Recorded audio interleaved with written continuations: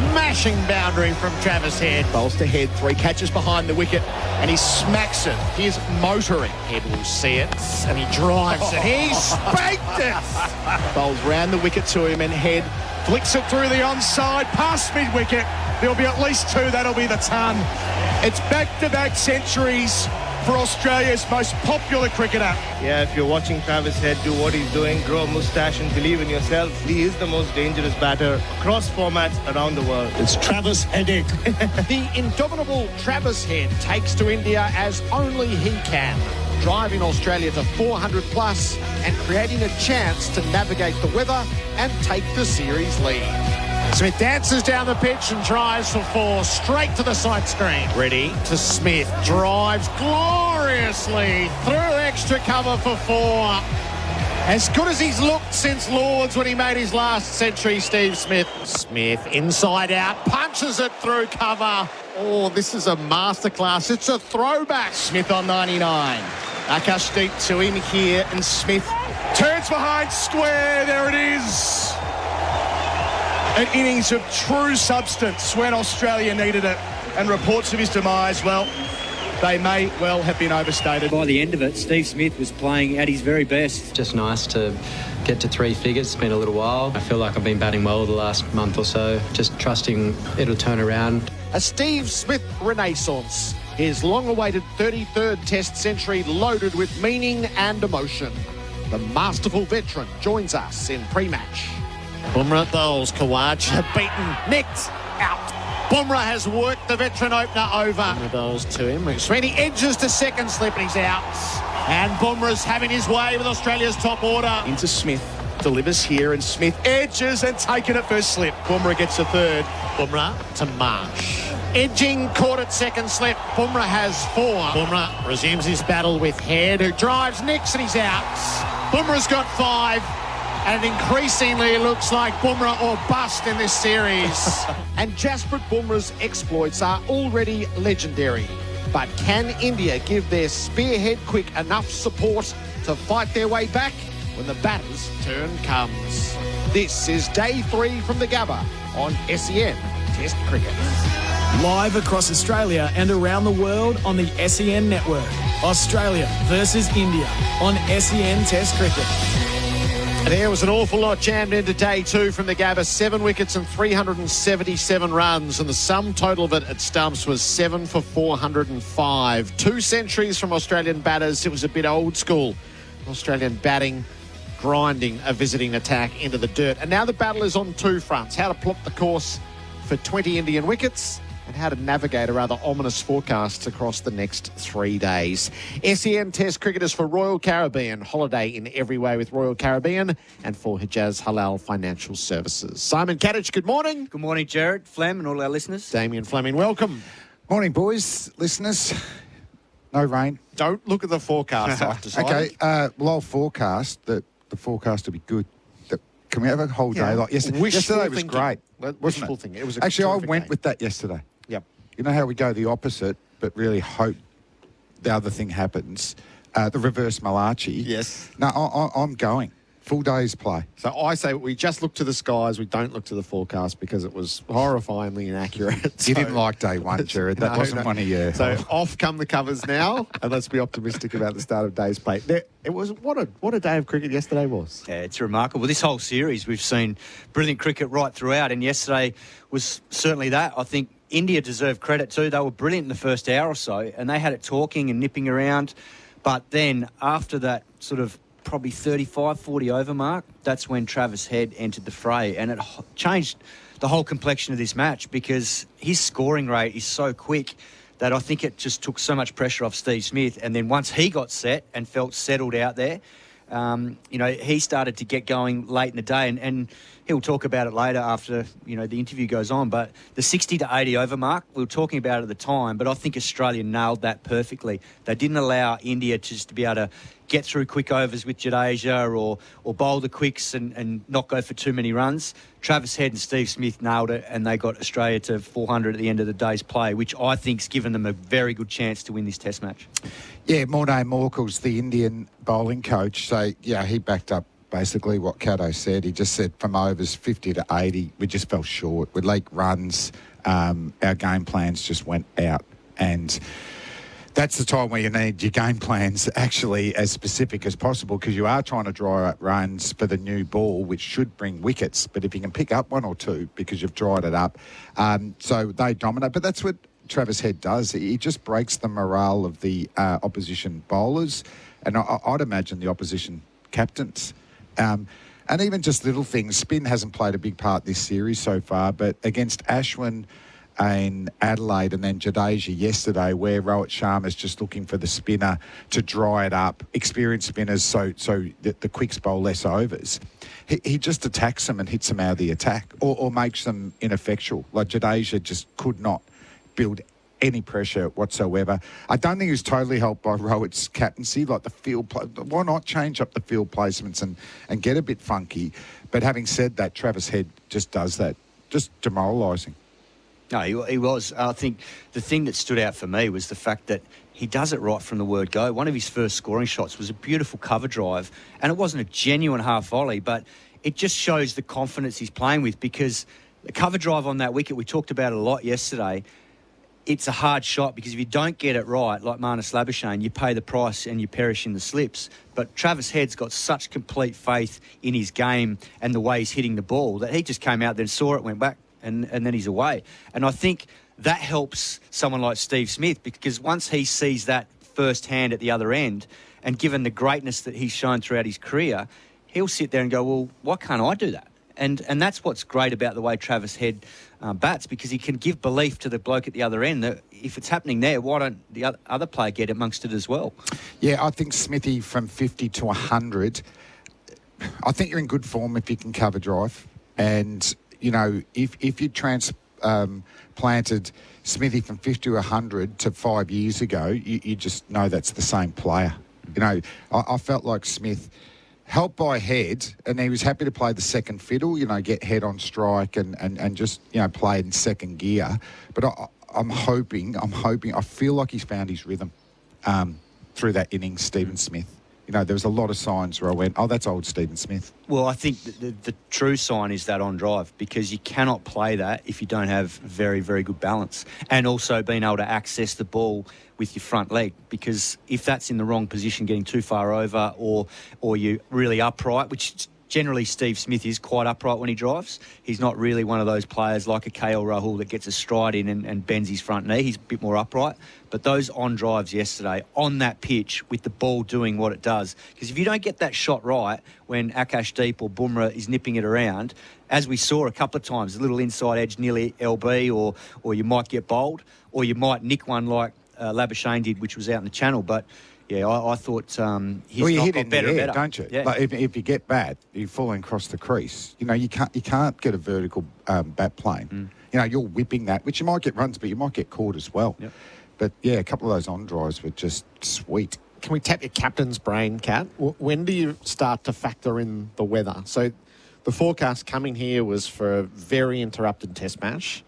You've had a day so good, it would be such a pity if you weren't able to parlay that into victory. So there's 3 days.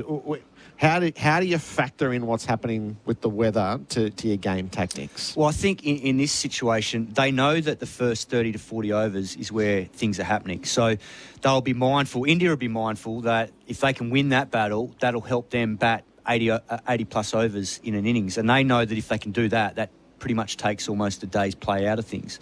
And given the over rates, that's probably almost a full day's play. So even though we've got 98 overs a day, I think Pat Cummins will feel that if he can give this team probably 2 cracks at it, 2 consecutive 80 overs with a break in between, whether that is due to weather or whether it's due to having another hit for a couple of hours and scoring some quick runs just to give the bowlers a break, that will play out. But I think he might be dependent on what happens today with how much cricket they get in, because the problem is if there's natural breaks every couple of hours with a shower or whatever, then he's just going to have to factor into what happens with a follow-on. But that's why I think the runs they score in this first innings because of the pace they scored at yesterday. And if they score quickly again today, if they go out there again, that 450-plus score that they're probably looking for allows them to have 2 bites of the cherry with time in the game to go, yep, we'll enforce it and follow on, or we'll give the bowlers a break for a few hours and then we'll go again for a nasty little session late on day 4 to then have a full day on day 5, hopefully. So if it was your choice, would you pick a number, 7 for 405, or we just bat with aggression to its natural fall? Well, I think they've got to, you got to factor in that, hopefully they get 3 full days. Obviously, there might be some breaks given the forecast, but I think the way, they'll be looking at it this morning is if it's overcast now like we're seeing and the clouds roll in, they might go, you know what, let's get straight into it with a new ball. Whereas if it's a bit of sun around for the first half an hour, well then, why would we get out there with a new ball and let the Indian openers maybe have a slightly easier period of play than if it's overcast and humid, which it is, because I think it's 80% humidity. Yes, yeah, it's sticky. You're about to head down to interview Steve Smith. So it looks greener, the pitch today. The pitch report for Charisma potatoes. Start cooking with Charisma potatoes with 25% less carbs. Look, it still looks really good. There's a little bit of footmarks occurring now, and I think we will see some turn and bounce as this test progresses, because we saw Jadeja yesterday get a couple of balls to really bounce and cramp Travis Head. He probably didn't get a chance to bowl too wide because he knows that's Travis Head's strength, and that's where the footmarks are. But what there is, there's some small little cracks that are running down the wicket, but it's not going to probably be hot enough for those to really open up. But there's quite a few that are there on both sides of the wicket. All right, you head downstairs. We'll talk to you in a tick.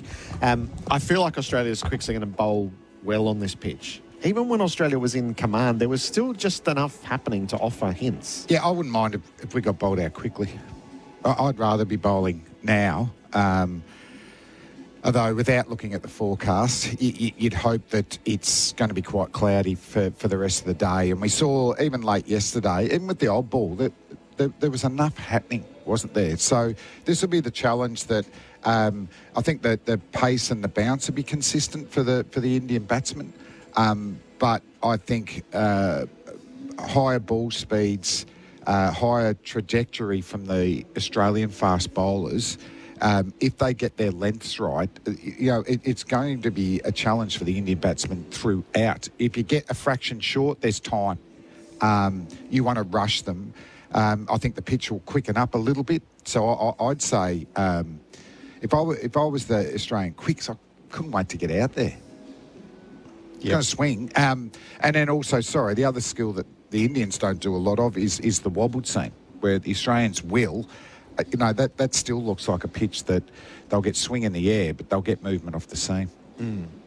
So who's to say how long we get across 3 days? But yes, Australia just bowled out India in the hundreds twice in Adelaide. Like, that's very possible here.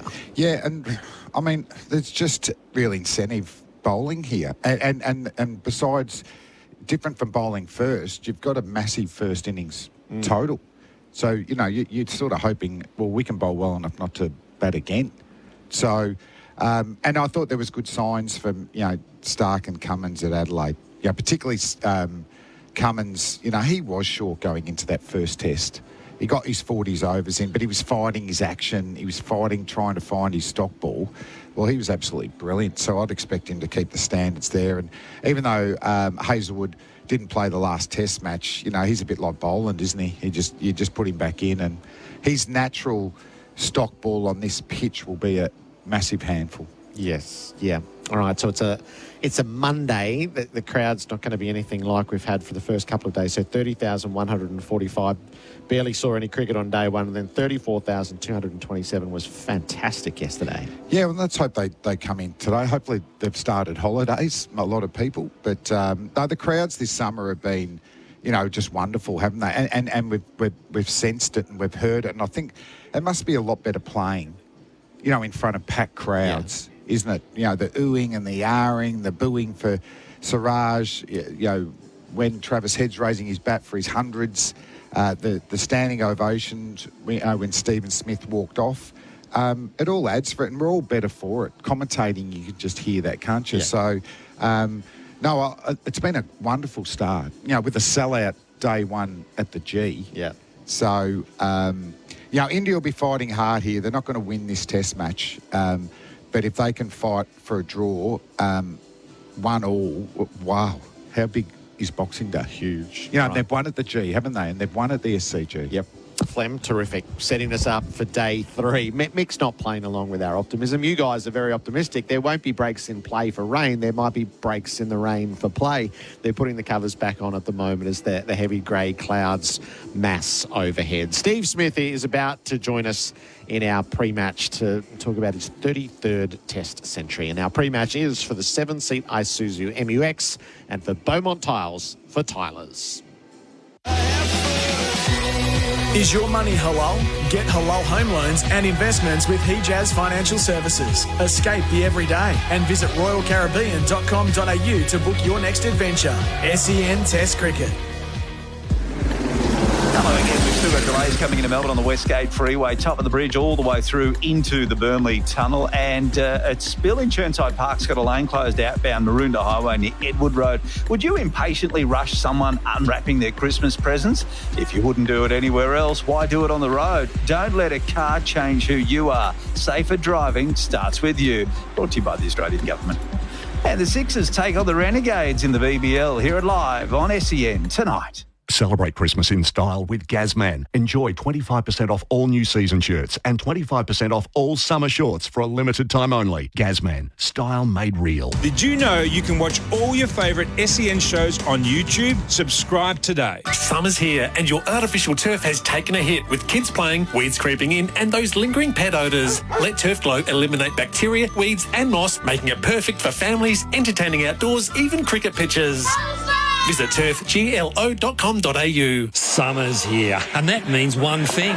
Whether you're on the road, at home, or cheering from the stands, there's nothing better than a 4-20 pie. Whether your favourite bowler's taken 5 wickets or our best batter's been trapped LBW, any break in the day's play is your chance to enjoy the classic taste of 100% Australian beef in delicious gravy wrapped in golden, flaky pastry. Pie's so good, they'll have you cheering with every single bite. 4-20, Australia's original fan food. Don't get run out on your way to work, lose the commute, and work closer to home. Waterman Workspaces offers private offices and ergonomic co-working areas with flexible memberships and outstanding amenities for teams of all sizes in locations across Melbourne. With fully equipped meeting rooms and bookable spaces, your team will enjoy working from alongside a thriving business community. Raise your run rate on your business and daily productivity and visit waterman.com.au today. At Azito, we know for you it's about leaving your mark. It's a statement, making every task uniquely yours. Azito doesn't just have your back, we're right there with you, powering your DIY journey. With over 100 tools for your home and garden, all powered by one battery to make it happen. Because when it comes to getting things done, this is your moment. Do it yourself. Do it with Azito. Do you? I feel like a twilight funeral does sound like a good idea. I guess in the day everyone can go about their busy lives, but then also then have an opportunity to go to that event and celebrate life. Maybe it is a nice way to remember someone because it's kind of like the last thing that happens in your day. Celebrate life as the sun sets with Tobin Brothers Funerals. Find out more about their twilight services at tobinbrothers.com.au. Tobin Brothers Funerals, celebrating lives. Installing or upgrading an irrigation system? View the latest from Nutrien Water. Trusted for over 25 years, the Toro 570 series sprinkler provide everything needed for residential and commercial contractors, offering hundreds of combinations with an unparalleled range of flexibility. 2500 series control valves for light commercial and residential use, and 2400 series control valves for residential use offers solid construction, reliable performance and convenient operation to suit the specific needs of homeowners. Visit your local Nutrien Water store or nutrienwaterstore.com.au. G'day, you've reached Jimbo. I'm currently road tripping up the coast. Leave a message. Jimbo, it's Monty. In a bit of a pickle, and I could really use your Hilux. I promised this Ludwig guy I'd help move his grand piano.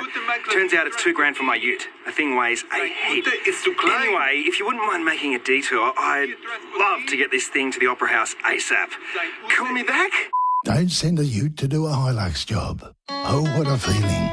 Toyota. Up to $25,000 off selected Henley completed homes ready to move in. Homes from only $589,900. Cinepec's been keeping industries turning for years with technical expertise and performance. With Cinepec, you're in safe hands. SEN Test Cricket. The pre-match show. The Isuzu D-Max. Live reinvigorated. And Beaumont Tyres. Beaumont's Trade Club saves Tylers every time. How's that? At Stumps on day 2, Australia 7 for 405, highlighted by the centuries of Travis Head and Steve Smith. Our pre-match is for the 7-seat Isuzu MUX and for Beaumont Tiles for Tylers.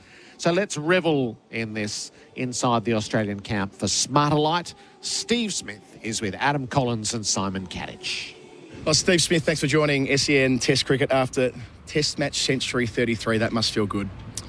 Yeah, it was a nice day yesterday. A lot of hard work out there. It was pretty challenging. So, yeah, to sort of get through that initial stage, get to probably 50, I'd say, and then things sort of flowed from there. It was a tough wicket. Nice to put a nice partnership together with Travis, who looks like he's playing a different game to everyone else at present. So, we're in a really good spot at 7 for 405. Not sure what the plans are this morning, but hopefully when we get our chance to bowl, it's still doing as much as it was last night and can put the Indian batters under plenty of pressure. Last night, hearing you speak, you sounded so excited and so happy and so overjoyed at reaching this milestone. I mean, was the belief always there for you that it was always around the corner, or were there some moments along the way that you didn't know whether you'd get to this point again? No, you've always got to believe. I actually feel like I've been batting really well the last month or so. So, yeah, a bit of unlucky, a couple of unlucky dismissals, I think. Some pretty good balls in between as well in Perth and then strangled down the leg side in Adelaide. But, you've got to keep the faith, I suppose. And, the wickets we've been playing on have been pretty tricky. I reckon the last 3 years since they changed the Kookaburra ball, mixed in with some green wickets that they've started to produce, it's kind of a perfect storm for the bowlers. So top order batters in the first 30 to 35 overs, it's been probably as tricky as I've had in my career. So I think a lot's got to go out to the top order. The top 3 yesterday faced 50-odd balls each. Allowed that ball to get a little bit older and sort of help Travis come in and do what he did when that ball gets that little bit older. So, it's been challenging, but happy to post a score yesterday and put us in a nice position. And we know that you tinker with your technique throughout your whole career. We saw yesterday probably what looked like the way you played in 2019 in that dominant Ashes series where you get right across the stumps and really try and cover the channel. Was that because of the Gabba wicket and the extra pace and bounce here and try and nullify the slips and gully? Pretty much. I try and change the way I play in terms of what sort of wicket I'm playing on, and the Gabba is traditionally pretty bouncy, and I think Perth I tried to do something similar. I was trying to get in the same sort of spot. I was probably a little bit more closed off with my left leg, which I think those balls that skid and nip back in, I'm probably struggling to catch up with them a little bit. So I've made a sort of conscious decision to keep my left leg a little bit more open so I could get my blade down for those ones that are skidding a bit lower. I was kind of just going back and across and starting outside leg. Probably moving a little bit further than I would have liked initially. A few nerves and, excitement when you get out to the crease or whatever. But, I felt like I got into a bit of a rhythm after that, and it was just nice to spend some good time out in the middle. And when we see that on drive with the full blade coming through, it's probably the hardest shot in cricket to play from a balance perspective. When you play that, does that trigger in your mind, I'm on here? You need to be in good positions to play that and let the ball sort of travel up to you and play it nice and late. So played a couple of nice ones yesterday. I sort of felt like I was in a pretty good place early on. I was leaving reasonably well, letting the ball come, playing under my eyes, and felt good. And when you get into that slipstream with Travis Head, you talk about how well he's playing. Obviously, you did all the hard yards early, reap the rewards. Then later on, when you're at the other end, do you say to yourself, I can get amongst this as well? Because it looked like that later in the day. It was almost, I sort of made a conscious decision probably around the 60 over mark to sort of go up a gear. knowing how hard the new ball is at the moment. So probably proved that as well last night when we lost 3 pretty quick ones after that new ball came around. I thought this is a time where we need to just try and cash in before that new ball, really. Try and join Travis for a bit and try and keep up with him. So it was nice to do that for that little period, and I think that sort of opened the game up for us, and for us to have a 4 in front of our score at the moment, it's a pretty good total, I think, on that wicket. We're in a good spot. And the way you were almost able to open up an end, of course, Bumrah is a different kind of challenge, but putting so much pressure on the other Indian bowlers together.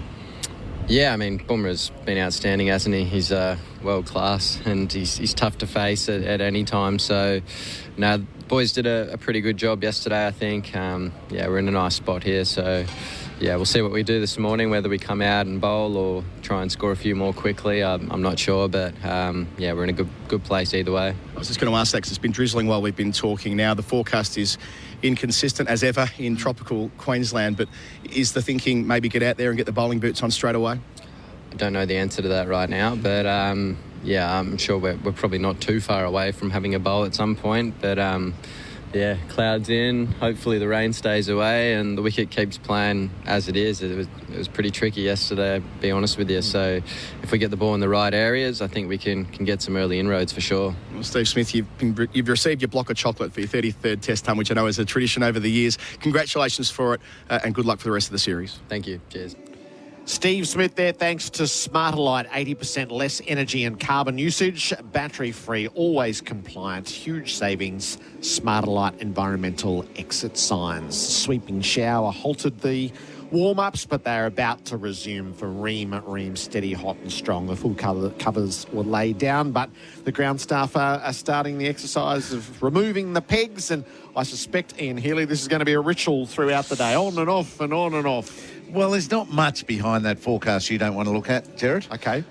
So there are these scudding showers, but there's not a whole lot of depth to them. So they could be the players of the day, the ground staff today. What's this, number 2, maybe number 3? This will be the 3rd time the covers have come off for the morning.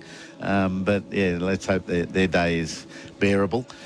I like Steve Smith's words there. At the end of yesterday's play, he sort of said, they've got an Easy Mart next to their hotel, or very close to their hotel. He used to bring a double block of chocolate to a test, didn't he? He's got to go to an Easy Mart now. That's how the drought was going for him. It used to be a given, and now he says, we'll go and get him if needed.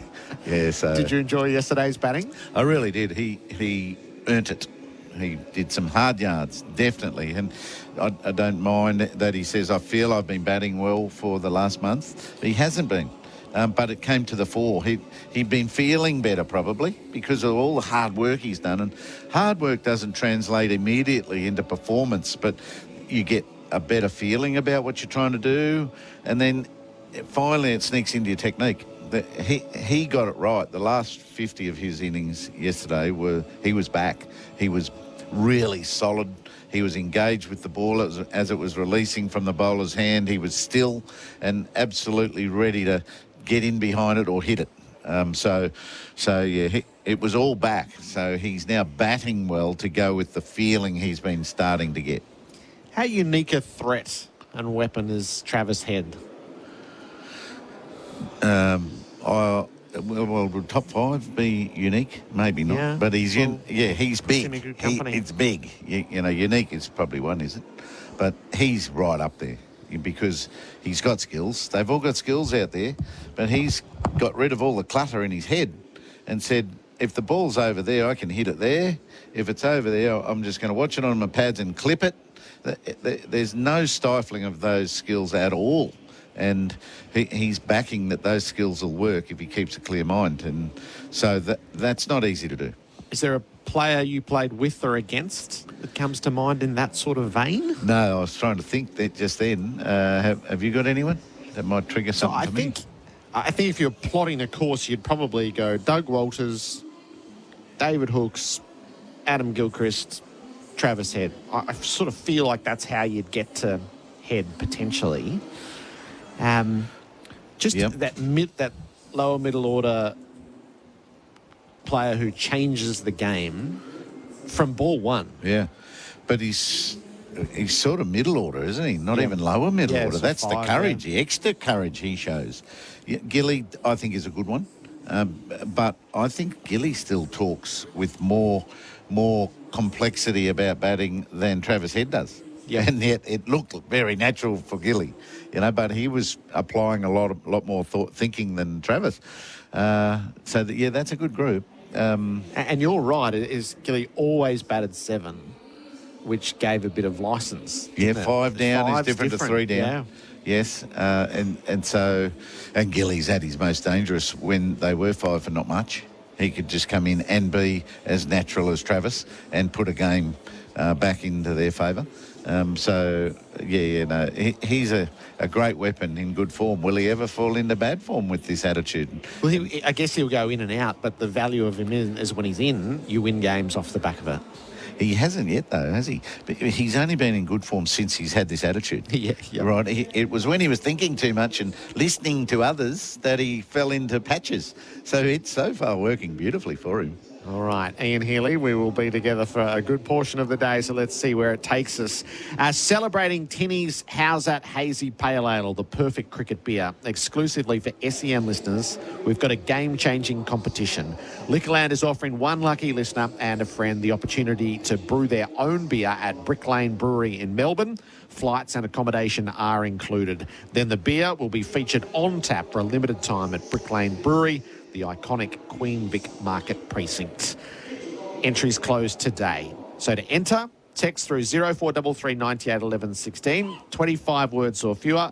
Describe the perfect brew for your chance to win. Start the text with the word "How's that?" Cheers, Liquorland. We've collected them over the previous 2 days.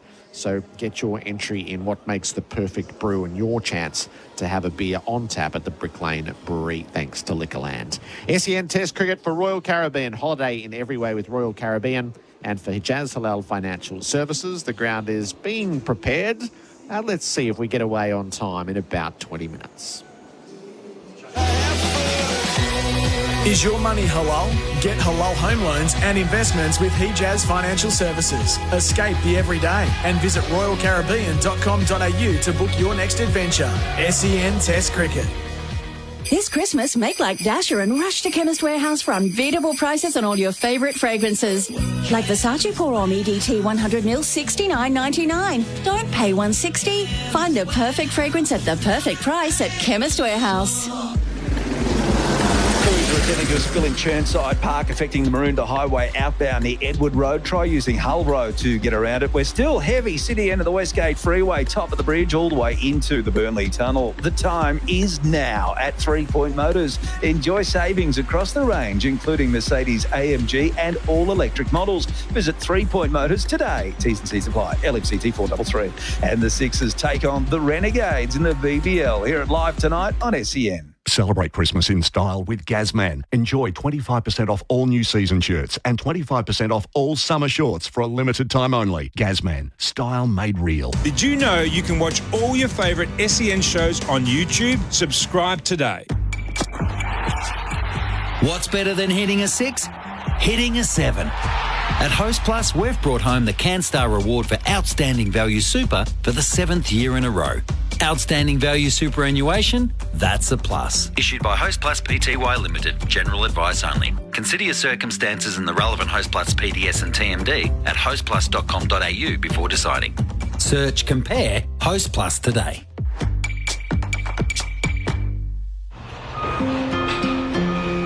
Look, Sammy, you see my good drill anywhere? It's right here, boss. How are you going to get by without an apprentice when you retire? I'm with Cbus, so I'll be fine. My super's been working hard for years. Unlike some of us. Righto, big man. Cbus Super, making hard work pay off. Read the PDS and TMD to decide if Cbus is right for you. Don't get Run out on your way to work, lose the commute, and work closer to home. Waterman Workspaces offers private offices and ergonomic co-working areas with flexible memberships and outstanding amenities for teams of all sizes in locations across Melbourne. With fully equipped meeting rooms and bookable spaces, your team will enjoy working from alongside a thriving business community. Raise your run rate on your business and daily productivity and visit waterman.com.au today.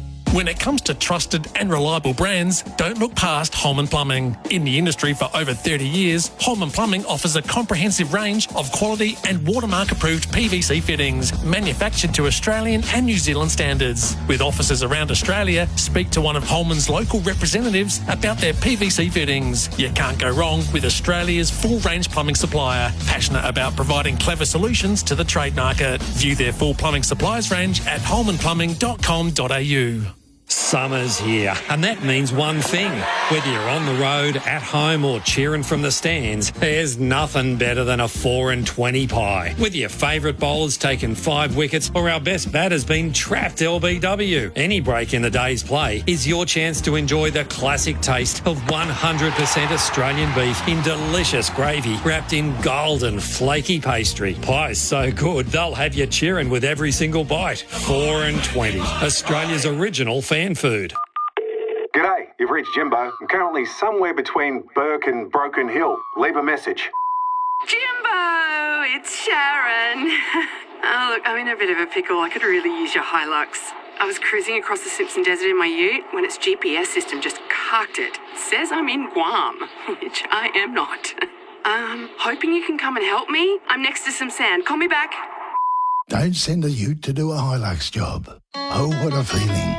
Toyota. Up to $25,000 off selected Henley completed homes ready to move in. Homes from only $589,900. Cinepec's been keeping industries turning for years with technical expertise and performance. With Cinepec, you're in safe hands. SEN Test Cricket. The first session for MEGT. Build a winning team with apprenticeship experts. Our pre-matches for the 7-seed Isuzu MUX and for Beaumont Tiles. For Tylers, the warm-ups are happening in front of us. The sun was out momentarily. The covers have been laid either side of the pitch and the stumps are in. I don't think we're on any course to start in 13 minutes' time, which in a day where it's going to be hard to get on and off, you wouldn't want to be wasting too many dry minutes. Peter Lalor with the good oil for Cobram Estates, Australian extra virgin olive oil. Hello to you, Pete. When I ran out of my hair oil in India once, I used, and I couldn't, not India, because I could have got it in India, in England, I used virgin olive oil to in my hair. Used to get a bit smelly later in the day, but hey, you can try it. Cobram Estate, good for your hair, good for your food. Bharat, Sundaresan, welcome. I'm never using olive oil on my hair, thank you. I was just going to say, how rich are you that you were using olive oil on your hair in India, but then you corrected yourself. Coconut oil in India, Pete, you know that. Yeah, I do. What a day of batting yesterday, Pete. What a brilliant day of cricket. You know, we paid for it on that first day. Yep. We didn't get much there, and it had all that tension around it, didn't it? Because this isn't, you know, there were periods 10 years ago where you expected days of cricket like that. You expected Australians' first innings to have fours in front of them. You expected a couple of blokes to make hundreds, and usually one of those people was Stephen Smith. But we were starting to get anxious about that. Quite some time had passed. Lord's last year, wasn't it? It was. But he revived the Head and Smith show, and it was a delight to watch, and it was kind of like watching a foal learn to walk again, wasn't it? You know, find its feet. And by the end of it, never extend a metaphor, Peter. He was a stallion. He was, you know, he had that power in his shot. He had that confidence in his movements. You know, he'd been predicting this for some time, and he'd shown signs of it in that one-day game before the summer. And he'd been saying he felt good in the nets, and he kind of looked half good out there. But you know, I'm both sides on this. You have one voice that tells you he can do it, and then you've got that other voice that says, nah, he's failing. We'll see good bits of him, but will we ever see him back at his best again?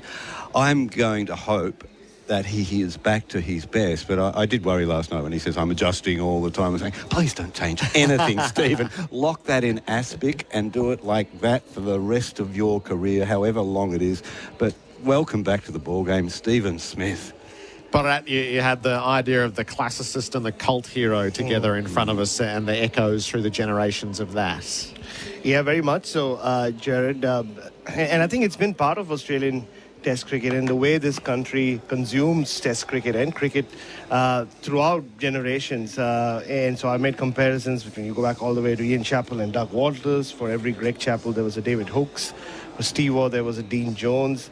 Yes, Ponting and Gilchrist, Clark and Simons, and Smith and Head are the same. Just in terms of how the crowd reacted to the Steve Smith 100. It was a popular 100. It was one where everyone was joyous for him. And his celebration as well, it was muted. He had that shake of his head, which I've seen a million times now, stood behind him when he plays a good shot. And then it almost was this burst of relief. Like it was a little... it came a little, it was delayed. And then when Head got to his 100 before that, not like anyone was sitting down anyway when Head was batting. And he has become that cult hero. I can't think of the last cult hero who's really captured the imagination of the Australian public quite like Travis Head has.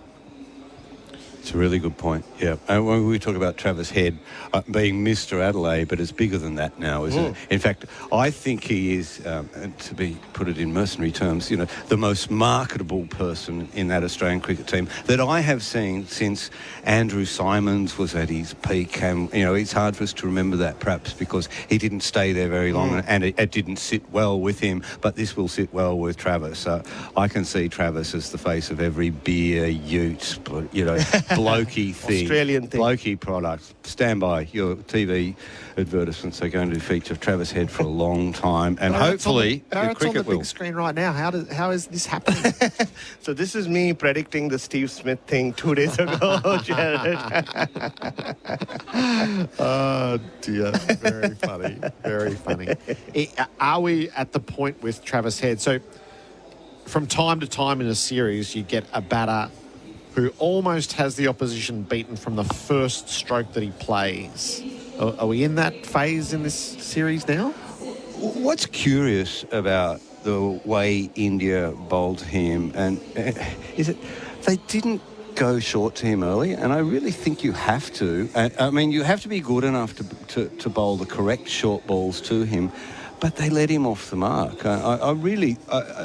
as good as Jasprit Bumrah was, and as good as the two batters were, the rest of the Indian bowling attack let them get away yesterday. Let Steve Smith find his feet, and then let Travis knock them off their lines instantly. And he will knock any bowler who gives them a centimetre off these lines. I mean, and there's very little safe zone bowling to Travis. And we've spent the last few months, years talking about the depth of Indian cricket, the bravado of Indian cricket. But that bowling attack yesterday reminded me of Indian cricket teams from the 90s. They used to have one good bowler, whether it was Javagal Srinath or Zahir Khan, and the rest. And the rest would struggle to build any pressure. The spinner would be taken down. And then those eras would generally have Adam Gilchrist or Ricky Ponting tearing the bowling apart. But Travis Head has a hold on this Indian cricket team. I was chatting with some of the Indian media personnel. They can't think of the last man who dominated an Indian team across formats, across conditions, quite like Travis Head has. And then he goes to the IPL and makes a lot of money and becomes popular for those 2 months. They look shell-shocked. There was no planning. And Moni Morkel must have been asked this 3 or 4 times yesterday in the press conference. So like, what was the plan? And he just could offer a wry smile. He said a few things, but he kept talking about there being no margin for error. And at the same time, I think what Steve Smith spoke about the ball and how this new Kookaburra ball since 2021 is behaving was very interesting. Because back in the day, yes, you could see off the new ball, but then it would get soft and was tough to score off. But he says that after the 35-over mark, it does nothing, but it stays hard, which is why Head, Marsh, Carey becomes so dangerous.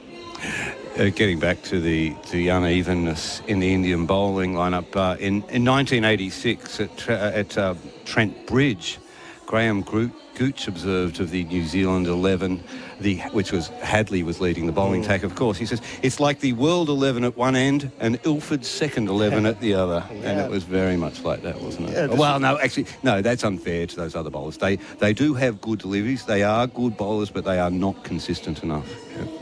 and a captain under pressure. And who was the captain on the field yesterday? Rohit Sharma is on-field captain, but I could see multiple senior members take charge. Virat Kohli, the first session was all about Virat Kohli. You could see he was in the bowler's ear. He was making field changes. He was talking in the huddle. And yeah, it just felt like a day that many Indian fans have seen before, when India would come to Australia and get smashed around the park, look listless, look hapless, and then the bowling coach would come and talk. So it was one of those days that they would want to forget. But yeah, I mean, India suddenly find themselves in a position where they're one collapse away from losing the series. Bharat, can I ask you a question? Do you? I think I know the answer to this.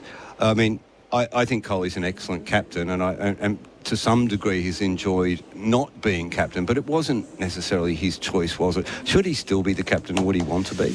Not anymore. I think it was quite acrimonious the way it ended. There was a new management. Rahul Dravid took over, and there was pressure on Virat Kohli to leave, and things weren't going right.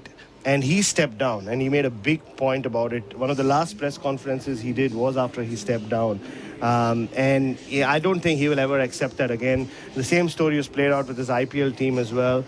I think he enjoys doing what he's doing and loves having a chat with Ravi Shastri every morning. I just saw them have a chat earlier as well, so we can ask Ravi what that was about.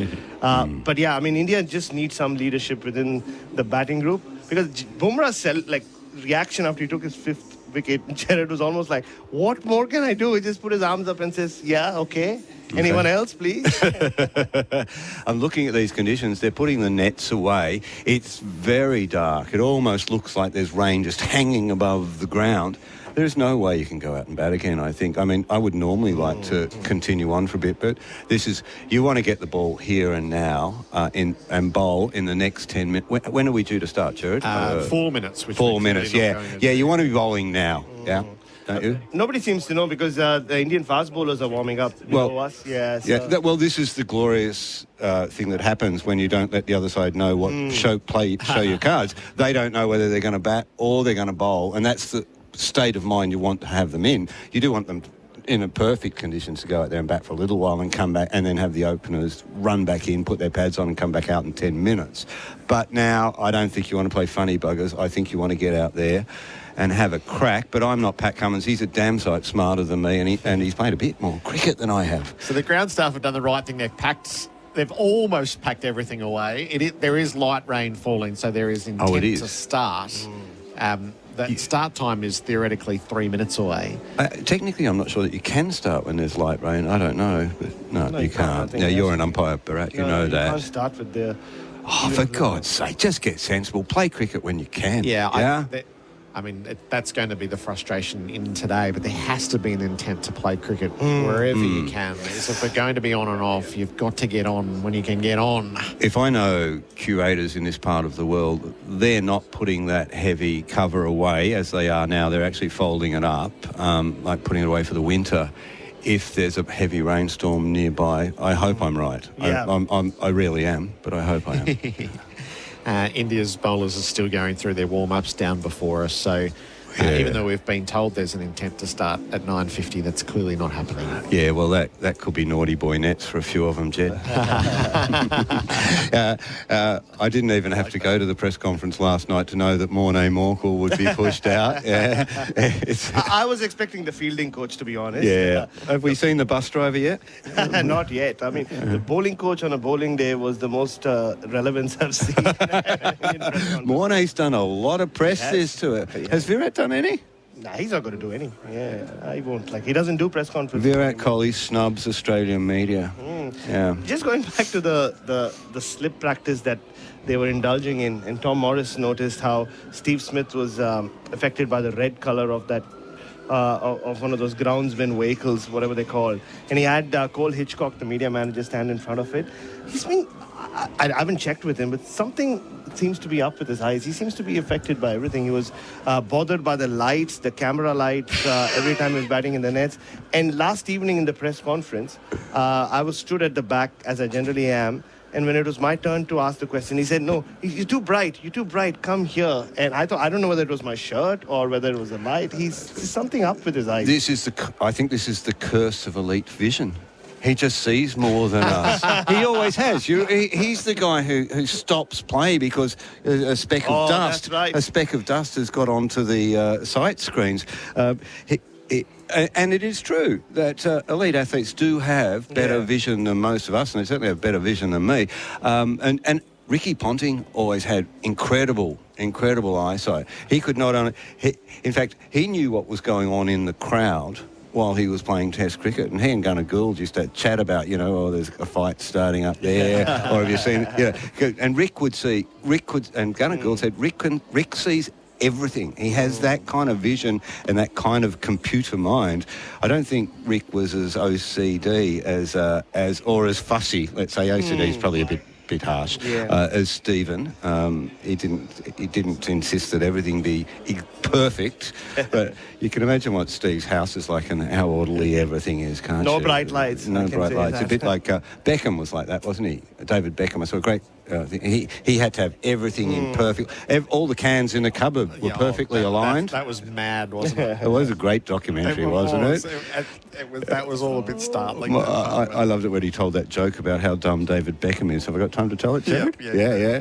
He tells this because he's very self-deprecating. He says, "You heard that one about how dumb David Beckham is?" No. He says, so David Beckham goes to the hairdressers and he's wearing these big headphones like we're wearing now, and says, "I just need a haircut." And the barber goes, "Mate, you can't get a haircut with them on." He says, "Mate, you're going to have to cut around them because if you take them off, I'll die." And the barber goes, "Oh, come on." He says, No, serious, I'll die. So he starts cutting his hair. David Beckham falls asleep. So the bloke thinks, here's my opportunity. He takes the headphones off and he finishes the haircut. Then he looks down, David Beckham's dead. He says, "God, what's in those things?" He puts them back, and he puts the headphones on his head and he hears this voice going, "Breathe in, breathe out." Very good. Pete, we'll send you on your way, having given that to us. Thank you very much. Enjoy the day. Every Saturday night. Bharat, we'll see you back shortly. Thanks. The good oil for Cobram Estate, Australia's most awarded extra virgin olive oil. Gents, I'm on the Gold Coast and it's sunny for 5, then buckets down for 10. It will make for a frustrating day. And I'm in Redcliffe and it's pouring here. Torrential. I only want positive vibes. 0433 98 11 16. And right on cue, the skies have broken up overhead and there's a bit of sun. We're going to start the day's play in 3 minutes' time. We'll bring Damien Fleming in for the first ball on SEN Test Cricket for Royal Caribbean. Come seek Royal Caribbean and for Hijaz Halal Financial Services. SEN Test Cricket for Host Plus, winner of CanStar's Outstanding Value Super Award for the 7th year in a row. That's a plus. Issued by Host Plus Pty Limited. Check the PDS and TMD at hostplus.com.au. G'day, you've reached Jimbo. I'm currently setting up the kids' school fair, so leave a message. Jimbo, it's Carl. I'm in a bit of a pickle and I could really use your Hilux. I promised the school I'd round up some goats for the fair's petting zoo, but they're running circles round my ute. It's humiliating. Oh yeah? Bleed all you want. A Hilux is on its way. Call me back. Don't send a ute to do a Hilux job. Oh, what a feeling. Toyota. That roast chicken? Maybe halal. That snack pack? Yep, halal. Dad's investment portfolio. How on earth would you tell? Talk to Hijaz Financial Services, helping Muslim Australians secure halal super, home loans and investments. Hijaz Financial Services. Definitely halal. HijazFS.com.au. This information is provided by Hijaz Financial Advisors, Proprietary Limited, AFSL 517686, and Hijaz Islamic Credit Solutions, Proprietary Limited, ACL 480542, and does not take into account your objectives, financial situation or needs.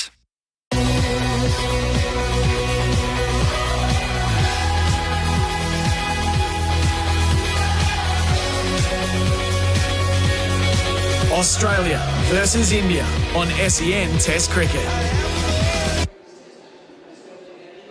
Australia is going to bat at the start of day 3, 7 for 405. We're not doing weather updates for Beacon Trade, a tradie's key partner in lighting, fans and electrical outside of its 27 degrees and 78% humidity. But Damien Fleming, the power of positive thinking, you brought the sunshine for the first ball. Put the sunscreen on, please. Players, be sun smart. Can we get this first ball going? With that little bit of fairy rain, we would just be getting through this. But no, had a look out there, it looks still fantastic. I think the bounce and pace will be consistent, but the ball is still going to move, Gerard. You know, there's still enough green patches there. The sun, obviously, is being out. You know, it's not going to be overly cloudy, but it's humid. And the red kookaburra ball likes that, and it's new enough to move. So I hope the Australian batsmen, accelerate the game. I'd love Carey to get a few more runs. Geez, he looked good last night. I mean, it's almost influenced by Travis Head, isn't it? But he's finding his own way, and some of those shots, where he just ran down to the quick, it was like he was using his feet to the spinners. Now, Travis Head doesn't do that as much, so he's finding his own way to play a bit of trav ball, if you like. And I just expect our quicks to maximise what's left in this pitch. And just be watching for Bumrah. Brilliant again yesterday, another 5-wicket haul. But I'm noticing his warm-up balls are getting slower and slower. There is something happening with him. And there's still 2 more tests back-to-back, Gerard. They have to be super careful how much they bowl him. So Damien Fleming's pitch report for Mole Map. Get a Mole Map 1 check to experts. Mitch Stark 7, Alex Carey 45. Australia 7 for 405. Jasprit Bumrah with ball in hand. Okay, gentlemen. Wait. Jasprit Bumrah without delay from the top of his mark. He's going to start right arm around the wicket as he bowls to Mitch Stark, who's playing the ball to mid-wicket. No run. 2 slips, gully point, cover, mid-off, mid-on, mid-wicket, and fine leg. Yeah, 127, Gerard. Okay. His first over coming back is a lot slower, isn't it, as this series progresses? What would your mode be if you're Australia here? Are you batting half an hour? Are you batting to a number? Or are you just batting aggressively through the last 3 wickets? As Bumrah sets in from the Vulture Street ends. He bowls to Stark, who watches it go by. Yeah, I like all those scenarios. Yeah. I like 450 in my head, to be honest. I don't think they need any more than that. What could throw it up is if Carey gets going and gets him, could get 100. So I think they'd want to allow him to do that. But I think Carey won't be getting into the nervous 90s. It'll hit out, get out, or hit out or get out. Bumrah tilted, lets fly, Stark lets it go. And then if we got bowled out quickly, it wouldn't bother me, Gerard. Yeah. So the sooner we can get our big quicks out there, the better. I'm with you. I like the idea of 450. I think, in my time, that was the mark, 450. It's been what's been missing for a long time in Australian cricket is you have to go back to the first test of last summer in Perth for a 487. Bumrah bowls to Stark, who drives, but he's picked out mid-off for a whole field to no run. And there's been a couple of signs that Bumrah's just warming up 130 kilometres an hour. There's still good pace and carry, isn't there, in this pitch? Definitely. I feel like Australia will bowl really well on this pitch. Those patches of green. And I know it's in Australia's batter's best interest now to talk the pitch up, but all without flinching and being on. It's had its moments. Yeah. Stark high bat lift. Let's pass outside the off stump. Yeah, I think internally they're saying the new ball moves excessively. Yep. Hit the green patches and let it go off the seam. Your point around the wobble seam. A lot of today will be played under cloud cover. It's sunny for the moment. And it keeps the ball new. Yeah. So India was still moving in that bad period that they were leaking runs, 60 to 80 over mark. Will Bumrah open with a maiden here? He bowls to Stark and he will concede the maiden as he lets it pass. So 8 maidens in Bumrah's work, 26 overs bowled, 5 for 72. It's 7 for 405, the Glencore scoreboard advancing everyday life. I thought one of the other really interesting aspects is And Steve Smith spoke about the virtue of Kawaja 54 balls, McSweeney 48 balls, Labuschagne 55 balls, and Head spoke around. He didn't come until the 34th over.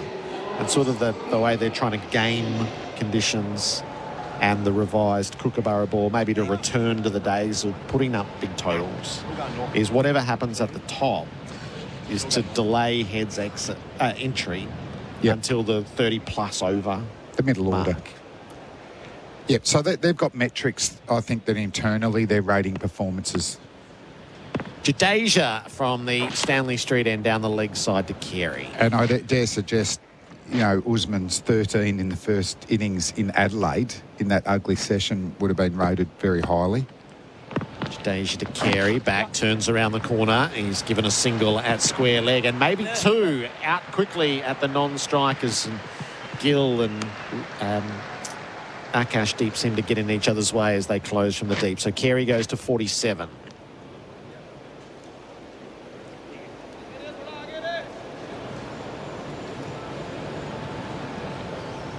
Two, three, four, five in the deep.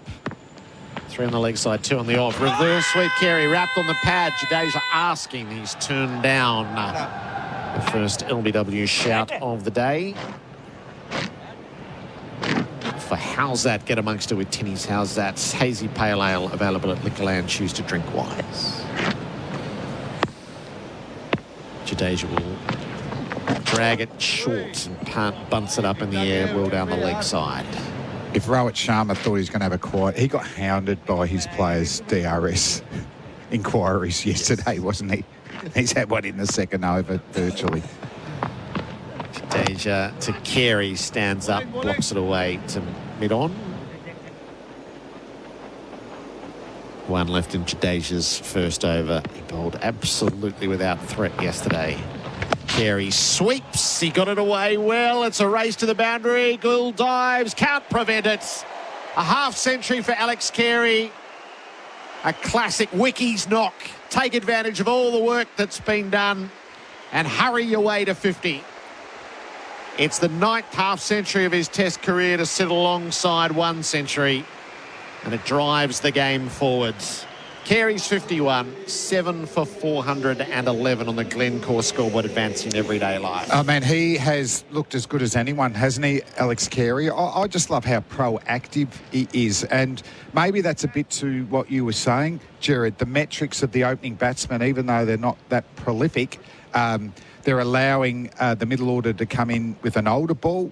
And then, knowing that Alex Carey and Mitchell Starc as well is another fine hitter of the ball that can accelerate this game. 51 from 53 balls. Starc clouts Bumrah down the line. Didn't get all of it. Jadeja cuts it off. He's set up for that shot, Mitchell Starc, isn't he? Bumrah's pace is now getting back up. But I think if he bowls full, Stark's going to try and hit him back over his head or mid-off. Carey's knock comes with 6 4s and 1 6. 2 slips and a gully. Bumrah around the wickets, bowls and Starc lets it go. So Stark's pretty well unhurried, mind you. It's Bumrah that's bowling to him. And even this partnership is worth 26 now. Yeah, Carey's batting's been... This innings has been so watchable. He looks so confident. He's providing a full face of the bat when he's playing in an orthodox manner. But then there's the reverse sweeps. There's the charging of the fast bowlers. Starc flexes as he waits for Bumrah and then stays out of the bouncer. It sizzles past the grill. That's a ripper. And it's not a bad ball, actually, to bowl in your first over, Gerard, because it gets you through the crease. You see how far he got through the crease there? I reckon now he'll feel like, yep, all the momentum's, I'm back. But it's taken 9 balls. Stark still sweating on anything full. Every wicket has been nicked off in this innings so far. Bumrah bowls, Stark defends. 3 to the keeper, 3 to Kohli at second slip and 1 to Rohit at first slip. Actually, I'd like Starkey to get down the other end to Jadeja, actually. Yes, yeah. Yeah, I'm thinking over long on and a long way.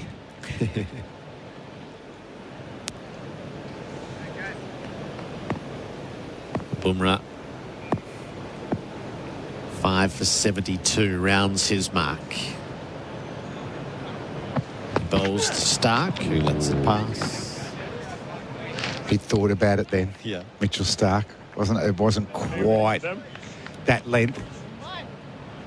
What about Bumrah? I had the great Alan Border yell out to me as we got here, and he goes, "Hey, is Bumrah part of your FBC, your fast bowling cartel?" I go, "Yes, of course he is." He goes, "Tell him to stop smiling." I said, "Did you face anyone that pace that smile?" He goes, "No." But it's great to see, isn't it? It is. He's a terrific character for the game. Last ball of the over, Stark defends. So Bumrah's opened with a couple of maidens. 7 for 411. This session is for MEGT, Australia's apprenticeship experts. G'day, you've reached Jimbo. I'm currently setting up the kids' school fair, so leave a message. Jimbo, it's Carl. I'm in a bit of a pickle and I could really use your Hilux. I promised the school I'd round up some goats for the fair's petting zoo, but they're running circles round my ute. It's humiliating. Oh yeah? Bleed all you want. A Hilux is on its way. Call me back. Don't send a ute to do a Hilux job. Oh, what a feeling. Toyota. Jadeja to Carey, who tickles him to the leg side and takes a single at square to go to 52. SEN Test cricket is for Henley Holmes by a Henley completed home and move in now. 7 for 412. Nothing helter-skelter at the start of play. Carey scoring freely from Jadeja. Stark now gets a look at the spinner. Yes, Gerard. All right. I'm excited. Long off, long on back, deep mid-wicket, deep backward square, deep points. Back and defending Stark. Yeah, he goes short of a length here, Jadeja. I don't think he'll throw it up, but it'll just be on length, a step and hit from Stark. Jadeja bowls. That was almost there. Stark stroked it back down the pitch. If he followed up, Stark would go for it. Has to. Same ball? Yeah. Jadeja dragged it a bit shorter. He knew too. Shorter and faster. Stark had to defend.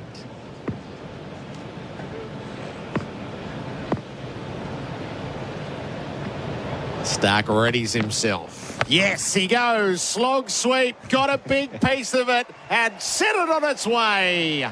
6 at deep mid-wickets. I don't reckon he got that out of the screws either. And that is a massive boundary. And he's been able to hoik it for 6. Come on, Starkey.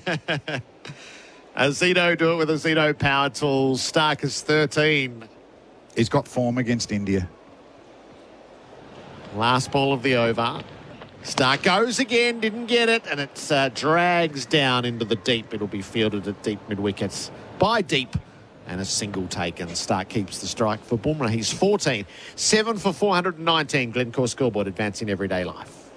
That roast chicken? Maybe halal. That snack pack? Yep, halal. Dad's investment portfolio. How on earth would you tell? Talk to Hijaz Financial Services, helping Muslim Australians secure halal super, home loans and investments. Hijaz Financial Services. Definitely halal. HijazFS.com.au. This information is provided by Hijaz Financial Advisors, Proprietary Limited, AFSL 517686, and Hijaz Islamic Credit Solutions, Proprietary Limited, ACL 480542, and does not take into account your objectives, financial situation or needs. Opening session for MEGT. Sign up your next apprentice with ease. Bumrah bowls. Stark plays the ball to mid-off. No run. Stark's 6 hitting sprees. Oh, I was there in Pune. That one does come to mind. They were incredibly important runs for Australia too. Yep. Tom Morris has got the good oil for Cobram Estate, been looking them up. Yeah, I think he's going to mention... Yeah, sorry. Go, Tom. Well, February 2017 is when he was in Pune and he hit 3 in one innings and 3 in the next innings. He's made 61, then 30, batting at number 8. It's Bumrah who's bowling to Stark for the moment around the wickets. And Stark smashes the ball out to deep mid-wickets. A couple of bounces across the rope. Teed it up. Timed it perfectly. Batter, swing batter. Mitchie Stark. He is not middling these yet. Not quite. Yes, Tom. So he hit 3 in one innings and 3 in the next against India and Pune in 2017 in February. But the 2 test matches before then, he was also on a 6-hitting spree. He hit 7 against Pakistan at the MCG in one innings, then awesome. 2 in the next test against Pakistan in Sydney. 15 across 4 innings. He's 18. He's got a 4 and a 6 to his name so far. Bumrah bowls and Stark plays on the up momentarily. Popped it past the bowler. It lands short of mid-off. Got one for you, Tom. His high score is 99 in Test match cricket against India. How many people highest score of 99 in Test match cricket that never obviously went on to get 100? I can think of one famous one. Shane Warne. Yeah. So Warney and Mitchell Stark. No, I don't know. Do you mind doing it? I'll do a bit of work. Not in a hurry. Not in a hurry. I am in a hurry. I love to know this. We've got a long day. Bumrah to Stark. He went after the bouncer. Punt did a good job to drag it down.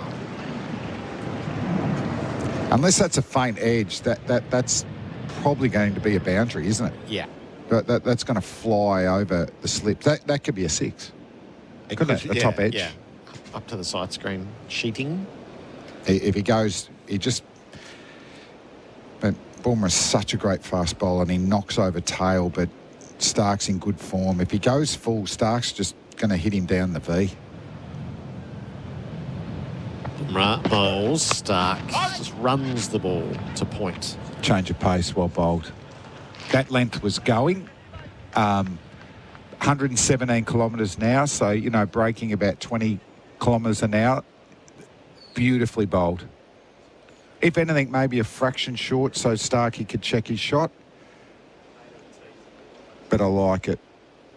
5 and a bit thousand in at the Gabba on Monday morning. Australia still batting. Bumrah bowls to Stark. He plays and misses, or no, he didn't miss. He nicked it on the way through. Bumrah gets stuck. Bumrah has 6. It's his 50th wicket on Australian soil. He is quite the phenomenon in a test match running completely against India. Jasprit Bumrah has 6 for 76. Australia is 8 for 423. Damien Fleming's thoughts in a moment. SEN Test cricket for Henley Homes by a Henley completed home and move in now. As they say, where there's smoke, there's fireys attending to a grass fire underneath the Westgate Bridge, affecting traffic along Todd Road. It's also slowing outbound on the Weegate as you head towards Williamstown Road. City and busy, Bolty to Burnley. Download the My 7-Eleven app and you can save up to 25 cents per litre with fuel price lock. You've got a deal at 7-Eleven. T's and C's apply, savings not guaranteed. And the Sixers take on the Renegades in the BBL. Hear it live tonight on SEN. Glencore scoreboard 8 for 423. Advancing everyday lifestyle. Caught punt bowled Bumrah for 18. Damien Fleming. He's got 6. He deserves 8. Yeah, his 5 at Perth deserved 8, didn't it? So it's been a long time coming. Carey's on 52. He's back and turning around the corner. He'll feed line the strike straight off as he plays it out to deep mid-wickets. And I thought it was really good bowling that he knew Stark wanted to take him downtown. And when he went full, it was a great change of pace, slower ball, and then a nice little away seamer to get the edge. Must have been a faint one. Yeah, didn't hear it.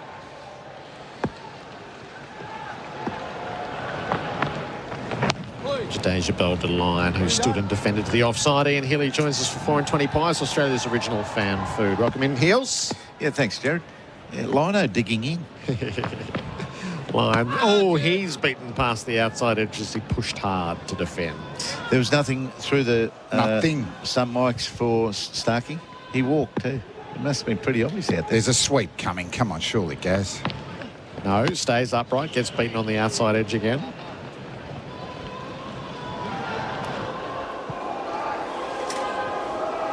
So deep backward ball. Third man goes back. Gill pushed back. Lyon, this time he finds the full face of the blade on his defensive prod. I'm predicting another block. He won't be that keen to get down to face Bumrah here, Gaz. Oh, Ro, it's just spread the field for an doing easy the single. single He doesn't want to do it. The line is just like directly back to Jadeja, who doesn't even chase it. If you want to go, you can go 8 for 424. The Glencore scoreboard advancing everyday life.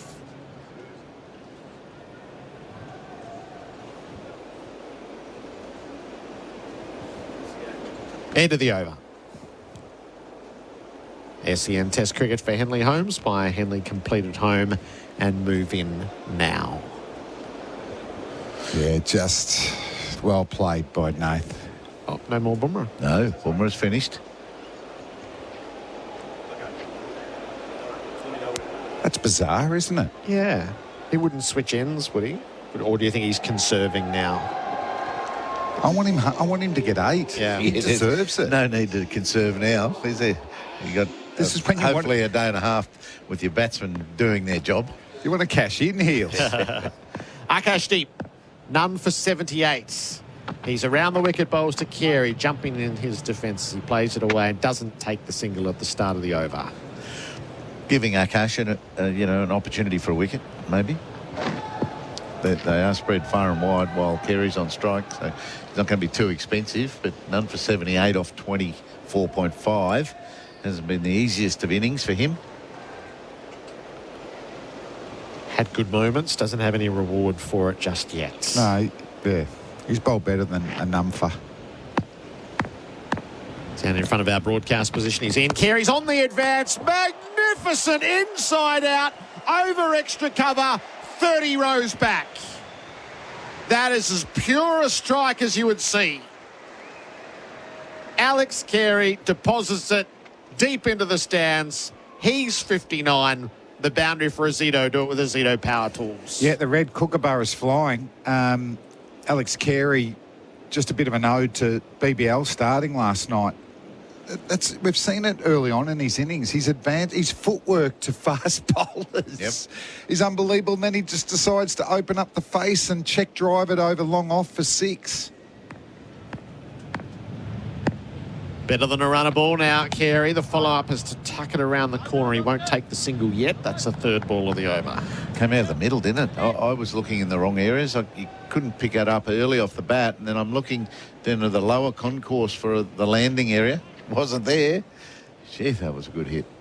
So up into the members at the start of the day. Did that fellow who's cracking a can catch it? Did anyone see? He's celebrating like he did, There's to be something honest. on. Was that a feature shot of yours, Ian? Not often. Not often. You know, every now and Not then. against it. Over backward square for me. Yeah. A very Queensland scene, sitting next to a guy in a crayfish shirt. Carey does take the single off the fourth ball of the over, opens the blade and runs it down to third man. White with pink crayfish. Yes. The crocodile went home. 8 for 431. Yeah, I popped into the Cricketers Club again last night, so there was it was all happening in there. They were very happy getting a full day's play in. And you could tell from the excitement once we got in that they'd had a full day. Yes, right. Full in every way. Particularly when Big E come in, bit of a celebrity. Didn't you, mate? You just sort of strutted in. Popped in there. Popped in. See a couple of mates as well. Akash gets a look at Nathan Lyon, who defends resolutely.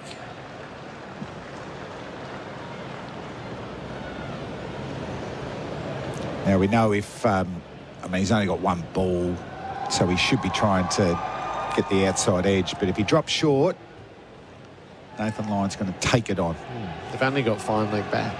Yeah, well, get a short leg in there too. Who cares if you get off a single and He's almost get cover up, get another slip in. Lyon awaits, runs the ball out near gully and doesn't take the single. So Carey will have the strike at the start of the fresh over, 7 from it. 8 for 431. Glencore scoreboard advancing everyday life. This Christmas, make like Dasher and rush to Chemist Warehouse for unbeatable prices on all your favourite fragrances. Like Versace Pour Homme EDT 100ml, $69.99. Don't pay $160. Find the perfect fragrance at the perfect price at Chemist Warehouse. At Kilmore Ford, we're overstocked on used vehicles. Check out the #1 selling Ranger models in stock now, along with Ford Everests. Trade-ins are welcome and valued straight away. So why not visit kilmoreford.com.au for all available stock. LMCT 808.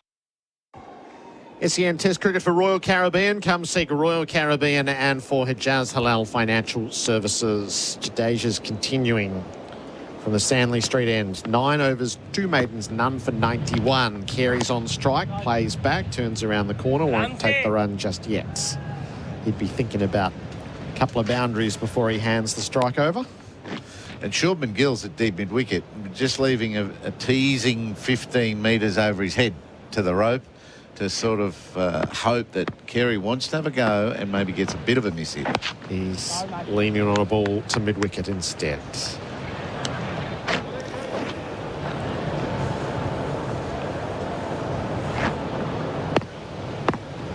Carey 60 from 61 balls. He's back, playing the ball down to long on, and he will go for the single. He'll let Lyon see if he wants to have a sweep. I think he can do that. I think Nathan Lyon's comfortable facing Jadeja and deep. Bumrah brings a different element. You know, could knock over Lyon big time, but Gaz looked pretty comfortable against deep. He got beaten twice or 3 times last over. Lyon is forward, full face to the bat in defence. He looked comfortable, probably, but he just kept missing it. Probably talking more physical. Yes. Yeah, that's right. So now they need someone right in under his nose. Lyon lets it pass, spins Put away. someone right in there so that Gary will push. It's annoying. You know, push either side of him. Right now he's just letting it go. But, you know, create some tension in the batter's mind. Last ball of the over. Lyon leans on it, knocks it away. Carey says, don't worry about it. 8 for 432. Australia running hot for Reams. Steady, hot and strong. Adam Collins is coming in for Bundaberg Gingibbia. G'day, you've reached Jimbo. I'm currently setting up the kids' school fair, so leave a message. Jimbo, it's Carl.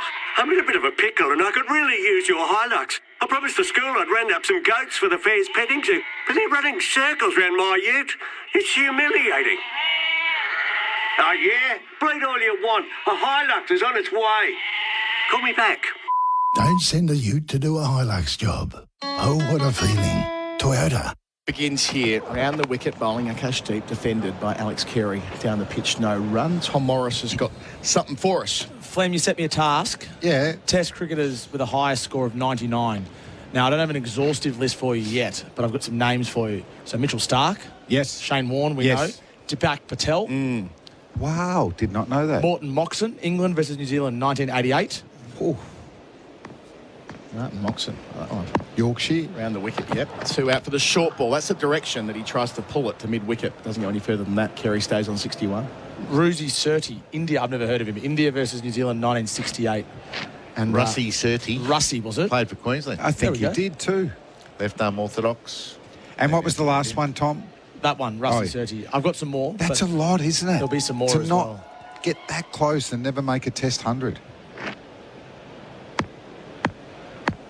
So away from us, Vulture Street end, Akash Deep get to take a wicket. Bowls here, defending into the offside, no run. It's a funny one, Deepak Patel, because we all remember him for what he did in the 92 World Cup, opening the bowling, which is an off-spinner.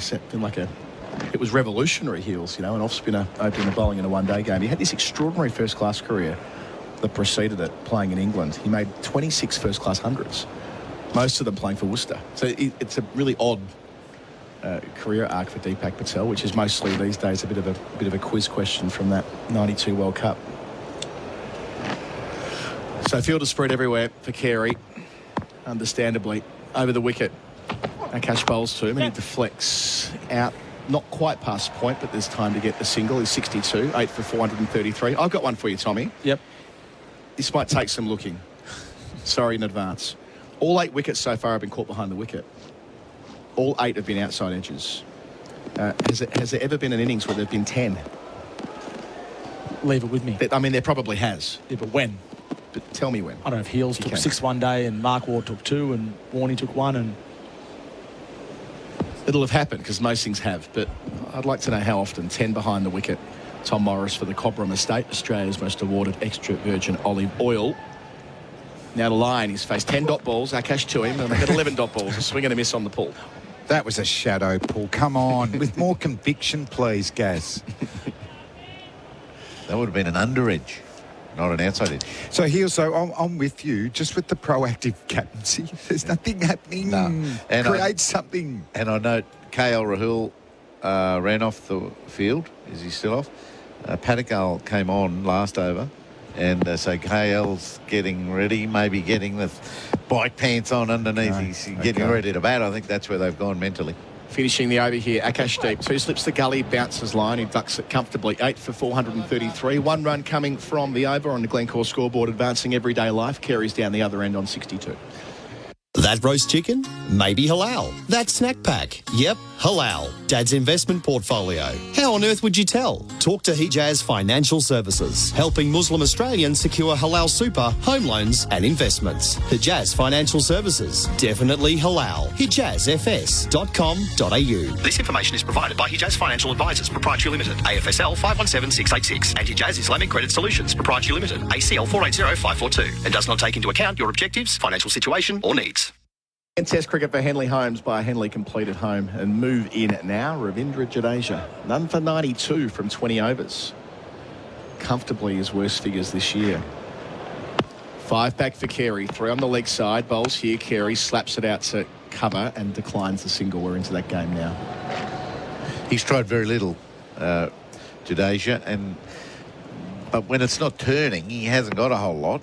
He's got trajectories and speeds. Jadeja around the wicket. Carey tucks him to fine leg where he won't take the one to Akash deep. And they've been quite readable. He's stayed around the wicket a long time to left-handers. He hasn't chopped and changed too much at all. Very little impact. Only from the Stanley Street end delivers here. A bit shorter. Carey to mid-wicket, no run. Tom? One thing we didn't mention in Adelaide is that Nathan Lyon has now made more runs than any number 10 in the history of Test cricket. Oh, be still my beating heart. Love that. Jadeja again. Carey back. Wants one. 4th ball of the over. It's a mid-wicket. Line to the danger end. He's through. Punt takes the stumps. I'll go upstairs and check it. Is his bat in the air? Yeah, did he get through fluently enough? It's a good point, Flem. So Richard Illingworth. Third umpire. We're in umpire review for run-outs. Going upstairs. Will you first line on when available, please? I don't like where Lino's hovering. Third umpires, Chris Gaffney for Imar. Cashback rewards with your insurance. That's Imar. Running through. So the throw collected cleanly. Long way to pull it back there for Rishab, and it's going to be really close. Make my decision for the big screen. Lines in. I'm wrong. Excellent technique, kids. Watch this from the great man Nathan Lyon. Got it in early, probably about a metre away from the crease. Yeah. And just motored it in. It was a big effort. You appreciate that, Ian. But then he didn't turn and go back to his partner at all, did he? He stayed as if he's about to get given out. He was more awkward after he finished, wasn't he? Yeah. Like he got to the 100 metres finish line and stopped. The other thing I thought of, oh no, he's done the calf again. Right. Yes. Oh. Jadeja to line, got the slip, floats it up, defends it. 1 ball left in the over, then we can get Carey on again. Jadeja, that's one of the rarities. He's floated one up quite well, and he's looking for the sweep. Jadeja to line to finish and knocks it on the head. He's faced 14 dot balls. That goes out to cover. End of the over. Only a single from it again. 8 for 434. Line, naught. Carey 63 on the Glencore scoreboard, advancing everyday life. Then the trade is made. That's Imar. This Christmas, make like Dasher and rush to Chemist Warehouse for unbeatable prices on all your favourite fragrances. Like Versace Pour Homme EDT 100 ml, $69.99. Don't pay $160. Find the perfect fragrance at the perfect price at Chemist Warehouse. At Kilmore Ford, we're overstocked on used vehicles. Check out the #1 selling Ranger models in stock now, along with Ford Everests. Trade-ins are welcome and valued straight away. So why not visit kilmoreford.com.au for all available stock. LMCT 808. New over starts here. Akash deep over the wicket on leg stump line. It balloons up. It doesn't go anywhere. So Nathan Lyon, more runs than any other number 10 in the history of Test cricket. Who's second, do you reckon? Oh, that's a tough one. Recent player, just retired. Not Tim Southey, is it? No, Southey is 5th. Just high percentage of sixes too. Yeah. I love that he's trying to get to 100. He's trying to get to 100. See that innings the other night? He's on 98. Here's Akash bowling to Carey. Field spread. Hits him on the thigh pad again. Same result. Out to the offside. He hit Stuart Broad. Stuart Broad, second. Yes. Good one. So, Lyon, this is just purely batting at number 10. Yep. So he's disappointed, aren't they, after getting 100, being a batsman as a kid. That's not a great stat for Big Stu. Averages 12 at number 10, Ooh, 825 runs. What does Gaz average? At number 10, he averages 12. Overall, he also averages 12. 4 back on the leg side for Carey. Akash deep over the wicket to him, and he plays it into the onside. It's a forward square leg, but he doesn't consider a single. So at number 10, Lyon, then Broad, then Neil Wagner, Stain and Southey. Nice. So your top Well, 5. Stain. Probably Stuart Broad- Southey's probably my favourite out of them to watch batting. Yep. Do you think Stuart Broad has faced the most number of bounces in world cricket? Yes. Gee, he went through some patches, did he? He just never got anything pitched up for 4 years. As a percentage of balls faced, absolutely. Akash deep bowls to Carey, well forward in defence. After he got hit in the face by Varun Aaron. That was in 2011 from memory? It's a tall man That's too. a long time ago too, isn't it? Takes a lot of effort. Well, yeah, it does change. Well, one of your great mates, Craig McDermott, Billy, you know, he got filled in from Courtney. I mean, he was a dangerous front foot hitter, wasn't he? Yes. And it affected his batting. Straight front foot hitter, yeah. Straight down the ground. Cloud cover sets in again as Akash deep makes his way up. And pulls out. No, it's all right. Oh, he just lost his run up. Wouldn't that be fun? That was the first ever running out of the non-striker was a Queenslander between Australia and What was India. it not called Brown? I see it as a tribute to Vinny what? Mankad. Yeah, I'm a bit disappointed it wasn't myself. Yeah, Billy Bill Brown. Brown was the batter. was the man. Made the error. Why wasn't it Brown? Akash deep to Carey, who tucks and takes one because it's the 5th ball of the over. Bisecting deep backward square and fine leg, 8 for 435. He's up to 64. They're in no hurry here, Australia. No, they're not, are they? Why is the stigma? When did the stigma about Mankad start? Well, at the very, very beginning, back in 47, Bradman wrote about it and said this is terrific. He said this is the right thing to hold the batters to account at the non-strikers end. It's raining at the Gabba. The clouds set in about 3 balls ago. It's not super heavy, I don't think. It's blowing from east to west. The punters beneath us are retreating.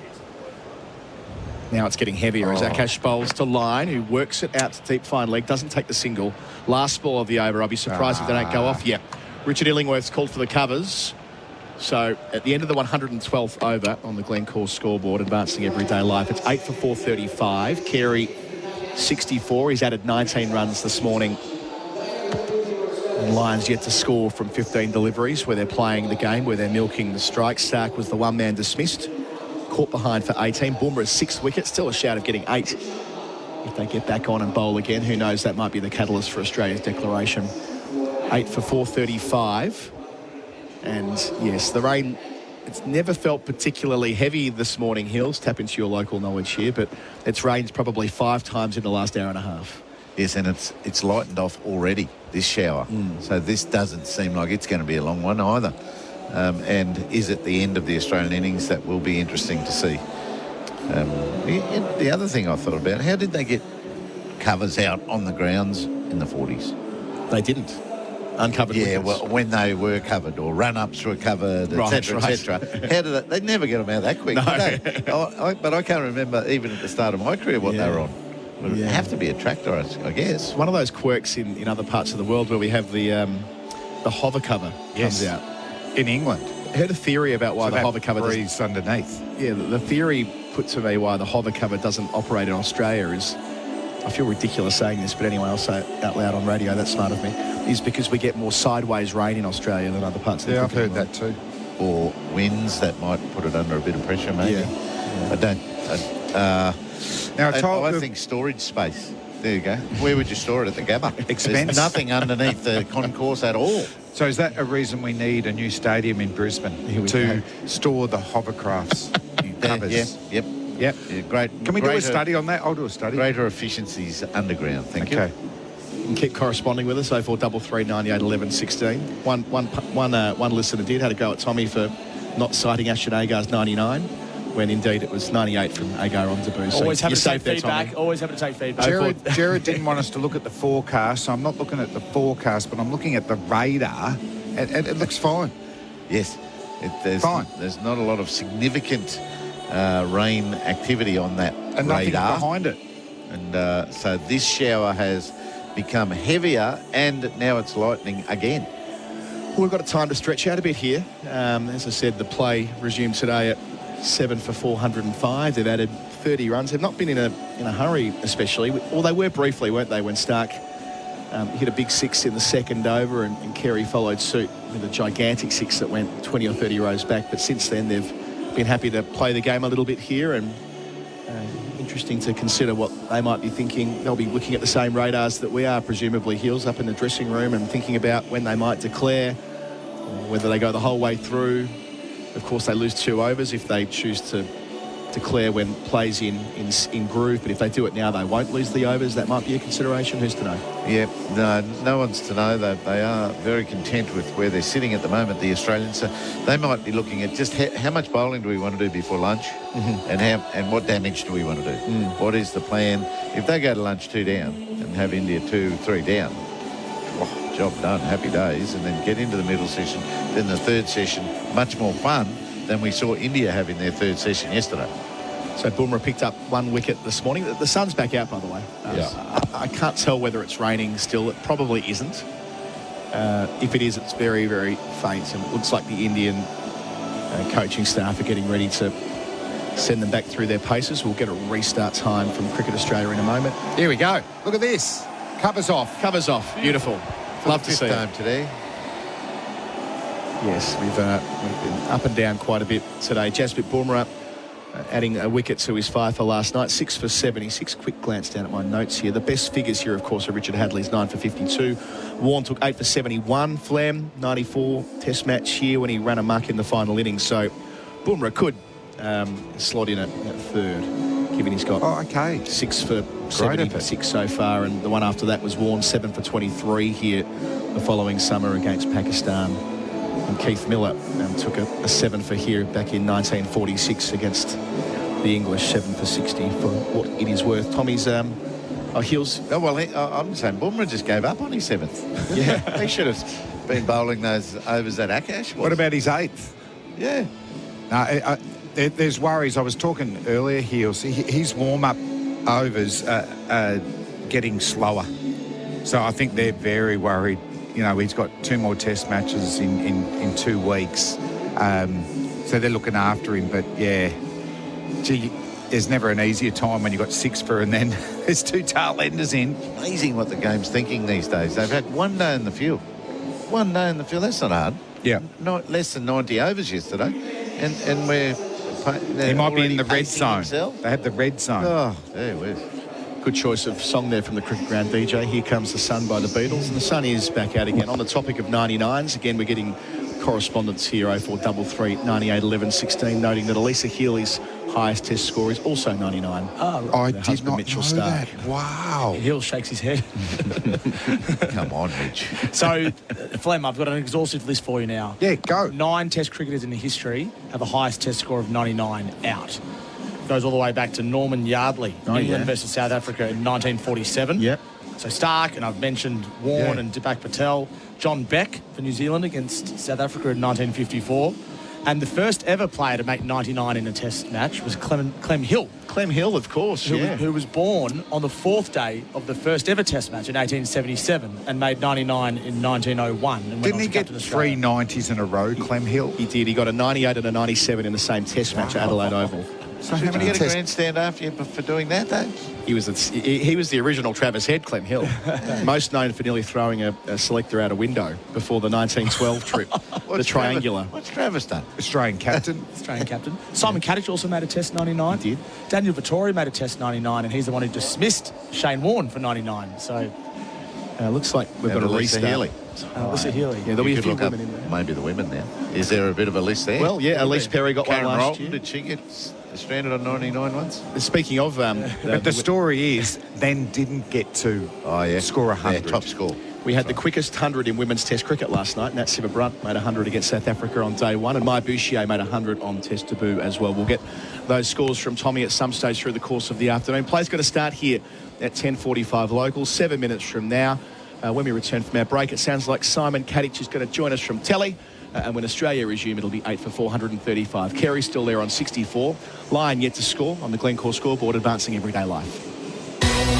SEN Test Cricket for Host Plus. Winner of CanStar's Outstanding Value Super Award for the 7th year in a row. That's a plus. Issued by Host Plus Pty Limited. Check the PDS and TMD at hostplus.com.au.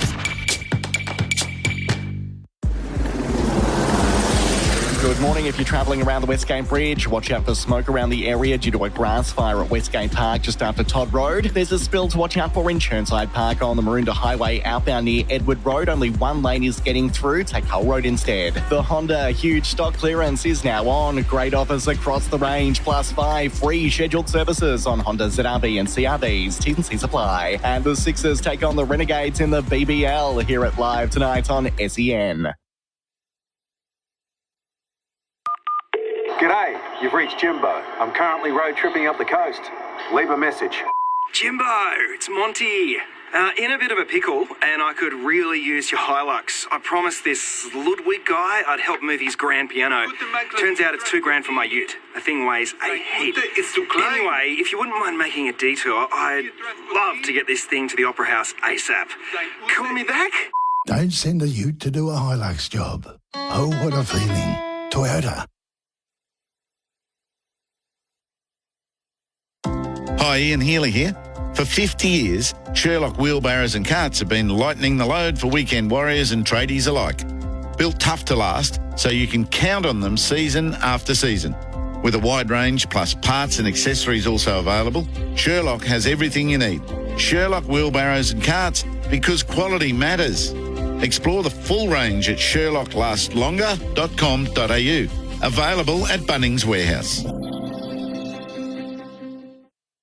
Sweeps, he got it away well. It's a race to the boundary. Gould dives, can't prevent it. A half century for Alex Carey. Stark readies himself. Yes, he goes. Slog sweep, got a big piece of it and set it on its way. 6 at deep mid-wicket. Bumrah bowls to Stark. Plays and misses, or no, he didn't miss. He nicked it on the way through. Bumrah gets Stark. Bumrah has 6. It's his 50th wicket on Australian soil. He is quite the phenomenon in a test match running completely against India. Jasprit Bumrah has 6 for 76. Well, we're going to call it the Bundaberg Ginger Beer Drinks Breaks. Effectively, that's what it's been. The sun's out. The rope's doing its thing around the outfield. The stumps are in. The ground staff are about to leave the venue, and the players will join us again at 8 for 435. Adam Collins with you. Ian Healy still with me. Likewise, Tommy Morris and Simon Katich jumping in as well, replacing Flem for 4 and 20 pies. Australia's original fan foods. We were talking in your absence about Test 99s. I'm a little bit worried if we talk about them in your presence, you might get grumpy. Sorry, Kat. Not grumpy. I might have to get on the leather couch at the back and get some counselling just to recover. What was the more? I know there are a couple. What was the worst? What was the worst one of your two? The one you can't deal with? Well, they're both bad because one of them was at the Wacker against the West Indies, where I hadn't played a sweep shot all innings, and then they brought the whole field up, and I decided to play a sweep shot and hit it straight to backward square leg. And then the other one was in Nagpur in 2004 series. And the over before, I'd clipped one out to deep square leg off the spinner, Murali Kartik, and it went to Zahir Khan's right, and he's left-hander. And when I touched down at the bowler's end, got to 99, and I sort of looked up and thought, no, I'll get it next over. I should have come back for 2 because I would have taken him on his right. And the next over, missed a straight one off Murali Kartik. It hit me on the shin. And I didn't even look up to see what David Shepherd did because I knew it was absolutely stone dead. And I just walked off. And, butchered a few 90s in my test career, that's for sure. That was a great Australian victory too at Nagpur, wasn't it? It was. 2004. Yeah. That's the main thing, Gatto. Correct.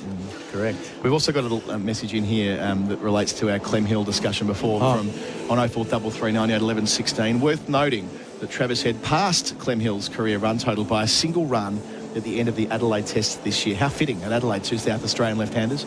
Now the 4th most runs of any redback after the Chappells and Bradman, if you count Bradman, I suppose. You can kind of count Bradman's runs. Maybe you can hypothecate some one way, some the other. But still, that's a really good bit of stats work there for Jürgen Heinrich, German-engineered forklifts and racking systems. So Virat Kohli led them out there, didn't he? But anyway, let's not dwell too much on that. Kohli's got India going out towards the middle of the ground, and they're going to be followed by Alex Carey and Nathan Lyon for our restart, which is roughly 90 seconds from now, according to the match officials. 8 for 435. So how will they play this? Because they have been quite conservative since Lyon came to the middle. 15 dots, but they've been mostly trying to get Carey on strike. But then when he's been on strike, he's not really been looking to attack or put the foot down, Kat. Yeah, it's been interesting because I think at the start of the day, obviously India started with Jadeja trying to get the over rate back to sort of level. They've gone from -5 to -3, but it looked like Australia were going to attack and try and score quick runs, and if they got bowled out, so be it. They get stuck into bowling at India. But since Nathan Lyon's come to the crease, it's been a game of cat and mouse, and they're not giving Carey many boundaries, and Australia aren't really looking like they're worried about scoring quickly, so maybe they're trying to just get as many as they can and get 500 in this first innings, and also hopefully Alex Carey can get 100. So plays called by umpire Kettlebrook. 6 men back for Jadeja bowling to Carey. First ball of the over. Takes the single to deep square. Thinks about wanting to. So a slight change in approach there. 1 from the first ball of the over. Giving the strike to Lyon. He's 65. 8 for 436. The television broadcast cameras have panned across the viewing area too, the up where the boys sit, not just the dugout, and they're all in their civvies, they're all in their training gear, and Josh Hazlewood's still ready to bat, so no urgency just yet in there either. So when will we see Lyon sweep? Getting a good look at Jadeja here with 5 left in the over. Gets forward and defends. 1 man back at deep backward square. But we know that he's going to want to sweep at some point, Kat. What has been noticeable is that when Jadeja gets it right, there's some turn and bounce. Yes, definitely, yeah. Jadeja up. He's got none for 94. Bowls to Lyon. He tries to force him down the ground, but it's cut off and he's followed through. That's the first sign that Nathan Lyon might be starting to look to impose himself here. 17 dots to him so far. Facing up, make it 18. Well forward in defence. Loud call of no. Lyon, he's got to test 40 at this ground, going back to 2016 against Pakistan. Jadeja to him again, playing off the front foot behind point, outside part of the bat to KL Rahul, who does the fielding. No run, 94 kilometres an hour, a fraction quicker. Back to his mark as ever to finish the over. And Lyon back again, playing again to Rahul at backward point. 1 single from the over. Strike goes back to Carey. 8 for 436. Lyon yet to score. Carey 65 on the Glencore scoreboard, advancing everyday life. Whether you're first timing, upsizing, investing, or empty nesting, if you've found the right home, MeBank has the right loan for you. With great rates and support from a local mobile banker whenever you need it, there's no better time to let me help with your next move. Search MeBank Home Loans today or reach out to your local banker to get started. Me, making money good. Credit criteria, fees and T's and C's apply. Cash deep to continue. Field spread for Carey. Tries to flay it through the offside with not a lot of footwork, but the ball beats the outside edge this session for MEGT, Australia's apprenticeship experts. How good is Alex Carey hitting him? That shot over wide mid-off. Probably went about 20 rows back off Akash deep. And he's using his feet to the quicks to create some momentum through the ball. He's hitting the ball magnificently. No surprise, though, because he's come into this after averaging 90 for South Australia. Fielders everywhere on the rope. Carey plays to one place where there isn't a backward point. There would have been one, but he doesn't want it. Another shot, Cato, that I remember vividly was the cut shot he got to the rope. It was quite close to him, but he still generated a lot of power and timing yesterday, so that form of the first class season is certainly still there. 200s and a 90 for South Australia, having not played a competitive game for 6 months. So well rested and well prepped leading into this.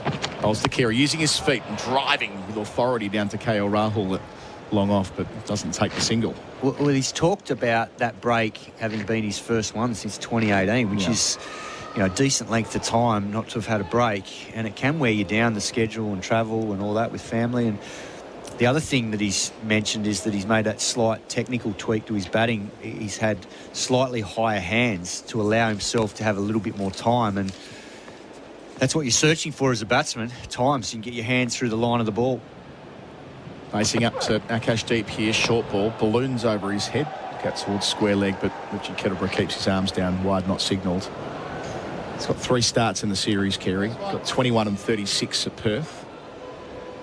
And 15 last week at Adelaide, but a really important 15 in the context of the game, the way he rode shotgun with Travis Head when he was up in 5th gear. Yeah, and to be fair to him, in Perth, that second innings, he was the last man out. Yeah. He was batting beautifully, and that's hard batting with the tail sometimes. You know, there's no real chance for him to spend hours at the crease. 2 left in the over. Akashdeep goes so full and wide that it nearly misses the pitch. They'll get through for a single and a wide. 2 runs to the score. It was nearly one of those that could have been signalled a no ball for missing the cut strip. It was that wide. Anyway, 2 runs to the score. 8 for 438 once it ticks over in a moment. Seeing it back on the pay.com.au replay screen. That did miss the strip. It's a no-y. That should have been a no ball. It's a free hit in T20. Yeah, no ball, free hit. Spot on, Cat. You don't see too many of them at the top level that miss the cut strip. Even big Steve Harmison, great man, when he bowled one the second slipper, hit the pitch heels. Yeah, comfortably. I've never seen that. I've never seen someone miss the light green. Not only the return crease, there's still a bit more pitch outside the return crease. It missed that as well. I have heels. Have you? Joey Angel. Here's Akashdeep, bowls to line. He drives to get off the mark. A square drive to deep point. Gets 1, returns for a couple. So, they take the bails there. The throw's a good one coming in from the deep via Siraj, but they are back. They'll probably go upstairs, as is the custom these days, but at 8 for 440, line will move to 2. Are they going to check? Are they happy enough with the not out call from Richard Kettleborough? I'll have one more guess. So Joey Angel, no? You were close. The big fella's going to blow up about hearing that. No, He's going to be on the blower to me now. You were close. It was one of his teammates. BJ. Correct, BJ. Second slip, first game of the year in club cricket. I was at second slip and I took it to my right. Last ball of Akashdeep's over. Line plays out to cover, no run. It ends the over. There'll be a change in commentary after the break. Gerard Whateley in for me at 8 for 440. Line 2, Carey 65 on the Glencore scoreboard, advancing every day life. Oh, great. Here we go again. Right, do you know why I pulled you over? Yeah, it's my window tint. Pretty dark, isn't it? Yeah, but it's... Looks like a professional job. Yeah, but... I bet that's tint to car octane, isn't it? Yeah, that's right. Darkest legal tint you can get. Looks great. Oh, thanks, mate. Off you go. This month, get $100 off Octane Tint from Tintercar. Call 13Tint or visit tintercar.com.au. We also tint homes. Deja to Carey, turns around the corner, takes the single at square, advances Australia's score to 8 for 441. SEN Test cricket for Henley Holmes by Henley completed home and move in now. Cat Heels, hello. G'day, Gerard. Morning, Gerard. We're right in the middle of dissecting Western Australian bowling. I know. Because Joey Angel, he can get one wrong every now and then. He could. Then BJ missed the pitch. Line finally sweeps, wrapped on the pad. Jadeja liked it. Umpire shakes it away. There's one other that I'll say before you say the fourth one, Cato. Chris Matthews. Yes. He sprayed it all round in the Brisbane Test match, his first test. This is heading for the third umpire for Nah. 0% alcohol, 100% beer. Review for LBW. Original decision is not out. His field delivery, go to front home when available, please. This line's 2 from 22 up till that moment. Goes down to sweep. Okay, quick go to Snicko just to confirm there's no bat. Hit on the back hip. Running through a flat line, going over the bat. Keep going through the pad. There's no bat. Run through the thigh pad. Ball track when available, please. So we're about to find out. Gets pitching outside off, impacts outside the line. We'll get you back on screen. You can stay with your original decision of not out. You're on screen. Signal. So close, but missed on all fronts. Very good decision. Yeah. Very good decision. Just outside the line of off stump. India just quite enjoying this environment. They're not taking any... they're spreading things out here. They stayed in that huddle for ages. And that Jadeja, shortest run-up, is only just back to his mark now. Lion forward, clips the ball, can't beat Jadeja, won't get a single. Rushing nothing. So, Gabba, there's a fourth bowler, isn't there? There is. Australia. Line down to sweep, missed again. He might have just reminded me. Matty Nicholson just Yeah. texted. Good call. I thought Joey might straight away. He's normally listening in. Good, Nico. Line forward, blunts the spin. He said even the best of them have missed the cut strip. I think it was Bulawayo that Jeff Marsh took him over to the nets and just tried to get things back on track. Line defends the last ball of the over. 8 for 441. Glencore scoreboard advancing everyday life. Don't get run out on your way to work, lose the commute, and work closer to home. Waterman Workspaces offers private offices and ergonomic co-working areas with flexible memberships and outstanding amenities for teams of all sizes in locations across Melbourne. With fully equipped meeting rooms and bookable spaces, your team will enjoy working from alongside a thriving business community. Raise your run rate on your business and daily productivity and visit waterman.com.au today. SEN Test Cricket for Royal Caribbean. Come seek Royal Caribbean and for Hijaz Halal Financial Services. 8 for 441. Alex Carey 66. He faces Akash deep and defends the first ball of the over to the offside. I'm slightly surprised by these tactics by Australia. I thought they were probably just going to try and get on with it and score quickly, and if they got bowled out, that they'd move the test forward. But strange at the moment, because Nathan Lyon likes to take the game on, and he's not doing that against spin, which is his favoured option. Pat Cummins is sitting with his feet up, shoes off. Carey pulls across the line. He dragged it down to the long on, and he says no to the single. Only thing I can think about is maybe they want to have a shorter day today with the ball, and that's all I can think of. There's nothing else that sort of springs to mind around why they would be batting like this. And it suits India's purposes to take whatever time there is out of the game at the moment. So they're pretty well unhurried. Carey drives. Akash knocks it down in his follow through, no run. Well, the other thing with all of this is that they're in a two-horse race, basically, unless South Africa slip up against Pakistan at home. They're vying for that World Test Championship spot, and they're allowing India to get their over rate back to level. And we know that cost Australia last time, so I'm really surprised if they pull the pin now and India end up getting a penalty. Carey pulls down to fine leg and still says no to the single off the fourth ball of the over. It's allowing Alex Carey to have a centre wicket here. He's just batting and spending as much time as he wants out there. Yes. You can't... Your World Test Championship connotation is a great one. And just even within this series, to be so far up in the game and Australia doesn't hold the trophy, there's huge incentive to make sure this becomes a win. Don't go to the MCG level. Carey's on 66, swings and misses. Well, and I think too, being a 5-test series, the first time that these two countries have played a 5-test series here, India would have come into this series feeling confident that if they could get through to Melbourne and Sydney in a pretty good position in the series, and if they do hold on here and it's 1-all, you know, history shows they've played well at those venues because they are slower surfaces, and Sydney in particular, when it is dry, Gerard, it'll spin. When is this mythical time, Simon? At the moment it is. It's been red hot and it's been dry for the last week or so. So I'm holding on hope for that so that I can give as good as I get in a few weeks' time.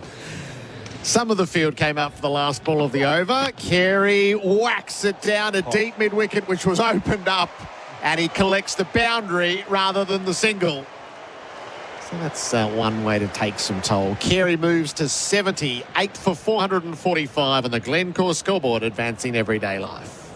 For everyday rehydration, choose Hydrolite. Scientifically formulated to rehydrate you faster than water alone. Always read the label and follow the directions for use. Did you know you can watch all your favourite SEN shows on YouTube? Subscribe today. With the Isuzu D-Max X-Terrain, life is reinvigorated. All the power, performance and style you need from just $67,990 drive away. Visit your local Isuzu dealer today. T's and C's apply. SEN Test Cricket for Royal Caribbean. Come seek Royal Caribbean and Hijaz Halal Financial Services. That's enough of Jadeja from a Stanley Street end. Mohammad Siraj is going to be given a run at things on morning 3. Bharat Sundaresan comes back in for 4 and 20 pies, Australia's original fan food. Bharat, hello. Morning, Jared, Simon. What's your theory on what's taking place here? Either they know something about the forecast that we don't, and they've been in touch with somebody who they trust, Queensland weather. Lions on 2. Siraj bowls to him. Yorker managed to keep it out. Or probably Gerard and Kat, the way India's first innings have gone so far in the series, they backing themselves that they might not need more than 40 overs to bowl India out and then enforce the follow-on, which teams don't do very often. And no VVS Lakshman here either, so there's more royalty for him for that. And that's the only game plan I can see from here, and the only rationale behind Australia batting on. Siraj to line, inside edge onto the pads, lose away to the offside, no run. 40 overs, they'll have to bat poorly if they only bat for 40 overs, India. Oh, but they were rolled over for they lasted 80 overs altogether in Adelaide, both innings put together, so they've been pretty... And so that maybe these extra 30-40 runs are just cushion for them, maybe to put themselves in a position to enforce the follow-on. Otherwise, it doesn't make sense. Yeah. 2 slips and a gully in place for Siraj. Lines bowled. Went the drive straight through him. Siraj does the trick. 9th wicket down. Line departs for 2. 445 on the board. Yes, Nathan Lyons. 2 comes to an end. Well, it's just top and middle stump from Mohammad Siraj. Lyon got greedy, trying to take him back over his head. And he paid the price. The timber was rattled. And Australia now 9 down for 445. I've rarely seen a batter, tail-ender or otherwise, hold the post for that long after being clean bowled. He just had the left elbow up, the bat up there, like he just pulled off Sachin Tendulkar-esque straight drive. That's what he was trying to do. It wasn't to be. Josh Hazlewood's heading to the middle. Siraj will get... these overs are a curse because he's on 22.5. You can never quite work out which ball he's up to in the over. I think he's got 3 to go in this over. The half over yesterday just threw everything out of whack. Siraj is 2 for 97. Jadeja's work finished 23 overs, 2 maidens, none for 95. Yeah, just watching Josh Hazlewood walk out to bat. I remember sitting right here when he made his debut 10 years ago at this ground. It's gone quickly, 10 years. This time when he was in the middle, it was Shamar Joseph bowling to him. Hazlewood runs the ball to points. No run. That's the most despondent I've ever seen him look. Jared earlier this year after he was clean bowled by Shamar Joseph. I remember during the presentation, he just stood there with his head bowed down and you felt for him.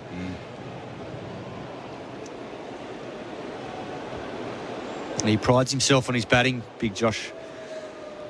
Loves to think he's got probably one of the best cover drives in the game. Test match number 72, 510 runs. Hazlewood plays and misses outside the off stump.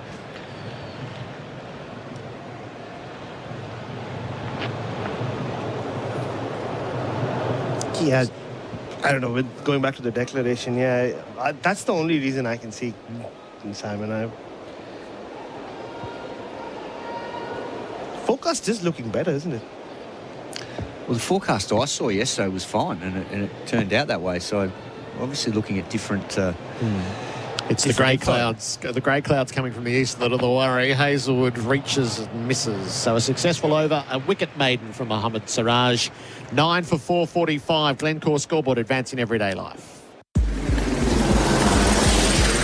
G'day there. If you're travelling on the Westgate Bridge or around the area, watch out for smoke due to a grass fire at Westgate Park just off Todd Road. Also a grass fire in Carrum Downs, Thompson Road under Eastling. Speed and lane restrictions are currently in place. Fly with Malaysia Airlines and experience the serenity of Trivandrum from $1,089, all in return. Book now at malaysiaairlines.com. And the Sixers take on the Renegades in the BBL here at Live tonight on SEN.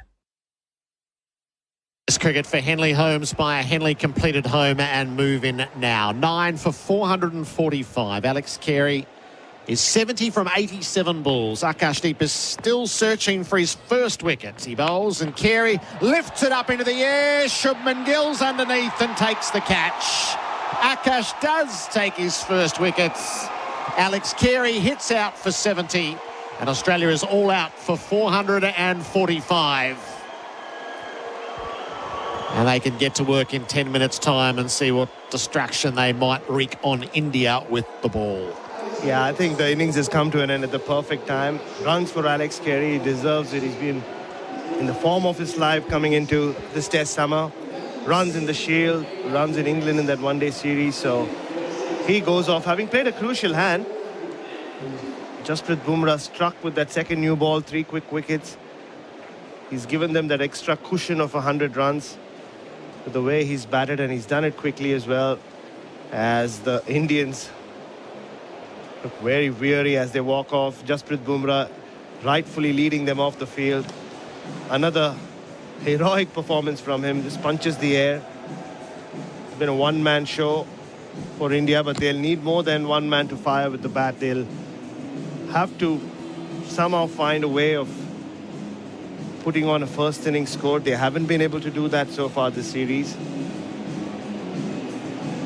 Let me give you the call of the card and then we'll set up for the Indian batting. So India won the toss, sent Australia in. Khawaja caught part, bowled Bumrah for 21. It was 1 for 31. McSweeney caught Kohli, bowled Bumrah for 9, 2 for 38. Labuschagne caught Kohli, bowled Reddy for 12, 3 for 75. The Smith-Head partnership was worth 241. Smith caught Rowett, bowled Bumrah for 101, 4 for 316. Marsh went soon after, caught Kohli, bowled Bumrah for 5, 5 for 326.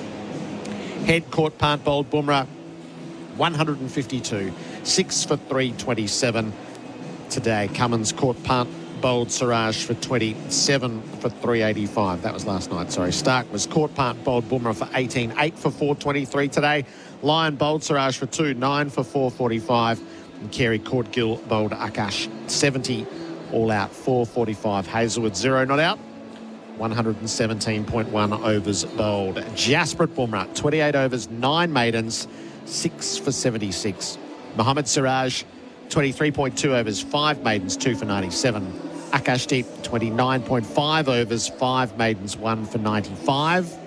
Reddy 13 overs, 1 maiden, 1 for 65. And Jadeja, 23 overs, 2 maidens, none for 95. The call of the card, it sets Australia with a big total to bowl at. So the leading run scorer for Australian outdoor living, bringing backyard dreams to life, Travis Head with 152.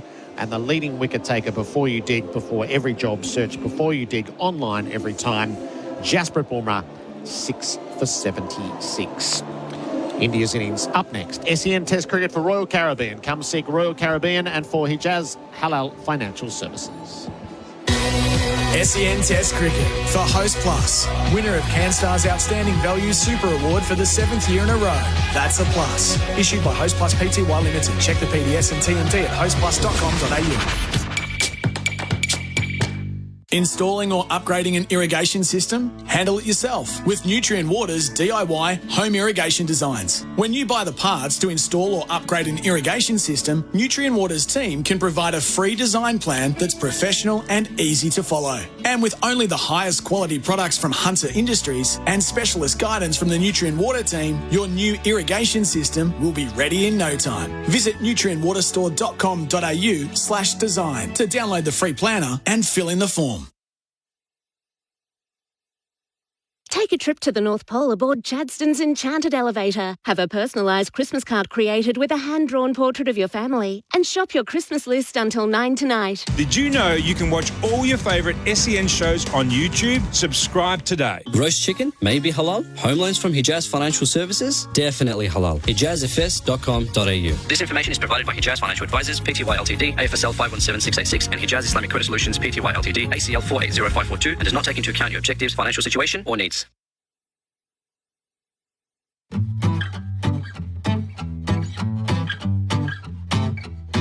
Keep your business moving. Ford's end-of-year drive-away deals are on now, with offers across selected vehicles, like the new Transit Custom Trend long wheelbase, from $56,990 drive away, only until December 31 or while stocks last. So get in quick and visit your local Ford dealer today to find out more. Recommended price at participating dealers. Model year 23.75 only, conditions apply. This Christmas, make like Dasher and rush to Chemist Warehouse for unbeatable prices on all your favourite fragrances.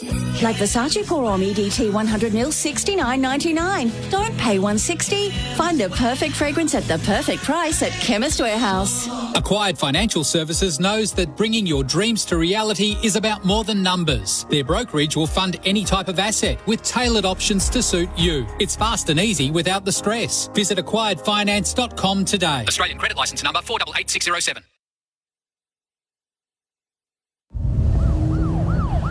Oh, great. Here we go again. Right, do you know why I pulled you over? Yeah, it's my window tint. Pretty dark, isn't it? Yeah, but it's... Looks like a professional job. Yeah, but... I bet that's tint to car octane, isn't it? Yeah, that's right. Darkest legal tint you can get.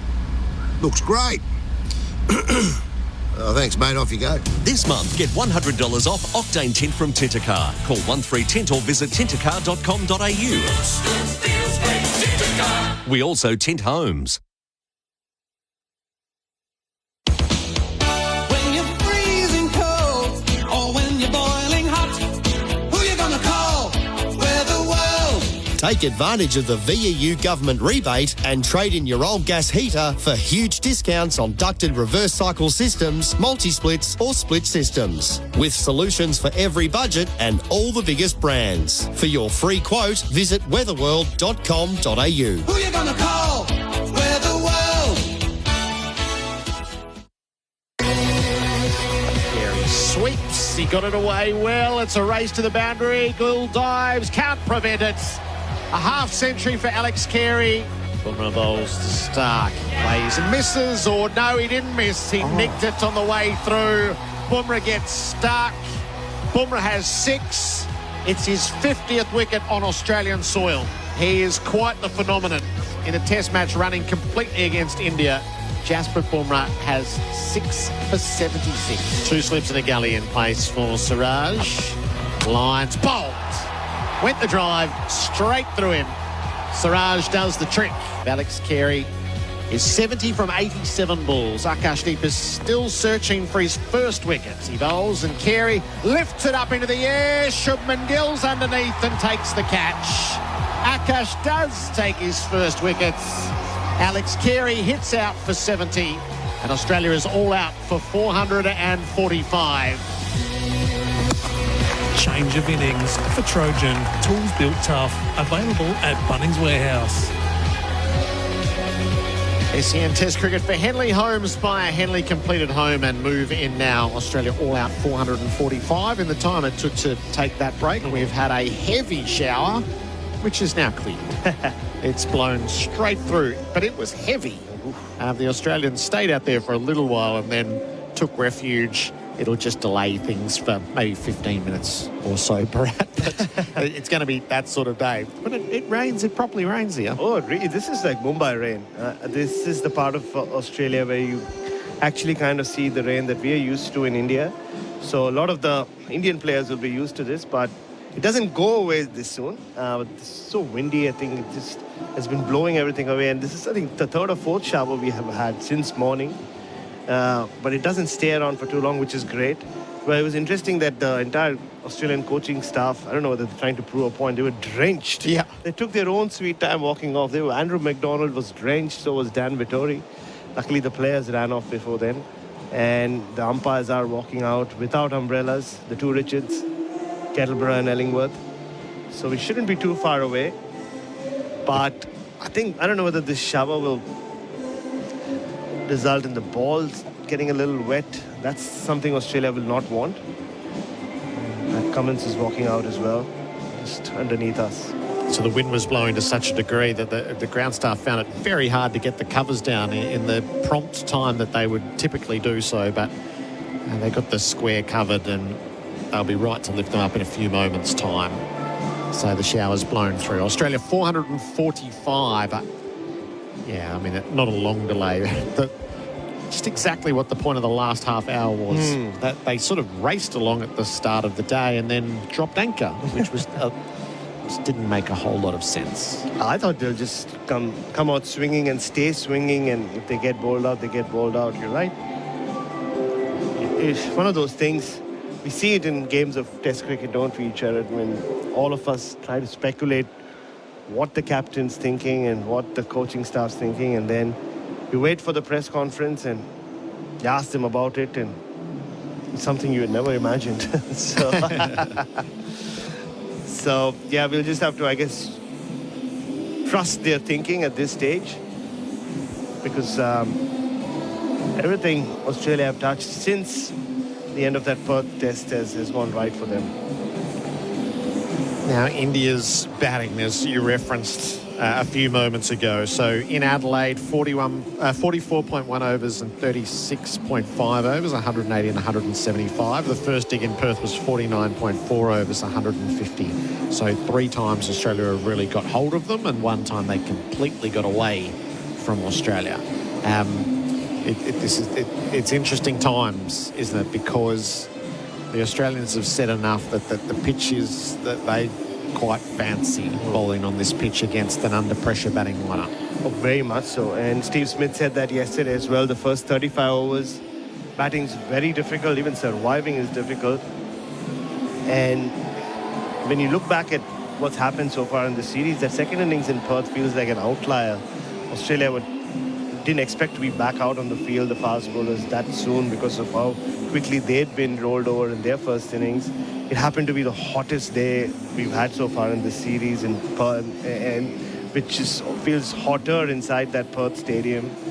And a lot of things just went, I wouldn't say against Australia, but the odds were against them. But ever since then, or whether it was the first innings in Perth or the 2 innings in Adelaide, when the conditions have been in favour of the Australian bowlers, the Indian batters have just poked and got out, really. There hasn't been a lot of resistance. We saw a bit of it from Rahul and Gill in that partnership in the first innings, and then came the collapse. So despite their heroics in the second innings in Perth, the glory of Jaiswal and KL Rahul, how well he's batted, it's still a batting lineup which is under a lot of pressure, and a captain, I keep harping on it, who this innings and the next 2 innings could go a long way in deciding Rohit Sharma's future.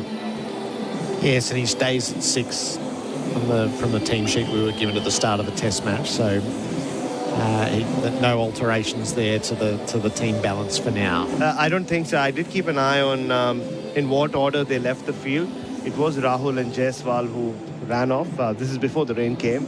And Rohit languished behind. He was with everybody else, just patting on his bowlers, and he was the last to leave. So that should tell you that he's not going to open. So they're going to stick with Rahul and Jaiswal.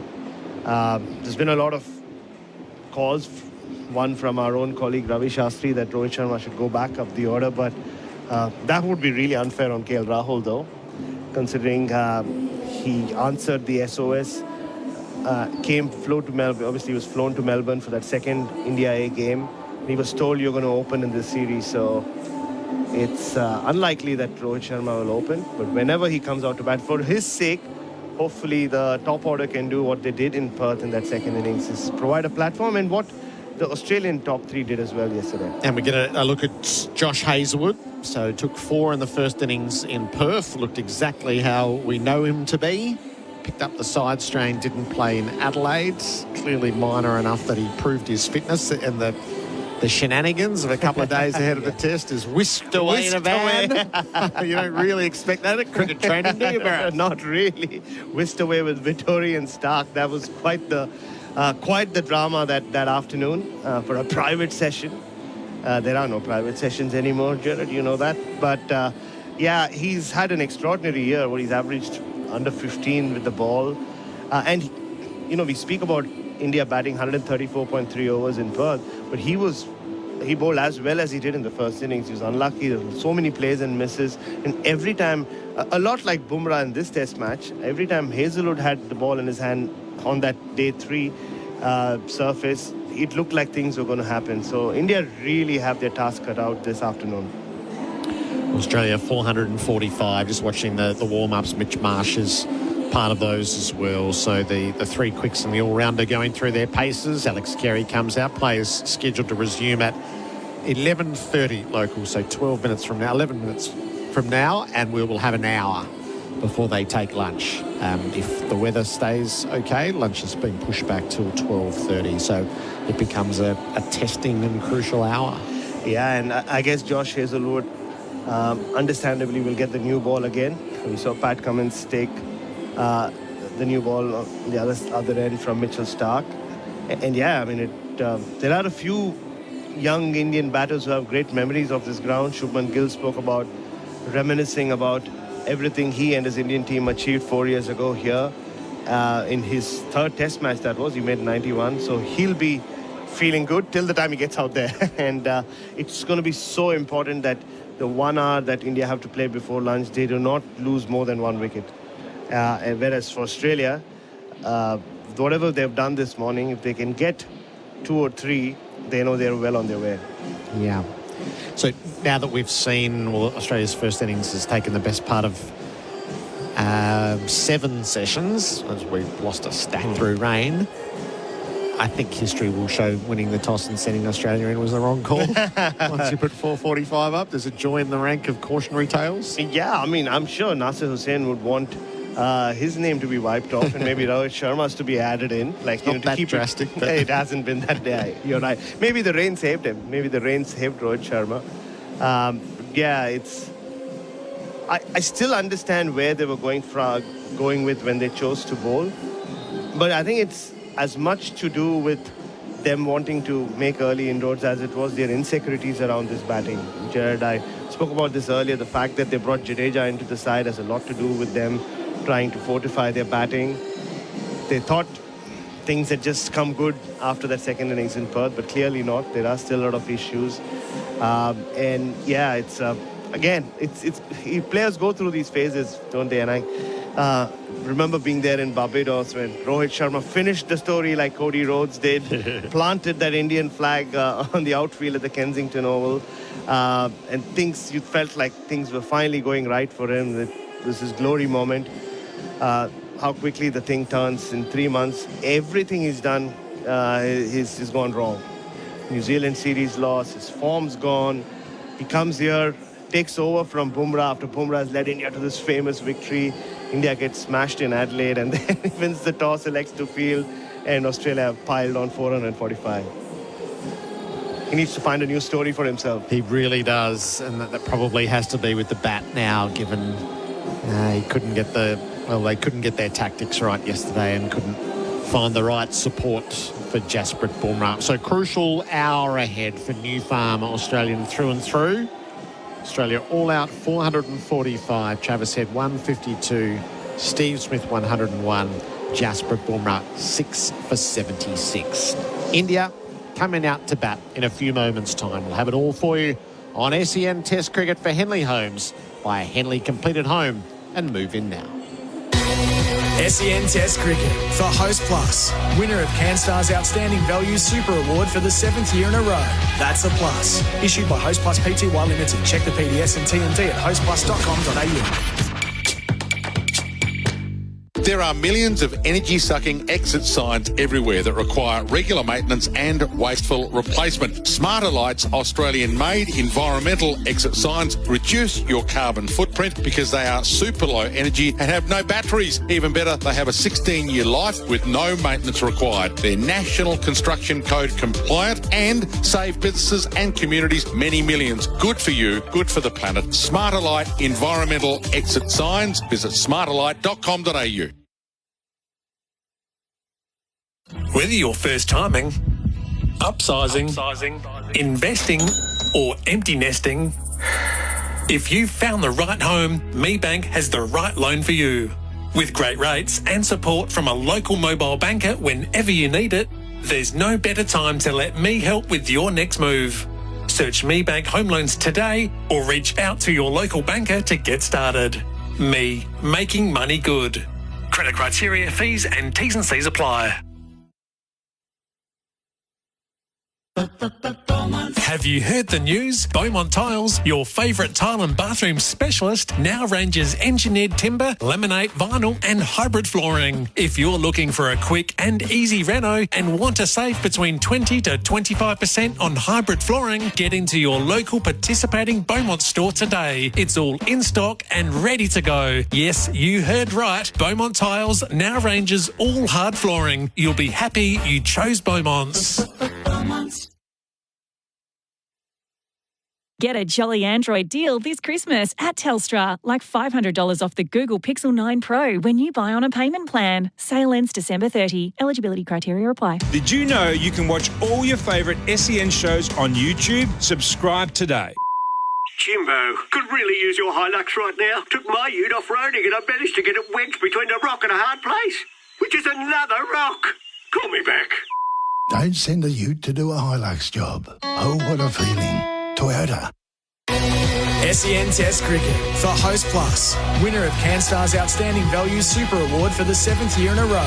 That's a plus. Issued by Host Plus Pty Limited. Check the PDS and TNT at hostplus.com.au. SEN Test Cricket for Henley Homes by Henley completed home and move in now. Adam Collins with you for the start of the second innings of this match. India's reply to Australia's 445. Alex Carey, the last man out for 70. Stark, Lyon and Carey out this morning, but they took the score from 405 to 445. Only 40 runs, but were able to move it along across an interrupted first hour and a bit. Ravi Shastri with me for 4 and 20 pies, and Bharat Sundaresan sticking with us as well.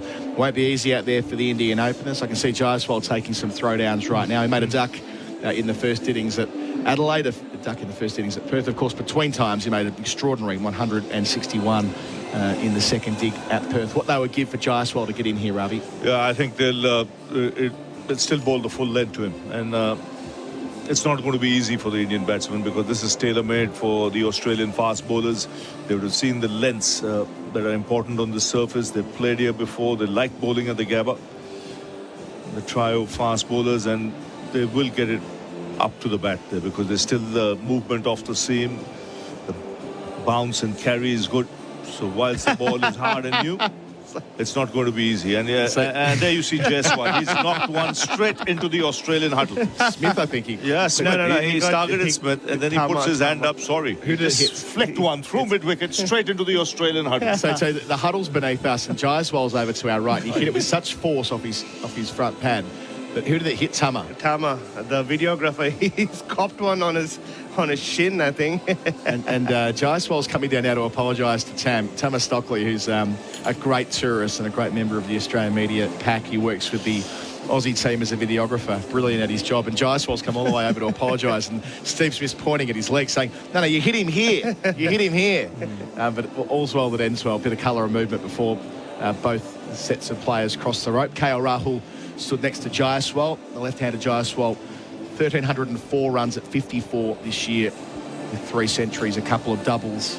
Only Joe Root ahead of him on that measure.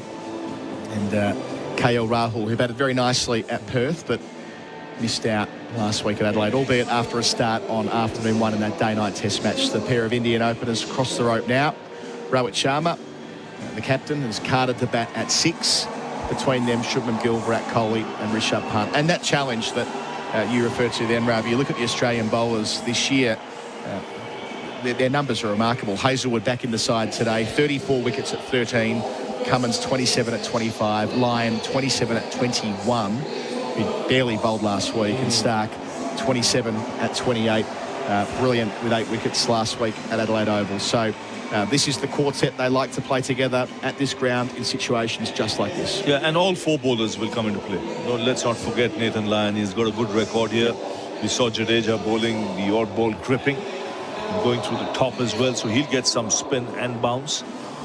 Having said that, if you can see this early period through, it's a good pitch to bat on. You'll get value for your shots. The outfield's pretty quick. It encourages stroke play. Also got with us, Bharat, the Miss You Tendulkar. Yes. Body paint man who we see all over the world. Yeah, carries his paint with him. It used to be Tendulkar 10. Now it's been Miss You Tendulkar 10 for 11 years. Speak of loyalty. He was on the ground with Sachin when he retired at Mumbai back in 2013. He's in every Indian game, is that right, Ravi? Yeah, he's almost every Indian game. Has his conch shell also with him. You'll hear him blow the conch shell at some point. Might come through our effects mic. He's only about 15 metres from us today, over towards our right. It's going to be Mitchell Stark as ever to take the first ball. We saw what happened with it last time around at Adelaide. Jaiswal taking first ball for India. 3 in a gully for Australia. Khawaja, Smith, Labuschagne, McSweeney. Backward points Nathan Lyon. Extra cover, Travis Head. The captain Cummins at mid-on. Hazelwood down at long leg. Mitchell Marsh at square leg. Just waiting for the call from umpire Illingworth. It comes here. Play. So Australia with 445 to play with. Done the work with the bat, laid the foundation. Can they break through early with the ball? An hour to play before lunch. Stark here. Bolger Street end. First ball to Jaiswal. Through the cordon. Goes away for 4. Outside part of the bat. McSweeney dived away to his left. Wasn't quite within diving distance. Boundary first ball for Azito. Do it with the Azito power tools. Watch it again, Ravi Shastri. Was he a chance of reaching that? We'll see it on our monitor here.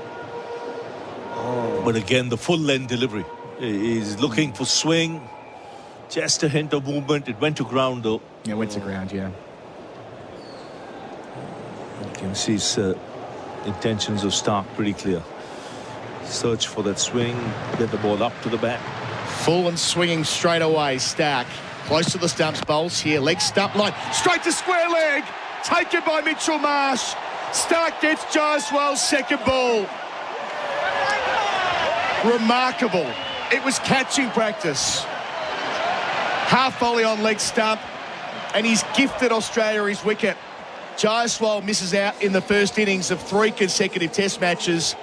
India under pressure right away. They're 1 for 4. Stark does it again, Ravi Shastri. He would be very disappointed. This was there to be put away. This is exactly the shot he played into the Australian huddle. That was along the ground. This was in the air. And he's walking back to the pavilion. Exactly the same shot. They cannot believe it. See Cummins' face on our monitor, pay.com.au replay screen.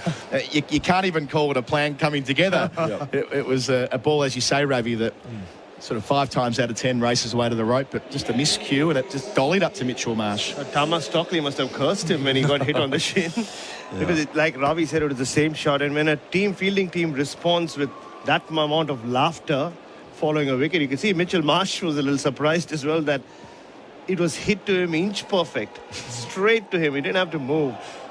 And even Mitchell Stark's reaction, he couldn't believe it. That ball did not deserve a wicket. He realizes that. Easy as you like. Ball goes to the square leg umpire, and we go again. They celebrate a wicket for Tobin Brothers Funerals, a family-owned business. It's 1934. Second ball of the inning. Stark into the book. His 28th wicket this year. 8 wickets last week at Adelaide Oval. And now Shubman Gill out to face the music. Made a vital 91 on this ground 4 years ago, Ravi. What they give for that here. Cordon's packed. 3 slips, a couple of gullies. Stark, left arm over the wicket. Vulture Street end. Gill's first ball, inside part of the bat, spits out to square leg. Nathan Lyon does the fielding, diving away to his right, no run. All three deliveries really pitched up looking for the swing. Stark had never dismissed Shubman Gill until Adelaide and got him out with a swinging delivery that hit the stumps. But he's got runs on the board now. He can afford to get the ball up. He's the men in catching position looking for that outside edge as well. Gill's got, he's a great record against Stark in Test cricket. 162 runs and 178 balls for just that one dismissal. Two famous sixes here at the Gabba last time around. Stark to him here. Gill, back of a length, rides the bounce down to find leg for a single. Off the mark. Fourth ball of the innings, 1 for 5. Ravi, you had this thing when you were coach. You would say, on some pitches in Australia, you would take everybody's driving licenses away. Yeah. Would you have done that here as well? Yeah, but it's not an easy pitch to drive on, especially on the up. Unless it's a genuine half volley, you've got to be a little careful because of that extra bounce. There's movement as well in the air. Let me stun you, Ravi. It's raining again. Blowing from east to west. Doesn't feel heavy or look heavy, but drizzle for now. Hopefully it stays that way. Has that kind of a day on off. Yes. So KL Rahul, 37 and 7 last week, but 77 in the second dig at Perth, which was vital. A 201 run stand for the first wicket there. Corden remains the same. 3 slips, 2 gullies. Rahul's first ball here from Starks, left alone outside the line of the off stump. Got Tom Morris with us as well for the Cobram estate. It's the 19th time Mitchell Stark has taken a wicket in his first over of a test match, or for him in a test match. Jimmy Anderson did it 29 times. He's the most in history. Stark is second now with 19. Ooh. He's ahead of Glenn McGrath and Dale Steyn, who are next, and Zahir Khan after that. That's the good oil for the Cobram estate, Australia's most awarded extra virgin olive oil. Thanks, Tommy. So last ball of an eventful first over. Stark away from us. Arrives and bowls, and Rahul inside edge, or inside part of the bat at least. Looking to thrust forward. Down to fine leg it goes. He's off the mark with a single. It's 1 for 6 on the Glencore scoreboard. Advancing everyday life. He's picked up Jaiswal for 4. Gill there on 1. Rahul 1 as well. Don't get run out on your way to work, lose the commute, and work closer to home. Waterman Workspaces offers private offices and ergonomic co-working areas with flexible memberships and outstanding amenities for teams of all sizes in locations across Melbourne. With fully equipped meeting rooms and bookable spaces, your team will enjoy working from alongside a thriving business community. Raise your run rate on your business and daily productivity and visit waterman.com.au today. Collins, Ravi, Shastri and Bharat Sundaresan with you. Australia has celebrated a wicket in their first over for Tobin Brothers Funerals, a family-owned business since 1934. Josh Hazlewood, who's been immense through 2024, taking his wickets at 13, gets first crack from the Stanley Street end. Missed last week. I like bowling on the surface, especially with the bounce, the seam movement. 3 slips, 2 gullies. Bowling to KL Rahul, up to the crease here. Hazlewood delivers, and it gets big on him. Goes to short leg via the glove, I would anticipate. We'll see it on replay. We're behind Rahul at our end, but it's dropped the bat. The Indian physio's gone straight out there, reared up from a nasty length. Wow, that really took off. It's hit him badly. So it's got him on the glove, maybe even on the wrist. Wrist. Yeah, if it's the wrist, it's nasty. Oh dear. Yeah. So there's a gap between his arm guard and the sweatband on the glove, and that is pretty much where Hazlewood's got him. That is not a protected area. That would have hurt a lot. Oh yes, right there. And he's very lucky it's not gone up in the air towards the slip cordon. There was no one that short leg, nasty delivery that. Back in the old days, that's called it short leg first ball, but it's not a popular position at the moment. So it was only 131 kilometres an hour, Baz, but it's what he did with it. But that's straight away showing you, Adam, the tall, fast bowlers, the extra bounce that you can get. And it's a new ball pitch, this. Can Josh Hazlewood himself walked down the pitch and looked at that spot where that ball landed. I don't think he expected it to rear up the way it did. He's trying to get some feeling back into that left hand, KL Rahul. Oh, the impact just shook everything. So Kamlesh Jain, the Indian physios out there at the moment, they're going through their normal process when a player gets hit there, but it looks like KL Rahul's good to go. He's walking back to his crease. He's going to guts it out. That will not be easy. So Hazelwood first ball. And now immediately you have a short leg in place. Yeah, just seeing that delivery, a man's moved in at back pad. It's a pack slip cordon. Travis Head. Yep. Australia, the runs on the board, they can afford to have men in catching positions for long periods of time. So he's going to retake his guard here, KL Rahul, and reset. He's trying to get some feeling into that left hand of his. So 6 catches, 3 slips, 2 gullies, and a short leg. Hazelwood's second ball into Rahul here. It's Fuller and he beats the bat. He might have just pulled inside the line at the last moment. Either way, it reaches the gloves of Carey. If you wanted someone to draw you a portrait of Test cricket at the Gabba with Australia bowling, this would be it. Just the way the slip cordon is, the short leg in place. Sort of transcends generations, doesn't it? This surface always gives so much to the quicks. So Khawaja, Smith, Labuschagne, McSweeney, Marsh. The 5 catches in front of us. Hazelwood in. Stanley Street end. Close to the stumps to Rahul, who leaves alone. That time he definitely pulled inside the line. So a big mountain to climb for India here. And the challenge will be the experience these bowlers have bowling in these conditions.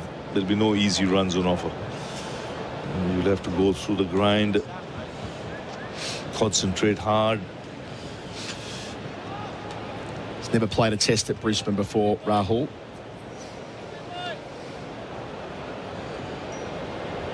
His 100 in Australia came at Sydney a decade ago. He's facing Hazelwood here. Bowls and Rahul gets in behind it defensively. Some interest from the cordon, but it's Smith and Labuschagne, so that'll get waved away. Ravi, before this test, you were very keen that Rohit goes back up the order. Yep. But I'm guessing you're not surprised that they haven't gone that way. Yeah, probably give himself another shot at number 6, but I would have really liked him to go at the top of the order because I think that's where he could be most effective for India. Especially on tracks like this where there's bounce, the ball coming onto the bat, he's got the range of shots. 2 left in the over. Hazelwood up. Delivers here and he leaves on length comfortably through to the keeper. So do you think there would have been a consideration of Rohit? Yeah, there must have been a chat. 100% there must have been a chat. It also depends on the state of mind of the captain, whether he actually wants to do it or not. And the fact that Rahul, little we've seen of him in this series, he's played well. He's looked compact, he's looked tight with his technique. And he's always been a utility, hasn't he, Rahul, who's bounced around the order, whereas Rohit, last 4 or 5 years, he's been set and forget at the top of the list as captain. Come back to that next over. Hazelwood to finish his one here. Rahul leaves for the 3rd time in a row well outside the line of the off stump.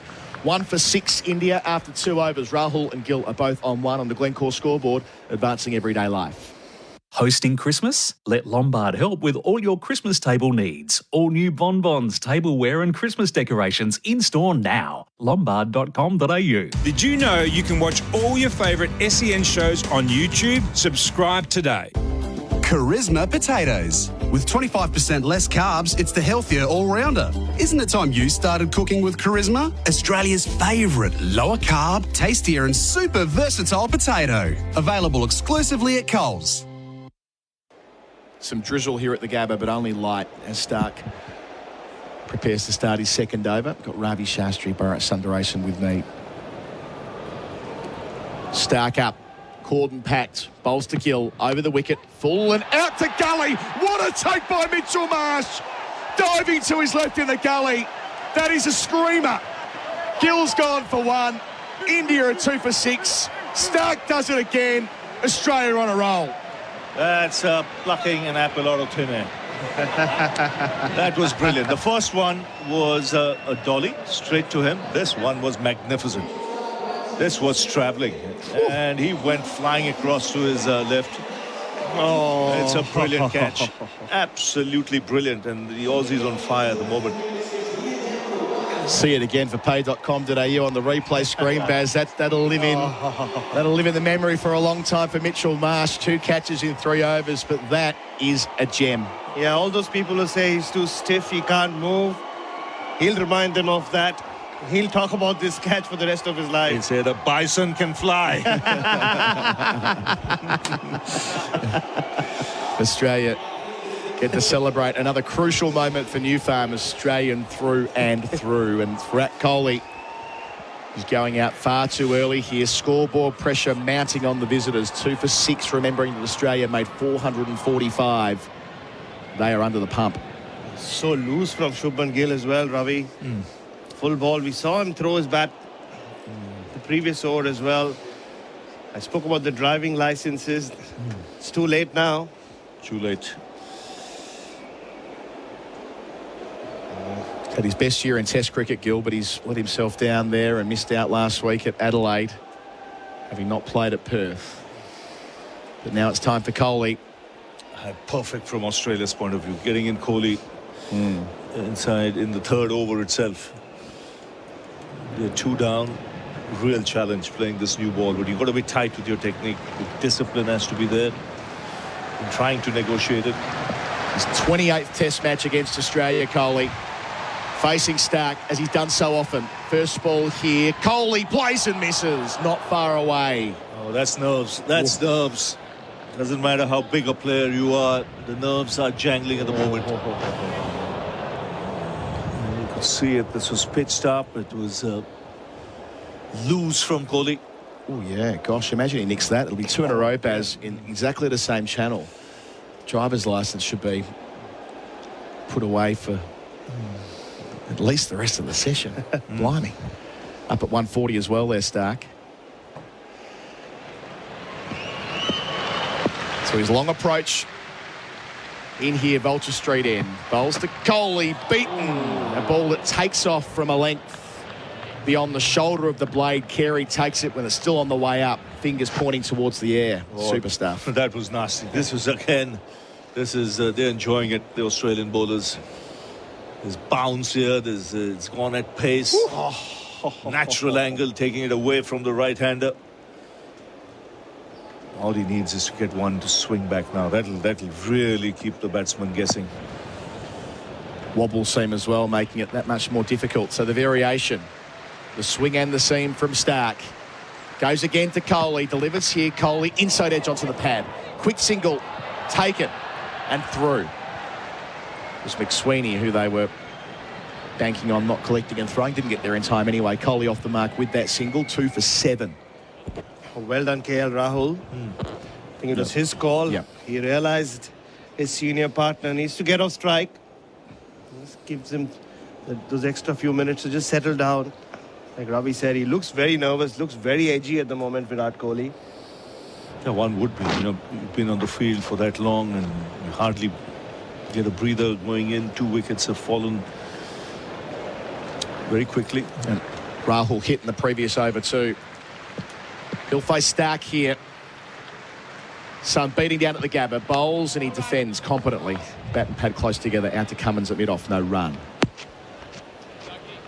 Yeah, he's looked very solid, Rahul, in the series. Very assured with his footwork. And the big difference is he's allowed the ball to come onto the bat. He's not gone with hard hands. Just to come back to that previous point, maybe we'll do it next over about Rohit Sharma. I just want to explore that further with you, Ravi, because I mean, where he's posted the numbers for India in this form of the game have been at the top. Yep. Doesn't quite line up. They're in early trouble again. Stark approaches, bowls, Rahul drives, not quite, bottom of the bat. Stark collects in his follow-through, a wicket. That of Gill, caught in the gully and a run from it. 2 for 7 the score on the Glencore scoreboard, advancing everyday life. Nothing says Aussie summer like an ice-cold Bundaberg ginger beer. Coupled with backyard barbecues, sunshine and your mates. Bundaberg ginger beer is a true blue brew, a quintessential classic. Craft brewed over 3 days using real Aussie ginger and a traditional family recipe which has been perfected over 4 generations. Treat yourself this summer to the great Australian brew, Bundaberg Ginger Beer. Shastri with us for a couple more overs. Bharat Sundaresan as well. Australia, 2 quick wickets, start getting them both, picking up from where he left off at Adelaide. Mitchell Marsh catching them both. One at mid-wicket and one screamer in the gully. Kohli facing Hazlewood for the first time. Bowls here, plays up in the air off the splice of the bat. Hazlewood was charging in to give himself an opportunity at diving for a caught and bowl. Didn't quite make it. Again, that extra bounce from a length. Surprising Kohli as well. Gosh, where's the short leg? Gone. I mean, I'm not saying the short leg would have got there, but that's twice now we've seen balls from Hazlewood take off. Really surprised there's no short leg there. Yeah. With the amount of runs on the board, 2 wickets taken, India under the pump. Surely you can afford to have a man in there.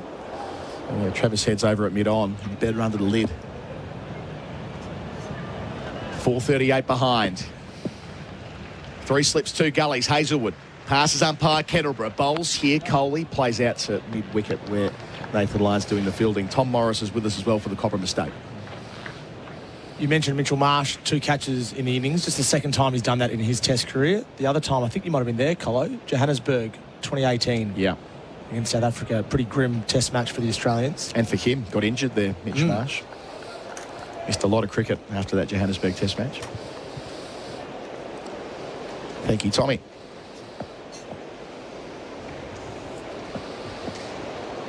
So Hazlewood approaching Kohli. Delivers to him here, and Kohli beaten outside the line of the off stump. Had to play down that line with the wobbles then coming from Hazlewood. Just too good.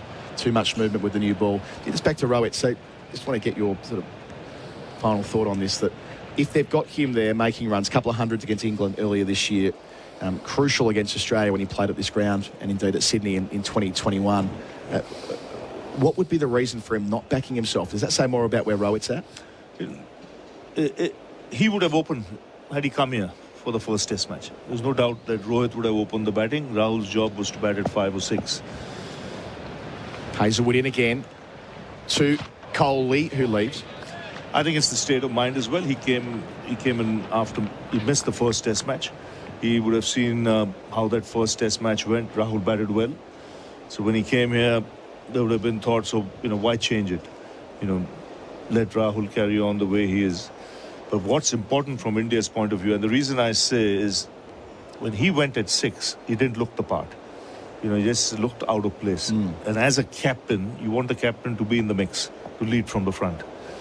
And that's one of the reasons I think I would have liked to see him open, because that's where he's tasted maximum success. Hazlewood, Stanley Street end to Kohli here, close to the stumps, leaves once again. It's not often, good point you make there. How often do you see a Test batter captaining from 6? Yeah. Most unusual. And after being rolled in Adelaide twice for fewer than 200. I can understand an all-rounder, but as a pure batsman, I would have loved to see him open the batting. And when he's spoken so much as captain about setting the tone at the top, and just one Test in for him to take that call.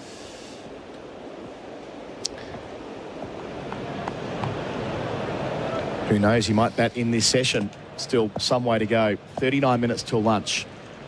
2 for 7 India. Hazlewood bowls to Kohli, who's forward and playing defensively to mid-wicket, inside part of the bat. Off to shoulder perhaps. Maiden complete. 2 for 7 remains the score. Kohli 1, Rahul 1 as well on the Glencore scoreboard, advancing everyday life. As we work our way through, we've probably got 9 overs until the lunch break. So far, so good for Mitchell Starc. He's been doing it with ease for Dynabrys, industrial strength, heavy-duty fans. 2 wickets in his 2 overs, and we're going to welcome Ian Healy back to join you, Ravi. That change in commentary for Bundaberg Ginger Beer. Heels, what a start. Yeah, nice start. Stark's rhythm is very good. He's bowling with good pace, but it doesn't look like he's trying to, and that's when you do gain rhythm. He's theming in. He's back towards us. In here to Rahul, 1 from 10, and it's played late down into the turf, but again, that extra bounce, that pitch, just giving them plenty. Interesting you talked about rhythm. He's just seeing him from the very first Test match in Perth. He's been on the money. The lengths have been good. He normally, when you see Mitchell Starc, you see him looking for swing, erring by bowling too often on the pads of the batsman, and he gets picked away on the onside. But this series, he's been bang on the money. I think he looks strong. You can see his arms. The shirts these days only got short sleeves, aren't they? Real short sleeves. And he looks very strong and athletic through his legs as well. Starc up. Sun's out again. Bowls here to Rahul. No runs, the call when he plays out to Nathan Lyon at square leg. Mitchell Johnson always attributed strong legs to his fastest periods. When he went through England a couple of times, he'd done a lot of work with the SAS in WA. And that strength through the legs, through the crease, enables you to be really stable and bowl up and over your front foot and control your length, which I guess that's what you're seeing, Ravi. He loves bowling here. Stark's got 49 wickets at the Gabba, 4th most ever. And plenty more opportunities in this Test match to go to 50 and beyond.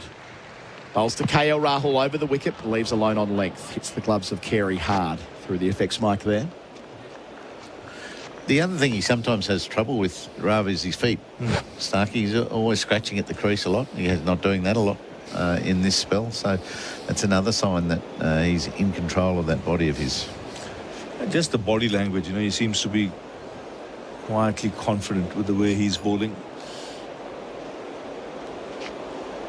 And a combination of his stock delivery with the seam up back towards the right-handers, and maybe that wobble seam that's such a big part of the modern game. And he's worked on it. You can see he changes the angle of the seam before bowling that delivery. Halfway through the over here, Starc away from us.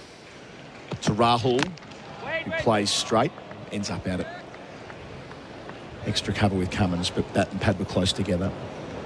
That wobble seam, as distinct from an off-cutter heels, where they're looking for that natural variety with the ball wobbling down there. It's been a last 10 or 15 years where that's become an increasingly big part of the conversation. And does anyone yet know why it swings at times? Like a wobbly old, I think it's Broad swings it away, didn't he? Yeah, amazing what they've developed there. Yeah, Mohammed Asif, who taught James Anderson how to bowl it, and Anderson's had a role with a few of the England guys. Cole Jameson from New Zealand, Josh Hazlewood, Mitchell Starc, they all love it. Starc in here, bowls to Rahul, full and driven, dug out, well timed, past the stumps. Travis Head with work to do, down from mid-on, collects it a metre inside the rope, they return for a couple. It'll build some confidence for Rahul, who's 3, it's 2 for 9. Yeah, again, good balance. He's the one Indian batsman who's looked solid at the top.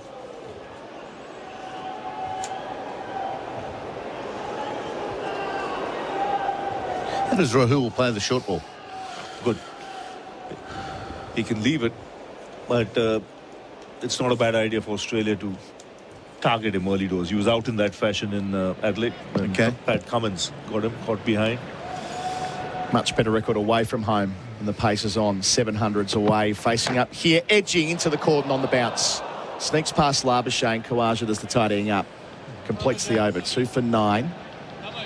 Kohli 1, Rahul on 3 on the Glencore scoreboard, advancing everyday life.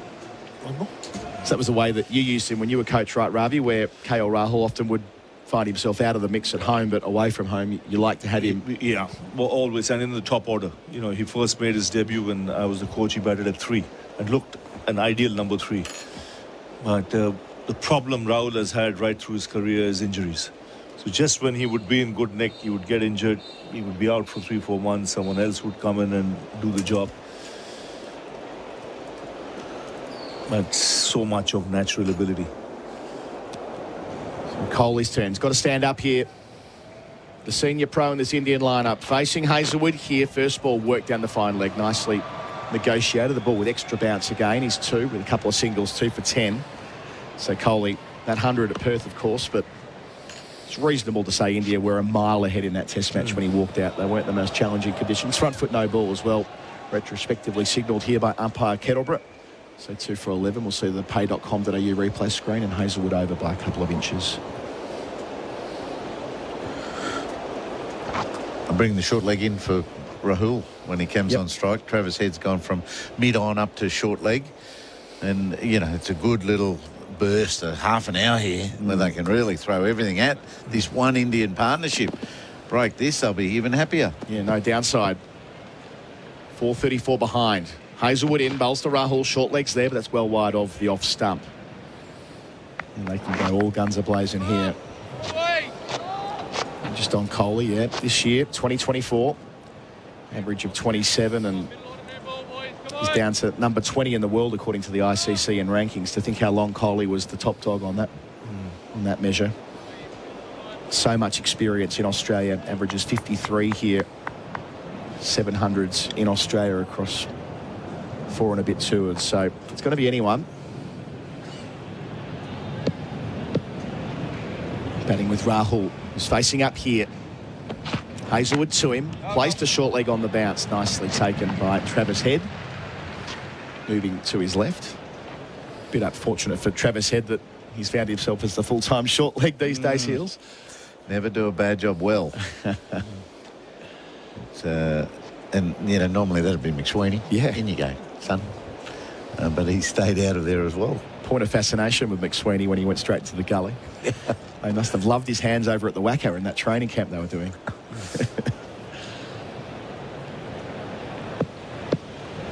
Rahul 3 from 18. Hazelwood up to him here. Bowls and drives through the covers. Lovely shot. Perfect contact. His first boundary for Azito. Do it with Azito power tools. Takes India to 215. Good signs there. Very good signs. Good stride forward. Quality shot this. Leading into it. The balance was good. That'll make him feel good. That back knee kissing the turf always makes for a lovely photo, Heels. Yes, it does. Gee, that made a nice sound out of the middle of the bat as well for a video. But Hazelwood's just been either side of perfect this over. He's been a bit short of a length, and Kohli was able to get off strike. That one a little full of a length. He's really searching to get them half forward. Hazelwood to Rahul, responds with a ball that rears back towards him, one hand off the bat. Didn't know where that was going. It landed next to the stumps. That one jumping backwards. Just half forward with this Brisbane bounce could really bring short leg into play. A ballooning bat pad catch. Hazelwood just hasn't been able to find the mark this over. That was inside edge onto thigh pad, on the back thigh pad. Hits the front thigh pad, and it might have Travis Head in the game. So still 2 left in the over. Seeing that Rahul drive again on our screen, pay.com.au replay screen. That was stunning 2 balls ago. As good as it gets. Can he get going here? He's on 7. Hazelwood to him, bowls here, and he's up over the top of Mitchell Marsh. He was diving up and right like a goalkeeper. Not far away from dragging it in. It's a second boundary in the over. 11 for Rahul. Boundaries for Azito. Do it with Azito. And, seeing it again, that was... he threw everything at it, put it that way, Ravi. Yeah, he flashed hard. He saw width on offer, and he threw his hands at it. What a thickish outside edge. If we were a foot taller, if it were Joel Garner in the gully. That's about all. That's a good call, Joel. And that's where he fielded. Yeah. He did throw himself too, the flying bison. To the right this time, and not far enough. It was a great effort. Last ball of a busy over. Hazelwood to Rahul again, who leaves alone on length through to the gloves of Alex Carey. End of the over, there'll be a change in commentary. Ravi's jumping out. We'll hear from him later. I'm out as well. Gerard Whateley will take you through to lunch on the Glencore scoreboard. Advancing everyday life. India 2 for 19. Kohli's 2. Rahul's 11. SEN Test Cricket for Host Plus. Winner of CanStar's Outstanding Value Super Award for the 7th year in a row. That's a plus. Issued by Host Plus Pty Limited. Check the PDS and TNT at hostplus.com.au. Passes that. 2 for 19. Stroke past midday here in Brisbane. Bright conditions now prevailing. Mitch Starc 2 for 9 from his 3 overs. Ian Healy were at the back of the box. She said 2 before lunch and a chance to really zero in on 3. You're a soothsayer. They've certainly still got that chance. Just under half an hour. Starc into Kohli. He's on 2. Kohli a little bit false with the drive. Head picks up, throws to the strikers, and Rahul had it well covered. Through for a single. 2 for 20. They were so excellent from Australia. Even the strategic decision to have 3 slips and 2 gullies and Marsh gets the result. Horrible batting from two young top order players who didn't give themselves a chance. And again, good pressure by Stark. When bowlers get edges, when the balls look drivable, the shot was on, but you edge it, he's got something over them too. Rahul's on 11. He's had a spar and a couple of big drives as well. On the back foot, he prods the ball out to point and takes the single, 2 for 21. But you just really do, especially with the new ball, it seems like you've got to give yourself 30 balls of time on these wickets like Brisbane and Perth. And then you start to feel a bit better. Your feet still mightn't be moving that well, but then another 30 balls and your feet might start going. So don't take too many flashy risks too early. Cheswell, 2 balls. Shubman Gill, 3 balls. Both watching on. Kohli faces up and leaves outside the off stump, a ball that didn't carry through to Carey. And I sense Kohli's found a little bit of comfort at the crease. Everything's been a bit stop-starty. You know, he's not cleanly hitting the ball yet, but he's hitting it now and still a bit slow to go. Yeah, there's a single there. It's all a bit clunky at the moment, but he let that ball go, which means you're watching the ball out of the hand. You're assessing quickly whether it's going to swing into you or keep going across you. Made a very composed decision, no problems. Australia know they've got this half-an-hour period where he probably won't ever feel perfect. If they let him go half a day, you're in trouble. Starks at him, bowls, and Kohli plays to mid-off. Full face of the bat to Cummins. He started a bit the way Smith started yesterday. Yes. Had a flash at one outside the off stump, lived to tell the tale, and he's just sort of scratching his way through to find a level of comfort. Smith spoke of a few nerves as well. They were clear for Kohli. Yeah, and admitted to having luck. Luck at the start of his innings. He would have played and missed, maybe more than 6 times, I reckon, yesterday. And you don't begrudge him that because he was working hard. Stark in bowls. Kohli, that ball rids. He only just managed to get it to ground. So it was up in front of his eyes. His bat was on the way through. There's a high risk that you pop that in the air. Just managed to tilt the hands down to land it safely in front of head. And line on the onside. That was just under the badge height. And you know what that is. It was even badge height. The glove was up there. He was both feet off the ground. He was flinching. He was blinking. And that was good pace by Stark with a bit of assistance from the pitch. A ripper. What's he got to finish the over? Stark bounding in. Kohli leaves the rising delivery outside the off stump. To 2 for 21. Rahul's 12. Kohli's 3. The pay.com.au replay screen showing some pretty uncomfortable moments for the Indian batters early. Tommy, just pop the cans back on this. I've got a question here. Can you please repeat the stat about where Stark sits in the all-time records for wickets in his first over? Thanks. 0433 98 11 16. I'm thinking it was 29 times Jimmy Anderson, 19 Starkey. Tom is beavering away there. Stand by. 3 slips, 2 gullies. Cloud closing in around the Gabba again. 24 minutes till lunch. Cummins takes his time with Hazelwood, not 2 gullies. So Marsh is coming out. Heads at short leg. Marsh has been redeployed to square leg. Mid-wicket, square leg? Yeah, mid-wicket. He's just waiting for his final instructions. That's when Josh Hazelwood's a touch too short and straight. That's stopping an easy little turn single. Hazelwood to Rahul, dug it in short, whacked down into the deep. Stark dive, saved the boundary. Splendid piece of fielding in the deep. It was hooked hard. Stark out of the blocks. Big deep breaths in the aftermath of that. Full sprawl to his left. Wholehearted cricket. Best piece of fielding of the match. He covers good territory, big long strides. The long man goes down. Two-handed slide, up to his feet, throws it to the wicketkeeper on the full. We saw very little of that yesterday. Outstanding. A single only. 2 for 22. Rahul's 13. 2 slips, 2 gullies for Kohli. Hazlewood bowls to him. Edge caught. Carey takes the catch. Hazlewood does the business. Kohli's gone for 3. Stark gets the plaudits for everybody.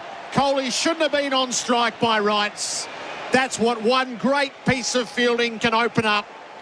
India in disarray. 3 for 22. Oh, well picked up, Gerard. Stark come pounding in, didn't he? Running in. He knew what he'd done. And then Hazlewood finds that length. It's very difficult to drive. It's a touch wide, but very full and looked juicy. But just the outside edge hit the ball. That is huge. And now the Australians have got to sniff at 4 before lunch. It's just what you ordered, Heels. There's a bit of old world Australia about this. Post 445 and then rip in. Chasewell 4. And I guess it's Rowett now, is it? It has to be into it. What have they got? No, Richard. That's 5. Then Rowett. It is Richard. Then Rowett. Then Reddy. Oof. Yeah, some rain's falling. So Chasewell 4, Gill 1, Kohli 3. Rahul's 13. All eyes to the skies as to see whether this becomes an intense shower or just a sprinkle. Australia would love to get these 21 minutes uninterrupted. India would love to get off the field. Well, Rishabh's moving quickly. He's getting out there more quickly than they were around the field yesterday. So he's into it. He's got to take it on. 3 slips. He's just 1 gully. Nathan Lyon's gone to an interesting position. No, this is deep not backward work. gully. Yeah, it's running Covers are hard. being called for. It's a fair call. The Richards, Illingworth and Kettleborough gave it its full amount of time just to see what was going to happen, but it's falling heavily enough to scamper off. Oh, how does Virat feel? Oh. No. 3 for 22. Maximum damage inflicted by the quicks. Good decision making there. Even to give Hazlewood, sometimes Cummins will come on after 3 from either Stark or Hazlewood. There might have been the temptation to, with lunch closing in, to remove Hazlewood and just have a little dash himself. He sticks with Hazlewood and he takes the wicket. Yes. I think he's going to struggle to get it out of Stark's hand. Yes. Stark would look at him and go, really? You're not going to bowl me again? They're a very close team, these boys, especially those 3 big quicks, Cummins, Hazlewood and Stark. And then throw Lyon in there. They are very close. Too much driving, Heels, in the first 8 overs? Well, I mean, the order of Australia produced those shots by getting it up there and tempting them into the drive and leaving big gaps. So it's quite attractive. If I get a hold of this, I've got a 4. And so, the batsmen have got to, you've got to be careful. But good bowling. They've found that length. They've been sussing that length, not the short stuff that goes through to the keeper. If they've been short, they've been real short. It's been badge height, hasn't it? A couple of really good bounces and a hit to the wrist. So the short stuff's been impactful, and then that makes the drive look even more enticing. That's the only way I'm going to get off strike, get off my duck or get the runs flowing, and that's fraught with danger if you're not quite in. So, yeah, inexperience probably from India and great bowling by Australia. Trying to get through the covers, the Biz covers, save with Biz cover. Business insurance on the go. So the sweeping shower, you can already see the blue sky away to the east. This is the pattern of the day. It's just what they do around lunch. I imagine they'll probably prompt lunch forward so as not to waste too much time on either side. But let's wait to see. Australia doing it with ease. with Dynabreeze industrial strength heavy duty fans. 3 for 22. Bharat comes back. It's the sum of all fears for India, Bharat. It certainly is. I told you, Gerard, Australia's plan was maybe to roll over India in the space of 40 overs in their first innings, which has happened a few times already in this series. And it's going to plan so far. But that dismissal just before rain, he's been nicked off a few times with just Virat Kohli's body language as he walked off the field. He just couldn't believe it. It was such a wide delivery. And it's been a problem for him for the last few years, but the way he was just sucked into playing at that, he got that bouncer from Mitchell Starc in the previous over and he was rushed by it. One thing you rarely saw with Virat Kohli is him being rushed by the short ball while he's batted in Australia. He's had so much success here. That was telling, as was the dismissal, him reaching so far out. He spent so much time, longer than most times in practice sessions, working on not playing at those deliveries, getting into better positions, but it's just failing him right now. He made the 100 in Perth, yes, in that second innings, but the dismissals, the 4 other dismissals are worrying signs. But for someone, a great of the game who's fading very rapidly. That's what we call, in the media box, a beautiful fine line. If he had crunched that drive, he's a hero. He's off. But he finds himself nicking it again, and now everything comes into question once again. It was a great piece of bowling, lively pace. He took the challenge on and lost. And now, come on, get the covers off. Yes. You know, can they get 3 overs at them before lunch? If they got the covers off right now. My gut feeling is no, they probably are better to...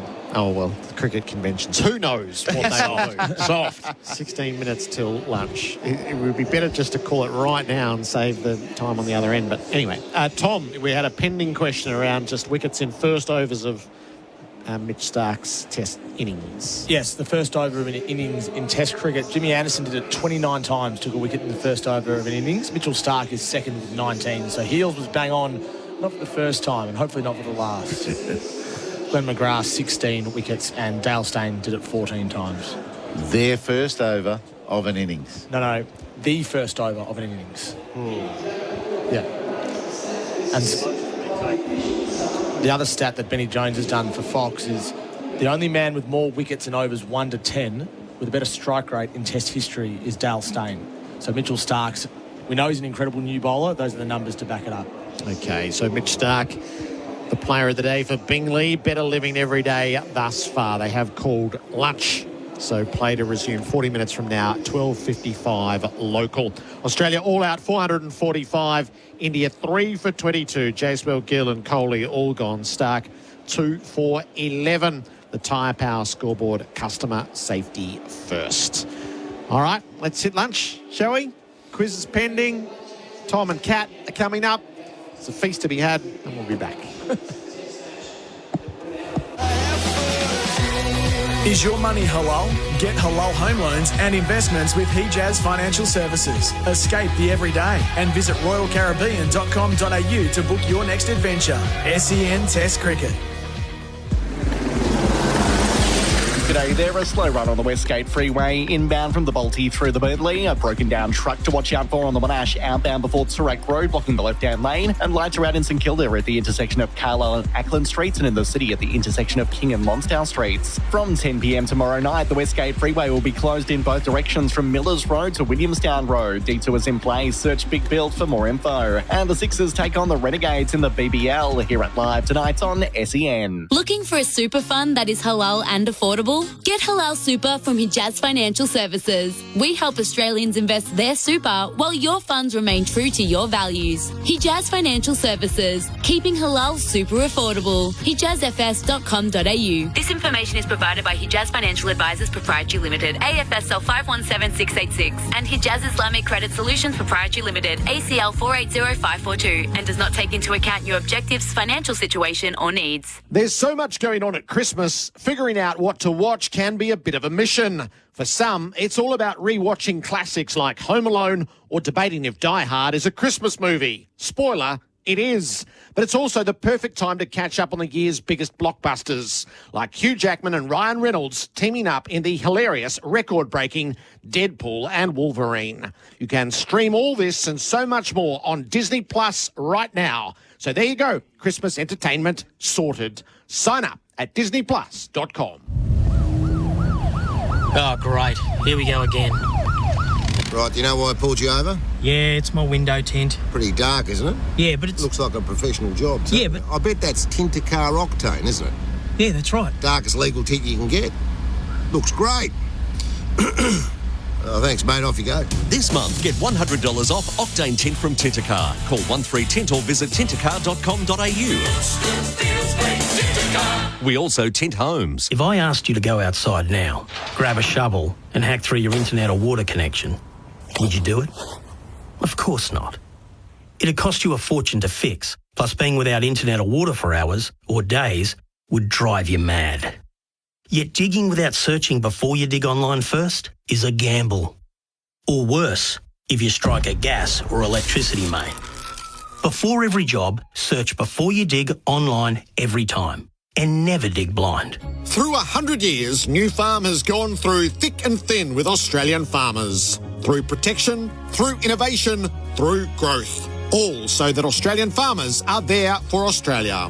Because when you choose New Farm's crop protection solutions, you choose to support Australian jobs, Australian innovation and a strong Australian supply chain. Through our partnership, we're tougher together. Visit newfarm.com.au. New Farm, Australian through and through. You've got to love the sounds of summer. And Dakin has been keeping Australian homes cool for the last 55 years. How's that? You'll be bowled over with the range of air conditioning solutions to suit any home design. Switch to a Dakin this summer and transform your home into the ideal haven. Visit dakin.com.au for more info. Dakin, perfecting the air. For over 70 years, Junheinrich has been a pioneering material handling solutions provider. With a presence in 42 countries and 6 branches across Australia, Junheinrich is your one-stop shop for warehouse solutions, offering forklifts, order pickers, stackers, racking systems, and a full range of new, used and rental equipment. Their comprehensive range will have you stumped. Junheinrich, German engineered, your trusted material handling partner for long-term success. Visit junheinrich.com.au or call 131 687. Up to 25k off selected Henley completed homes ready to move in. Homes from only $589,900. Cinepec's been keeping industries turning for years with technical expertise and performance. With Cinepec, you're in safe hands. SEN Test Cricket. Ball and swinging straight away. Stack. Close to the stumps, bowls here. Leg stump line. Straight to square leg. Taken by Mitchell Marsh. Stark gets Jaiswell's second ball. Stark up. Gordon Pat. Bowls to Gill. Over the wicket. Full and out to Gully. What a take by Mitchell Marsh. Diving to his left in the gully. That is a screamer. 2 slips, 2 gullies for Coley. Hazelwood bowls to him. Edge caught. Carey takes the catch. Hazelwood does the business. Coley's gone for 3. Stark gets the plaudits for everybody. Coley shouldn't have been on strike by rights. That's what one great piece of fielding can open up. India in disarray. 3 for 22. The lunch break for Robot Building Supplies. Robots got it and deliver. robotbuildingsupplies.com.au. It's a slightly early lunch here at the Gabba. Australia well on top. The Indians are 3 for 22, 7.2 overs into an innings which has been dominated by 2 Australian quicks. First it was Mitchell Stark, and then it was Josh Hazelwood. And even when Hazelwood took a wicket, Stark contributed the ball before at fine leg. The covers are off.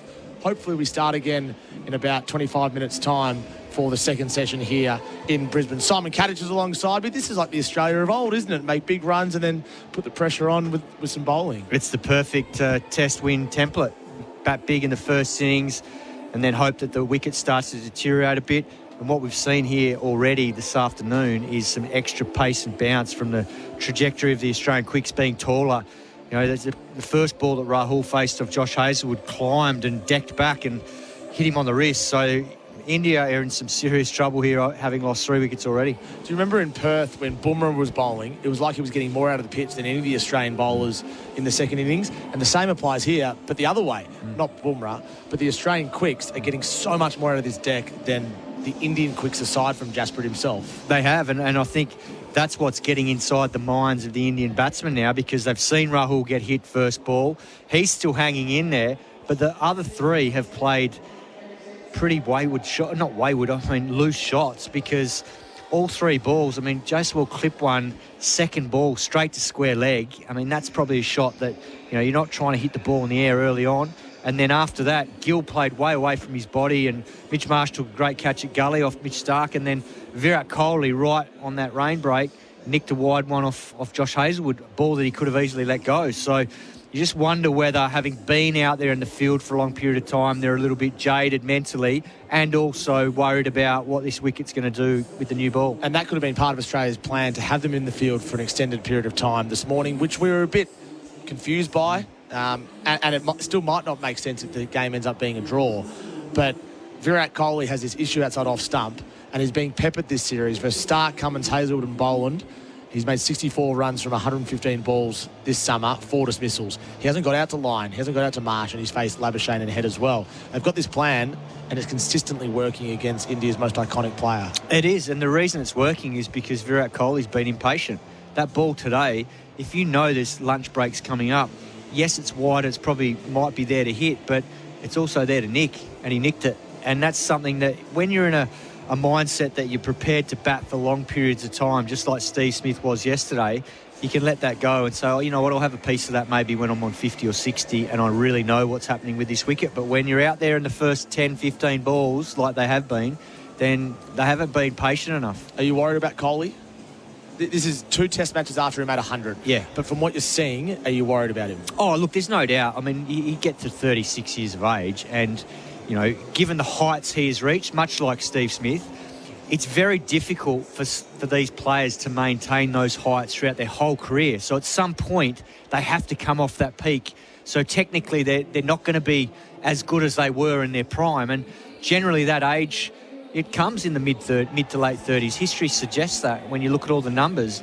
Not too many players get better from 35 plus years of age onwards. So, yes, I would say that it's going to be much more difficult for him, particularly against this attack and particularly against these conditions with the tactics that they're employing, because they're testing his patience, and at 36 at the moment, he's wanting to dabble outside off stump and paying the price. Hasn't Jaiswal had an unusual series? A duck in the first innings in Perth, a duck first ball of the match in Adelaide, and then 4 second ball of the innings here in Brisbane. 4 runs across 3 first innings this series, but yet 161 in the second innings in Perth. Can you make sense of it for us? Well, it's the way he plays. Like we saw in Perth, he wanted to drive on the up early. He's a naturally aggressive young player, and that's great when you get going on good wickets.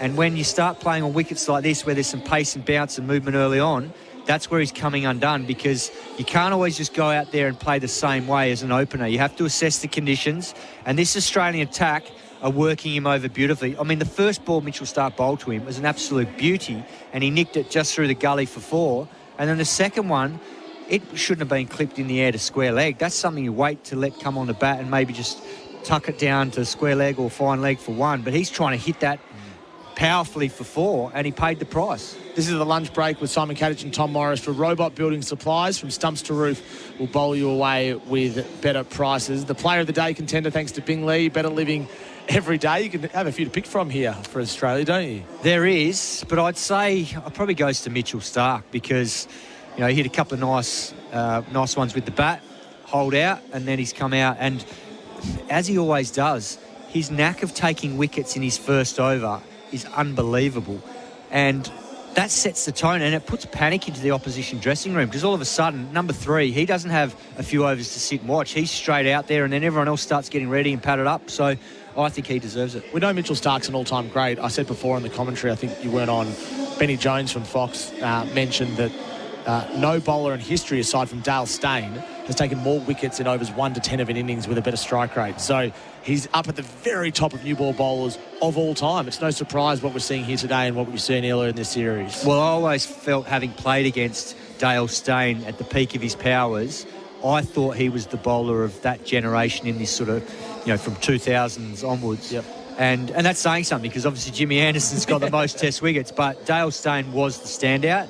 Mitchell Starc, if you asked any of the openers around the world at this point in time who they'd least like to face with a new rock, it's probably him because he's got a knack of bowling fast, quick outswingers. So Stark's the player of the day contender thanks to Bing Lee, better living every day. The Bendix breaks, big moment. Bendix, the best known break. You've got a few to pick from here as well. Mitchell Marsh's catch in the gully was fantastic. I think the Bison deserves one here because what I loved was that Pat Cummins was aggressive and said, right, no one's at point. We're only going to have mid-off in front of the wicket on the offside. And he had 5 catches, 3 slips, 2 gullies, and saying to the Indian batsman, you go for your life, you play a cover drive. And he reaped the rewards from having that extra gully and something that we didn't see a lot of from the Indians. So Mitch Marsh, I thought, brilliant catch to get rid of Gill. I just remember growing up and seeing Steve Horsfields that used to set when Glenn McGrath was bowling to be a short leg, no point, extra cover, no mid-on, 4 slips, 2 gullies. That's what it looked like. And we haven't seen that for a while from the Australians because they haven't had these sort of runs on the board. Yeah, and that's how you can play when you've got those runs to buff it. You've set the test up with plenty of runs on the board. You can then get in the mind of the opposition batsman and say, right, you take these quicks on with pace and bounce and movement, and we've got 5 catches ready to go plus the keeper, and good luck hitting it through cover. And it was always you under the helmet. Correct. Short leg, wasn't it? The dig for Sherlock Wheelbarrows, lighten the load with Sherlock Wheelbarrows. Who are you having a dig at then? Ooh. The weather gods. No, I'm going at the 3 Indian batsmen that are out because, they knew it was going to be tough against the new ball. They saw it yesterday, but the Australian top order, whilst they didn't get big runs, McSweeney, Labuschagne and Khawaja, they all faced 50, 60 balls each, and that allowed the middle order to do their job much better. The Indian top order didn't do that, and they saw that firsthand yesterday, so it's disappointing to think they haven't learnt from the way Australia went about it. So Shubman Gill was caught in the gully by Mitchell Marsh. Starc was bowling for 1, Virat Kohli for 3, Jayaswal for 4. They're not out batsman KL Rahul, he's on 13. And Rishabh Pant has just come to the crease, hasn't faced a ball yet. And earlier in the day, the Australians batted on, and Alex Carey, again, solidified his reputation as sort of a modern-day number 7 finisher at this level. Yeah, he was outstanding. And I think you shouldn't read into his numbers too much because he's unfortunately keeps getting out, last man out, and he's getting caught with the tail. If he's batting with, one of the top 6, he's probably getting 100-plus the form he's in. And the way he's hitting the ball, he's hitting it sweet. So I think that, he got out for 70, but it's the same in Perth. He's the last man out, and he's a bit unfortunate at the moment because he's in great nick. This is the lunch break for Robot Building Supplies. The quiz is coming up a bit later. Kato, you're in the quiz again today. Am I? Yeah, one caller will go head-to-head with you for a $50 Ponting Wines voucher, 1300 736 736. There's some news across the ditch as well, which is not great for England fans. Ben Stokes has trudged off the field grabbing his hamstring, the same hamstring as I think he hurt in the last 12 to 18 months. What's that face for?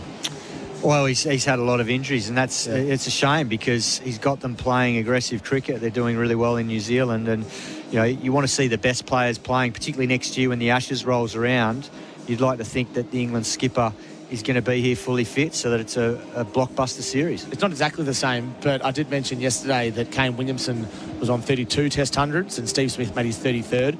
It's a bit like Nadal and Federer early days with the majors going back and forth. Not exactly the same, clearly, but they are going tit for tat, and Williamson has made 100, so he's now got 33 Test hundreds. He's 106 not out, and New Zealand are 3 for 234 in this match against England. They lead by 438 runs. What are you expecting after lunch then from Rishabh Pant? The same as what we've seen in the past 2 Test matches? Oh, geez, if he charges first ball, I'd be very surprised on this wicket. But then again, that's how he plays. And, when he tried to play normally in Adelaide, he perished, whereas when he was attacking, he actually made it hard to bowl to. But I can see KL Rahul being the rock that the rest of these Indian batsmen now need to bat around. He's been excellent in this series so far, and I think if Australia get rid of him early, I could see India folding and being bowled out pretty cheaply. Are you bowling Starc and Hazlewood for a while, or are you getting Cummins on early? Oh, I think they can start with those 2 again because, the ball's still new. They'll have a break for lunch now. But I think, Pat Cummins will be a handful on this wicket as well. So these Indian batsmen have got their work cut out here this afternoon in trying to make sure that they don't get rissoled early and then they're back out there again facing another new ball later today. Yeah, it's become unfashionable to enforce the follow-on, especially in Australia-India test matches. Sorry to bring that up, but these are the perfect conditions to do so. Well, they are, particularly if Bharat's right, which he has been on the money with a lot of things of late, in terms of, he said that India might get bowled out in 40 overs. If it's 40 overs, the Australians will be fresh. Yep. So they might go again. And if that's later today, then, that takes out a bit of the rain factor. Yeah, we have seen 2 test matches so far which have been heavily lopsided, and this so far is the same again. It's going to take a lot for the Indians to get back in it. Rishabh Pant's going to play a big role. Ravi Jadeja as well is going to have a big role to play with the bat. Yeah, and the skipper as well.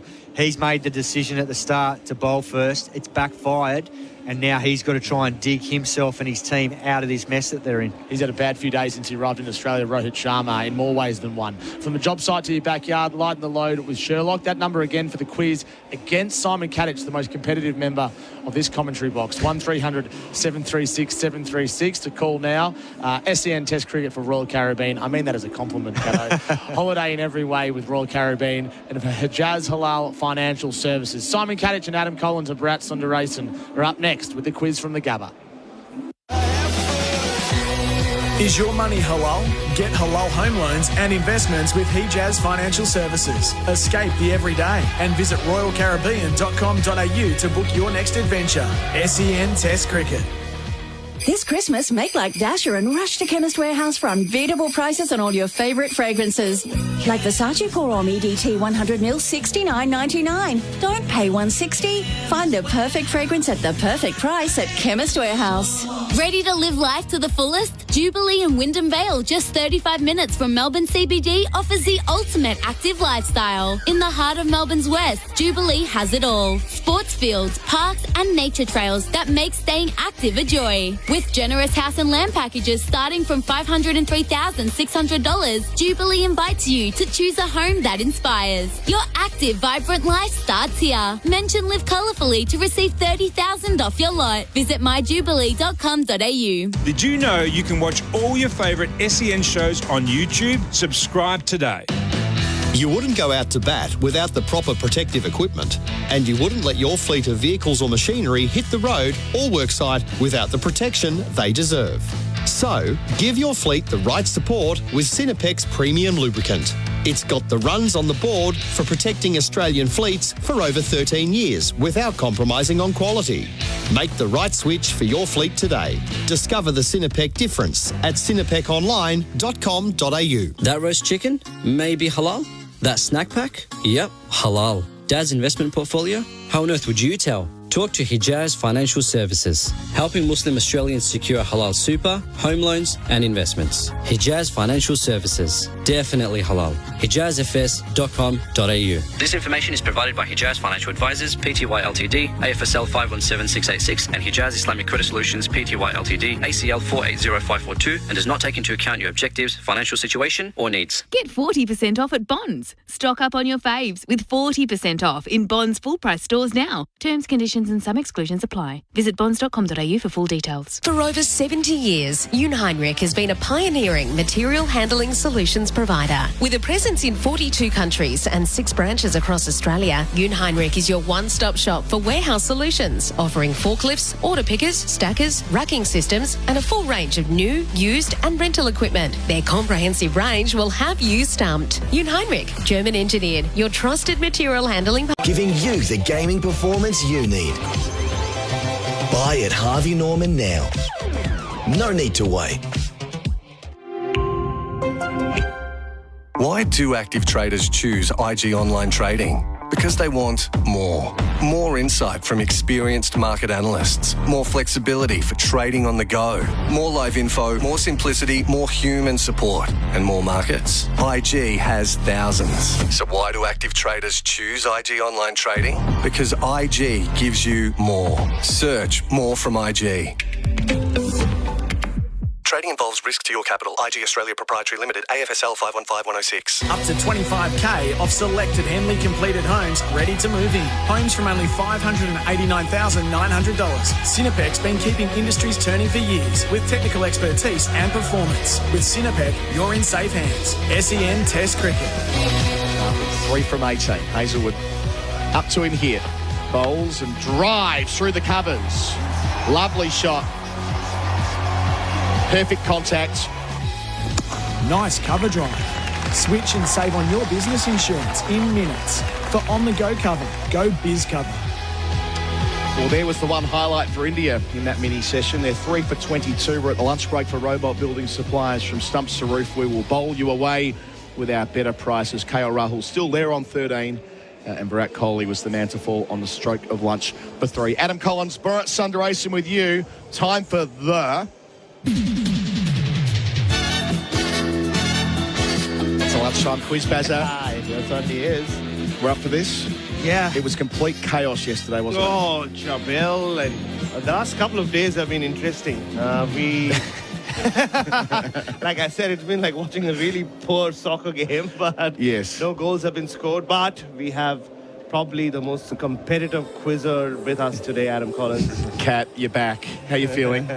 Nervous as always. It's Kat and Flem are the wild cards on this. Kat and Flem are the ones who can really buzz in and make life difficult. We've got Barry from Collingwood as our caller. How are you, Baz? Yeah, very good, guys. Great to have you. Barry from Collingwood feels right. It's like, Jeff Hayward watching the club. Barry Mitchell played briefly for Collingwood, didn't he? Brief stint in his long career. Anyway, Barry, do you know how this game works? Fastest finger first. You buzz in on the question and you get the first crack. Oh, okay. I can manage that. I didn't know, but I'll just yell out my name, do I? You hear the question, you yell out your name before Kat yells out Kat. You can remain silent if you want, Barry. And if you remain silent and Kat gets it wrong, you get the handball, and you can add to your points tally that way.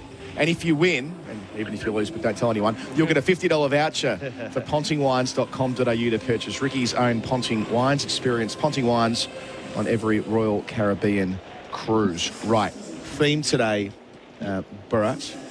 Fast bowlers at the Gabba. Fast bowling performances at the Gabba. Great fast bowling performances. This is going to be good, guys. You need to know your history. But in saying that, we're going to start with this year. So earlier this year, Shamar Joseph took a stunning 7 for 68 to beat Australia on his own pretty much, by 8 runs. But which Australian fast bowler did Craig Brathwaite cite as motivation for the West Indies bouncing back? Former Australian fast bowler as the motivation for the win. Barry, who was it? Glenn McGrath. It's not you. You're on the right track in terms of former Australian fast bowlers who have a crack in the media. Craig Brathwaite stood out here and said the reason we did this was to stick it up this particular person. Who was it? I'll go Mitchell Johnson. No, it wasn't. It was Rodney Hogg. Had a big gallop. And Rodney Hogg's got a 6 for here as well, by the way. He has, actually. In 1978 against England, just to start that weird World Series cricket era Ashes summer in 78-79. Brad, question. So is nil all? Question nil 2. all again. We're getting used to this. In 1985, the great Sir Richard Hadley took 9 for 52 against Australia in a rout. Who was the one Australian he did not dismiss? And I think give them the hint as well, Baz. All right. The hint is the batter he did not dismiss was a fast bowler who played throughout the 1980s for Australia. Kat, who was it? Craig McDermott. It wasn't Billy. So you get the handball here, Barry. An Australian fast bowler who played throughout the 1980s. I emphasise throughout. I'll go for Merv Hughes. No, not Merv either. So we're all out after 2. It was Jeffrey Lawson. Throughout 80 to 90. Yeah, he made his debut at the start of the decade and finished up at the very end of it. Another man who's got a 6 for at this ground. Yes. 1982. Yeah, start the Ashes there. So 0-0 after time. Surprised by that. It's okay. And it was Vaughan Brown who got Henry out in that innings as well. Wasn't he? Which I don't think Sir Richard's ever gotten over. Especially if you ask Jeremy Coney about it. In 2000, Glenn McGrath took, this is a nearest the pin kind of sort of. In 2000, Glenn McGrath took 6 for 17 against the Windies at the Gabba. But how many overs did he send down to take 6 for 17? Nearest the pin. Who wants to go first? It's a tough one. Kat. 12. No, it's not 12. Barry, you're going to get a chance as well. How many overs for 6 for 17? I will go for let's go for 20. Oh, well done, Barry. Shoots the lights out. Barry goes 1-0 up over Cat. This could be this is trouble territory. 12 maidens in his 20 overs. 6 for 7 on day one of the series. Very Glenn McGrath figures that. I'm proud to be a Baz after that. Okay. All right, this one is number 4. So this is one, if you were listening earlier today, you would know the answer. In the one-sided Ashes of 1946-47, which legendary Australian all-rounder took 7 for 60 at Brisbane? Cat. Who was it, Cat? Keith Miller. Yeah. Bang, I didn't hear that. He's back in business. He's back in business. 7 for 60, Keith Miller here against England. Wow, 1-1 going into 1-1 going in. Oh, this doesn't happen very often. Doesn't happen very often. I'm fired up. Righto. Let's go back to the Tide Test. Oh, no. 1960. An Australian all-timer took 11 wickets for the match, in addition to being 80 not out when the test ended. Who was it? Cat. Alan Davidson. Oh, he's done it.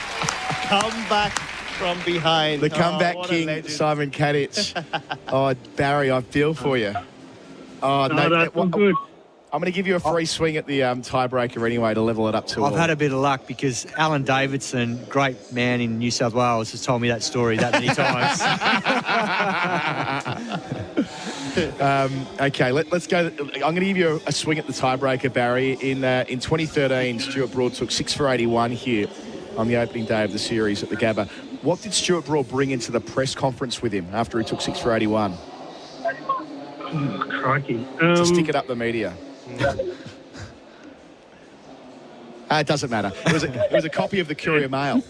Because they refused to name him. Remember, it was the anonymous fast medium England bowler or something like that. Hey, Barry, you've been a brilliant guest going 1-0 up against Cat. Difficult to do. You've won the $50 voucher for pontingwines.com.au to purchase Ricky's own Ponting Wines. Experience Ponting Wines on every Royal Caribbean cruise. Do call again. Well played, Barry. Well played. Barry. Well done, Baz. Thanks, guys. And as we go off to the break, thank you, Kat, as well. Time to celebrate our Liquorland local legend. Liquorland supporting local legends, bringing the drinks this cricket season.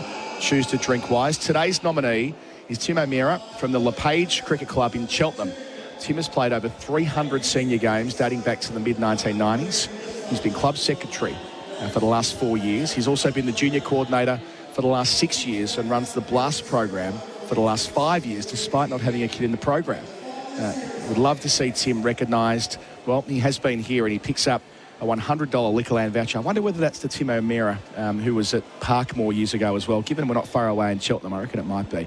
Tim's picked up a $100 Liquorland voucher.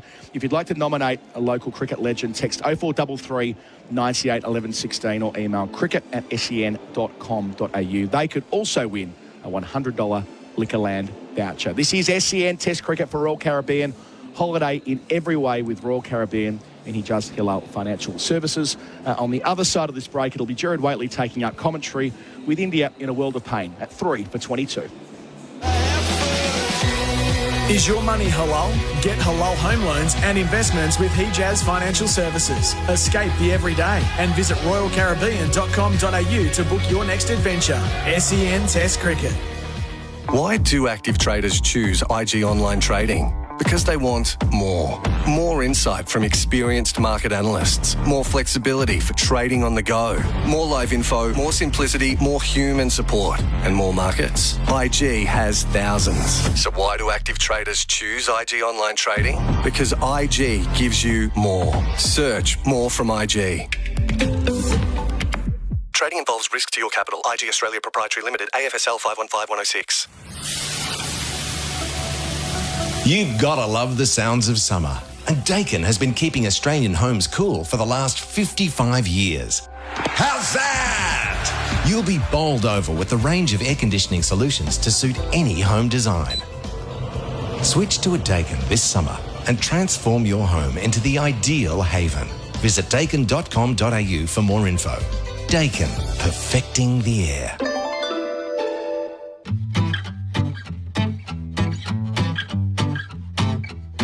Keep your business moving. Ford's end-of-year drive-away deals are on now, with offers across selected vehicles. like the new Transit Custom Trend long wheelbase from $56,990 drive away. Only until December 31 or while stocks last. So get in quick and visit your local Ford dealer today to find out more. Recommended price at participating dealers. Model year 23.75 only. Conditions apply. There's so much going on at Christmas, figuring out what to watch can be a bit of a mission. For some, it's all about rewatching classics like Home Alone or debating if Die Hard is a Christmas movie. Spoiler, it is. But it's also the perfect time to catch up on the year's biggest blockbusters, like Hugh Jackman and Ryan Reynolds teaming up in the hilarious, record-breaking Deadpool and Wolverine. You can stream all this and so much more on Disney Plus right now. So there you go, Christmas entertainment sorted. Sign up at disneyplus.com. Charisma potatoes. With 25% less carbs, it's the healthier all-rounder. Isn't it time you started cooking with Charisma? Australia's favourite lower carb, tastier and super versatile potato. Available exclusively at Coles. If you can't live without Netflix, Can't live without Netflix. then you can't live without the AGL Netflix electricity plan. With Netflix included for the life of your plan. So you'll never miss great Netflix shows like Bridgerton, Avatar The Last Airbender and Emily in Paris. Join AGL's Netflix electricity plan today. AGL Netflix plan includes Netflix Centre with ads with upgrade tiers at an extra cost. T's and C's apply. Fact sheets containing key details of our plans are available at agl.com.au/VEFS. For clear advice on the right plan for you, contact AGL on 131245. Beacon Trade. We've got the gear. Everything for the residential home. Lighting, electrical and Australia's biggest range of fans. With Beacon Trade by your side, you'll never work alone.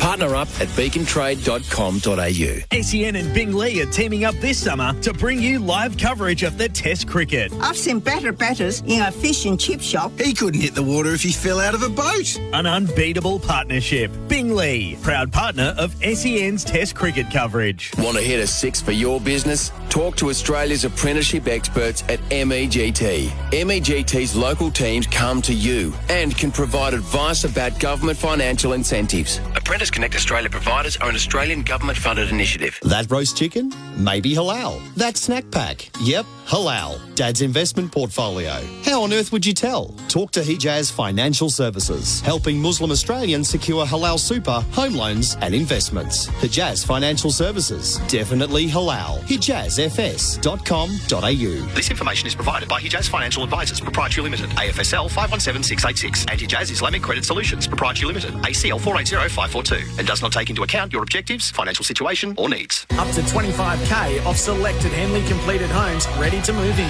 Homes from only $589,900. Cinepec's been keeping industries turning for years with technical expertise and performance. With Cinepec, you're in safe hands. SEN Test Cricket. The second session for Work Locker, Carrum Downs and Pakenham. Workwear for wherever you work. Play minutes away from resuming at the Gabba. India in all sorts, 3 for 22. We have luncheons during 40 minutes of sunshine. I hope we don't come to regret that. The weather update is for Beacon Trade, a tradie's key partner in lighting, fans and electrical. We're not doing forecasts today. It's sunny for the time being. There is cloud massing in the east. We're getting sweeping showers across the ground at intervals. It's 26 degrees and it is 78% humidity. So that's what conditions are like. And the pitch update for Mole Map. Get a Mole Map 1 check 2 experts. We had floated the idea that Australia would bowl especially well on this pitch, and that is how it's turning out. The bowlologist in a moment. But Ian Healy, you've had the Mole Map work done. So on the health side of things, how did you find it? Yes, every year. I've been very lucky as former first-class cricketers. The Australian Cricketers Association put on a health check day for us each year. You make an appointment, you go in, and there might be general health like blood pressure and those sorts of things, bone density, but the Mole Map and skin check is a crucial part of it. And to get in there early and get in there often, once a year, is been very valuable. I just did a quick count up while I was waiting for through your non-weather forecast. I reckon I've had 10 spots removed. Okay. You know, so there's BCCs and SCCs, squamous cell carcinomas and basal cell carcinomas. They're not too nasty. They can be removed if you get them early enough, and then there's melanoma. And I've had one of those, and it was quite a subtle spot on my thigh. And so the bloke goes over you, your whole body, you're down to your jocks, And, he got the magnifying glass and then the monocle, and then he writes, he puts the felt pen on where it is, then it has to get photographed. Yep. And you're thinking, mate, you're carrying on a bit about this one. Well, that turned out to be a melanoma. Right. So it's a surprise, and it's an extremely valuable part of our health check days, as it should be everyone's. Excellent. Mole map. Get a mole map, one check, two experts. Damien, Fleming, welcome in. Yes, g'day, Heels, Gerard, listeners. Yeah, just backing that up, particularly us cricketers, in decades gone by, not as prolific with our sunscreen and wearing the wide brim hats and all that sort of stuff. So they're backing up those checks. I love getting them every year. And so far I've been lucky, ticked off. But you got to be diligent, particularly if you're playing a bit of golf and that too. Yeah. Fantastic initiative from the ACA. Just watching him warm up, Gerard. I said to you off air, try getting the ball out of the big Hoff's hands right now, just the way he was warming up, and he is sprinting down to his end. Awesome opening partnership from Stark and Hoff. Some questionable shot selections, and potentially Kohli's the worst, because we were building up. It's been the last 2 years. The wide corridor gets him out. 3 times in this series he's been caught with a wide corridor behind, and now it's 4. And that was wide. The fight, the discipline to let those balls go, and eventually the bowlers will come straight to you. They'll straighten up, because they don't want you to just keep letting the ball go. They've only got so many balls in a spell, and Kohli wasn't up for it. And funny enough, was on the back with some great fielding for Mitchell Stark. KL Rahul absolutely crunched a hook shot that should have gone for 4, but Stark's athleticism kept it to 1 and got a team wicket. Brilliant. There's been some brilliant cricket from Australia. Marsh's catch at second gully. Oh, wow. Stark's save at fine leg. And some excellent bowling. So Jaiswal 4, Gill 1, Kohli 3 are all gone. Rahul is 13. Rishabh Pant walked out to the middle and then came back with the rain. He hasn't faced a ball yet. And what we saw in Adelaide, it's unlikely to be conventional what happens first ball. So Lions come down to 3rd below us. There's 3 slips and a gully. Ram first ball. Well, it'll be something, won't it? Even one of his ramps will take a bit of catching from Lyon. He's 2/3 of the way to the rope. I don't like that, Heels. I reckon it's easier running into a catch. Hazelwood opens up after lunch bowls, and Pant clips from his pad, strokes it away past head at mid-on, straight into the runs. Head will overhaul it ahead of the rope. Pant will come back for 3. 3 for 25. What a beautiful shot. That was just a traditional whip through the leg side. So staying really still, Rishabh Pant. Line what he liked, to be able to whip it through that leg side. Excellent start. The suspicion that Australia would bowl well on this pitch. The ball that Stark got the rear up at Kohli, is they've done a few nice bits and pieces. Yeah, I mean, it's their trajectory as well. Hazelwood releases at 217 centimetres, and he comes right over the top. Bumrah and Siraj. I mean, Bumrah's a bouncy bowler, but they're releasing under 200 centimetres. Cummins and Stark also release over 2 metres. It helps get that steep bounce, particularly off a short length. And if there's anything in a wicket, an inconsistency, that sort of height finds it. Yep. Yep. Under grey clouds with 10,000 at the shoulder of Josh Hazelwood. He's in and bowls to Rahul, who's forward defending past head at the short leg, but there's no single as Marsh closes it down from mid-wicket. We'll just watch the TV on that one. If they find the length of that delivery, that is perfect. It was half forward. It bounced inside part of the bat. It went along the ground, but short leg was right there. That goes in the air at all, he's gone. Doesn't look like they're going to let him play that favoured square drive either, with a bat pad in. Mid-wicket, mid-on. I think it's going to be angled in more to hit splice height. 3 slips gully and short leg. Hazelwood over the wickets. Bowls to Rahul, who leaves outside the off stump. Rahul's been excellent through this series. They worked on bowling short to him in Adelaide and it proved too much, but I thought he batted well in Perth, and already in this innings, he seems, he doesn't have a high backlift. He's looking to get forward, and it's like he's preparing for the dangerous delivery. What one's going to get me out? His head looks over the ball, but he's probably been a lone top-order batsman for India that plays with that determination. It was determination that was lacking in the 45 minutes on the way to lunch from his comrades. Rahul turns down to fine leg, economic in his movement. Stark fields a single taken, 3 for 26. And the end of the first, well, there were 4 balls to bowl in that over. So the Holman Plumbing scoreboard, Australia's trusted plumbing supplier, 3 for 26. Stark 4 overs, 2 for 11. Hazelwood 4 overs, 1 for 15. Lots of work going on there. Travis Head's got the ball shining duties, gives it to Mitch Stark. And as you say, Flem, a good description of Rahul's technique is compact.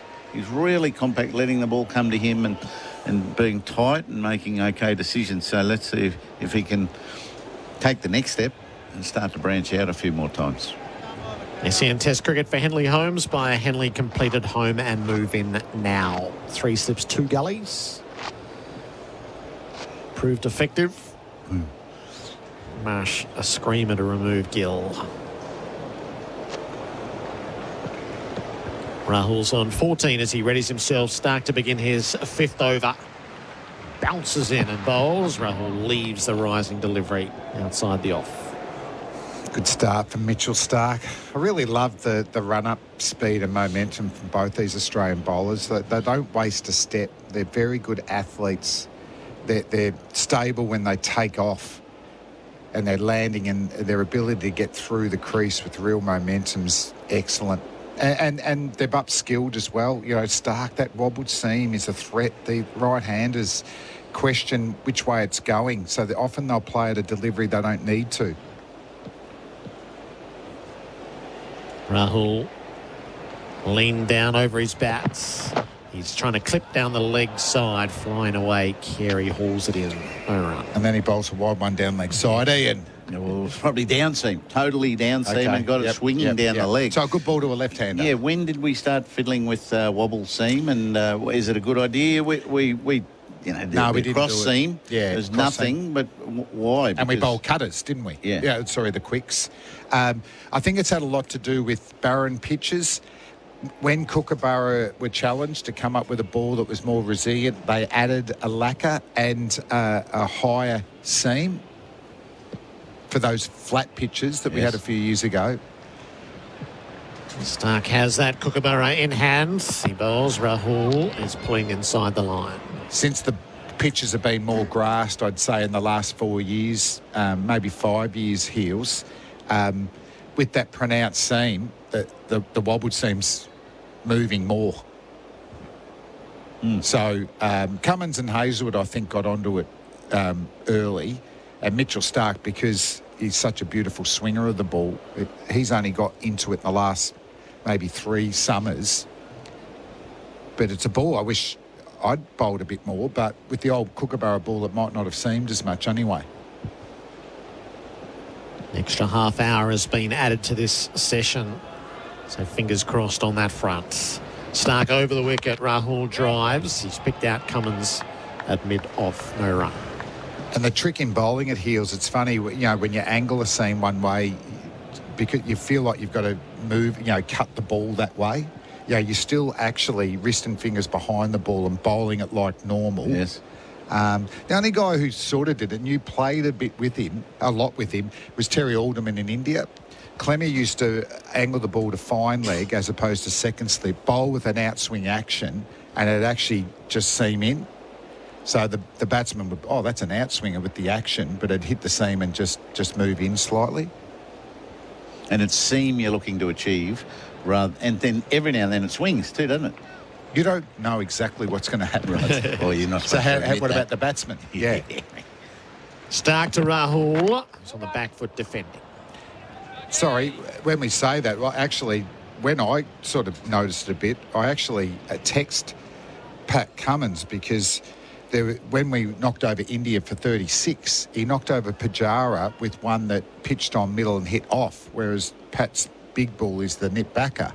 And in the press conference that night, he said, I looked up the replay and it nipped in. I went, what happens if I change the seam the other way and see what happens? And it hits and goes the other way. And I texted him, please don't tell me it was that simple for you. Please tell me you practiced that. And he said, no, I didn't. Just luck. It pitched middle and hit top of off to Pujara. Last ball of Stark's over. He delivers and it's left. A maiden from Stark. 3 for 26 on the Holman Plumbing scoreboard, Australia's trusted plumbing supplier. Vic LaRusso here. After spinal surgery, the only relief I get is with my Spinal Ease pillow. Give it a go. Makes an ideal Christmas gift. Search Spinal EZE. Did you know you can watch all your favourite SEN shows on YouTube? Subscribe today. Jolly Christmas Android deals at Telstra, like $500 off Samsung Galaxy S24 Ultra when you buy on a payment plan. Sale ends December 30. Eligibility criteria apply. Did you know you can watch all your favourite SEN shows on YouTube? Subscribe today. SEN Test Cricket for Royal Caribbean. Come seek Royal Caribbean and for Hijaz Halal Financial Services. 3 for 26. It's getting gloomy and ominous. Hazelwood bowls. Part pulls out very late. There was a beach ball that came. I just saw that happen. So I totally understand why he withdrew, but Hazelwood was at the crease when he did. But the thing when it's Rishabh Pant, you just think he's trying an innovative stroke, that's right. don't you? Yep, so just a hand up to acknowledge that it was a late thing to do. And they'll reset. There's nothing conventional when it's Rishabh Pant. Hazelwood's in from the Stanley Street end. He bowls to Pant, who's forward and running the ball out through the vacant point region. Good piece of fielding done by McSweeney. So it's starting to rain. And straight off this time. We wasted 40 minutes of sunshine while we all had lunch. You said it, didn't you? You were onto it, Gerard. 10 minutes later, the rain falls. So out to the east, when the rain has fallen, the east has had little bits of blue sky over there, but not quite so optimistic this time. And it's a decent shower as well. So off we go. 10 minutes we played. 3 for 27. 5 runs added. Rahul's 14 and Pant is 4. Shocking session for Australia. Yeah, I thought it was India's session. Well, the bomb doesn't have a lot behind this. It's hosing down right now. And it's windy. They're struggling to get the covers to trouble to get on the strip. Just won't hold. Oh, this is the heaviest rain we've had today by a margin. And the wind is causing havoc for the ground staff. Was it like this, the test that Dean Jones ran out with the helmets and all that to help the staff, Heels? Yeah, it was that much rain, but then it was hailing. Oh, hailing. Yeah. That was So the that's why he took the helmets out and probably wore his own out and gave someone one, but didn't take enough for everyone. But no, it was like very big dark western storm coming in with tinges of green, and it certainly produced the hail. Righto, she's a decent dumping right now. Yeah, but where this has come from is now clear. Okay. So this will be not long. All right, it'll blow through. Maybe gives us a moment or two. Just India's planning for this test match, Flem, which came unstuck yesterday, and it was hard not to hold the view whatever they'd calculated for head, they didn't deliver. Surely there were plans that were calculated. And then to come out in the manner that they did, knowing it was an hour till lunch, and they'd seen what the new ball could do, and to come out and to be just so expansive in the desire to drive when really that wasn't on, there's a few flaws in their game here. Yeah, I'm trying to work out what their brand is coming into this test match. The selections didn't bother me at all. You know, Jadeja coming in deep for Rana. and I know he didn't get many wickets, but I thought he bowled okay. But and there was talk from the Indian camp after a big 100 in the World Test Championship over at the Oval, 89 in Perth, big 100 in Adelaide, that they were going with full-length balls because the pitches were moving a bit, as opposed to the previous tour where they just bombarded him with short stuff. I thought they'd do a bit more of that short stuff early and then try and nick him out. But no, it sort of just went on its way again, didn't it? We'll just bowl stock balls. And Travis Head's going at a runner ball against full-length deliveries in this series. The Australians are less than 50, the rest of the Australians. So I just thought he was allowed to play his game again. No, I didn't see any change in tactic. And then batting-wise, once again, it's just sort of see ball, hit ball. And if we use Kohli as that example, like this has been 3 years of statistics that he's not nicking on third stump or fourth stump. It's wider than that. But they should be the easiest ones to leave, shouldn't they? You know, it's not going to jag back and bowl you from there. So my worry for them after that emphatic first test win is that, you know, they could really crumble in a heap.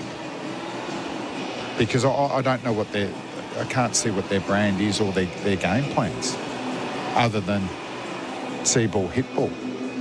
Let's score against them, but it's not that easy. And we saw Travis Head and that give acknowledgement to Khawaja, McSweeney and Labuschagne that they didn't expose him to the new ball. So, you know, not expecting him to all average 45, but if the middle order comes in and at the 35-40 over mark, you know that you can just dominate the game. And then from 60-80, Morne Morkel, the Indian bowling coach, he just said, no, we just lost our way. Why? They talked about that was the tough times. You know, we want to dry up the runs, 60 to 80 overs. Jadeja was part of those plans, and Travis Head took him down. But they didn't do any funky stuff with their fields to help out Jadeja. So I'd say what their plans. I'd say what plans? Yep, which is the worst traits of the old Indian teams that toured here. They had brilliant players, but not really the stamina for the 5 days and the 4 tests, and that's why their teams populated with great players continually lost here. Yeah, and I said at the time, and it would have been a massive call, but I would have liked Jasprit Bumrah to remain captain. Yeah. I'm hearing he's not against being captain. Make the call. And so he knows he's the man. I just thought him and Kohli worked really well together in that first test. Then in Adelaide, both of them let Rowett's back, so it's his show. Kohli was a bit more up here. But even I'd be hoping Bumrah as captain, when he gets that 6th wicket, he tries to get 8. As Healy said, they're not bowling massive amount of overs. They're getting rest. So you can't, in hindsight, but yeah, I'd like Bumrah as captain. Yes, so Rowett's batting innings here are huge with all of that going on as a backdrop. Particularly if Rahul gets runs, like, again, because he's the one that talk about drop down, and he sort of band-aids where the cracks are. But I can't see Rowett getting runs. It's not the way that he's made himself as a test cricketer. It's been opening, getting out there and just taking them on. He's sitting in the sheds. He's coming in when the Australians are on top. You know, he's not technically, you know, a correct batsman like a Rahul. I don't think he's going to tough it out. So he's going to have to fight fire with fire. And that's a tough attack to do that against in these conditions. The timing of the arrivals, it's a point so well made as Head arrives in the 34th over, Part's in the 8th over. They're the same counter-attacking number 5. Yeah, a game plan which saw Part come out at that I think that's trouble for the Australians. Yeah. And Reddy, the way he plays. But I didn't see any tough or you know, I'd back the Australians, you know, questionable techniques at times. But, you know, as for their attitude and their ability to try and stick it out, I'd give all the top three a pass mark for Australia. Yep. And in Adelaide too. Rain has stopped, just as Healy said it would. So, well done, see Healy. some action shortly. Yeah. Or action in the middle. It'll still take them 15 minutes or so to get the ground ready, I'm sure.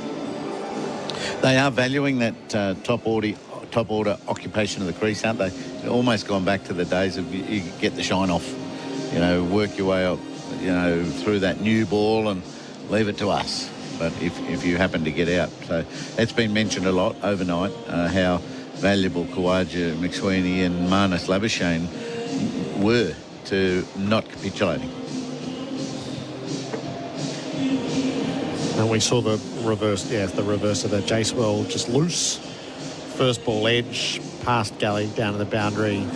Second ball flicks it straight to mid-wicket. Happy to hit it in the air. Hits it straight to Marsh.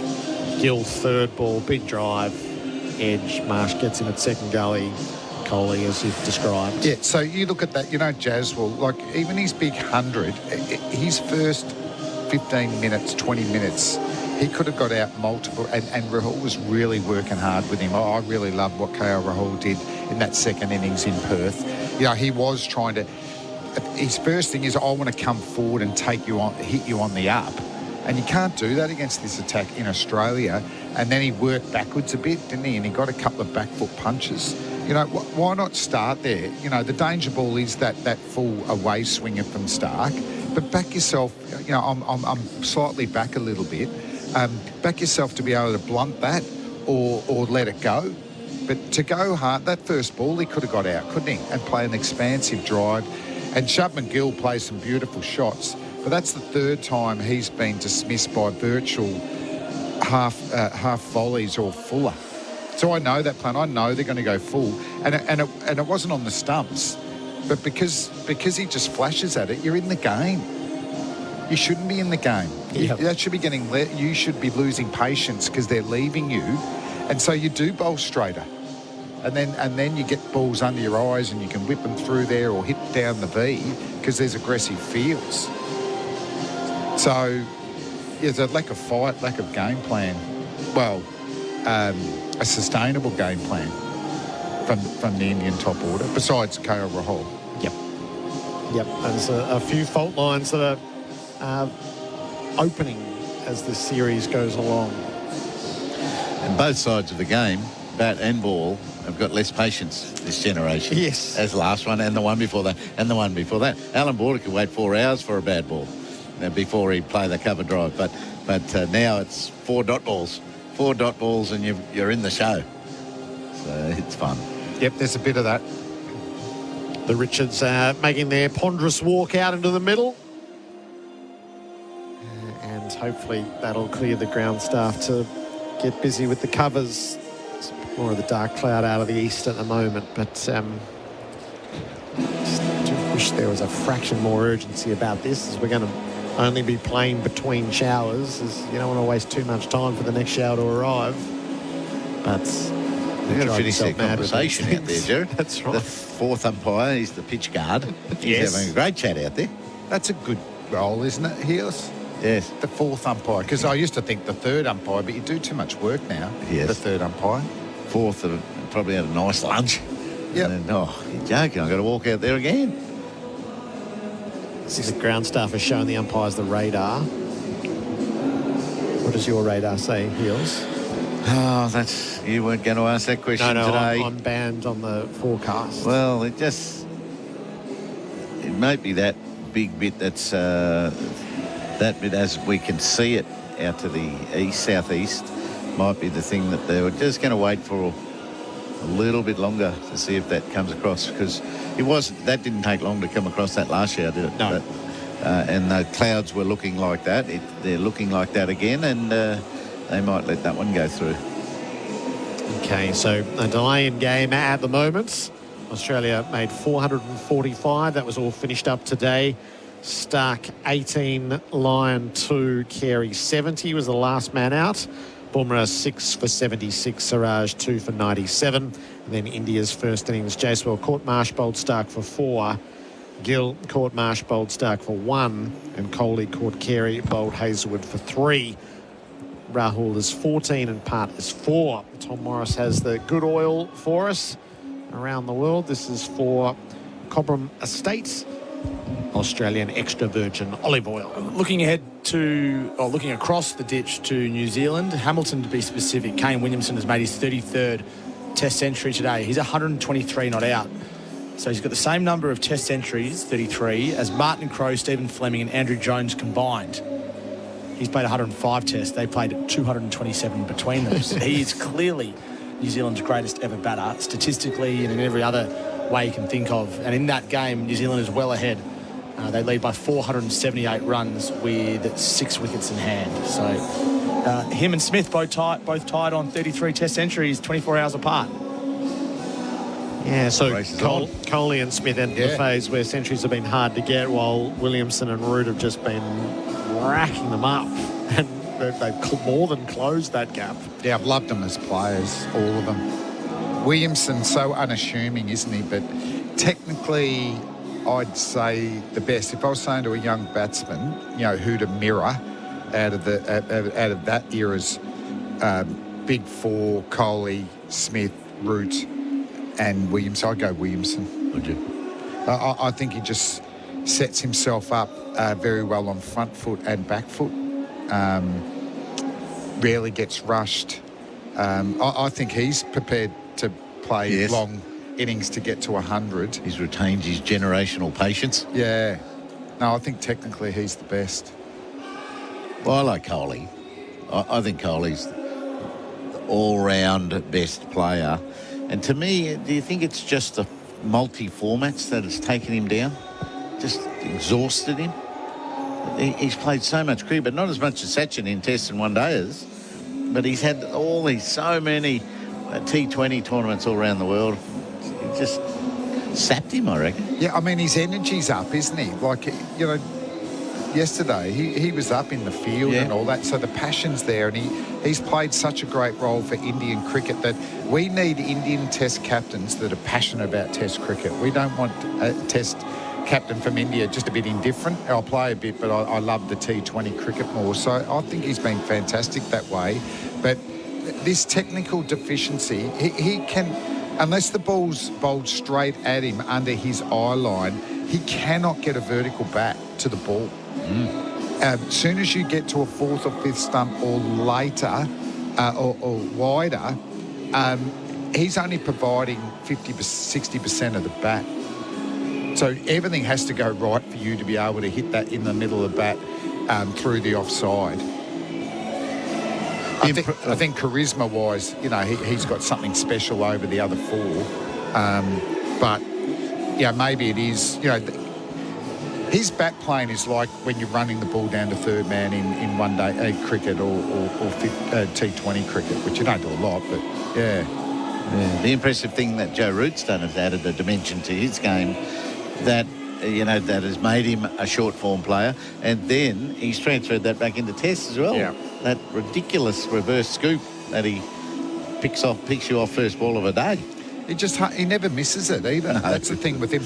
I think the captaincy never sat well with Joe Root. I don't think he was a natural captain. We know that can be a bit different from leadership. I don't think he ever wanted to be the main man. And certainly Ben Stokes, when they look at Ben Stokes, the rest of the team know that that's their captain. And Root's been happy to be still the leader, but go there. But his batting has actually gone to a new level under Bazball, whereas when we first come out going, his game's not quite set up for that. But it has. He's thrived. And then how big does it look next summer? Because I know it's been mentioned many times before, but to tick off that last little thing to be complete, you need hundreds in Australia and potentially winning a series.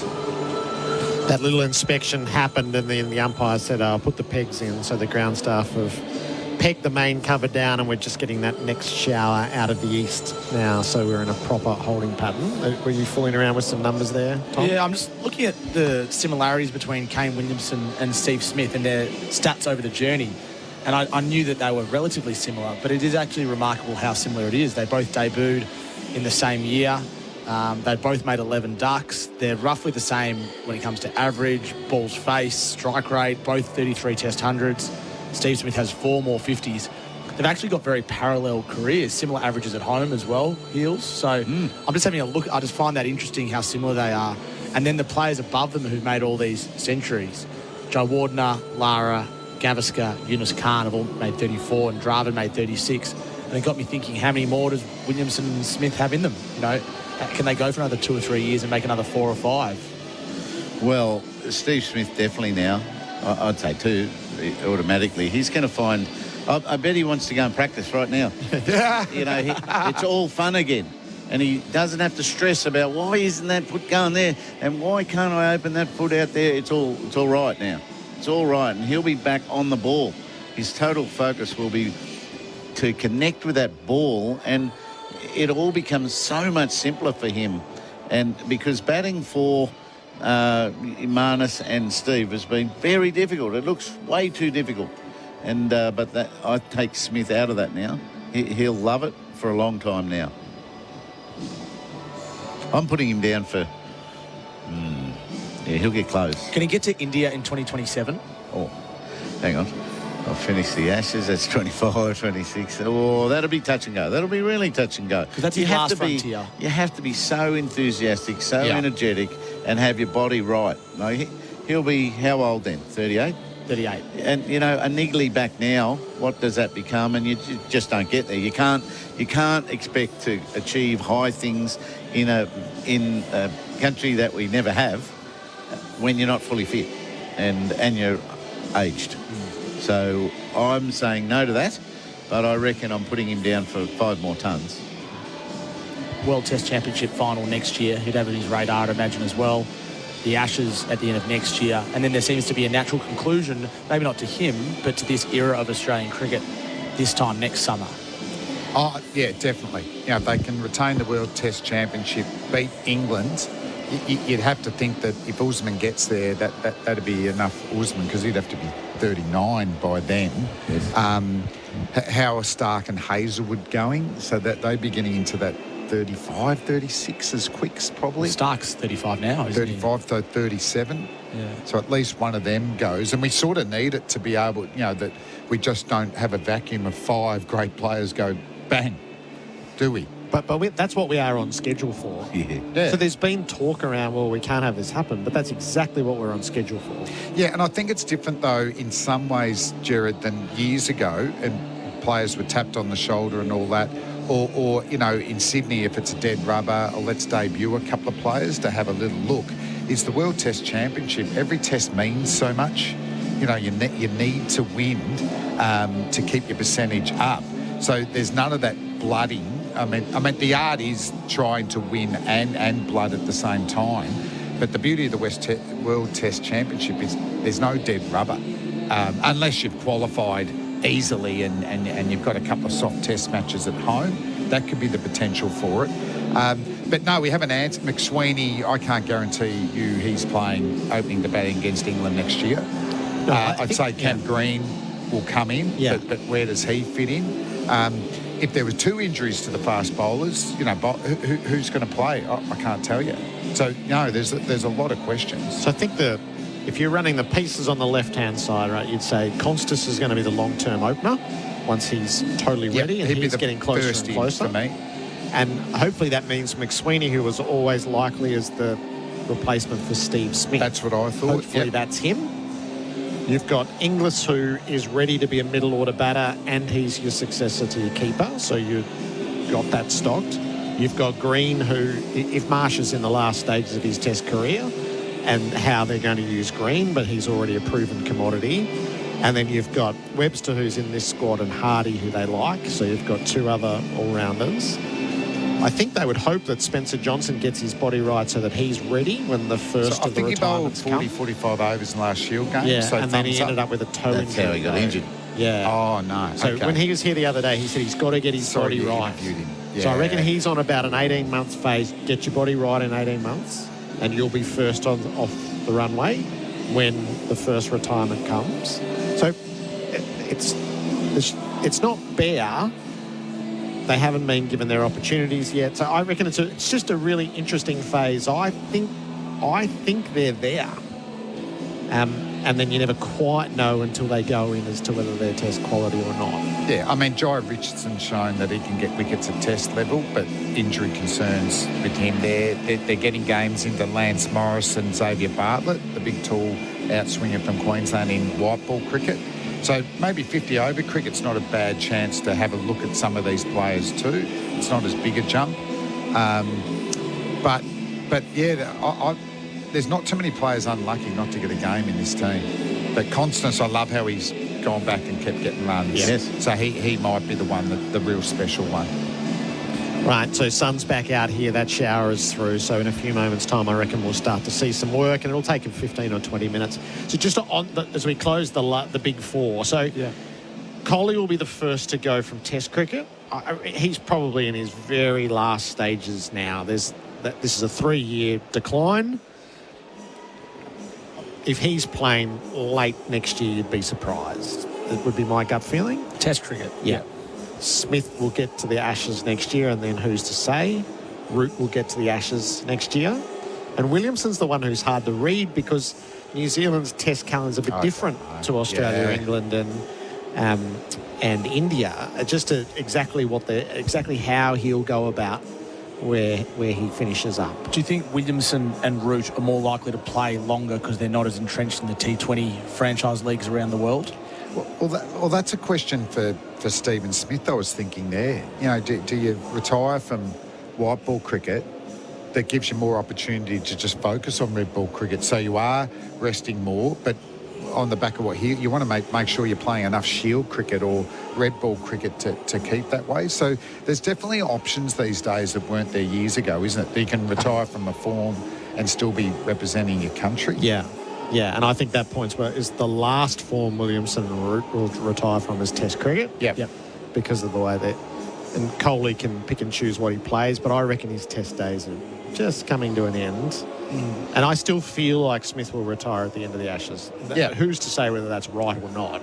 But he's always... But I don't mind. Like, this is what we just don't see many retirements, do we? So even Dave Warner's was forced, wasn't it? Warner wanted to keep playing.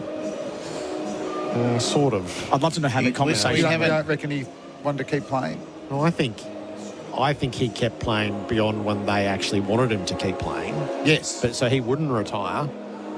And then they didn't have the fortitude to retire him. Yes. So in the end, Warner named his own end date. Yeah. Yeah, but they'd finally got to a win where they said, mate, you can't keep going. Well, he nominated it, didn't he? Yeah. He nominated that time. That's right, in England. Yeah. I'm yet to hear a version of events where they said to him, hey, we need you to finish up at this point. Yeah. I think he chose his stepping off point well beyond when they would have been happy for him to be gone. So for Stephen Smith, I'd love if he was, proactive in his own mind, but it's still a long way away. The Ashes, isn't it? Yeah. And before this test, we were still querying, and it's still a couple of tests in a row. Like even Marnus Labuschagne after Adelaide, hit back that, they were labelled the worst test team of all time, which they weren't, but they were under the pump because of performances and he's back. But and we know how he battled hard, but he's not in the runs. No. So he's made it's it not 64. Over. That's not it at number 3, is it? So, no. That was good, but you'd like to see it followed up. Yeah. Well, it's compulsory at 3 to do that, isn't it? He didn't follow it up, so he goes back on the whiteboard. Yeah. And Usman, whilst they're doing that valuable job at the top, he hasn't found any fluency for some time either. Marnus is unusual, though, Heels, isn't he? Because he's 30 and he should be at his prime, just like what Travis Head is. But for whatever reason, he's just fallen off the perch the last 18 months. Yes, and I wonder who knows those reasons. Marnus himself, who's he told? His batting coaches, do they know? And can they come up with a solution quick? All right, so they're going to start to prepare the ground for some play. The umpires have been out, the rain has stopped. There's a little bit of blue sky out to the east, so I reckon we're through the showers for the time being. India is 3 for 27. We got 11 balls in after the lunch break, so we'll bring Adam Collins and Bharat in to guide you through the next phase, which will include some cricket. This is SEN Test Cricket for Royal Caribbean. Come seek Royal Caribbean and for Hijaz Halal Financial Services.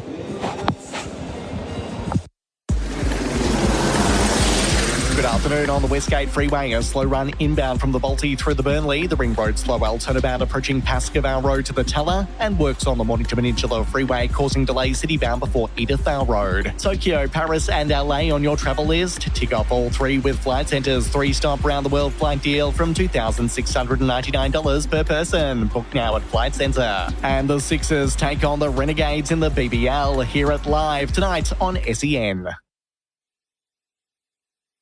Looking for a halal super fund? Talk to Hijaz Financial Services, keeping halal super affordable. HijazFS.com.au. This information is provided by Hijaz Financial Advisors Proprietary Limited, AFSL 517686, and Hijaz Islamic Credit Solutions Proprietary Limited, ACL 480542, and does not take into account your objectives, financial situation or needs. Get your aircon ready for summer and save with these two great offers from Chadstone Toyota. AC service for $295 and AC sanitise and deodorant, including AC filter replacement, just $199. T's and C's apply. LMCT 8169. Oh, what a feeling. Gerard Whateley here. You've probably heard me broadcasting the Super Bowl, AFL and Test cricket on SEN. There's no better feeling than being there live at these events, and now you can too with pay.com.au. If you're a business, simply pay your bills using pay.com.au, and for every business expense, you'll earn points to use on exclusive events, business class travel and more. Join more than 30,000 business owners and get rewarded for your business payments. Search pay.com.au today. For everyday rehydration, choose Hydrolite. Scientifically formulated to rehydrate you faster than water alone. Always read the label and follow the directions for use. Did you know you can watch all your favourite SEN shows on YouTube? Subscribe today. Your active, vibrant life starts at Jubilee. Just 35 minutes from Melbourne CBD, Jubilee in Wyndham Vale offers the ultimate active lifestyle. With sports fields, parks and nature trails. House and land packages start from $503,600. Visit myjubilee.com.au.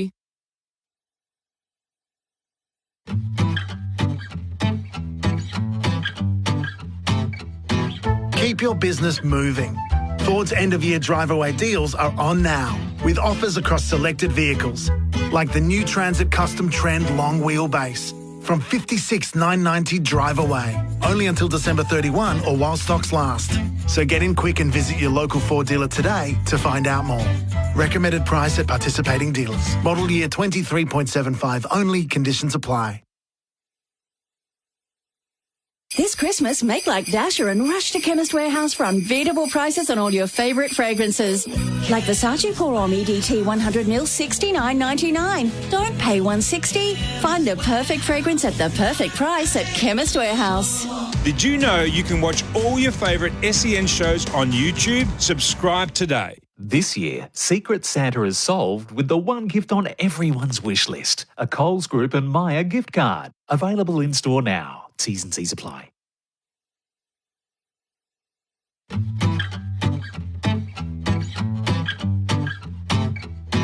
Keep your business moving.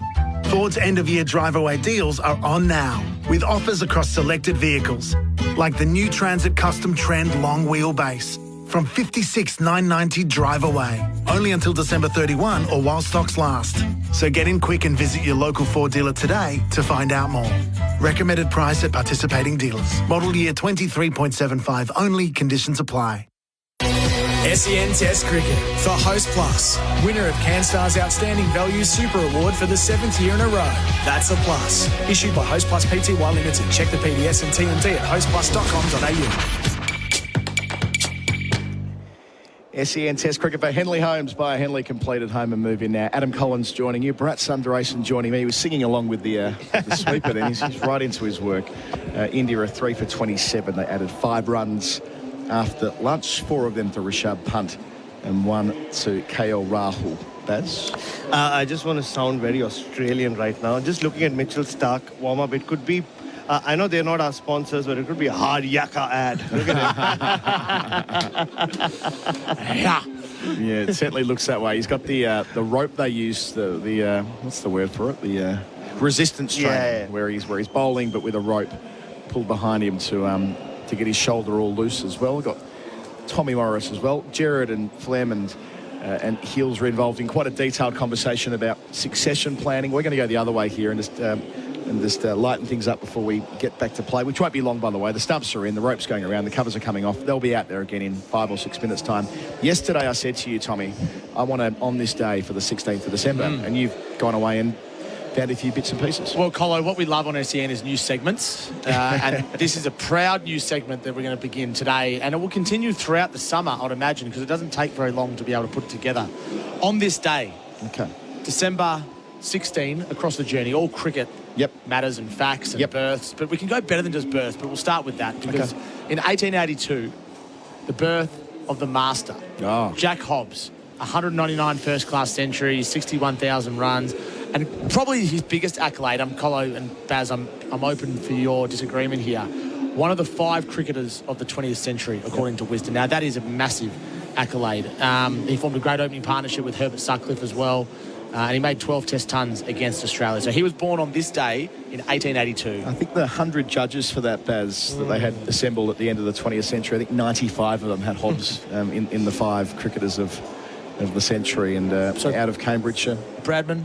It was Bradman, Warne, Sobers, Hobbs and Richards. Richards. That's right. But yeah, Hobbs, it's an interesting career because he didn't get a chance to play for Surrey until he was mid-20s. He was playing in Cambridge and Cambridgeshire. He started his career actually growing up in that part of England and at a place called Parker's Peace.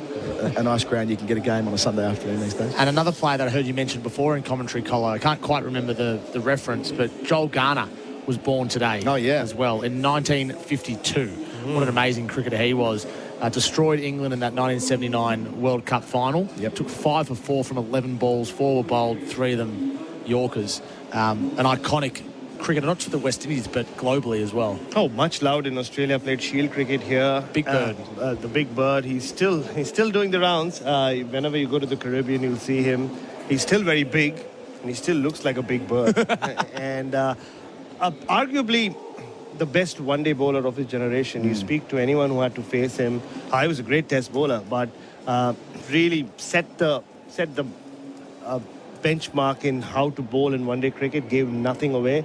And that 1979 World Cup final was a great example of that, and also became the benchmark for towering fast bowlers, right? Whoever came after that. Still got the best one-day bowling average ever. Categorised 18.8. And it's 72 today. So, and your duty bound to mention Joel Garner whenever referencing gully fielders as well. Yes. That Mitch Marsh attempt earlier. We said had he been a foot taller, well, if Joel Garner was in the gully, that's the reference. That was the reference. You also mentioned Belinda Clark earlier as well, who's an iconic Australian cricketer of the previous generation. Probably, I say this with respect, probably Australia's first great female cricketer in the digital age or the TV age. That would make sense. She made her 229 from 155 balls against Denmark in the 1997 Women's World Cup on this day in 1997, as I mentioned, which until Rohit Sharma plundered 264 was the highest ever score in a ODI for a male or a female. So one of the all-time great players. It was a full-page piece in the Times of India. I remember 1997. Was it? It happened in India, and this is when women's cricket barely got a mention in India or in Indian media. But in a weird way, I want to say Belinda Clark put women's cricket on the front page or on the back page. It was a full-page story on her, big picture, and obviously the end of that World Cup with the final, they filled up the Eden Gardens, didn't they? It's quite the atmosphere. A young Jilan Goswami who was taken to that game as a 10-year-old, I think it is, and went on to have the best career ever for India as a bowler. Belinda Clark, 229 time in that innings. 22 fours, no sixes. So think about how much running she did. Oh, wow. Throughout the course of it. I think to be out there for that long and not hit a six. And hadn't Charlotte Edwards had, broken the record in the previous game or probably the previous I think it was the same day. I think Lottie broke the record on the same day. And then we've got a restart time here, by the way, 1:45. So 3 more minutes to drift and we'll be back into things. 3 for 27 to score. The Aussies and the Indians about to cross the road. I've got a bit more drifting to do, if you just allow me. We've got time. 1969, the birth of Craig White, England all-rounder. And I believe Darren Lehmann's former brother-in-law, and they played against each other in the 02-03 Ashes.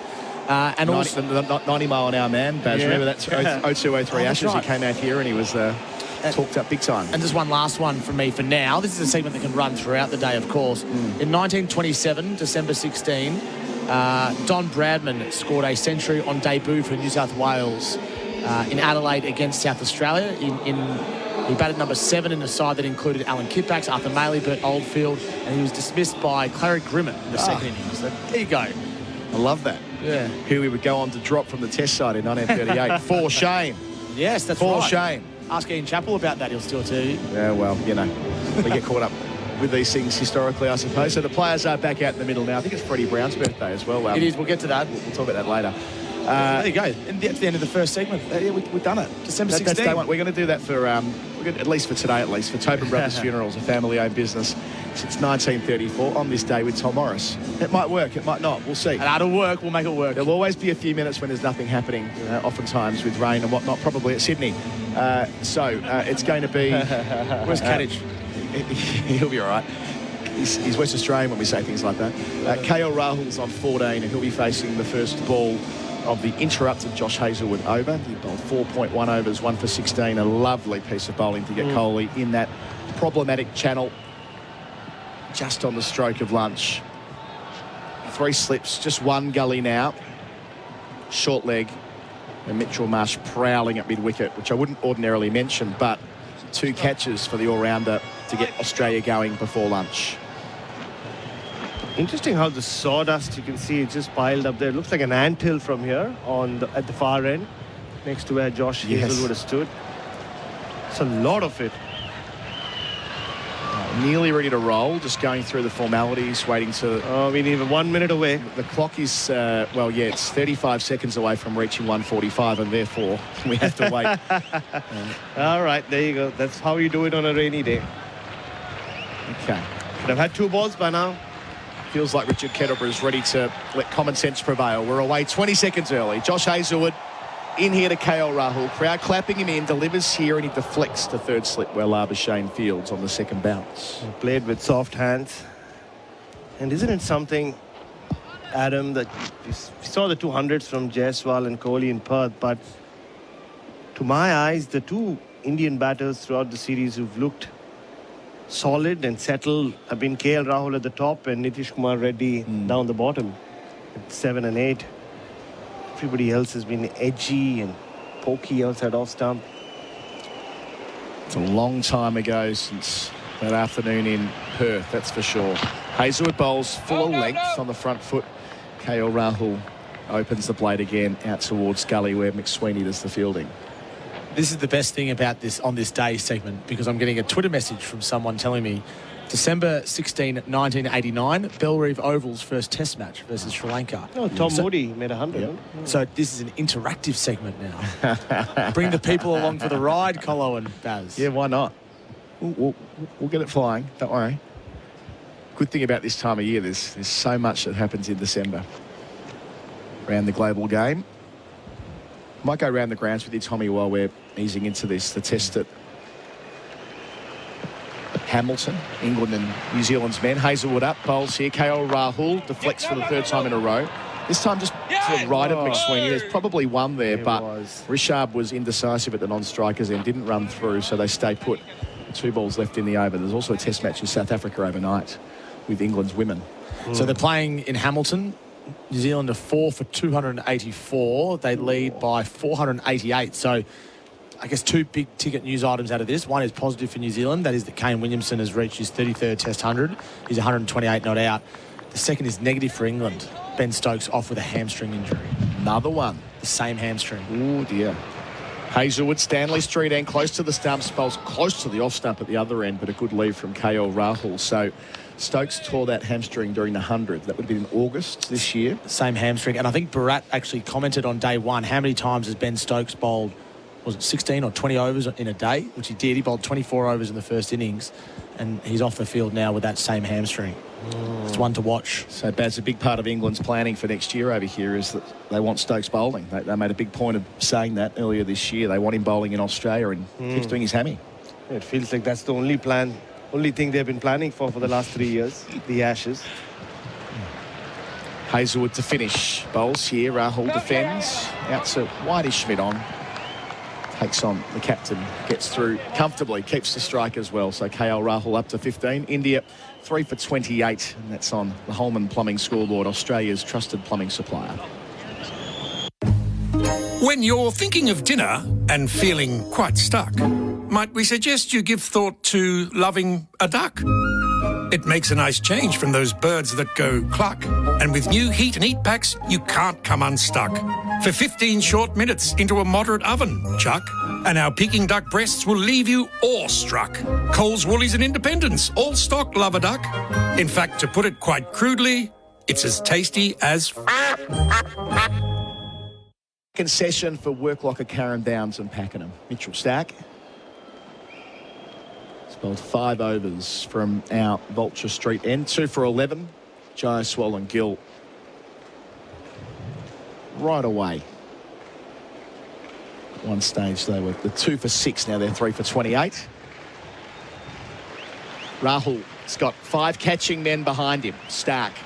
Left arm over bowls. Here, back of a length. One hand off the bat. Tucks it around the corner. Nathan Lyon does the fielding. He's 15. 3 for 29, India. Yeah, once again, seems to be the only Indian batter who's not rushed with that short ball. He played it with soft hands, rode the bounce quite comfortably. Not many would have picked coming into the series, Adam, if you'd said that KL Rahul at the top of the order end up facing more balls than any of the others. Especially after that dismissal in that second innings for that India-Australia A game, where there were so many question marks about where his head was. So Rishabh's turn here. Got a couple of starts at Adelaide. 28 and 21. Stark 3 slips to gully. Deep backward point catching. Bowls here. He's forward defending. I say catching. He's 2/3 of the way back for that slash that he likes to play. Played 9 test matches against Australia, all in Australia, of course, because he missed the last Border Gavaskar series with injury, averaging 51, striking at 70. And, of course, the 89 not out here 4 summers ago. Yeah, this was the setting, wasn't it, for what at that point was looked at as the start of the Rishabh Pant era. A signature moment on Australian soil. And a sprightly return to Test cricket this year. After 18 months away, Stark up to him and Punt skews it out to cover. It was full and swinging away. The Stark stock delivery didn't quite control it out to head, but was along the grounds. We're probably at that time of the year we start thinking about composite teams, team of the year, and Punt. He's got 100, he's averaging 39, 7 Test matches. Don't think he'll be the keeper of the year. A couple of other contenders in there. Kyle Verreynne from South Africa, probably. He's had a good one. Yeah, he's got a good year. He's scored runs here. Yes. Difficult conditions 2 years ago. Jamie Smith, pretty good start for England as well, albeit missing this series in New Zealand. Stark away from us again. Passes umpire Illingworth, delivers. Punt, drives and beats Head at cover. Didn't middle it, so Head will have a chance to haul it in. It slows up nearing the rope. An easy 3 for the left-hander. He's 7 from 5 balls. India 3 for 32. Yeah, just pushed it into the covers. It wasn't a shot in anger. If it was full, it swung a little bit away from him. Rishabh Pant just, like he does, he's all forearms when he plays. He doesn't often play the drive. He's a punchy player. Just on Jamie Smith making it to the composite 11. I don't know, England say they don't care about the WTC. Maybe they'll say we don't care about composite 11s either. 3 slips, 2 gullies. Rahul facing Stark. He leaves on length outside the line of the off stump as well. I found that infuriating, that Ben Stokes line last week about, you know, who could possibly understand what it's all about anyway? And that tacit undermining of a tournament that's there to help bolster Test cricket around the world and make sure that every Test match counts. That line running alongside the other point that they often say, all versions of it, about their brand of cricket being, I don't say saving Test cricket, that's others who have said that, but making it more popular in England. Those two things don't add up, they don't tally. Stark again ends the over at Rahul, who defends with one hand off the bat. Bit of extra bounce back towards the right-hander. So 3 for 32 with 4 runs coming from the over. Rahul's on 16, punts on 7 on the Holman Plumbing scoreboard, Australia's trusted plumbing supplier. Tired of running out of sparkling water or having to carry heavy bottles from the supermarket? Then get a SodaStream and make fresh sparkling water at home whenever you want. And if you feel like getting creative, add your favourite flavour like Pepsi Max, Lipton Iced Tea, ginger beer or passion fruit. There's a flavour for everyone. Never run out of sparkling drinks again this summer. Fizz, mix and enjoy with SodaStream. Second session for Work Locker, Carrum Downs and Pakenham. Adam Collins, Bharat Sundaresan. Just returning to that World Test Championship point with England. They've had 22 points deducted, so nearly 2 full Test wins on the basis of their over rates. Remember we were at Leeds last year and they got on a Saturday afternoon. Pat Cummins gets his first bowl of the Test match. 4 in the cordon. Bowls hit a punt over the wicket. Plays with soft hands out to McSweeney, who's in the gully, no run.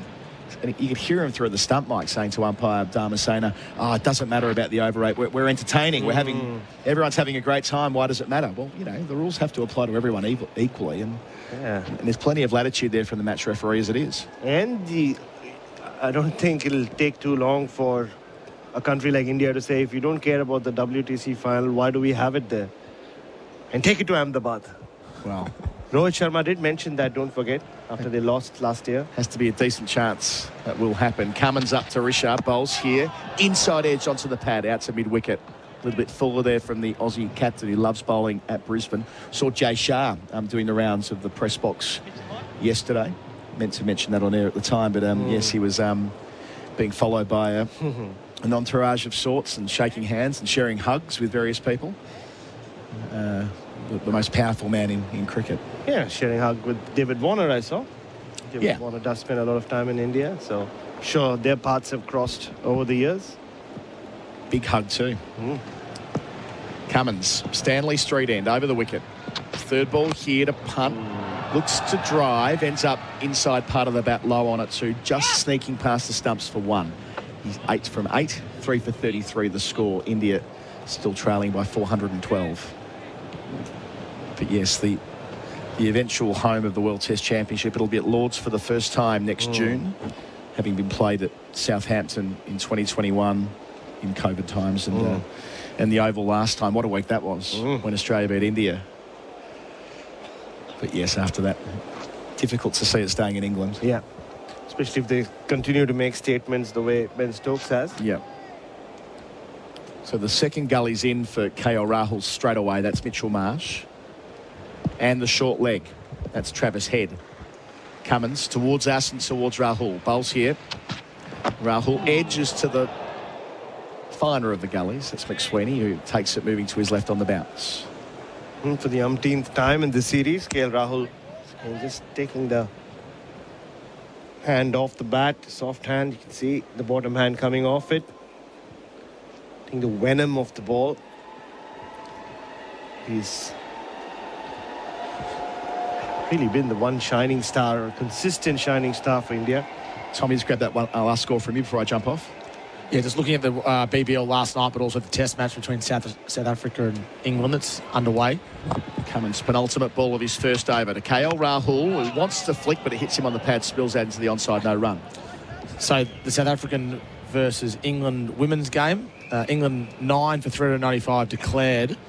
South Africa bowled 8 bowlers in that innings, and in response, South Africa a no wicket for 17 off 6 overs. So it's a busy day in that game in Bloemfontein. And then the BBL last night, well, the Stars got off to a poor start against the Scorchers. In the end, the Scorchers were too good. The Scorchers won by 6 wickets, and the news out of that was Hilton Cartwright, which I'll tell you after this. We might do it next over. So Cummins to finish up here. Bowls to Rahul, close to the stumps, and again he deflects under his eyes, out to point. Marsh does the tidying up from the second gully position. So he's 17, keeps the strike, punts on 8. It's 3 for 34. That's on the Holman Plumbing scoreboard, Australia's trusted plumbing supplier. Ring-a-ding-ding! Welcome to Tasman Butcher's Secret Specials with Frank and Mario. We've got it all this Christmas. Farm 88 yearling beef ribeye steak or roast. Only $39.99 a kilo. Fabris semi-boneless ham. Only $10.99 a kilo. The freshest cuts and the largest variety. Don't settle for the other stuff. Eat better meat with Tasman Butchers. Merry Christmas from Frank and Mario. Tasman Butchers, the meat specialists. Our coverage is for Henley Homes by a Henley Complete at Home and Move In Now. Tom just going through the Hilton Cartwright injury news from last night at Perth Stadium. As Stark sets off beneath us, Vulture Street end. Rahul 17 over the wicket. And he defends, no runs the call, just into the onside. This was concerning when Hilton Cartwright attempted to field a ball on the boundary. Didn't know whether his head, concussion, or his shoulder. Ended up actually being his neck, and he was stretchered off the field. The good news is he's had scans. He spent the night in hospital. He'll return to Melbourne in the next couple of days. The Stars aren't saying yet when he'll play again, but he doesn't have serious damage to his neck. He's been cleared of that. So that was the main thing for Hilton Cartwright. I think it's probably fair to say he's one of the good men of Australian first-class cricket, Hilton Cartwright. Widely admired. Yeah. He's played Test cricket. Having a really strong season as well. 530 runs at 53 in the Shield, second top on that list. And talking about transitions in Australian cricket, he wouldn't be a million miles away. Stark here, up to the crease, bowls to Rahul, back of a length and works it behind the square leg umpire. For a moment I thought it was uppish, but he did keep it down. He's 18, 3 for 35. It's back-to-back strong seasons, and of course WA have won the last three Sheffield Shields with Cartwright front and centre. Very much so. And he contributes in different ways. And at times you have players making their Test debuts and you're like, ugh, did they get there 2 or 3 years before they should have? And he could well be one of those. I mean, obviously it always looked like a makeshift selection, didn't it, Adam, back then? Yeah, they were looking for a number 6 who bowled some overs when Mitchell Marsh was injured. Going back a while now, but early 2017. Played one Test in Bangladesh later that year in a similar role. Stark up, bowls to punt here. It's full and straight and dug out to that deep backward point position. He gets 1. He's 9, 3 for 36. In fast bowling or fast bowlers returning from injury news, much closer to our hearts, Adam Collins. Yes. I was at the Allen Waterfield on the eve of this Test match. Just part of the panel for Queensland Cricket's breakfast.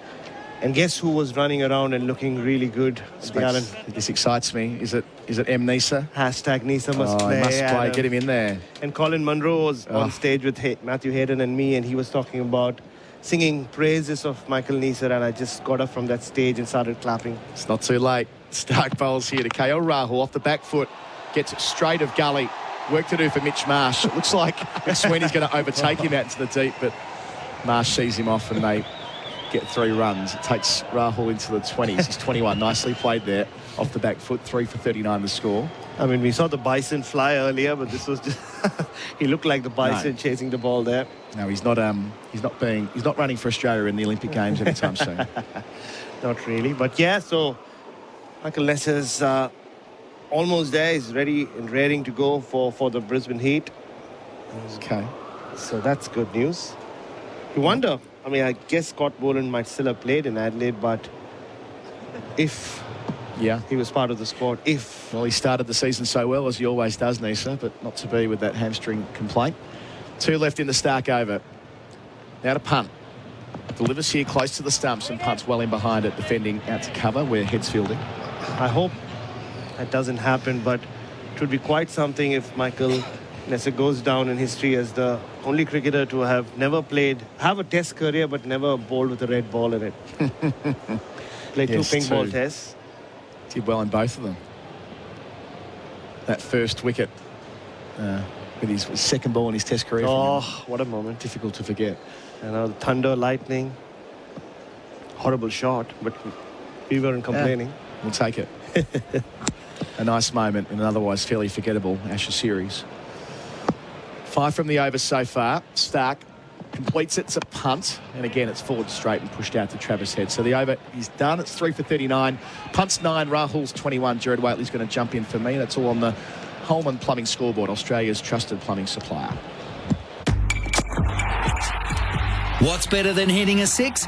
Hitting a 7. At Host Plus, we've brought home the CanStar Award for Outstanding Value Super for the 7th year in a row. Outstanding Value Superannuation? That's a plus. Issued by Host Plus Pty Limited. General advice only. Consider your circumstances and the relevant Host Plus PDS and TMD at hostplus.com.au before deciding. Search Compare Host Plus today.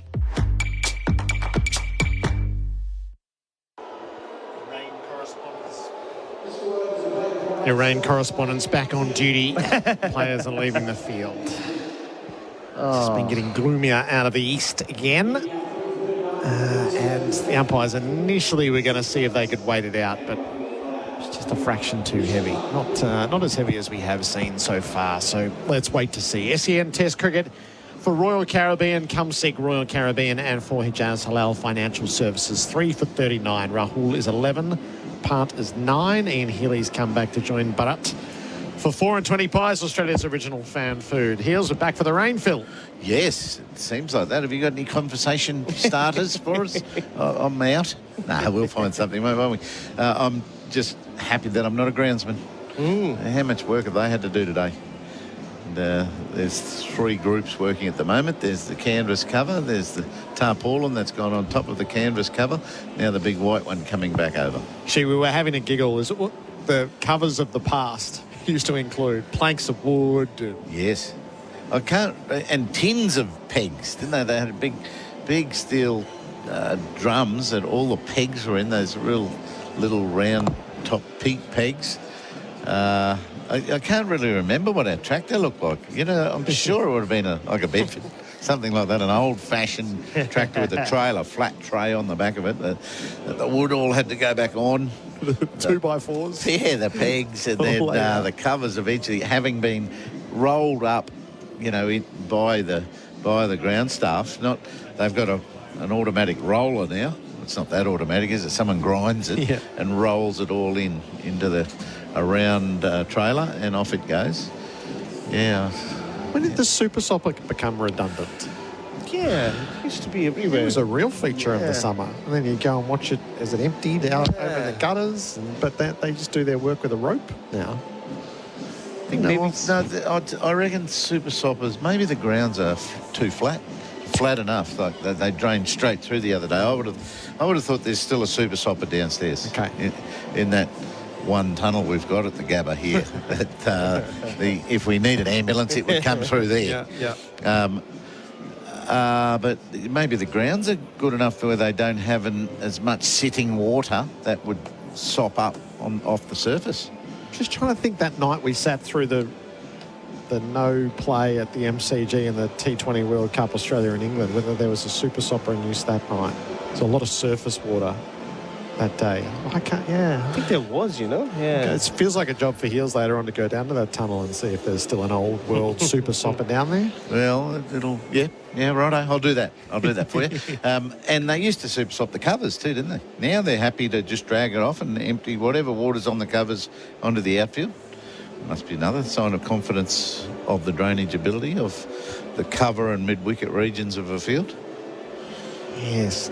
We didn't get very far in that phase, did we? It was only about 20 minutes and there was no real threat to the batters, nothing extravagant from Pant, so just a consolidation period, I reckon, which was absolutely necessary from India. Oh, very much so. And KL Rahul just looking more and more like the guy who probably will end his career as a test opener. I can't see him moving from that position now. The only Indian batter who hasn't looked rushed today by what the Australians have offered. They needed that because it could easily have been the kind of day where every time India come back on, they lose a wicket or two, and by the end, Australia is so far ahead in the game, it doesn't matter how many rain breaks we've had. So they need to kind of make sure it's not going to be easy, I'm sure, to switch on and switch off. I mean, Rishabh Pant is always switched on, so that's not a problem for him. But for them to go out there and just make sure there's no further damage anyway. There's a little bit pedestrian by the bowlers, just searching for good length.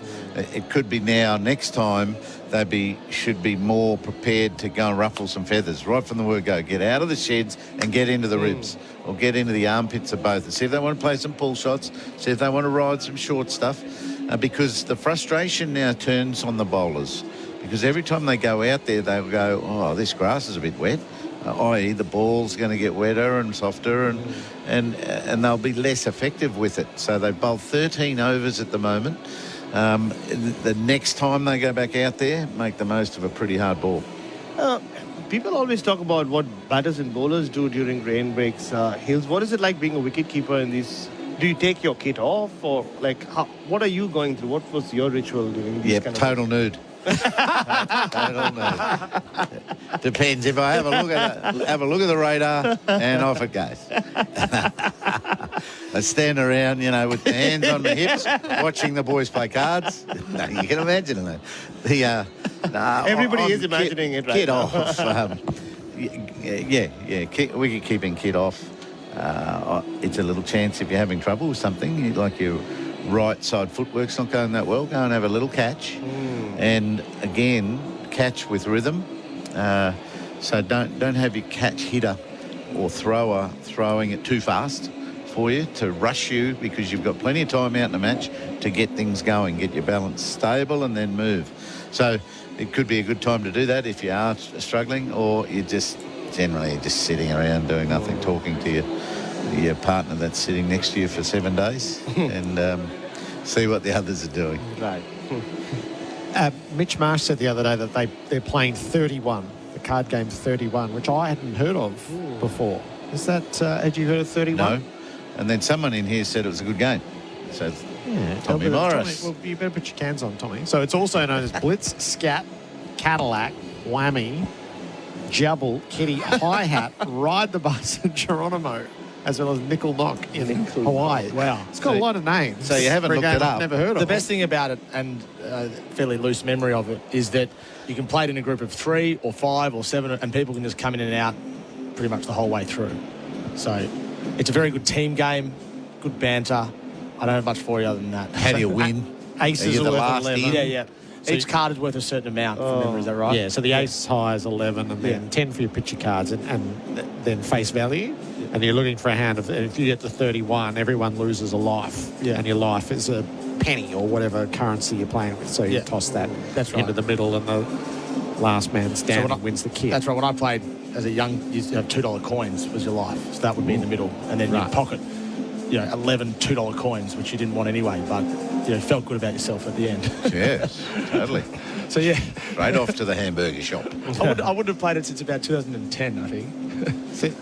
2000. Oh, right. So it's a bit of an old game, not a new game. Not a new game. I was trying to think through when that was said. So my parents played canasta, which they taught us as kids, but that wasn't our generation. That's the previous generation. And then gin rummy. Yeah, I reckon that belongs to the canasta era. Okay. Just trying to think what else. So 500 was probably my generation's game. Did you play that?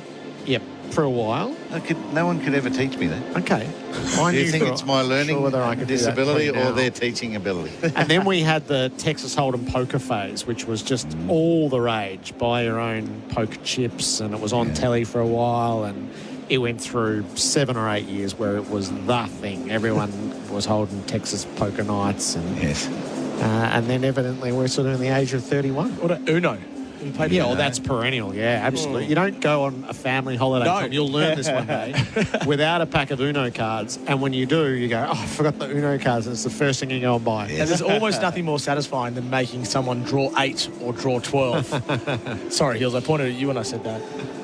You have to judge the mood of the kids as to whether you're going to enforce that or not, or whether you're pulling your punches. I didn't think there was any such thing as pulling your punches. No, you'll learn this. Oh, okay. And you draw up the tournament sheet, so that you get round 1, round 2, round semi-final, final, and one of your kids has lost the plot by then. My son we caught him out on the balcony at Positano praying.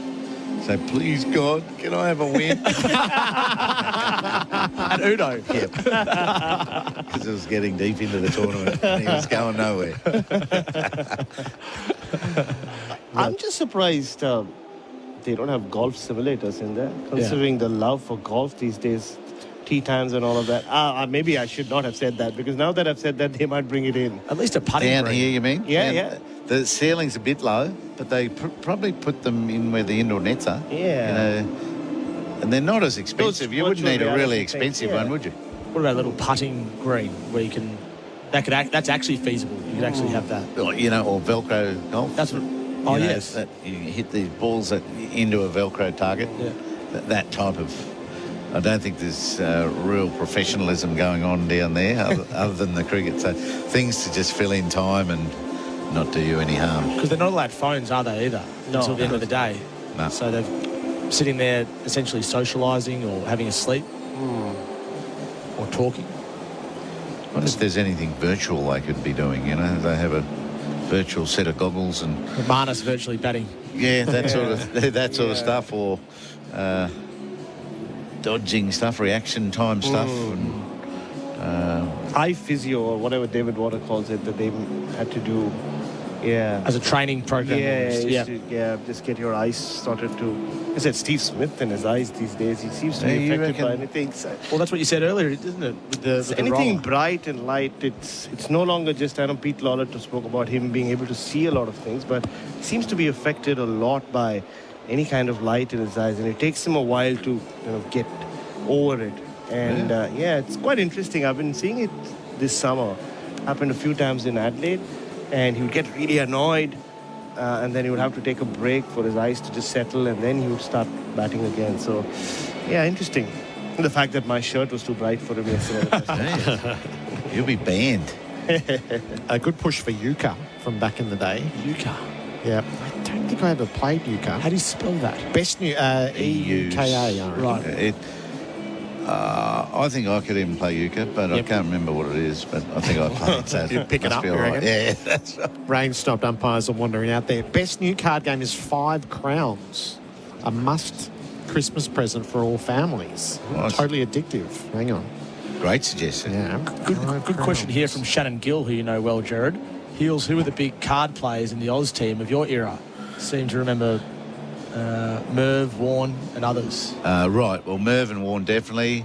Terry Alderman, Mark Taylor would have had a full Ashes tour. 4.5 months, every rain delay and then every bus trip. And what Warney would do was play the game a second time. You know, they'll throw their cards in and it's over. Warney then commentates what happened and what he should have done and what you could have done. Why didn't you do that? Analysis. Just deal the cards and play on, mate. Oh, the post-mortem was huge. To Merv, Warney, Tim Zura. Yeah, Tim Zura was a player on the bus. So Ben Graham tells sort of frightening stories of flying on private planes between games where teammates are playing for hundreds of thousands of dollars. You just had to there were no casual the card NFL games, and evidently the NBA circuit's a bit like that. Yes. And there are moments where it's been known to fracture team harmony. What happens in the card game on the plane? He's not paying up. As watchers move their way around the table. Well, when Michael Jordan did the Last Dance documentary, I didn't know much about his life aside from basketball, and I was amazed to see that he plays golf regularly for thousands, if not tens of thousands of dollars. Okay. I guess if you have it, Heels, you may as well. If you're going to go chips in, now's the time because they're lifting the covers, so we're not long for this hand. Yuka, this is back with this. My gaffes are PhDs in Yuka. E-U-C-H-R-E is the correct spelling of Yuka. Our correspondents sort of got to the point, but I'm 5 Crowns. I'm ordering that right now. Righto. I'll report back.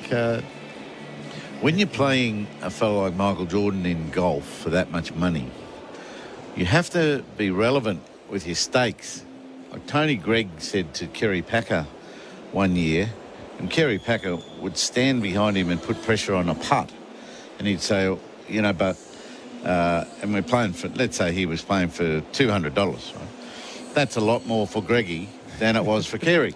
So Greggy stood back. He stood up from one putt and he said, well, how about you play for whatever you feel 200 is to me? Would that be $2 million and I'll play for 200. Just putt on, son. He didn't want to borrow it. So, yeah, you've got to try to find the consequences are similar for each combatant. Find the relative number. Just add a couple of zeros, it sounds like. Yeah, something like that, whatever. Oh, I love that idea. Jordan would probably like that. He'd probably, yeah, no worries. Bring it on. Stake against what you can afford. Yeah. It's the same amount of fear into your putting stroke. Yeah. Okay. Kane Williamson's out in New Zealand. What's happening there? So 5 for 329 are the Kiwis against England. They lead by 533 runs on day 3. Yeah, 2 days ago, haven't they? That's right. And Williamson, the last man out just a few moments ago for 156. Caught by the sub, bowled by Bashir, the spinner. Even so, New Zealand in a very dominant position. Yeah. Someone took Bashir down, didn't they? He had 20 overs for 96 before. Wow, yeah, he's got 1 for 116 off 25. I don't think he bowled in the first innings, or he certainly didn't bowl in the first day. No, he didn't bowl in the first innings at all. 97 overs England bowled, didn't bowl any spin. No wonder the over rate was so slow. Well, it'd be slow anyway. Can I just say I'm really impressed with some of these kids just stood there waiting for autographs. One of them has a McDermott shirt on. That's very nostalgic. A Craig McDermott shirt. Craig McDermott. Not Alistair McDermott. You sure it's not Alistair McDermott? No, I think it's Craig McDermott. Some of the old shirts have been fantastic. In Adelaide, the Test match moved so fast there was no time. But you see, they've reminted the first World Series Cup shirts with the panels, the green panels on the yellow, and then you get to the ones that had the hoop with the 2 hoops one hoop either side. And then in all of that, on that first day in Adelaide, I saw a guy wearing an Andrew Jarman Crows jumper. Said that. And he had the big wig, so the wig was... So it couldn't have been more out of place. The wig was green and gold. And he had his Andrew, and he was the right size to wear the Andrew Jarman jumper as well. So yes, people are right into the spirit of it, which is excellent. Great. Exploding Kittens. Oh, we had this last summer. Exploding Kittens when we went away is a great card game. Monopoly Go is getting a good push. Sequence, which is part card, part board game, which I absolutely go with that as well. So, yes, some great suggestions. Thank you for pinging those through. As well, we talked cards, we didn't play cards. If we get a day of rain tomorrow and we can rustle up a pack of cards, you just never know. This could be good fun. Live on radio. Yeah. But 5 crowds, what is it? Is it cards? Yep, it's cards. And you buy... Well, okay. I've found out how to order them. I haven't worked out how to play it yet. Righto. But sounds like you will overnight and just getting ready for tomorrow. Feels like a good thing to do. Yeah. And if there's money involved, can we use the same Tony, Greg, Kerry Packer thing, like me with you, Hills? You can be Kerry Packer, I'll be Tony. Okay, son. We have a restart time, Gerard. 2:30. So we're going to play for an hour till tea. We're now solid grey overhead. So throughout the day, it's moved quickly over the ground out of the east. It's always been patchy. There's been a bit of blue sky, but we're pretty well solid grey now. So I'm not quite sure where that leaves us. 3 for 39. So let's take our break and set up for some play again. Am I getting subbed out or do I get to call a bit of cricket? Oh, I'm going to call some cricket. Nice. 3 for 39. Rahul's 21 and Partners 9 when play resumes. SEN Test Cricket for Royal Caribbean. Come seek Royal Caribbean and for Hijaz Halal Financial Services. SEN Test Cricket for Host Plus, winner of CanStar's Outstanding Value Super Award for the 7th year in a row. That's a plus. Issued by Host Plus Pty Limited. Check the PDS and TMD at hostplus.com.au. Inbound delays on the Monash Freeway due to a broken down truck inbound at Wellington Road affecting the middle lane. A crash at the foot of Mornington Peninsula Freeway inbound at Cranbourne Road. That's in the right-hand lane with heavy traffic pushing back to Golf Links Road. From 10 p.m. tomorrow night, the Westgate Freeway will be closed in both directions from Millers Road to Williamstown Road. Detours in place. Search Big Build for more info. And the Sixers take on the Renegades in the BBL. Hear it live tonight on SEN. G'day, you've reached Jimbo. I'm currently somewhere between Burke and Broken Hill. Leave a message. Jimbo, it's Sharon. Oh, look, I'm in a bit of a pickle. I could really use your Hilux. I was cruising across the Simpson Desert in my ute when its GPS system just cucked it. Says I'm in Guam, which I am not. Hoping you can come and help me. I'm next to some sand. Call me back. Don't send a ute to do a Hilux job. Oh, what a feeling. Toyota. Get 40% off at Bonds. Stock up on your faves with 40% off in Bonds full price stores now. Terms, conditions and some exclusions apply. Visit bonds.com.au for full details. Did you know you can watch all your favourite SEN shows on YouTube? Subscribe today. IGA's Christmas countdown is on now. Head in store for 5-day specials like Yarrow's Christmas Fruit Mince Pies, 360 grams, now $3.99. Ends Tuesday at IGA. Did you know you can watch all your favourite SEN shows on YouTube? Subscribe today.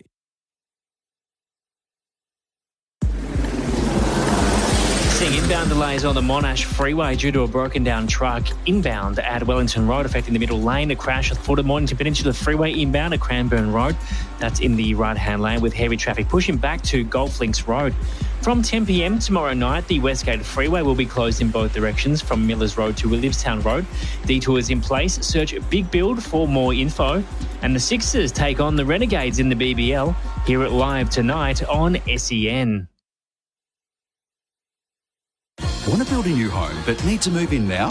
Henley has fixed price completed homes and townhomes ready to buy with premium inclusions in the best locations. Get the Henley Everyday Advantage. Buy a completed home and move in now. Henley.com.au. At Ozito, we know for you it's about leaving your mark. With over 100 tools for your home and garden, all powered by one battery to make it happen. Because when it comes to getting things done, do it yourself. Do it with Ozito. Do you?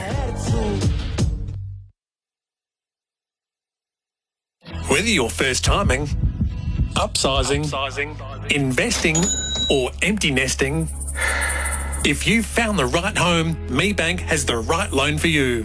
With great rates and support from a local mobile banker whenever you need it, there's no better time to let me help with your next move. Search MeBank Home Loans today or reach out to your local banker to get started. Me, making money good. Credit criteria, fees and T's and C's apply. For everyday rehydration, choose Hydrolite. Scientifically formulated to rehydrate you faster than water alone. Always read the label and follow the directions for use. Did you know you can watch all your favourite SEN shows on YouTube? Subscribe today. Want a fuel-efficient ute? Get the 1.9-litre Isuzu D-Max SX Crew Cab from just $45,990 drive away. Limited time only. Hurry to your local Isuzu ute dealer today. Terms and conditions apply. This Christmas, make like Dasher and rush to Chemist Warehouse for unbeatable prices on all your favourite fragrances. Like Versace Pour Homme EDT 100ml, $69.99. Don't pay $160. Find the perfect fragrance at the perfect price at Chemist Warehouse. Did you know you can watch all your favourite SEN shows on YouTube? Subscribe today. Celebrate Christmas in style with Gazman. Enjoy 25% off all new season shirts and 25% off all summer shorts for a limited time only. Gazman. Style made real. SEN Test Cricket for Host Plus. Winner of CanStar's Outstanding Value Super Award for the 7th year in a row. That's a plus. Issued by Host Plus Pty Limited. Check the PDS and TMD at hostplus.com.au. SEN Test Cricket for Royal Caribbean. Come seek Royal Caribbean and for Hijaz Halal Financial Services. We're about to have our next go at some play. I fancy on the ratio we're now in the negative between delays and actual play, but we're going to play for an hour from 2:30 to 3:30 if the weather out of the east holds. Just before they walk back on, I'll just tidy up our little chat here with a couple of messages which I think you'll like. Heels, Ravi, Shastri. I don't know whether you're a gambler or if you ever met Kerry Packer, but here's a couple of, just to give you an idea where we've been chatting. Well-known Melbourne comedy Identity rolled into the National for a hit. He paired up with another bloke who suggested they play for money. What the Identity thought was $1 a hole was in fact $1 a metre. Win a 520-metre par 5, you win $520. He was pleasantly surprised when at the end of the round the bloke paid him $1,800. It's probably when you thought you were winning about $9, that would be a good surprise. And Jacob from Brunswick, the old Kerry Packer line about the bloke in the casino getting angry with Kerry's behaviour and saying, I'm worth $50 million. And Packer saying, I'll toss you for it. Yes. do you have a rain delays worth of Kerry Packer stories just out of interest? Maybe not. Shouldn't probably tell them all. Fair stories? Yeah, no, not terribly. A bit. School out of school type. Okay. But they're not rude or anything like that. But yeah. Ravi, welcome back. Welcome back, and the sun is out finally. But hopefully, we should get an extended session of play because it's moving quickly. This Test match, Australia right on top. What they really want is for the outfield to dry out, because every time the ball goes into the outfield, gets wet, it won't swing as much. Yeah, Ravi, that's what I suggested. The next time they come out of the sheds, the Australians might have to body bash. Might have to get some short stuff going. Yes. It needs to be good.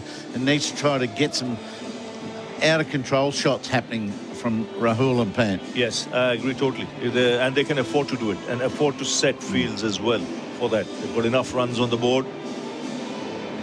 Right, mix it up a bit. So I want this to be quite fiery, in the lead up to. It's a full hour, so let's fire up and maybe finish Nathan Lyon at the end. But now is the time. Let's go really, really hard to get a false shot. And Pat can do it. Pat's the man. I think he should be the enforcer here. Bowling that short stuff. He did it well in Adelaide. He got, I think, 3 out of his 5 wickets with some real good short stuff. India needs some applied batting. Rahul and Pant showed a bit of that in the 25 minutes or thereabouts after lunch. Yeah, he wants some discipline, some tight cricket. Thought they were too loose in the first session where they lost 3 wickets. 3 slips, 2 gullies and a short leg in place with Rahul on strike. Cummins sent down the 1 over before the delay, none for 2. He's bowling from the Stanley Street end. A pile of sawdust at either end, marking where the bowlers start their run-ups. Signal for play, just being held back for a moment. I wonder what the source of the delay here is. Richard Kettleborough holding us in suspense. Oh, we're 30 seconds early. Yeah, God forbid we should start before the clock ticks over under some sun. I want to hear you. We couldn't have a drinks break, could we? Still be banging that in 2 days' time. You'll be more forceful with that. Cummins to resume day 3. Bells and Rahul plays beautifully through cover. It was overpitched. Rahul's eyes lit up and he sent it across the slightly damp outfield for 4. It serves 2 purposes. 3 for 43. Rahul is 25. Yeah, that's one of his favourite shots. That's a glorious cover drive. It really is so easy on the eye when in full flow. That'll do his confidence a world of good. Nice start after the break. Through the biz covers, save with biz cover, business insurance on the go. 2 gloriously struck cover drives in his boundaries. Cummins on the follow-up. Rolls in, Rahul on the back foot, bouncing delivery, kept down to McSweeney, the first of the 2 gullies. He's looked the informed player, as far as I'm concerned, for India in the series. Every innings he's got off to a start. It's up to him now to convert it into a big score. Because like on the other tours, I think he can play the role of a Pujara. Pujara did for India. I think that's the job for Rahul on this tour. To bat big, bat long. From 147 at 36.8 in the series to here, and he's up to 25. Cummins to him, and he's beaten on the outside edge. That's a lovely delivery. First one was very comfortable at 130 k's an hour, driven beautifully. He followed that up with 137 k's per hour, back of a length, and then that one, a leg cutting or away swinging 130 odd k's an hour. So the variety's there. Now can Australia get some consistency and that sort of pressure for long periods?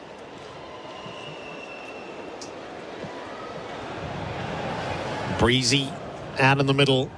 Cummins over the wicket bowls. Rahul clips past head at short leg, who just had a flinch with his right hand. It was behind him and through for a single. 26 for Rahul, 44 for India.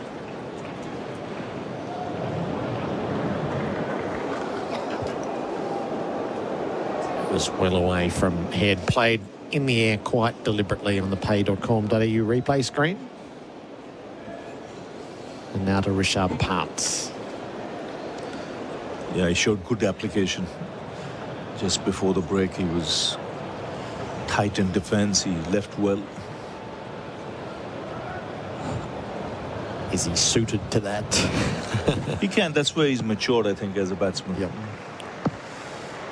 Pant, Cummins. He's in. Pant edges and he's out immediately. Cummins pitched it perfectly. It brushed the outside edge into the gloves of Carey. And Pant goes trying to defend for 9. Matters are worse for India. It's 4 for 44. Cracking delivery this. Had to play it, gets the outside edge. That's the kind of luck you need. Rahul got a nice leg cutter that went past the outside edge. On this occasion, it does take the outside edge. And just what Australia wants. Straight away after a break, first over, you get a wicket. And India in trouble. 4 for 44. Australia celebrate the wicket for Tobin Brothers Funerals, a family-owned business since 1934. I've never seen a wicketkeeper be so careful with a catch as Alex Carey there. It showed a great desire to see the back of Rishabh Pant. And now the captain, in he comes, big pressure, but can he show the courage of how he bats when he's at the top of the order? Just go at them. Yeah, exactly, Ian. I totally agree with you. I'd love to see him at the top, back at the top. And it's a different role now. He's not batted in the middle order for a long time. I just thought he looked out of place in Adelaide. Let's hope he does the job here, because India need it. How does he approach this innings, Ravi? What's spinning through his mind? I think plenty. Yeah, like personally, collectively. Team right up against it. He knows the pressure around his position in the side and the lack of runs in recent times. They're devilish circumstances. It's overcast overhead. Never quite know when the next rain interruption is coming. If you're aggressive and you go out when you're 4 for 44. Middle, 1 to come. Richard Kettleborough issues the instructions, 1 to come. I don't think we need mid-off. You know, Nathan Lyons mid-off. What about short mid-off? Get right under the nose of the skipper. Let him play down the ground in the hope of a nick. The Australian captain to the Indian captain. Cummins bowls and Rowett. It was full. It's driven back to the bowler. A successful over straight up from Pat Cummins. 4 for 44 on the Holman Plumbing scoreboard, Australia's trusted plumbing supplier. Want to build a new home but need to move in now? Henley has fixed price completed homes and townhomes ready to buy with premium inclusions in the best locations. Get the Henley Everyday Advantage. Buy a completed home and move in now. Henley.com.au. The new highly anticipated limited XUV 700 Black Edition is now at Werribee Mahindra. It's the ultimate family vehicle with black design highlights and a range of unique extras from $43,990 drive away. While stocks last, T's and C's apply. LMCT 12710. The session of play for Work Locker, Carrum Downs and Pakenham at Workwear from wherever you work. Each of the 3 quicks has a wicket. Stark's got 2 of them. 7 overs, 1 maiden, 2 for 20. He's bowling from the Vulture Street ends. And the next rain shower, I suspect, is not far away. The gloom has engulfed the Gabba. It's engulfed India too.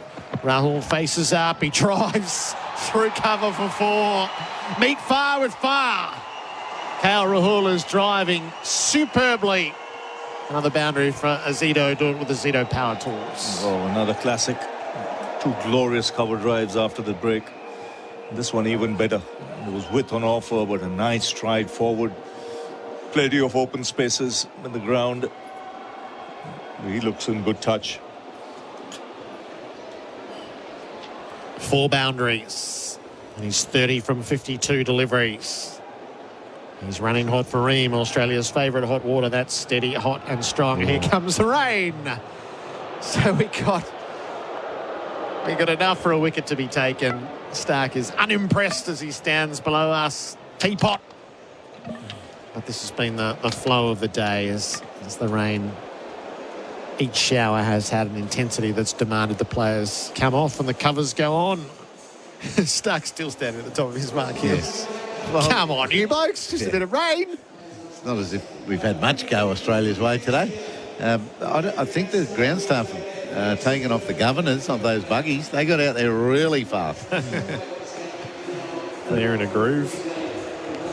Certainly are. That was a great cover drive. Rahul is really letting the ball come to him, and his contact point is right next to his pad and underneath his eye line. It's so impressive what he's being able to achieve. Yeah, good footwork. Really good footwork. You know, he's not caught in no man's land. He's got a good stride forward.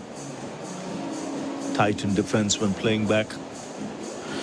Rav, you talked about him having an injury history. What type of injuries? Are they contact or muscular? Muscular, hamstrings, and he at the wrong time. Just when he was playing well, he would injure himself, and sometimes some freak injuries like an ankle or something of that sort that will keep him out for 3 months.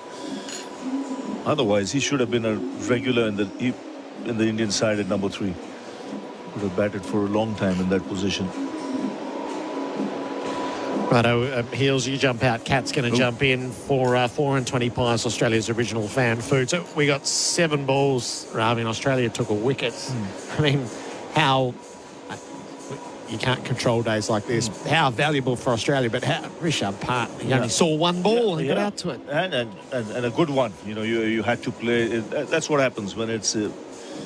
when you have breaks in play, it's very frustrating. As a batsman, you've got to start all over again, afresh, and when you get a good one, which you have to play, and you nick it, there's not much you can do. On another day, it would have gone past the outside edge, like we saw with Rahul. You got a beautiful leg cutter from Cummins that beat the outside edge. On another day, you might have well nicked it, but full marks to Australia. Every time they've come out, they've got a wicket. Cummins was right on the money. Simon Katich, welcome back. Ravi. Hi, Simon. All our listeners. Yeah, this Australian attack, they're relentless. And with the pressure of runs on the board and these breaks, it's, as Ravi says, it's so difficult as a batsman because you know you can't get much out of it. You can't get into any rhythm or get going and put pressure on the bowlers because you can just see the clouds building and knowing you're probably going to be going off in 10, 15 minutes. So it is difficult from that perspective, and all you can do is just try and get through to that next break and then reassess. Perfect attack for this track. You know, if you look around the world and you want to choose an attack for this surface, it's this Australian attack, because I think all 4 bowlers will come into play as the game progresses. I mean, Nathan Lyon will have a role to play for sure, because you saw Jadeja getting the ball to grip. He'll get bounce on this surface, which should suit him. But the right word you use there, Simon, it's they're relentless. They're at you all the time. You've got to know where your off stump is. They'll force you to play at a lot of deliveries. And the scoreboard pressure, definitely shows. Yeah, the pressure is different with this attack because of the fact that there's very few easy leaves or easy shots. Like we saw KL Rahul play some beautiful drives, but that was purely because he got in such good position and had great footwork. But if you're a little bit off, this Australian attack is just all over you, and that's what they did early on. And the Indian top order weren't patient today. They weren't prepared to do the hard yards against the new ball, try and wear it down and blunt it. And as a result, they're all now under pressure because it just keeps mounting on the next player. So someone's got to put their hand up. Rahul's doing that at the moment, but he needs someone at the other end, and it's up to the skipper now. And it's a massive innings for him. Were they too flighty at the top, Ravi, with Jaiswal and Gill? I thought they were very, very loose. Very loose. If they look back and see their dismissals, they'll be very disappointed. Jaiswal got a nice one on middle and leg. It was pitched up. He could have easily put that away to the boundary on another day. Gill again playing away from the body, as did Kohli. That ball was on 6th or 7th stump. They well left it alone. So they'll be disappointed. I thought Pant got a good one, but barring that, some loose cricket. Yeah, I think what probably makes it disappointing the most is that, because they're all quality players, but if they'd watched the way the Australian innings unfolded yesterday, the key learning was that the guys reap rewards on the back of blunting the first 30, 40 overs. And even though McSweeney and Khawaja and Labuschagne didn't get big scores themselves, you know, Steve Smith spoke about it in his 100 this morning with us. He gave them a lot of credit because they all faced 50, 60 balls each to make his and Travis Head's job a lot easier. And that's what it's all about in a batting order, is complement each other and doing that. Someone does the hard yards to make someone else's job easier throughout the innings. And that's exactly why Australia are in this position now. So. And just to emphasise that further, if you look at 2019, 2021, it was Pujara. Yep. You know, at number 3, who blunted that new ball and made it easier for the Kohlis and the Ranes and the punts who came in later to expand on, you know, his effort. He set the platform. He, you know, stonewalled a lot for India and ensured that in those first 30, 35 overs, you didn't lose more than a couple of wickets. It's a great point, Ravi, because I know at the start of the series when I think you asked me about my thoughts and predictions, and I felt that Australia would win this series 3-2. And then when India won comfortably in Perth, I was thinking, geez, I've got it horribly wrong. But one of my biggest concerns for the Indian top order was the loss of Pujara, because I thought, who's going to play that same role? Because the one area where teams have been able to exploit this Australian team in recent times have been India, obviously. But it's been teams that have been able to make these quicks bowl 4-5 spells and wear them down. And India did that in Perth in the second innings, and that's why they got the result. But since then, they haven't been able to do that. And if you can't do that, this Australian attack will win all the time. And at the moment, the only one that looks like doing it is Rahul. And he's been consistent the whole series in the way he's applied himself and the form that he's in. And I think it's great that Rohit Sharma's kept him at the top of the order. I know you felt that Rohit should go back, and I get that. But I also think for the benefit of KL Rahul, who's been up and down the order, and the form that he's in, he deserves to stay at the top because he's been comfortably India's best player.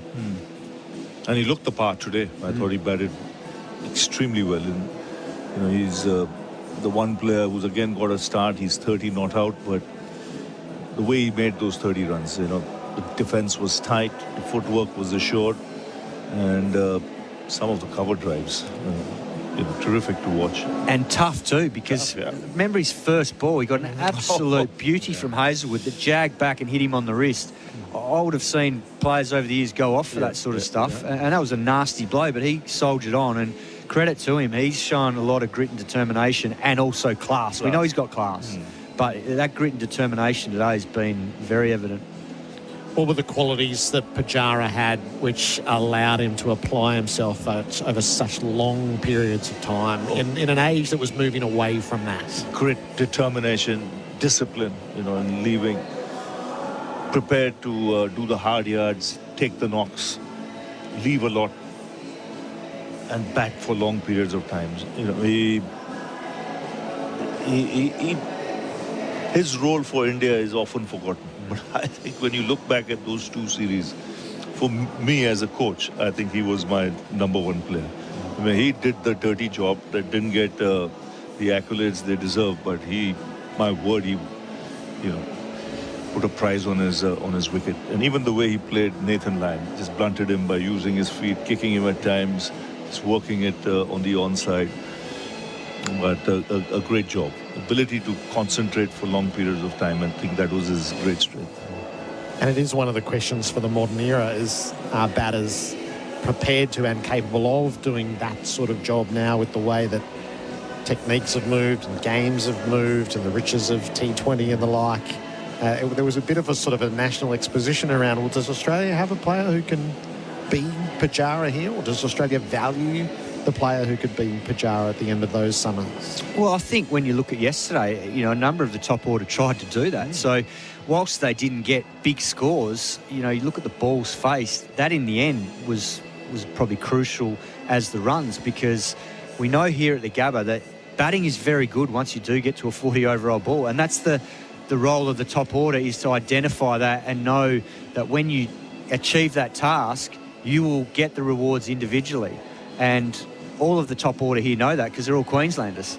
And Khawaja's an honorary Queenslander, obviously grew up in New South Wales, but he knows this wicket inside out. And they were all trying to obviously do that and get through, but they got some pretty good stuff from Bumrah to get rid of them. But in terms of what followed, everyone that saw yesterday afternoon saw that it was a different game against a softer ball. And that's why, when you're out there watching the game, even if you're in the field and you're not doing much, you can see how to have success on a wicket by the way the opposition go about it. And I heard someone talk about Bumrah this morning. He took his 50th wicket for India, and it's the most he's taken any place in the world is in Australia. He's taken less wickets in India, but they said that he's a student of the game and he's watching the opposition bowlers and seeing how they bowl on a particular surface to then learn what he might have to do later or in the second innings. And that's exactly what batting's about as well, is the Indian batsmen, I don't think, have paid enough attention to what went on yesterday and realised, OK, maybe if we guts it out for the first 2 hours and try and wear this attack down, we'll reap the rewards later. And, only one at the moment is KL Rahul. Yeah, because the game plan is out there. Any team that comes to Australia, any overseas team, it's do not lose too many wickets in the first 30. And there has to be a game plan as to someone has to be prepared to do the stonewalling stuff. You lose 2 wickets in the first 30, 35 overs, fair enough. You'll still get the runs. That's exactly what Australia did yesterday. At the end of 40 overs, 35 overs, there was 80 for 3. But then the game changed. Once the ball gets a little older, softer, the seam sits down, you can then get on and play your shots. With the lure that the IPL is, in particular for the young cricketers of India coming through, do you think there are many who would still value the Pujara way, or are they more likely to be dashers and stroke makers? That's a very good point. In fact, more and more I feel are inclined to go the other way. Because that's what the young generation wants, unfortunately. And the hours they put into, the discipline that's required for a 5-day game, that just seems to be lacking. Yeah, I completely agree. And the patience. Yeah, it's more the patience. They have the technique to do it, but just don't have the patience to bat for those long periods of time. They want 103 hours. Doesn't happen in Test match cricket these days if the attacks are good. Yeah, because it's a massive mental challenge. Like, to go out there and score 100 against this Australian attack, you've got to do some serious batting, serious discipline to let the right balls go, play at the right balls and punish the bad ball. But it's tough work against this attack. I wouldn't envy having to face it. There's no doubt it would be a massive challenge. And that's the challenge for youngsters now, is that, if you can whack a quick 30, you get paid pretty well. And then out here, good luck, trying to get 100, you're going to have to bat for 4 hours. On those iconic areas of India where there are cricket games being played and every kid in the country is trying to show their wares, what do they dream of, do you reckon, these days, Ravi? Do they dream of the IPL, given just how in lights that is and how transformative it can be to a person's life? Or is above all of that still representing the country? It's what their parents think. Right. Parents want IPL. How can he get into an IPL team? But luckily for India, it has worked the other way around. IPL has thrown out a lot of players that have gone on to play Test match cricket. Bumrahs. Now Hardik Pandya played for a bit, but then his body couldn't take the toll. Rishabh Pant. They've come up the other way. But wanting to play Test cricket. So it has its advantages and disadvantages.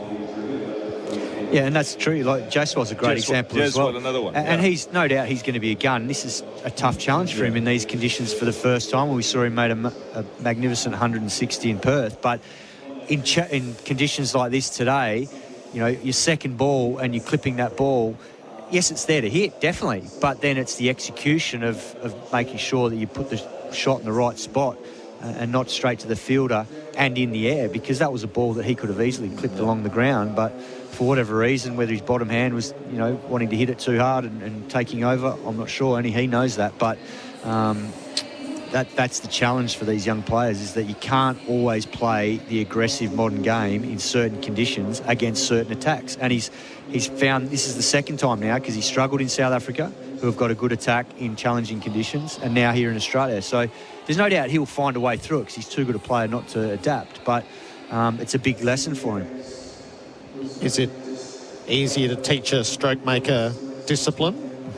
Or is it easier to teach a disciplined player expansive stroke making? I'd rather have a guy be sound in technique, Because if you can do that, you can go the other way. You can learn to play shots, adapt to different conditions.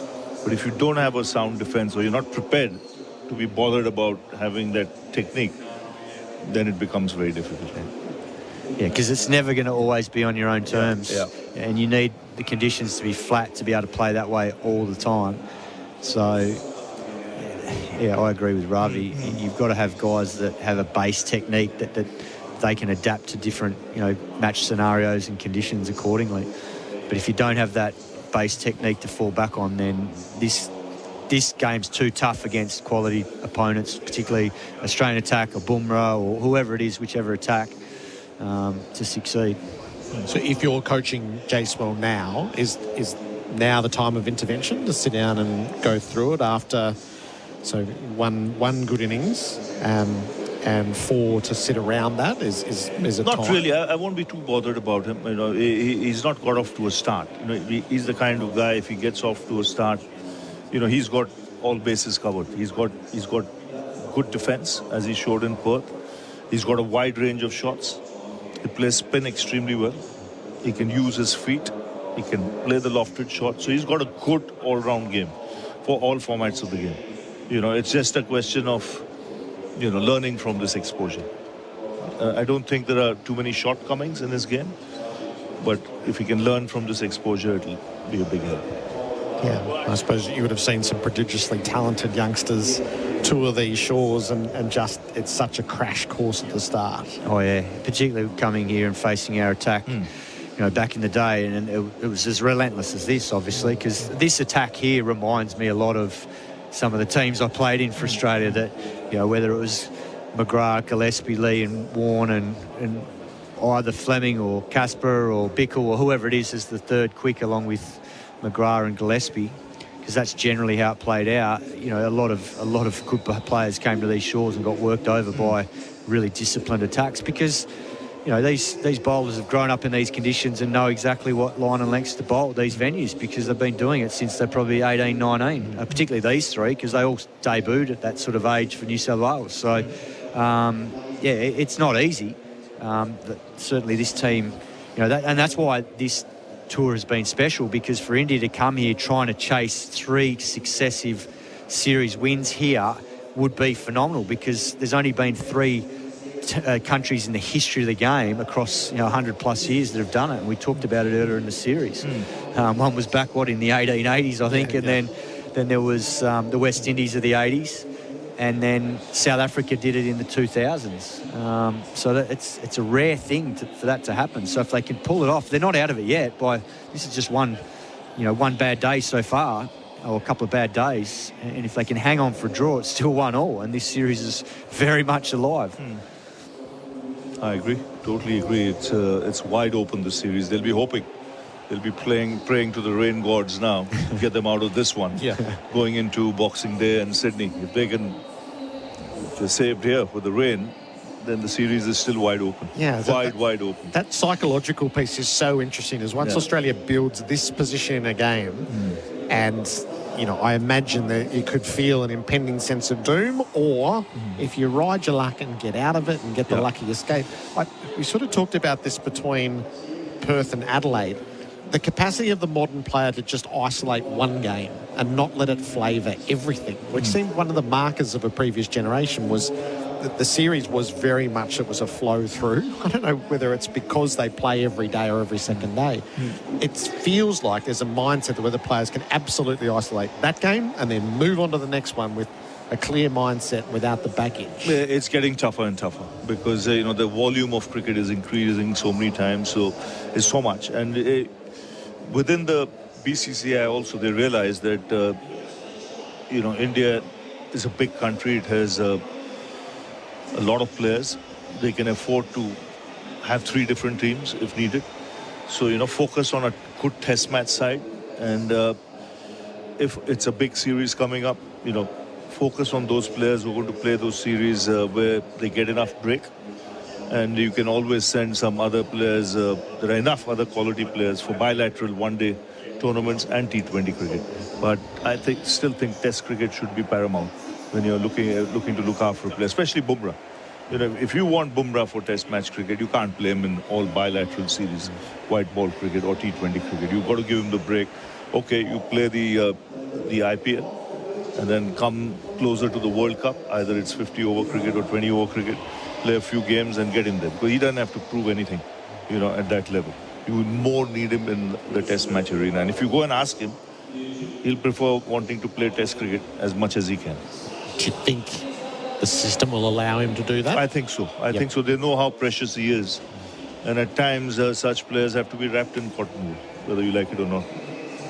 Yeah, you've got to know what your chief asset is. Oh, well, I think it's clear here, because if Bumrah goes down, like we talked about at the end of that Adelaide Test, and he doesn't play again this series, and I couldn't see India winning the series unless Sydney spins massively and the spinners do all the damage, and that could happen, particularly if it's dry in Sydney, Gerard.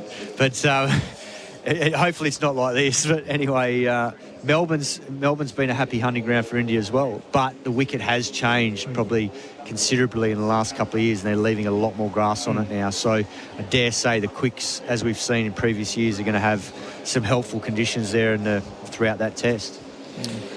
Righto, Ravi, we'll let you go. We got 7 balls of cricket in, so it wasn't all lost. Some of our best work. 4 for 48. The deficit is 397.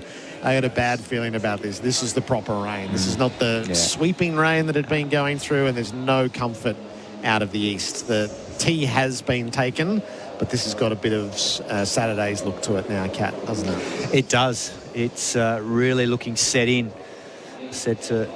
At the back of the box just before 10 minutes ago when it started, and having had a look out to the left, it just looked lower clouds and really set in, and that's what we're getting at the moment. Yeah, solid grey skies. Whatever the wind we had that was moving clouds through, there's no visual of that anymore. So rain is falling, and she's a pretty bleak scene. Let me take you through what's happened today, and then we'll switch out for a few moments. SEN Test cricket is for Henley Homes. Buy a Henley completed home and move on now. Stumps 7 for 405. Australia ended up being bowled out for 445. Bumrah 6 for 76. Carey, the last man out, for 70. And then we've seen India lose 4 wickets for 48 runs. Jacewell for 4. Gill for 1, Kohli for 3, and Pant for 9. Stark 2 for 24. Hazelwood 1 for 17. Cummins 1 for 7. The tea break is upon us. SEN Test cricket is for Royal Caribbean. Come seek Royal Caribbean, and for Hijaz Halal Financial Services. SEN Test cricket for Host Plus, winner of CanStar's Outstanding Value Super Award for the 7th year in a row. That's a plus. Issued by Host Plus Pty Limited. Check the PDS and TMD at hostplus.com.au. You look at your drive around Melbourne, and reports of an incident in Wheelers Hill, Wellington Road eastbound after the Monash Freeway, and reports of an incident in Kooyong, Toorak Road westbound. That one's also after the Monash. Speaking of the Monash, slow outbound Wellington Road, then Heatherton Road through to Belgrave Hallam Road. From early January till March, Westgate Freeway roadworks will bring long-term lane and ramp closures between Grieve Parade and the Westgate Bridge. Delays expected. Search Big Build for info. And the Sixers take on the Renegades in the BBL. Hear it live tonight on SEN. Looking for a reliable stormwater solution that is resistant to corrosive ground conditions? Manufactured in Australia, Iplex Black Max pipes and fittings stand the test of time. Your drainage solutions demand exceptional hydraulic and structural performance, and Iplex Black Max pipes and fittings are your #1 stormwater solution. For performance, durability and resistance to corrosion, choose Iplex Black Max pipes and fittings, the reliable solution. For a great range of Iplex pipes, drop into your local Nutrien Water store or visit nutrienwaterstore.com.au.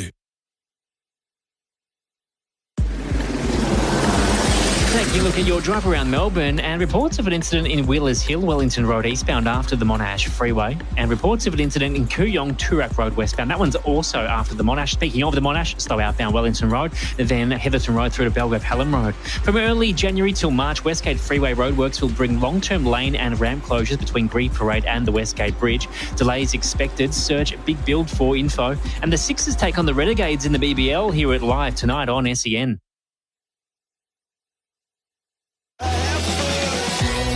Is your money halal?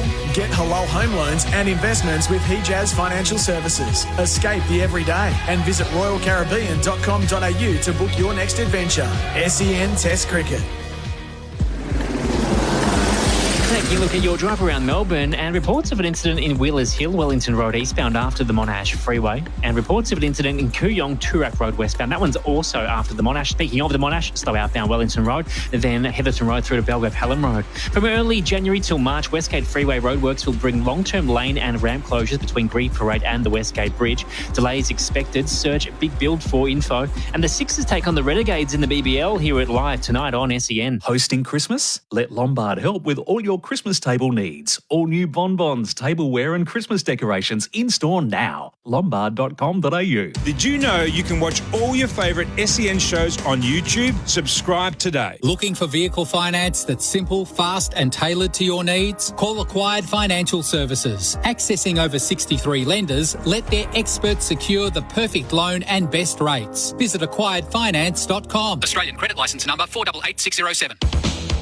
When you're freezing cold or when you're boiling hot, who you gonna call? We're the world. Take advantage of the VEU government rebate and trade in your old gas heater for huge discounts on ducted reverse cycle systems, multi-splits or split systems. Our service is professional, prices are unbeatable. We're the biggest and the best, and we do it all for less. So who you gonna call? We're the world.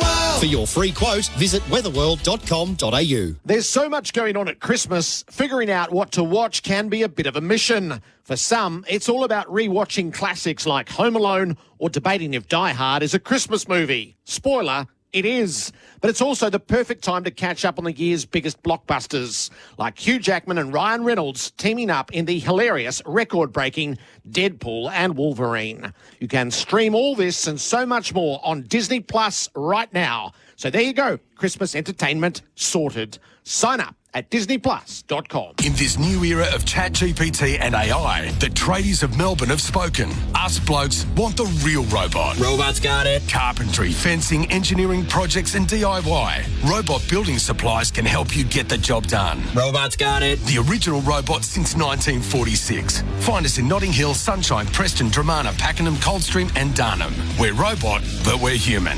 Robotbuildingsupplies.com.au. ROBOT, Robot Building Supplies.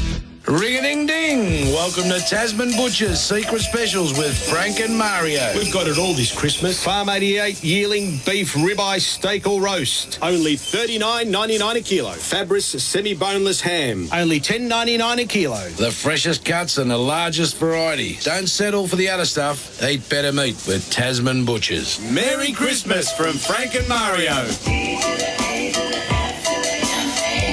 Tasman Butchers, the meat specialists. Cars with tyres, cars with wheels, all kinds of cars. And the very best deals only at Car City. Cars for nanas, cars for tradies, and the busy mums with 3 babies. Only at Car City.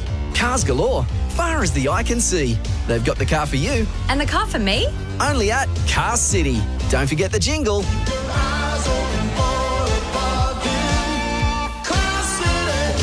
415 Maroondah Highway, Ringwood.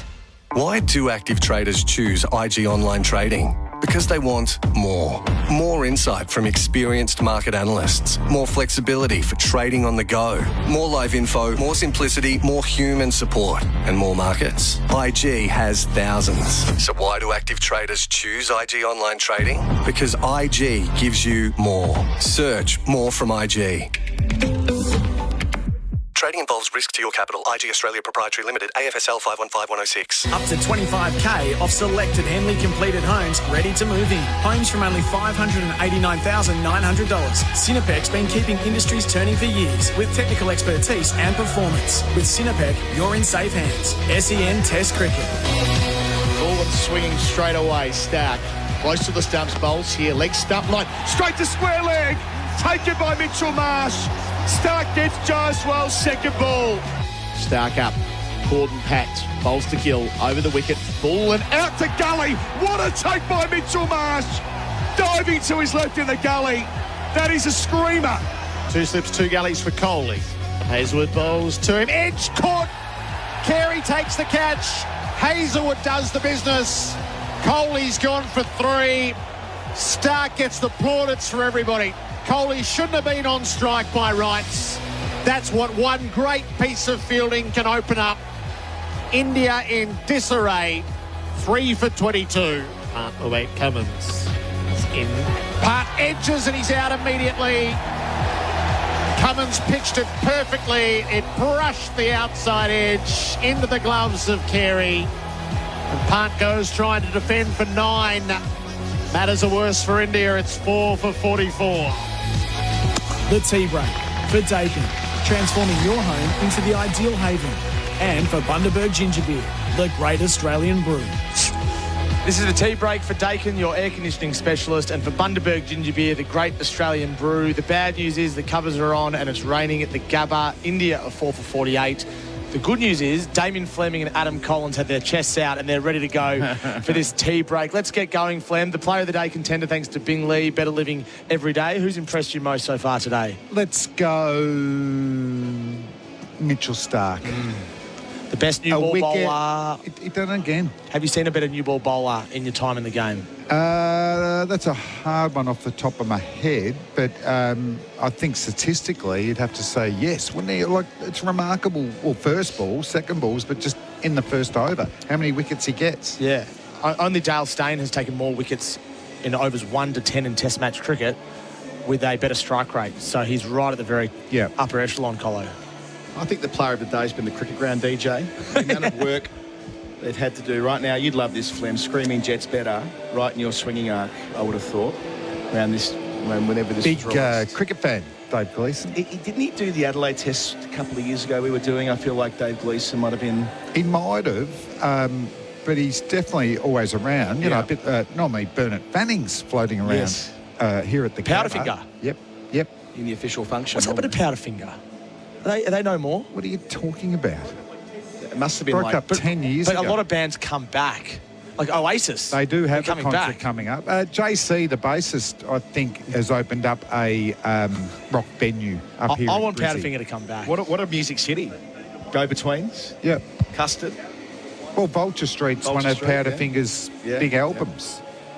No, we used to love it, and in Rain Delay, like so many bands would in excess, would come in the dressing rooms. A couple of the Cold Chisel Boys, Hoodoo Gurus. Dave Faulkner would come into the dressing room. So yeah, it was one of the cool things about playing for Australia. So who in the Australian dressing room when you were playing was controlling the music? And was it CD based? Was it tape based? Dare I say? Well, we got along pretty well as a team. We won a lot of Test matches one-dayers, so we sung a lot of songs, a lot of friction. When it got to, we used to call it the rock box, because there was 3 factions. Hard rock, heavy metal guys, the pop music band boys, boy band boys, and the third, the saddest, the country and western boys. So the hard rock, heavy metal, myself, Casper, Dizzy, David Boone. Little headbanger. Liked his little Deep Purple, Black Sabbath, Led Zeppelin. I got him into Motley Crue and Pearl Jam and blah, blah, blah. The pop Backstreet boys, guys like Greg Blewett, Shane Warne. Loved pop music, Ricky Martin. And the one thing we hated, they all knew the moves to the Backstreet Boys songs. Like, come on, Bluey, you're better than that. And then country and western was Steve Waugh. Of course, the captain. by himself. John Williamson. No, that's who you found out the guys who won the game. Ah, right. So who were they? Name some names. Well, Gilly was a superstar, but he'd go, what about a bit of Kenny Rogers or Justin Langer, and go, what about a bit of John Denver? Denver. And we go, we know what you're doing. You won a game. So, sorry, I'll finish this up. I get dropped from, we win in Mumbai, 16 tests in a row, 2001. Got dropped, and that's the infamous game where Laxman and Dravid, do the reverse outright. And so the group is cooked and tired, and they need recharging. And as usual, I was always on the social committee. So I organised a trivia night, but I want to get back in that test team, all right? Mm-hmm. So I load a question for Steve Waugh, right? So we're cricketers, so guess what the trivia night is? Sport, music and movies. Of course. Right? Nothing. Politics. Nothing. No real history. So first 10 questions, me and Lehman are doing it. And then I go, Steve Waugh isn't answering anything. I go, mate, I might as well get that baggy green back on. I am in, right? And then I go, the question is, who was a gambler and also a coward of his county? Do you know the answer to that? A gambler and a coward of his county. They were two of his biggest songs. I'm struggling. And I know you won't know, but people of my era... What's that meant to be? I'm too young. They'd say they're Kenny Rogers' two of his biggest hits, right? Gambler. Country and Western. So easy. And Steve Waugh puts his hand up like Horseshack from Welcome Back Cotter, right? Oh, yeah, choose me. And I go on, mate, I am back in the test. I go, Steve, what's the name? And he goes, Johnny. And I go, Johnny? No, it's Kenny Rogers. How sad's this? Steve Waugh knew the name of the actual gambler in the song. So I've laughed like you and said, mate, that everyone's gone, that's bad like that, mate. I can't give you to that. Not the smartest thing I ever did. I never played Test cricket. That was it. So that Kenny Rogers cost me my Test career. I can't listen to him. I can't look at him. Did you ever bring that up with Steve Waugh? No, and then it was backed up at I didn't wear the baggy green to Wimbledon 6 months later. Tell us that story. That was D-Day for Fleming. So that was Fleming and Warne who elected not to wear and Mark Waugh. Mark Waugh. What did you? Just the bridge too far wearing the baggy green to watch Ivanisevic after second day of the final? We'd beat England at Edgbaston. We must have won in 4 days, and Paddy and Goran's final they played a day afterwards. Yeah, so you finished on the Sunday. Yeah, day one of the Wimbledon final was Sunday, and it was washed out. They came back on the Monday, and obviously you guys were able to attend Wimbledon, and the rest is kind of history. I mean, the baggy So that greens. makes sense, yeah. I didn't know how it worked, and then Gilly was on with Pat Rafter's brother to get us tickets. Walk in, first person we see, Neil Fraser, who just passed away. What a great man. Into his cricket, into his footy, blah, blah, blah. And I'm sort of thinking, night before we've won, and I had a few drinks, and we're one up in the series and all this. And there's a bit of, but we wear the baggy greens to Wimbledon. And I'm going, yeah, no worries. No, that's a bit too cringeworthy for me. So mine was naivety. I rock up to the bus. Wasn't rebellion. No, Warne and Mark wore rebellion. Fleming, just naivety, just thinking, they're only joking. There's no way we'd get on the bus. Yeah, I'm not wearing it. Did you wear? Were you at? I can't remember where you joined the tour. Were you at the slouch hats at Gallipoli as well? Yes. Did you wear the slouch hat? Yes. How did that come to pass? Do you remember how the conversation went that you were going to wear the hats of the Anzacs when walking around Gallipoli? Was that straight Steve Waugh, or was that a broader team? Steve Waugh and oh God, I forgot what's Costello. The general. It was him and Steve Waugh. Cosgrove. Sorry. Not Mark Cosgrove. No, Peter Cosgrove. Not the left-handed. Not related. Yeah. Sorry. And what a nice man too. Yeah. Peter Cosgrove and Steve Waugh and John Buchanan come up with it. Right. And it was seriously, a real life experience. I don't know if you guys have been there, but it's like what they landed there. Yeah. And they're supposed to get up there. Yeah. There is no way that's happening. And then, just in the tunnels and all that, like they're 20 metres away from each other. So they would be throwing grenades and everything. And then when there was a break, they'd throw food to each other. There's like this. And our tour guides were, their grandfathers had fought against each other. So for us, but we did recreate, a famous cricket photo from the Anzacs playing cricket. So we had the slouch hats, I think, for that photo. They talked about in the trenches, because they were only a cricket pitch away, they would throw grenades and throw them over the top and mimic bowling into the Sorry, the trenches, which is remarkable when you think about Tom, if you get there, you will just go, no, that seriously, wouldn't have happened. And for us, you're learning about what a lot of our national pride comes from, isn't it? From the Anzacs. And I remember John Buchanan, I'm going in a long way here, John Buchanan loved testing us in different ways, and he'd get us to get up and talk about, our passion for 5 minutes or blah, blah, blah. But he gave us books to read. So one was Who Moved Our Cheese, I think. And it's a bit of a motivational book and blah, blah, blah. So one by one, we've had to have read it and give us what we learned from it, and in regards to the Anzacs. And I loved it every time he got to Andrew Simons, the late, great Roy. Every time he get to... Now, Andrew, what were your thoughts? Big Roy. Didn't get around to reading that one, John. Every time. Didn't get around to reading that. But it was a little bit for me. Who Moved My Cheese was, even though the Anzacs didn't get their goal done, as in taking the whole area over, you learn, you get, your legacy is about your attitude. And the Anzacs, having the hardships, but to keep going and to keep battling and all that sort of stuff. And we know sport, and it often gets likened, but we know it's nowhere near that. But going into an Ashes tour, it was more about those lessons about our legacy, as a team. And then in the end, we get to Wimbledon, and I'm thinking, I hope we get pretty good seats here. Yeah. So, and then one by one, as the boys are walking up, there's these massive roars. I'm going, there might be some famous people there. No, we're centre court. Wow. Right?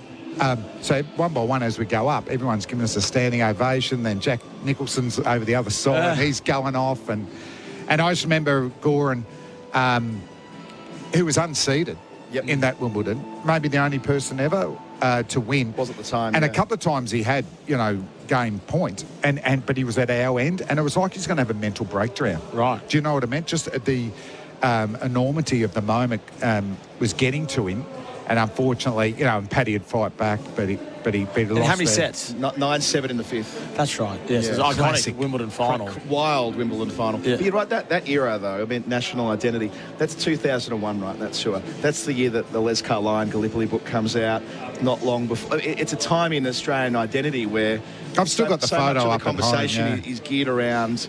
the national identity being forged in Turkey and into the 1915 into 1916. Yeah, if you haven't done it, go and do it. It's it was really... Well, my dad's just retired from being a history teacher at school, and his dream is to be a tour guide on the battlefields. Oh, wow. So if he does that, I'll be going on a tour. Yeah, sure. Yeah. And just to finish the baggy green, so everyone's wearing it to help Paddy, myself, Warren, Mark Waugh.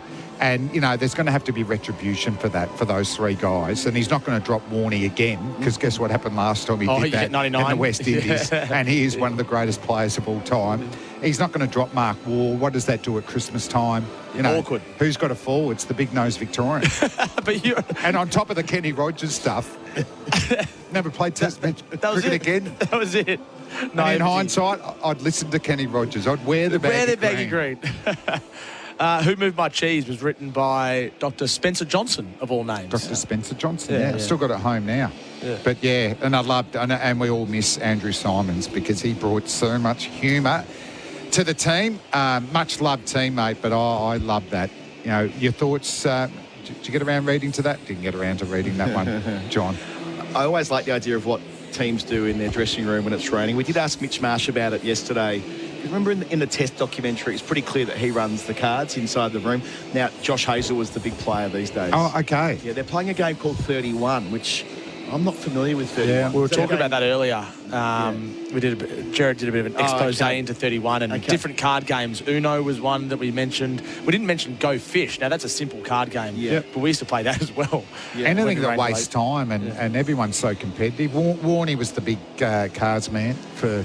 Well, Heels was saying that he used to have a post-mortem after every single card game. He used to analyse what had happened and relive every single move, almost commentate it after it happened. Flem, the Bendix breaks big moments for today. The Bendix, the best-known breaks. What's been the biggest moment of the day? What did we do early? What was that? Mitchell Starc was the player of the day. What did he get? Player of the day. Yeah, what's been the biggest moment? The biggest moment, the most significant moment for me, I think, for the series and maybe going forward for this gentleman is for Virat Kohli getting out, nicking to a very wide corridor again. Oh, that's probably the widest ball that he's played at. So this has become a trend for opposition teams for the last 3 years. They're bowling outside off stump, and Virat's averaging something like 20 against those type of deliveries. He's been knocked over 4 times with a wide corridor. So I'd say that's the moment, as in the significance in this series. You know, we'll look back at that Perth 100, and I'm not sure how we'll reflect on it. I mean, I read in one, as described by one pundit, junk time runs, because of course they were pummeling Australia at that juncture in that Test match. Every Test 100's worthy. I'm not diminishing the achievement. But as far as junk time can be in Test cricket, it did feel that way, didn't it? That was more towards that end than the other end. They were broken, and he made, and it was a beautiful innings, and he, turned back the clock and all of that. If that's his last great moment in Test cricket, I think we should be at peace with that. Like, I sometimes think we get too fixated on the farewell laps. I think we get obsessed with it. We want everyone to have their lap around the SCG with the flag on in an Australian context, and other countries as well. We think of what happened with Sachin Tendulkar at Mumbai in 2013, remembering that they orchestrated an entire Test series against the Windies so that Sachin could finish in Mumbai with 200 Test matches. If it turns out that Kohli is omitted from this Indian team at the end of this series, is it going to diminish the legacy that he leaves the game? I don't think so, and I feel the same way to an extent. He won't be publicly admitted. Yeah, right. But It'll be a retirement. If he's retired off, air quotes retired off, I actually feel the same way about Steve Smith. If it turns out that he doesn't make it to Sydney in the Ashes next year, between now and then, if it doesn't quite go right, I think that's all right. Well, I get so obsessed with the idea of the perfect farewell when players like that at the very top level, when they're just a little bit off, the end can come quicker than they want, and that's fine. That's at the time, sport. you want that fairy tale. Yeah. 5 years later, it means nothing. If you've had a great career, I mean, in some ways, you'd rather have you'd rather start well. That's right. So you know that you're up to the level and you're into that. So, but philosophically, Flem, would you rather have a career where you eke every last bit of talent out of yourself and you finish as a player that is a shell of your former self, or do you want to leave on top of your game? It's just hard because your goals change. It depends on the individual. If it's about total domination and you finish that way, well, you're going to be disappointed. If your goals change and you just want to be able to contribute and you want to win Test matches and series and World Test Championships, and your average drops 20%, but you're still sort of contributing, but not at the same level, then that's fine as well. So it really depends on the individual, I reckon. I think we hear less of, Sir Richard Hadley, Jeff Boycott, these people who are very stats-driven, and there's nothing wrong with that, their motivation. I don't know how much, although it was interesting, Steve Smith talking about that 10,000 runs he'd like to get there. I wouldn't think that would be a motivating force for him, but at least it's providing some. But I don't know what you think, Colo, interviewing more current players. I think yesteryear used to be more a stats-driven game. I think ultimately Steve Smith's stats are extraordinary. He passed Steve Waugh's 100 tally yesterday, right? Like that. This is big deal stuff. It wouldn't matter if he woke up tomorrow morning and wanted to give it away. And he's not going to, I hasten to add.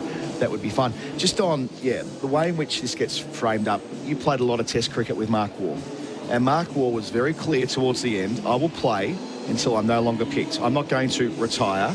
I'm going to play until I'm dropped, and then I will retire. And that's precisely what happened on the cusp of the 02-03 Ashes. Mark Waugh was dropped after they played a series in the UAE against Pakistan. Didn't do well. The team did well, but Mark didn't do well. And they didn't pick him for the first test at the Gabba. Held a press conference that day and retired and said, I'm perfectly happy with the decision that the selectors made, and I'm perfectly happy with the way that I've gone about the end. And I think that if there was more of an emphasis on squeezing the sponge to the point where, like Jimmy Anderson had a moment like that this year, didn't he? And yes, he did get a farewell Test match, but he wanted to keep going.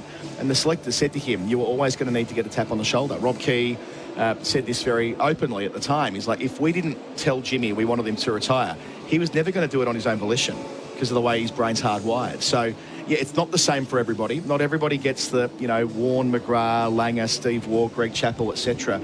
Some careers end differently to that, and I think that that's perfectly fine as well. I tell you the hardest thing about retiring, and even, like for me, third shoulder reconstruction, still had another year on contract. Went for a job at the Cricket Academy, got it, and wanted to go coaching. Thought I could do both. You can't. And I knew that I was, done. The hardest thing is making that call and saying, because in a way, retiring is you give it up. And how do you motivate yourself, and how do you get through a sporting career? It's by not giving up and keep pushing through hard moments. So that's the hardest thing I had in retiring, was actually saying, I'm giving up. Because you trained yourself for your whole life not to give up.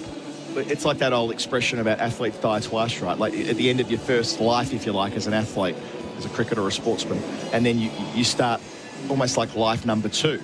Like there is a transition period there, which is more acute for people who work in ordinary professions like you and I, Tom, working in the media as we do. There's no natural end point where you finish part one and start part two. For professional sports people, it's very abrupt. Yeah, and that's why, sometimes I had teammates who said, well, what else am I going to do?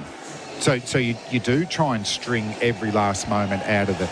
So you hear just some applause in the background here at the Gabba. The umpires have walked out in the field. They've checked the conditions. The rain has stopped. It is lighter than it has been for probably the last 45 minutes, and it looks as if the pegs are coming out of the covers, which means the covers will be coming off shortly. That is good news for this game. India are 4 for 48. Australia a long way in front. How old were you when you retired, Flem? I was a bit younger than most of the guys, probably 32.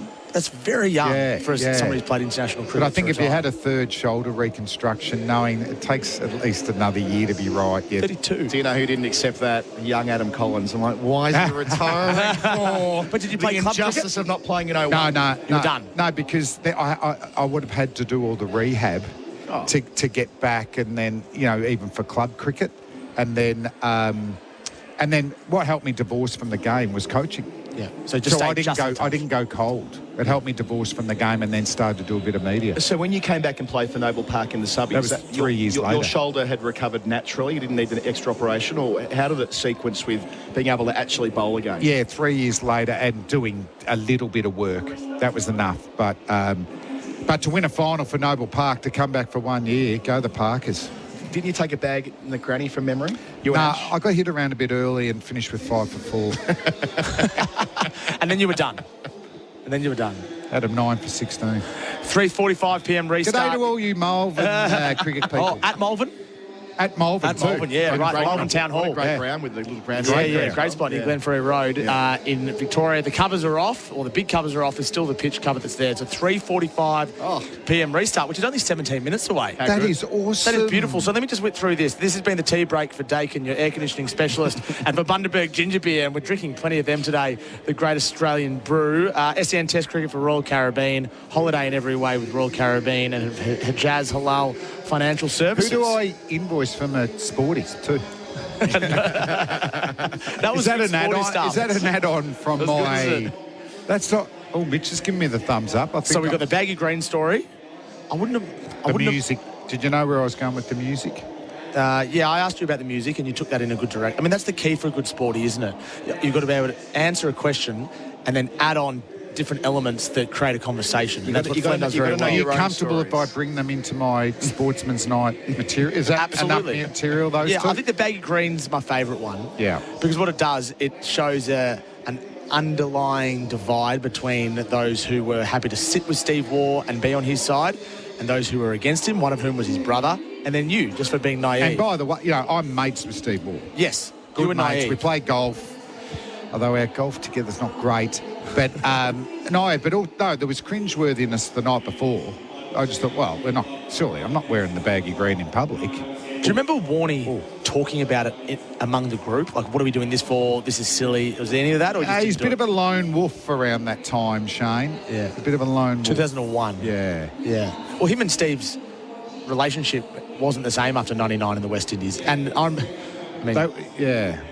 Yes. Warney was very public about that a number of times. Yes. I'm a celebrity, get me out of here. He spoke about it with Brendan Favola. But Big Fev didn't help him out, did he? I think the last line was something along the lines of, but you guys won anyway. Yeah. I mean, yeah, we won anyway. Yeah. And Big Bev said, Warnie's look at him after that. So it was justified. That's Bev right, said, yeah. Keep cool this summer with Ream Solar branded Cool Cabana. To register now for your chance to win, visit iCanWin.com.au. Fleming has always been a rebel, says one text. Oh, no.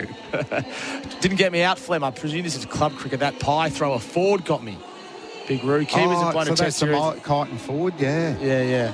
How's Tim Southby going in his last test? Has he batted yet in this second innings? New Zealand are ahead by approximately 4 million. Yeah. And they're doing exactly what England did to them last week and batting. They lead by 626 runs, New Zealand. No hurry. Day 3. Tim Southby's in at 11. He needs 2 more sixes to get to 100 for his test career. They've got to bring him in. How many wickets down are they? There's 7 down. So they've got to bring him in at the 8th wicket. They can't let him bat 11 again. Got to give him a dart at getting to 100 sixes. If there's ever a chance, now's the time. 14 minutes until cricket recommences here at the Gabba. The covers are off. We're actually looking at the pitch now. The sun, I'm not going to say it's shining, but it's certainly lighter than it was before. And hopefully we have a full session of cricket coming up here on SEN. Gerard Whateley and the team will bring you back. This has been the Tea Break with Damien Fleming, the Sportsman's Night Guru, and Adam Collins. Cummins to resume day 3. Bells and Rahul plays beautifully through cover. It was overpitched. Rahul's eyes lit up and he sent it across the slightly damp outfield for 4. It serves 2 purposes. Nice cover drive. Switch and save on your business insurance in minutes. For on-the-go cover, go Biz Cover. Is your money halal? Get halal home loans and investments with Hijaz Financial Services. Escape the everyday and visit royalcaribbean.com.au to book your next adventure. SEN Test Cricket. Looking at you run around Melbourne, the Eastern Freeway slow outbound Burke Road to Doncaster Road. That's all due to the works in the area. Then between Middleborough Road and Surrey Road. And the Westgate Freeway is slow outbound Todd Road through to Williamstown Road. 'Tis the season for low prices at Dan Murphy's. Lefroy 10-year-old Scotch Whisky, 700ml, $100 for My Dan's members. Ends Wednesday. Choose to drink wise. T's and C's apply. And the Sixers take on the Renegades in the BBL here at Live tonight on SEN. Need more time to shop this Christmas? Shop when it suits you at Westfield. Find your local centre's opening hours online and discover more reasons to love the season at Westfield. Did you know you can watch all your favourite SEN shows on YouTube? Subscribe today. As a financially savvy individual, you'd know that it's a wise choice to get your next car through a novated lease from Paywise. Paywise will bundle your car's finance and running costs into a single payment each payday. And you can use your pre-tax salary, meaning you'll pay less tax. Plus, mention SEN and get the choice of free tint or a home EV charger if you sign up for a novated lease with Paywise before December 31. Visit paywise.com.au to get started today. Terms, conditions and eligibility criteria apply. If you can't live without Netflix, Can't live without Netflix. then you can't live without the AGL Netflix electricity plan. With Netflix included for the life of your plan. So you'll never miss great Netflix shows like Bridgerton, Avatar The Last Airbender, and Emily in Paris. Join AGL's Netflix electricity plan today. AGL Netflix plan includes Netflix standard with ads with upgrade tiers at an extra cost. T's and C's apply. Fact sheets containing key details of our plans are available at agl.com.au/VEFS. For clear advice on the right plan for you, contact AGL on 131245. When it comes to knocking over that end-of-year shopping, Bingley is always your go-to destination for great service, great brands and great value. Because whether you're shopping for family, friends or even treating yourself, Bingley has a sleigh load of options from TVs and home entertainment to smart devices and more. It's a very Merry Christmas delivered by Bingley. Better living every day. Get in the spirit and shop in-store or online at bingley.com.au. Have you heard the news? Beaumont Tiles, your favourite tile and bathroom specialist, now ranges engineered timber, laminate, vinyl and hybrid flooring. If you're looking for a quick and easy reno and want to save between 20 to 25% on hybrid flooring, get into your local participating Beaumont store today. It's all in stock and ready to go. Yes, you heard right. Beaumont Tiles now ranges all hard flooring. You'll be happy you chose Beaumont's.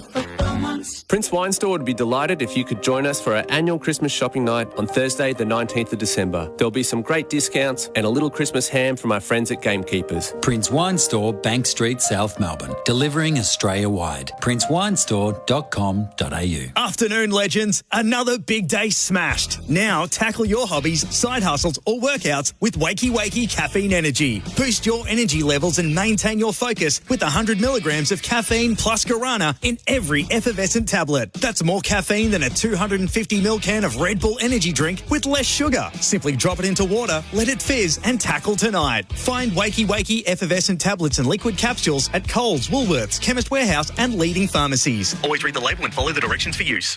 At Ozito, we know for you it's about leaving your mark. With over 100 tools for your home and garden, all powered by one battery to make it happen. Because when it comes to getting things done, do it yourself. Do it with Ozito. Do you. Introducing the cheeky late night Macca's Run. Starring the new Cadbury Cherry Ripe McFlurry in chocolate and vanilla. Macca's Run, anyone? Available for a limited time. Up to $25,000 off selected Henley completed homes ready to move in. Homes from only $589,900. Cinepec's been keeping industries turning for years with technical expertise and performance. With Cinepec, you're in safe hands. SEN Test Cricket. The Liquorland last session. Cheers to the cricket. Cheers, Liquorland. Choose to drink wise. We're going to have another go after tea and see how far we get. 7 balls last time around. Australia used them well, took a wicket. India 4 for 48. The weather update for Beacon Trade, tradies' key partner in lighting, fans and electrical. It's 25 degrees. It's humid. Don't worry about the rest of it. It will play till it rains again. And the pitch update for Mole Map. Get a Mole Map 1 check.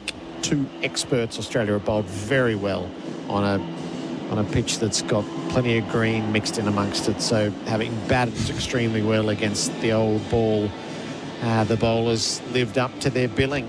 Pete, Lalor, welcome in. Oh, grand to be here, Gerard, especially as now the covers are off and we might get a little bit of play. I'm completely disoriented by where we are in the day. You go from that Perth test, which we're 3 hours off schedule from where we live. Then you go to the day-night test, and then you get this one that starts early, starts late, rain delays. But the only way I know that I'm coming in here is when the party pies come through the back of the box. I smell party pies. I think, oh, I've got a date with Gerard Whateley.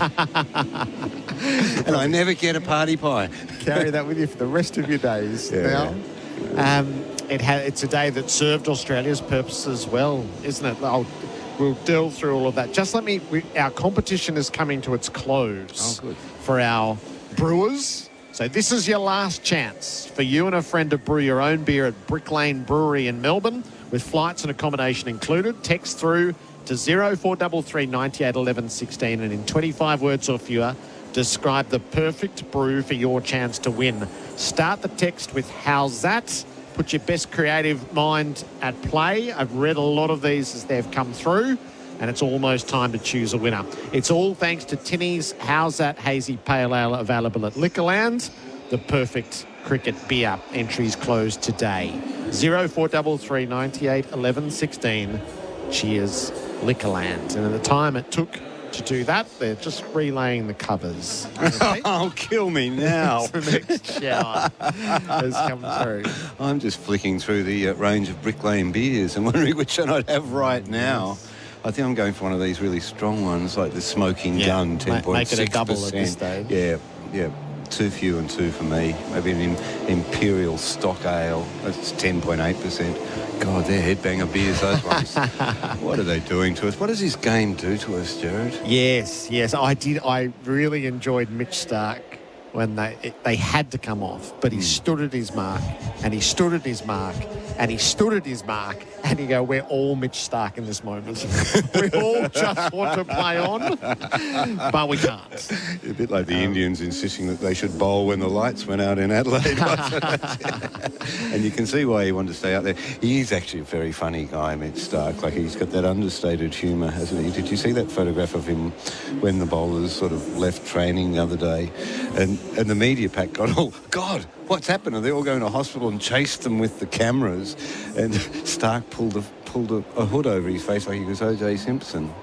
Expect the helicopters to chase them all the way to AB Field. The ground staff was going to hold off on the white tarpaulin, but now they've conceded defeat and it will have to be laid again. So where we find ourselves, Pete, Australia batted on, made 445. Hindsight's 2020. I reckon they'd like the half hour back, given the damage that they've done with the ball. They've taken 4 for 48. It's been spasmodic play, 14.1 overs, and every time they're bowled, they've looked like they were going to take a wicket.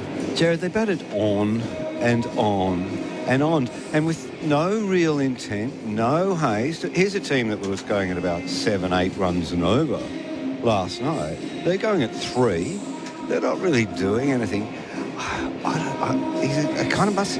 Like, elite athletes have a better sense of time than us. They're not as rushed as us. I mean, you and I... Well, you're not as impatient as I am, but get the game moving, son. Get them out there, bowl at them. I mean, that was the last thing I said this morning, wasn't it? These are perfect conditions to bowl.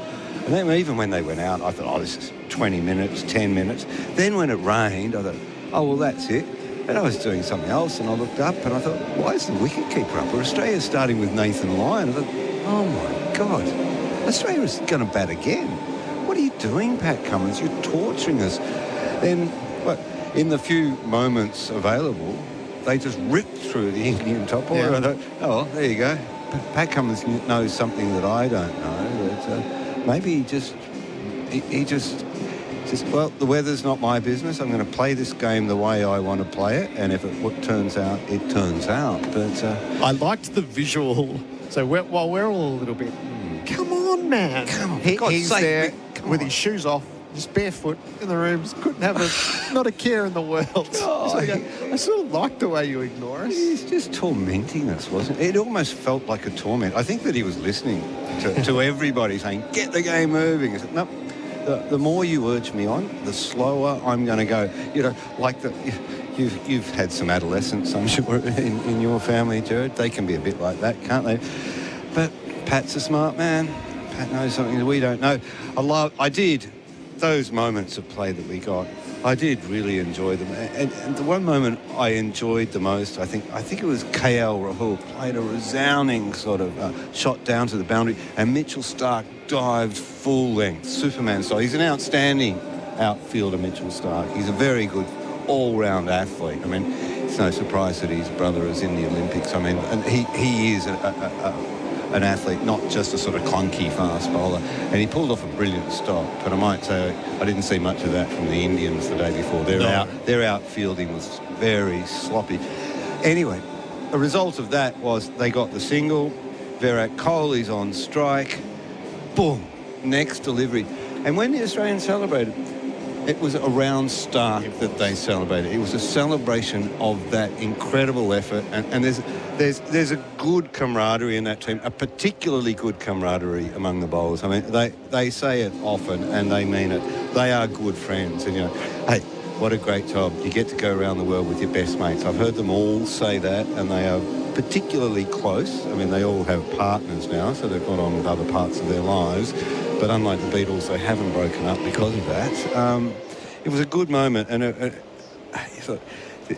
I like this cricket team when they're like that. They are on top, and the joy from Mitch Marsh taking those catches. The first one, he was pretty happy with, but I think you and I could have caught that first one. It's hit straight to him. But the second one, when he got a bit of hang time, boy, oh boy, and he's a character, isn't he? That celebration, that's on the highlights tape, isn't it? It is. Forever. The Bison writ large, that one. You can see why he's one of the more popular members of the Australian cricket team. He's quite the entertainer. He's a very funny guy. I thought, so you've picked the exact two moments, and that's where the way that they've sharpened up throughout this series is correct. Yeah, they good are point. totally buttoned up now. And They even are. the fact that Cummins got one over and he nicked off Pant with an absolute beauty. Wasn't it? Yeah. Wasn't so it? no Gorgeous warm-ups, delivery. And this is where they came into the series soft, fresh, not match hardened. You could see it in everything they did. by the start of they are buttoned up now. This is when Australia's playing its best cricket.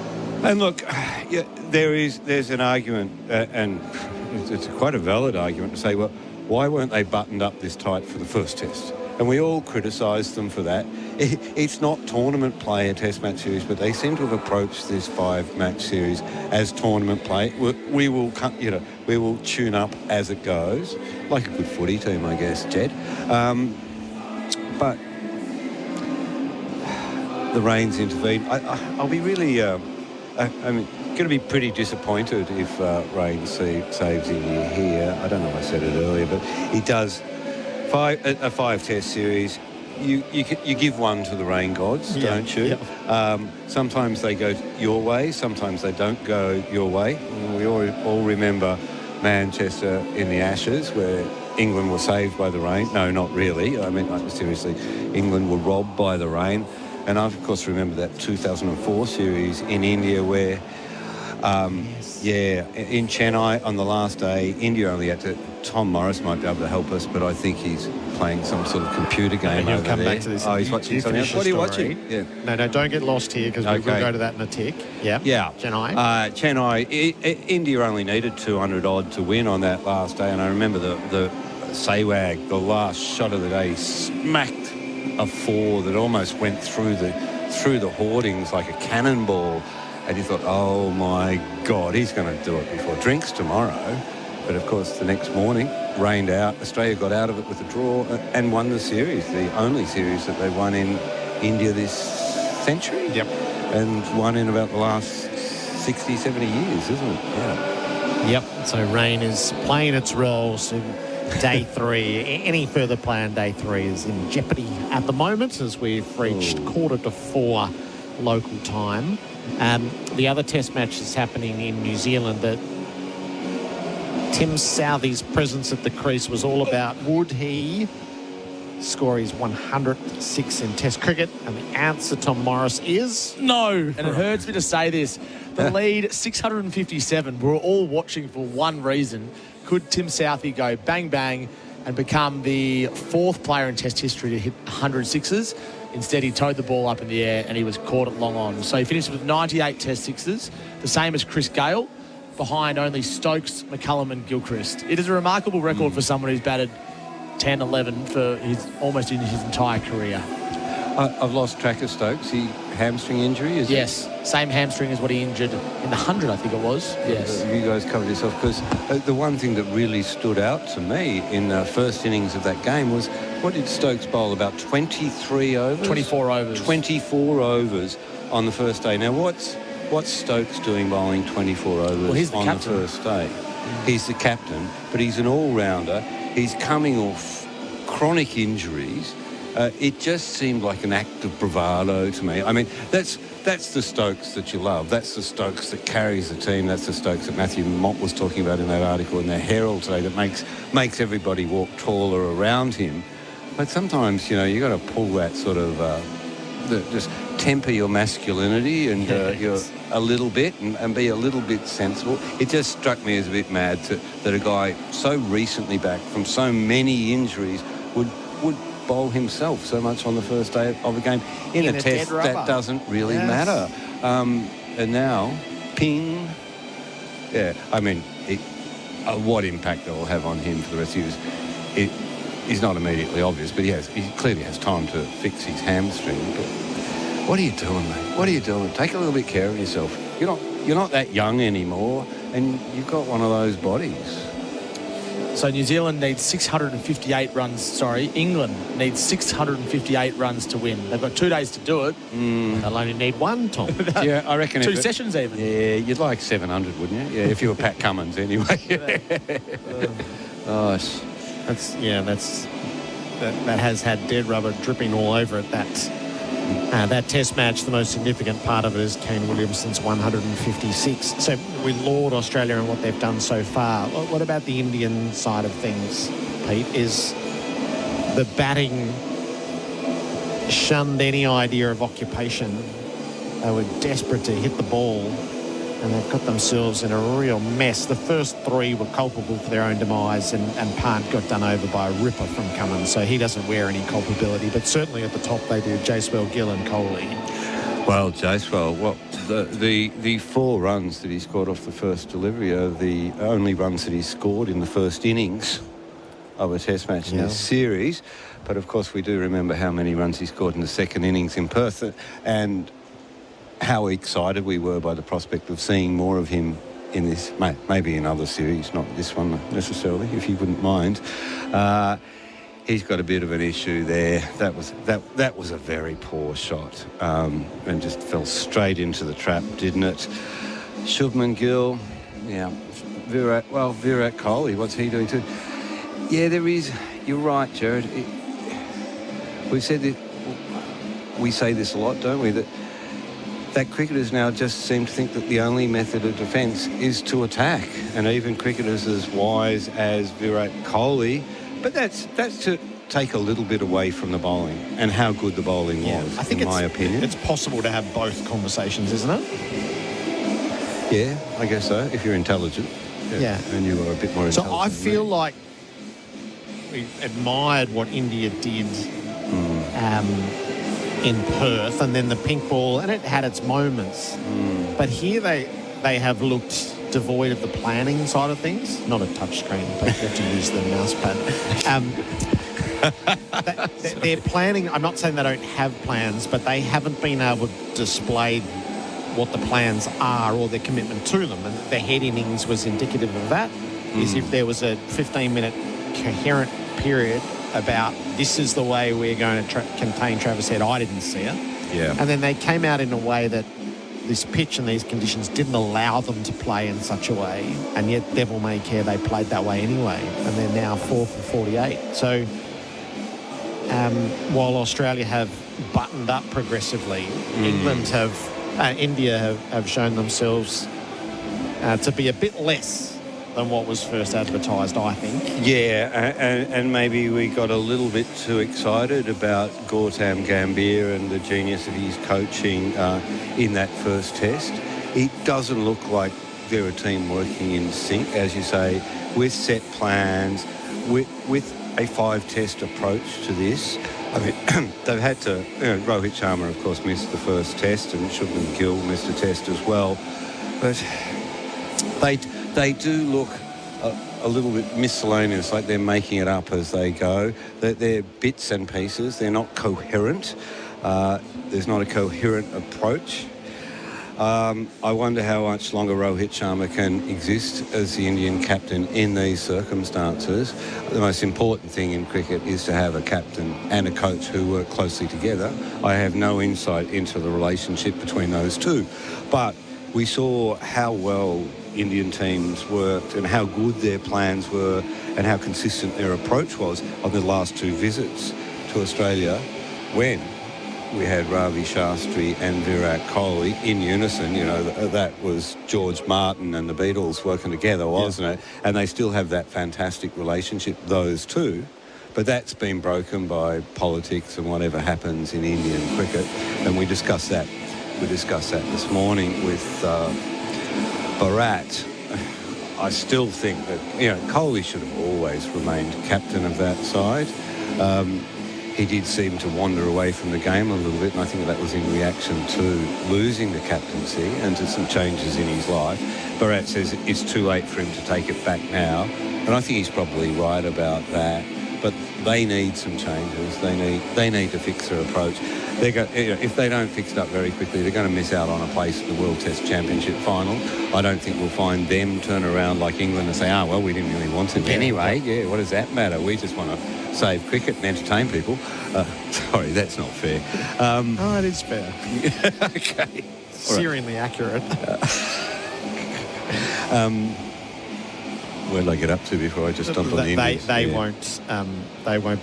If they miss out on that World Test Championship final, that's a blow for cricket, but it's a real hammer blow for India cricket, and I can't see Indian cricket responding well to that. But Gerard, we're only halfway through this series. We don't know how the last 2 tests are going to go. No, we don't, which is why the psychology around this now is Australia has such a stranglehold over this test match. If they don't get the chance to fully prosecute it and to go 2-1 up, India would get a reprieve, go to Melbourne 1-1. Is Bumrah would be a clear and present danger at the MCG, given the way that pitch has been. Yes. Could they conjure a performance there on the back of him? And they have, but they're good in Sydney. It's the pitch that probably, maybe suits them best. So, there's a lot for Australia in this now as to whether they actually get the crack at driving at home, having set the match up so well. Yeah, there is. They always tell us you start at 0, don't you? But it's not completely true, Gerard, because you start with memories of bowlers who've got the wood over you in previous innings, and Jaiswal will be a very nervous young man when he goes out to bat against the swinging ball from Mitchell Starc. These guys know that the Australian bowlers have got their number, the Indian top order. Having said that, it's not exactly all roses for the Australian top order. We've seen glimpses of it. We've seen Marnus in the previous test. We've seen Stephen Smith come good in this test. Of course, Travis Head has been consistent throughout the series, but you wouldn't say that Australia's batting is emphatically in form or on top of the Indian bowling. And can India really bowl as badly again when they get to Melbourne? Surely. These guys are not bad bowlers. It's about plans. It's about approach. There's plenty of time to readdress that. It stuns me that they haven't addressed that ahead of this test after what happened in Adelaide. Perhaps they thought the red ball would fix everything, but they've just fallen back into bad habits.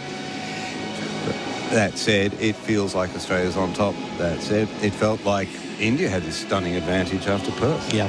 So heavy rain falling in Brisbane at the moment. India's 4 for 48. We had a start time after tea, but we didn't quite get there. And now the clock is really ticking on the day's play. SEN Test cricketers for Royal Caribbean come seek Royal Caribbean, and for Hijaz Halal Financial Services. What are you playing with there, Pete? Well, I just noticed in that Kane Williamson's got 150 in that test match. It's an interesting time for what they used to be the Fab Four, but I think they're just a terrific 3 now, aren't they?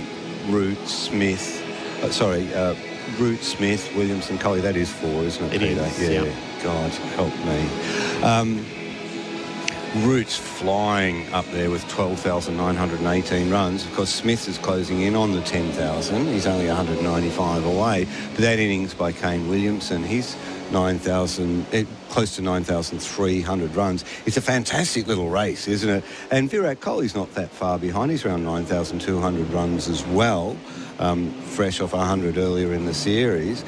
I'm enjoying this competition to join the 10,000 club, and it's a fantastic time in cricket to actually have 4 batsmen from 4 different countries all pushing for inclusion in it. One of them's already there, sorry. In fact, one's had membership for some time.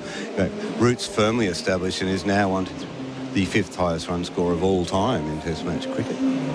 See, it does give us that moment, doesn't it? 36 Test centuries for Root, 33 for each of Smith and Williamson, consecutive days, and Kohli's at 30. There's been an account, I think, out of India that's been recounting Test centuries at the start of 2021 and what's happened since. Okay, yeah. And that's when Kohli was 27, Smith was 26, Williamson was 24, and Root was 17. Yes. So this is the end of the COVID era.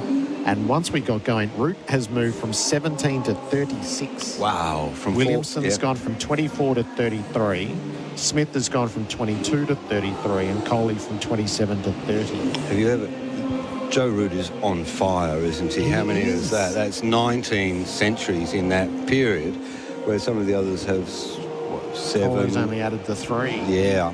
And he, outstanding form. And you would not have picked that when he came out here as captain of that England team. He looked like a guy who was at the end of his cricketing wits and life. That was a terrible series for England in lots of ways. A lot of things were against them, but taking the captaincy of him is just freed him up, hasn't it? It's just unshackled him. His form of late, he's just a beautiful batter. And some of those strokes that we saw him play in England last year against Australia, just next level. I've loved the rebirth of Joe Root. And he's a very decent bloke, isn't he? You know, he's hard to dislike even though he's English, Joe. I'm born to dislike the English. Better suited not being captain. Much, much better not being captain. Steve Smith hasn't scored, has slowed down since. I mean, he had that outrageous return to cricket in 2019, centuries in back-to-back centuries in his first test in the Ashes. Kane Williamson just keeps going. He missed a couple of tests recently, but he's a wonderful cricketer, but just doesn't get as much opportunity as the others because New Zealand don't get to play as much cricket. Kohli has really slowed down in the last few years. That's why it was wonderful to see him get that 100. It was a 100, an emotional 100, the equal of, I think, Smith yesterday. Yeah. Unfortunately not performed in front of his home crowd like Smith's or a home crowd, but celebrated nonetheless by anybody who likes cricket because you want to see these guys do well. They provided us so much entertainment and we've just been blessed to have batters of that quality around at this time. I can't see the next generation of players making this many test runs. Yes. I can't see them getting that much opportunity. And we keep hearing the batting is getting more difficult, Gerard. So who's next down the list? Well, Stokes has only got 6,500 runs. Tom Latham is at 5,000. Usman, 5,500. They're not going to get there. None of those guys. So there's nobody pressing for that 10,000 club anytime soon. So Kohli won't get there now, will he? What's he on? Well, Kohli needs 834 runs. It's a few, isn't it? The way he's dried up over the past 3 years, you couldn't see that. No. And I suspect he's not terribly much longer for Test cricket. I get that feeling too, Gerard. I think you're right. His average has slipped below 50. You can see that he's a man whose family means a lot to him, and those off-field imperatives, we don't often factor them in to where we think cricketers will pull the pin. We tend to think more about where they are with their game and where the team is at and what their age is at. But he's a family man. He's very devoted to his family.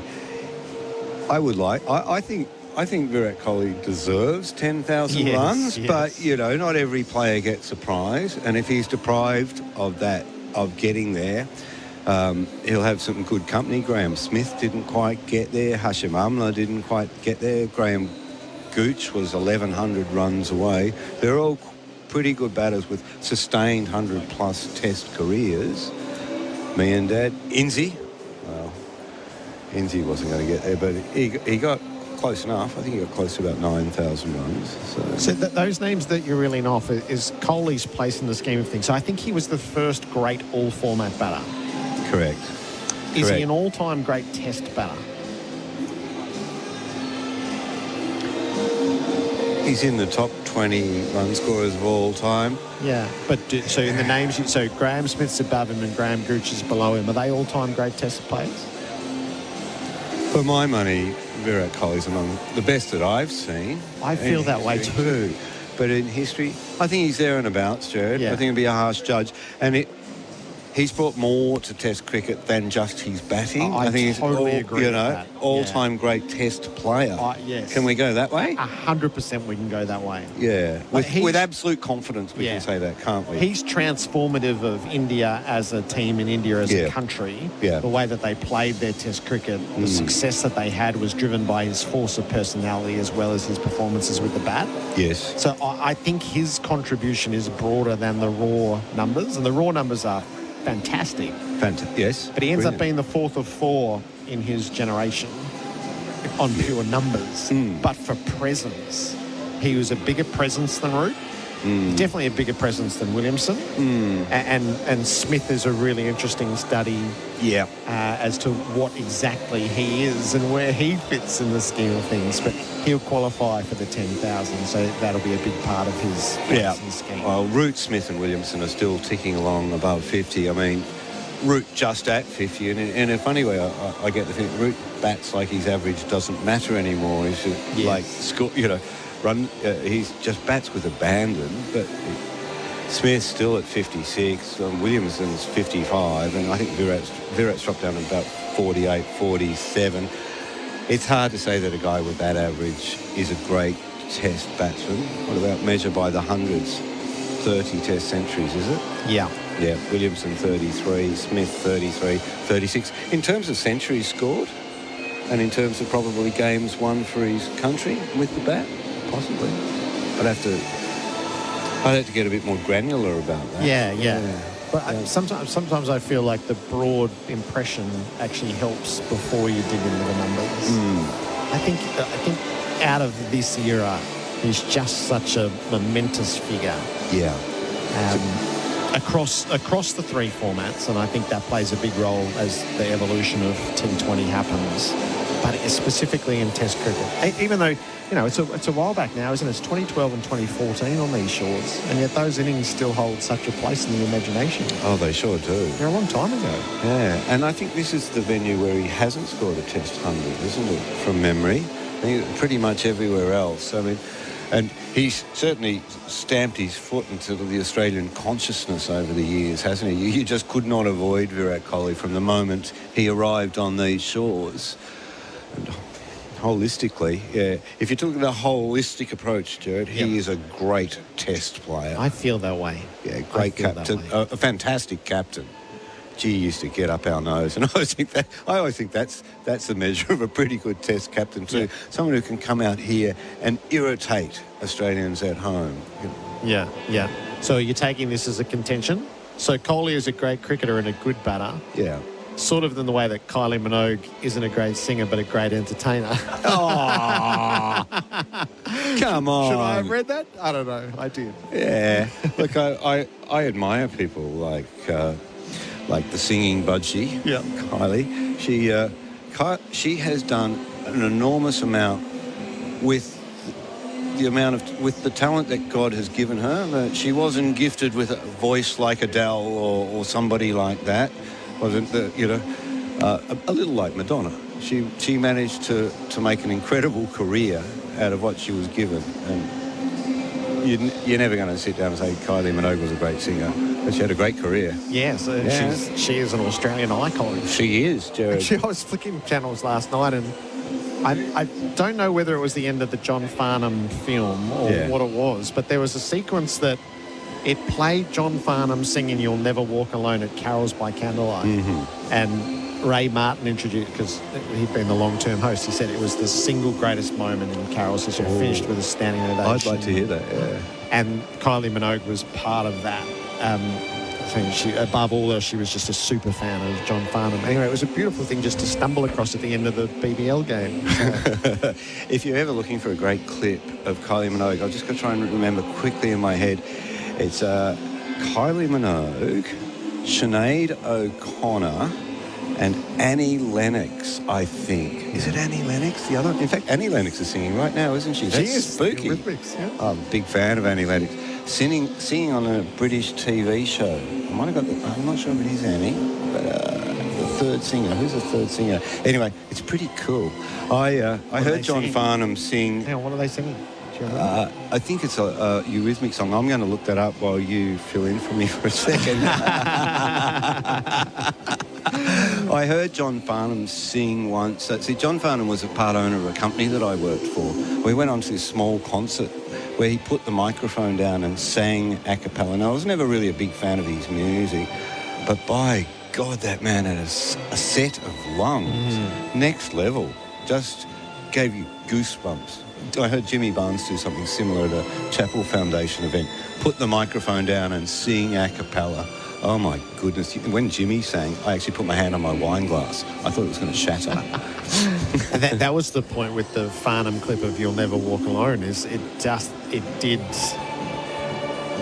fully gave you the sense of how great his voice was. Yeah, here we go. Who have you got? It's Kylie Minogue, Natalie Imbruglia, and Sinead O'Connor singing "Love Is a Stranger," the fantastic song by Dave Stewart and Annie Lennox in the Eurythmics, who are playing while we talk about that. There you go. Sorry, there's a diversion. A diversion from Virat. I don't know what that's got to do with Virat Kohli, Joe. No, we had the great text who contemplated whether Coley's place was like Kylie's place. 0433 98 11 16. Will I read Dean's? Jason Donovan is the singing parakeet? No, I shouldn't have read that. Oh, come on. I shouldn't have read that. Don't be so kind. I went to their wedding, you know. I went to the wedding reception of Kylie and Jason. Hang on. Give me context here. Yeah, I was the neighbour's wedding. Yeah, I was the entertainment writer for the Sun News pictorial, much to my chagrin. I really wanted to be a police reporter, but they threw me on the entertainment round. It was when Neighbours was at its peak. And, of course, all the other journos used to sneer at me and call me the Kylie Minogue reporter, and I must admit she was my meal ticket because she was flying at that point. She'd just sort of broken in London, and, you know, and I had the inside word. I had the inside word on Kylie and Jason's every move in life. And Channel 10, God bless them, put on this faux wedding reception at a pub somewhere in Melbourne. I remember I'd had a really big night and had a stinking hangover. And it was when I was a young man, I was a little less disciplined than I am now, Jared.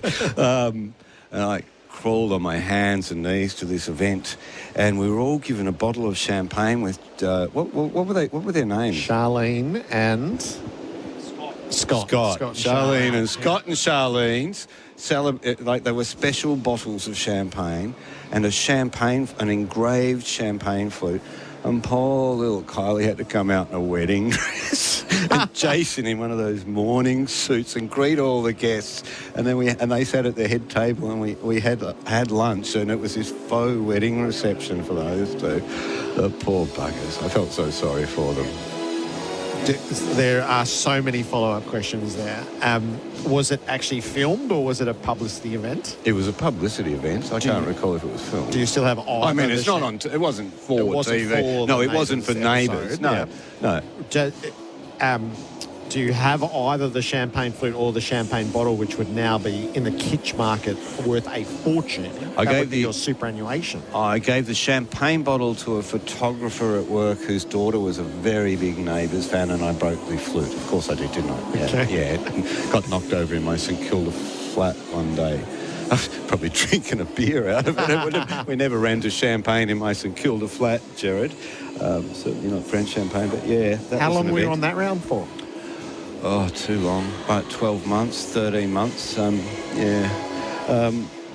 It was kind of fun. Yeah. Because I did movies at the Herald Sun for 4 years, I reckon. Yeah. And it was super fun. Was it? Yeah. Movies, yeah. I mean, I got invited to all those TV events, and, you know, was on the set of Neighbours and all those sorts of things. That was when Craig McLachlan? Yeah. And I think I worked for a while as the booking agent for Craig McLachlan and the Y Fronts. I think we did 4 gigs at some pub in Port Melbourne.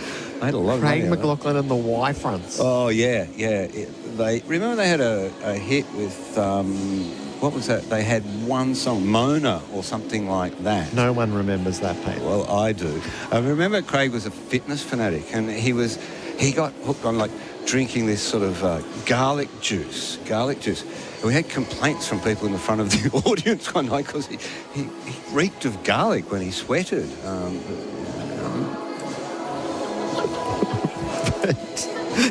Hi, Craig. I hope you're not listening. They were good days, weren't they, mates? Yes. Neighbours and what? What would have been this? What was second? Neighbours was everything at that stage. Yeah. What would have been second pick?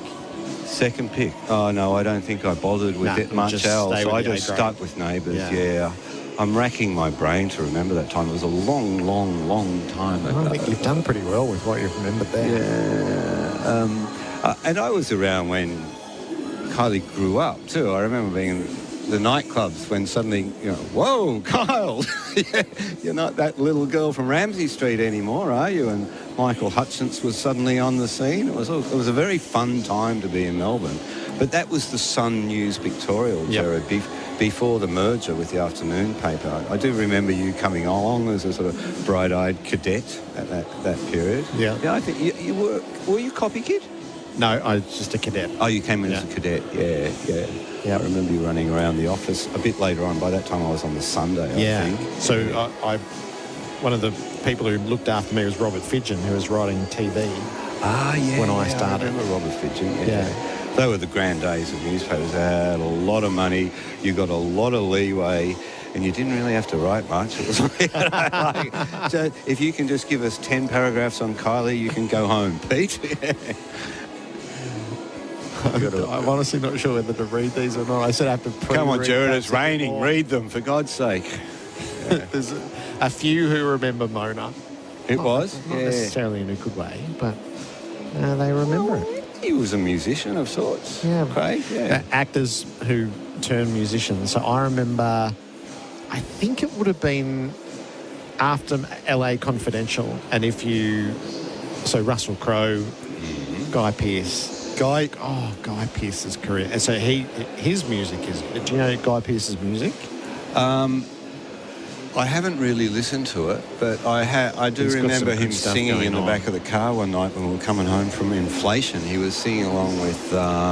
I think it was Better Be Home Soon, Crowded House, and he had a set of lungs. He could sing. He's about to be in Oscar contention with The Brutalist, of his films coming out across the holiday season. He made Best supporting actor. He's made a really good career for himself, hasn't he? Word, he has. You know, he's a good actor, really decent sort of fella too. I liked him. Yep. I liked him a lot. Anyway, I was going to say, it was the phase where you would interview Russell Crowe for the movie. Yeah. It came with the writer. You had to talk to him about 30-odd foot of Grunt. Oh, dear which was his God. band. Yeah. Which you'd really rather not, if we're honest at the time. But the quid pro quo was, yes, you could have the interview for the movie, but you had to be supportive of the music as well, which was a bit of a stretch. I remember Jack Marks writing a brilliant article about being sort of lured into his Russell's orbit and sort of set up. Russell's almost had that control like a Scientologist over him, and sending him down to his studio to listen to the album and trying to make him love the music and love Russell Crowe. And it's raining so heavily here, Gerard, that if we don't get out soon, we're going to need a helicopter. There's going to be no cricket. There's no point even pretending with you. It has gone 4:15 here in Brisbane, and it is pouring as heavily as it was on Saturday in the worst of it. So 4 for 48 is as far as we'll get today. And we'll see what happens next. Well, Pete, that was fun. Well done. Nice. I feel like we only scratched the surface, though. I really do. Tommy wants to hear you. I want to apologise to the listeners of SEN because it's raining and Gerard takes me these places. It's my fault. But so many people would have a degree of separation neighbours story, I reckon. If we opened that can of worms properly, you could have some real fun there, I suspect. Tom wants to hear your Barry Bissell stories, but we're not starting. Take 40 Australia from the bottom to the top. Hi, I'm Barry Bissell. All the hits. Yep. Pete, all right, I'll let you go and read what you write a little later on for Cricket at Hull. There won't be much cricket in it, See if you can slide a Kylie or a wife runs reference. I'll be reminiscing about Kylie Minogue. Yes, you go. All right, 4 for 48. There's surface water out on the Gabba now. That's where we left it. Oh, Pete. Just destroyed the set on the way out. Very rock star behaviour. Colo, Bharat and Heels are coming in next. This is SEN Test Cricket for Royal Caribbean, Cumseek Royal Caribbean, and for Hijaz Halal Financial Services. SEN Test Cricket for Host Plus, winner of CanStar's Outstanding Value Super Award for the 7th year in a row. That's a plus. Issued by Host Plus Pty Limited. Check the PDS and TND at hostplus.com.au. Taking a look at your drive home, a car fire affecting the Monash Freeway outbound. Now, that fire is before Narry North Road. 2 left-hand lanes affected with delays back to the South Gippy Freeway and delays following an earlier breakdown on the Westgate Bridge heading outbound. There's also a breakdown inbound on the Westgate Bridge in the left-hand lane. From early January till March, Westgate Freeway roadworks will bring long-term lane and ramp closures between Grieve Parade and the Westgate Bridge. Delays expected. Search Big Build for info. And the Sixers take on the Renegades in the BBL. Here at live tonight on SEN.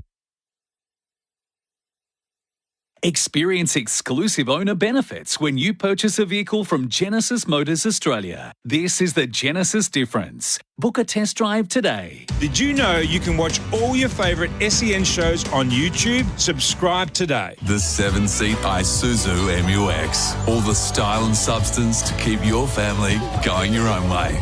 From just $51,990 drive away. Visit your local Isuzu Ute dealer today. Go your own way. T's and C's apply.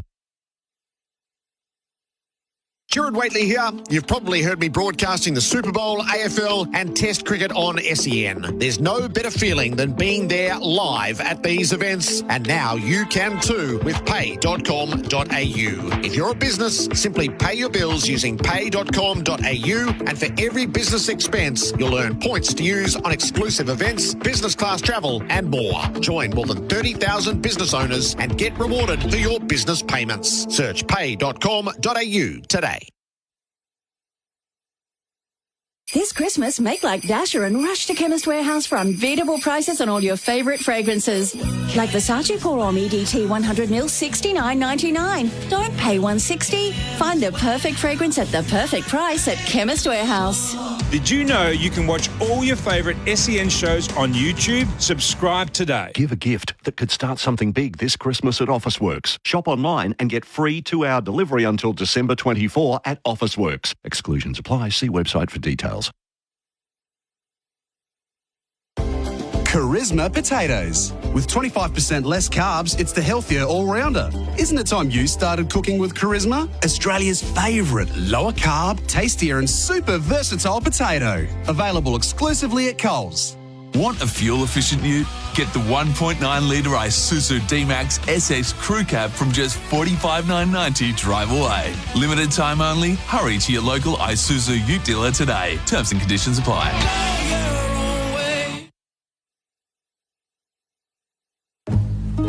As you listen to 6s and 4s being struck, and you start feeling peckish, why not love a duck? These rich, tasty birds into which you can tuck are as fast to prepare as a quick single snuck. In new heat and eat packs that require no luck, at Coles, Woolies and Independents, all fresh off our truck. But mere cricketing terms can't describe love a duck. So I'll use sledging language. It's as tasty as...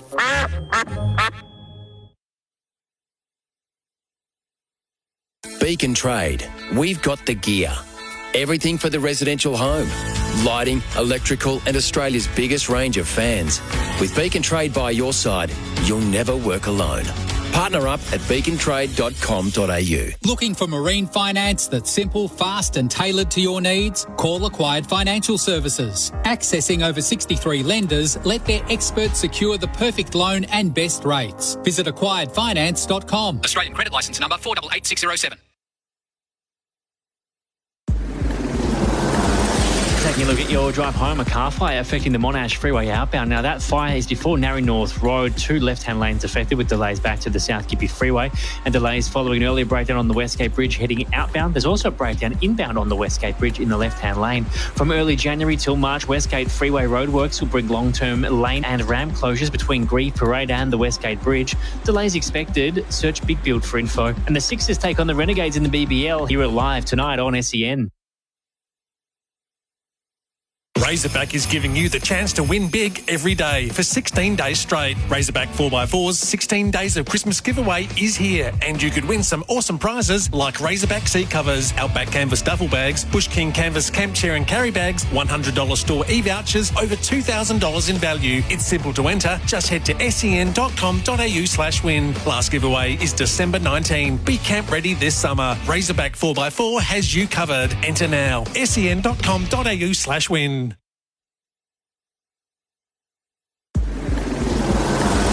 Taking a look at your drive home, a car fire affecting the Monash Freeway outbound. Now, that fire is before Narry North Road. 2 left-hand lanes affected with delays back to the South Gippy Freeway and delays following an earlier breakdown on the Westgate Bridge heading outbound. There's also a breakdown inbound on the Westgate Bridge in the left-hand lane. From early January till March, Westgate Freeway roadworks will bring long-term lane and ramp closures between Grieve Parade and the Westgate Bridge. Delays expected. Search Big Build for info. And the Sixers take on the Renegades in the BBL. Here live tonight on SEN. SEN Test Cricket for Host Plus. Winner of CanStar's Outstanding Value Super Award for the 7th year in a row. That's a plus. Issued by Host Plus Pty Limited. Check the PDS and TMD at hostplus.com.au. SEN Test Cricket for Henley Homes by Henley. Complete at home and move in now. Adam Collins jumping into the driver's seat. Bharat Sundaresan to my left. Ian Healy to my right. Tommy Morris is over there as well. You know what? Dare I say it? The rain has stopped. And there is time if they're good enough. There is time if they... We know this ground drains ridiculously quickly. He'll saw that on day one when it was flooded, literally. And it was not... They were thinking about taking the covers off at one point. We're not far away from them being able to consider that.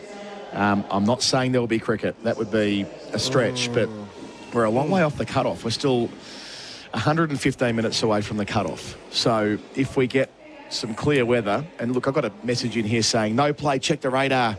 This shower will be gone, they'll be on soon. The problem is the radar means nothing up here, we've learnt over the last couple of days. Yes, very small scattering of white radar movements that turn into massive showers. Yeah.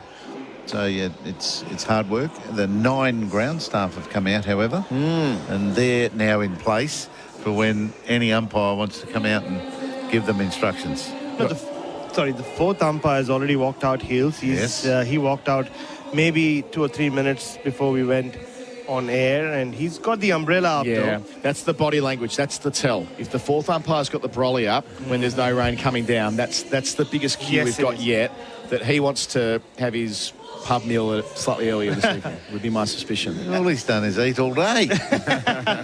This is the most water I've seen on the covers. Yeah. Yes. And gone are the days where they're very diligent in getting that off first. They should be working on that, but they just tip it away now. They've got the draping method, because they trust the super sopper. Every club should have one. I thought about buying one in England this year, a super sopper. Yeah, because you want to get on, don't you? Tommy Morris got his hand up. Yeah, I looked up the history of super soppers a little bit earlier. It started in 1974 in Tasmania. Wow. What? 1979, they became more widespread around Australia. But Gerard made the point that they seem to have gone out of fashion in Australia, and I'm not quite sure why, because the business was owned by a gentleman who passed away a couple of years ago, and they're being made offshore. And I just wonder whether the business is no longer or is less prominent because of his passing. But either way, they're not used as widely as they once were. So maybe it's simply that the ground drains so quickly that the sopping doesn't need to be quite so super. Yes. That would make sense. That's exactly what it is. I think the system it happened in India as well. I think started in Bangalore. They've come up with these incredible drainage systems which get used in America and in Europe, where it like we've seen here at the Gabba, you need just 5 or 7 minutes and everything just goes underwater or underground, and it's maybe that's why they don't need to stop it. But for me, the concern is the outfield right below us. You can see there's a lot of wet areas, but hang on. Too many soppers. Yes, baby soppers are entering stage right from the western side of the Gabba. They're not moving with any real purpose. Oh, here come the Richards. And the 4th umpire has folded his umbrella. Here come the Richards. Kettleborough and Illingworth beneath us. And you know what the mini soppers are here to do? Take the water off the covers. There, it's all coming together. It has all. We've all become... Okay. Trying to read the body language of Richard Kettleborough. To be fair, we know quite well, Baz. He's walking with some purpose. He is. He always walks. I don't think Illingworth is, though. No, that's just him. That's just know. him. Yeah, he played here in Queensland. Oh, yes. For university. Yeah. And we played against each other, Worcester, a couple of times. Queensland and Worcester had a bit of a connection. Right. And, so I know him. He's always had that posture. So Richard Kettleborough's leading the conversation. Doesn't miss arm day in the gym, that guy. Oh, more abs. Oh, yeah. Well, it's a true story that last year when we were indoor, I think, Baz. Yeah. We were filming an SEN video the day after the test match up on the pool deck at the rooftop. And just over next to us, watching on a sunbed, was Richard Kettleborough. With his, it was all... His rig out. Rig out. Yeah.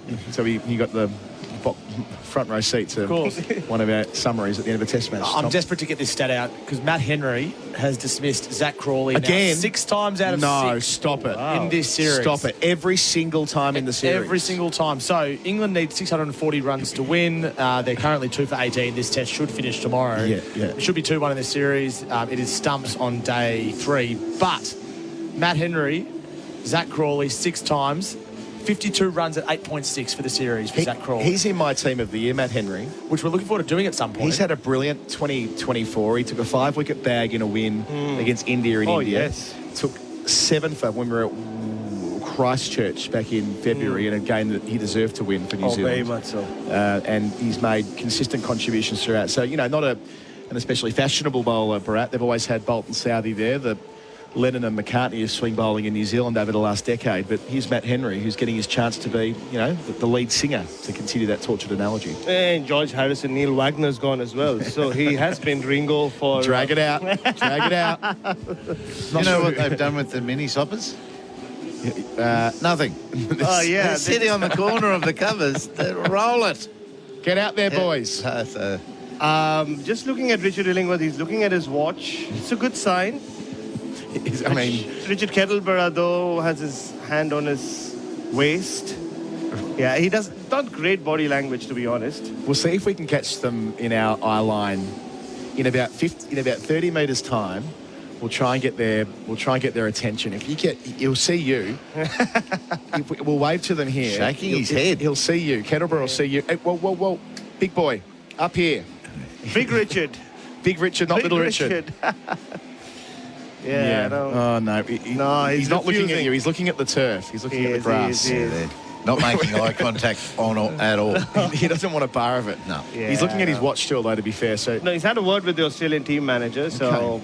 Okay, well, we'll find out what we can from Cricket Australia in a couple of moments and see whether this is realistic or not. Yeah, I think it's the pegs are coming out. Oh, the pegs are coming out. Pegs are out. Oh, wow. We're not done yet. We're not done yet. We thought for all money we were an early mark or some version of that. But what is the latest now? Well, 6:20 is when the last over must have started by. That's the cut-off. So you get the 30 minutes and the 30 minutes. Yes. So the second lot. Here we go. One moment, please. The next update is there'll be an update. So the next inspection will be 4:50. So 20 minutes away from a further inspection. And normally that means 10, 15 minutes from the restart. So... 5 past 5, 10 past 5. Dare to dream, friends. Dare to dream. Could have an hour and a half of cricket, potentially. 70-odd minutes of cricket, yeah. So that'd mean Australia Hills would get a crack at India under lights, because there'll be lights on if they're not already on. They'll be on by then.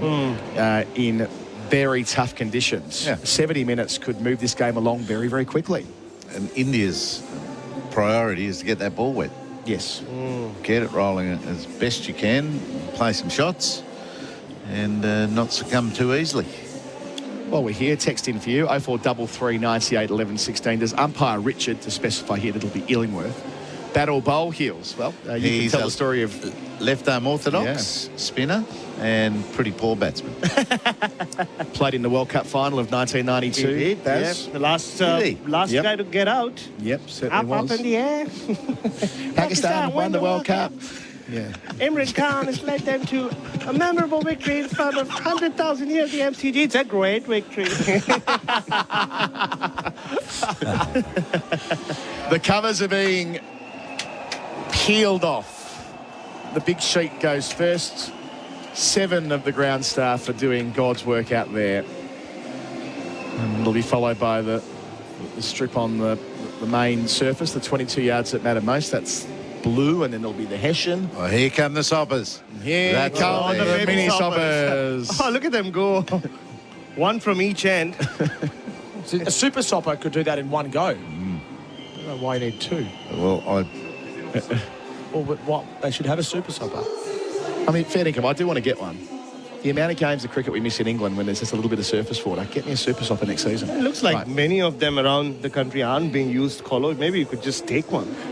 Colo, is there a resale market for super soppers? If there is, drop me a message. Colo, you driving around in your car in London with your cricket bag over one shoulder and a super sopper every time you get out for a game of cricket would be very Adam Collins. It'd be on brand. Yeah. I don't like missing. And the scorebook in the other hand.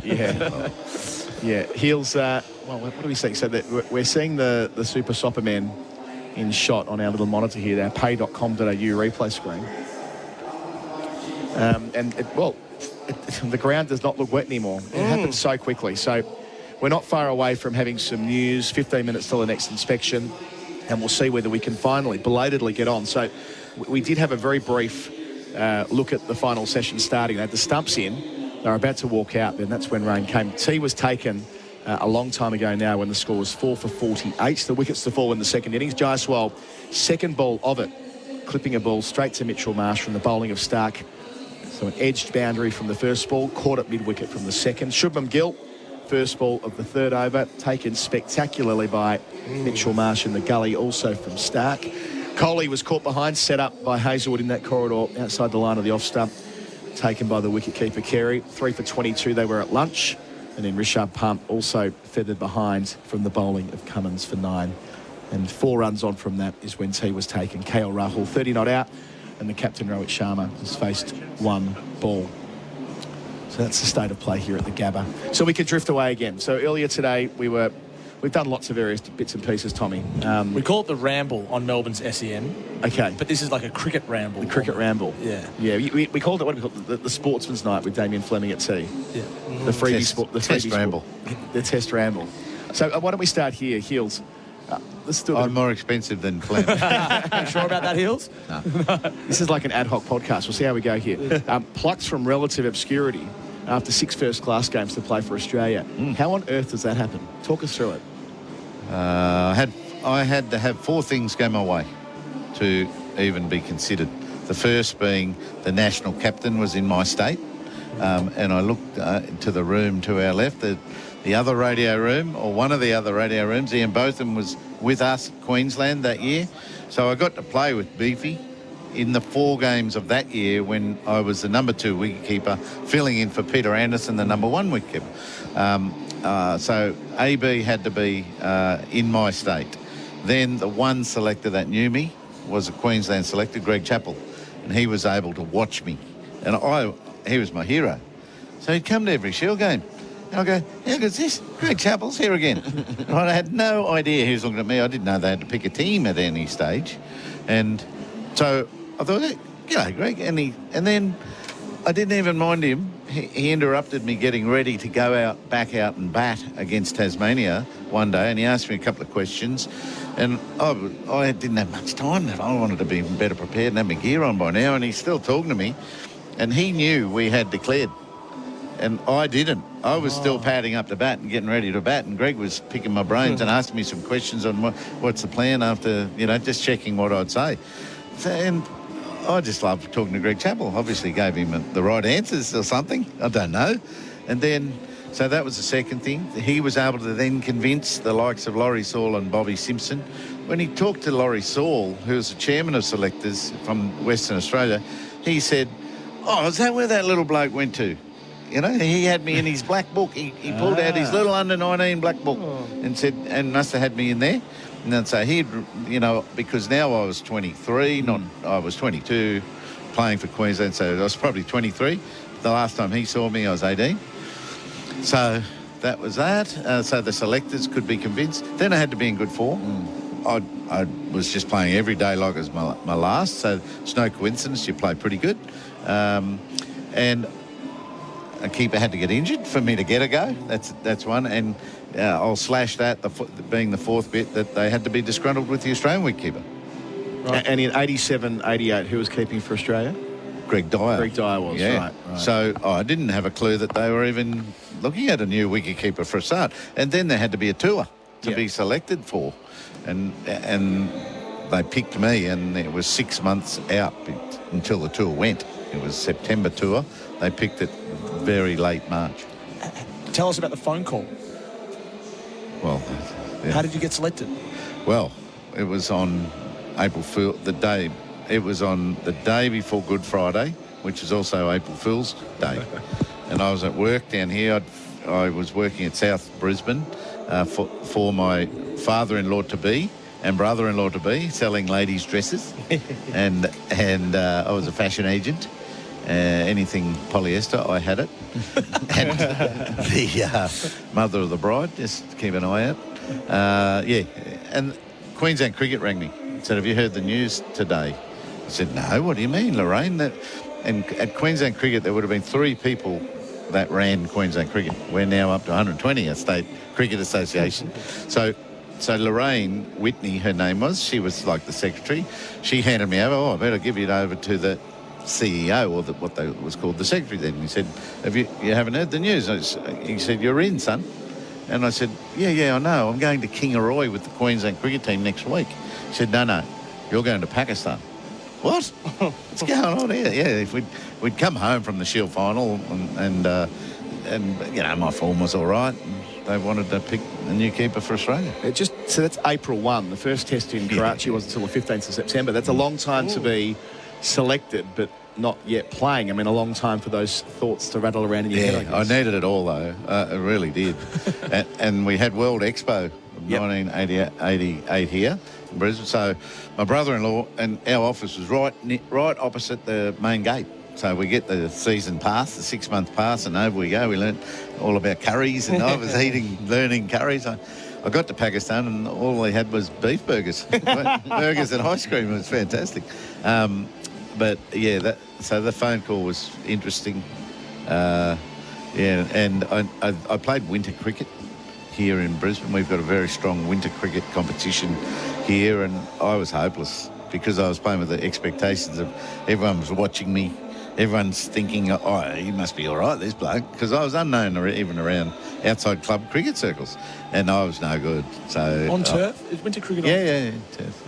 Yeah. Our winter weather's perfect. It's not like this summer stormy type stuff. So, I'm thinking, gee whiz, I've got a lot to do here. And, off we go. And then, people would... I'll just tell the story. On the way to Pakistan, President Zia was assassinated in a plane bomb, an avocado bomb or whatever they were calling it at the time. So we landed in Karachi and just went to a Karachi hotel to get freshened up and then just redivert. We went to Lahore, I think. We went to Lahore and just started playing our games there. Even though there was this massive security atmosphere around the country. And it was very hot. It was, I think, too hot for Imran. Imran said, it's too hot. It's not the time to be playing cricket here. And he was out, and young Wasim Akram was injured with a groin problem, serious surgery, I think. So it was going the right way for us. I mean, you spoke about beef burgers and curries and just the cultural things, but going from keeping at the Gabba to keeping on some of those pitches, that would have been quite the transformation. Yeah, and the first test was the biggest transformation ever. We lost the toss in bowling. Alan Border, I think, had bowled 16 overs of spin on day one. And that was with Peter Sleeper, Peter Taylor probably. So that there was just a lot of spin for me to cope with. But I found the Pakistan wickets quite consistent in the whole entirety of my career. So to Indians, they would spin, but consistently. And Javed Mianad made 207, and he batted for 2 days. So my first fielding as a Test cricketer was 2 days and 2 sessions. And I'd never fielded for more than 1 day and 1 session in a Sheffield Shield match. And so it was incredibly difficult and taxing. And the attitude in our team wasn't great. They were all in the dressing room going, we'll never get them out. It was horrible. And it just dragged on and on and on. And then we were, they made only 464 and batted for 2 days and 2 sessions. And we were like 6 for 80. I think I went in at 6 for 60 or 80 before the end of day 3. And then we were out before lunch on day 5. So just outright. One question about that Miandad double 100. It's often said in internet land that he was wearing an I Love New York cap when batting. Is that true? Cap. A trucker's cap saying I Love New York on the front, making a Test double 100. Well, I don't know about I Love, just had New York. I Heart New York. Just had New York. Playing for Pakistan. Jump on Twitter and you'll find it. No photos of it though. Have you got the scorecard there? It was a show of Malik up batting at the top order too? Where are we here? Shoaib Mohammed? Shoaib Mohammed. Yeah. He had his green World Series Cup pads on him. Right? In a test match? Yeah, in this test match, but they weren't green. He'd painted them with kiwi, very light white. You could tell they were green pads. Brilliant. And so I'm thinking, how's this test cricket over here going? And Dean Jones took Javed over a helmet as a gift. Like, not a gift, he asked him to, and took him an Albion C&D helmet over there, a white one. So he'd finished wearing that and put this trucker's hat on with New York on it. And anyway, Dino got fined $1 for $1 US for every run he made in that helmet. And he made 207 this inning, so it was a good start by Javed. We had him out LBW 200 times. Was it telecast? Probably not. So your parents couldn't watch it? Not back here, it wasn't. No, they couldn't. So we had a very strong media contingent with us. And then at the end of that test match, we threatened to come home.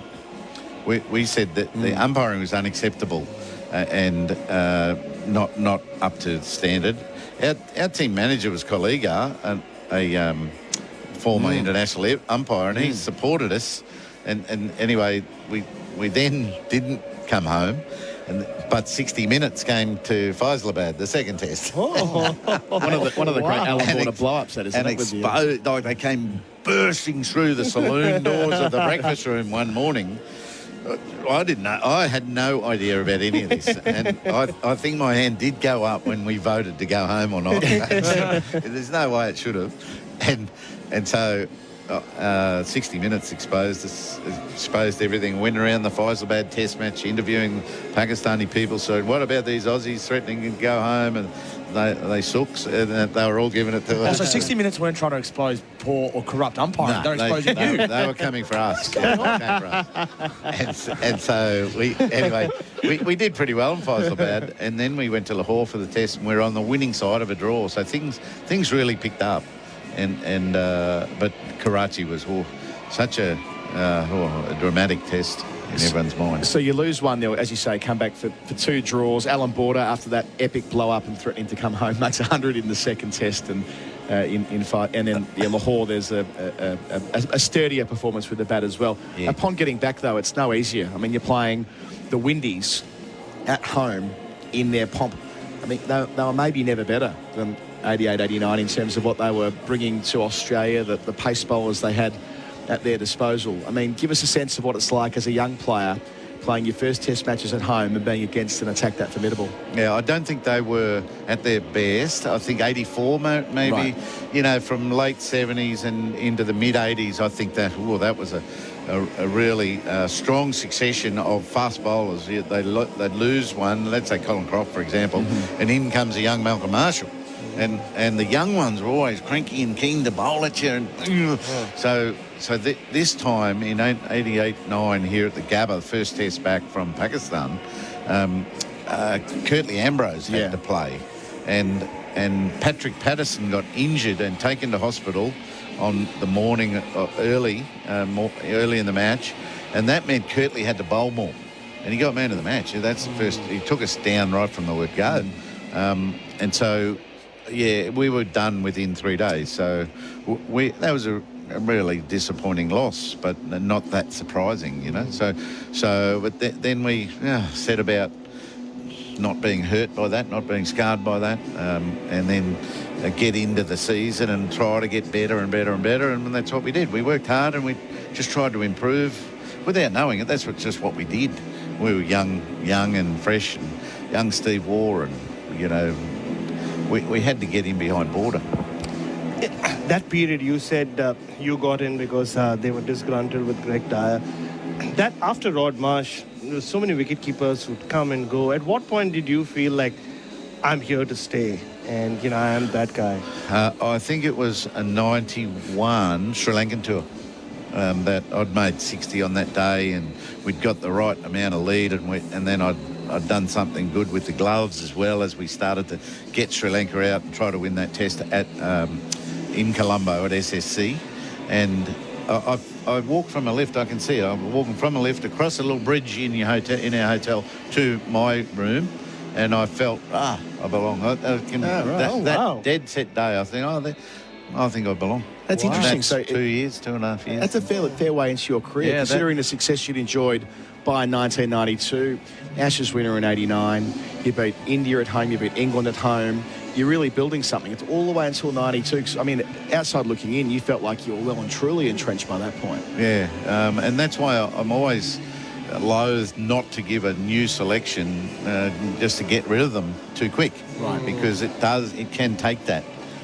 So, you know, there's a lot of emotions going on in a new player's mind. So we've got a bit going on out in front of us here. So the two Richards, Kettlebrook and Illingworth, are out there talking to the curator, a couple of the ground staff, the fourth umpire as well. The stumps are laid out next to where they'll eventually be plugged in. They're looking at one spot in the load-up just before the cut strip, where, you know, judging by the body language and the way the umbrellas are doing their thing, maybe they're a little bit worried about that patch. But even closer to us are where the Australian team are starting to limber up. Mitchell Starc, Josh Hazlewood preparing to possibly bowl soon. So the formal inspection's not for another minute, Tommy, but as we said before, and Brat's with me as well, he's picked up on something. No, I think this is just Australia making a statement. They are pretty much, they've been bossing this game anyway. They are keen to go. I don't see any of the Indian batters anywhere. It's just the support staff standing around, mulling around, doing nothing.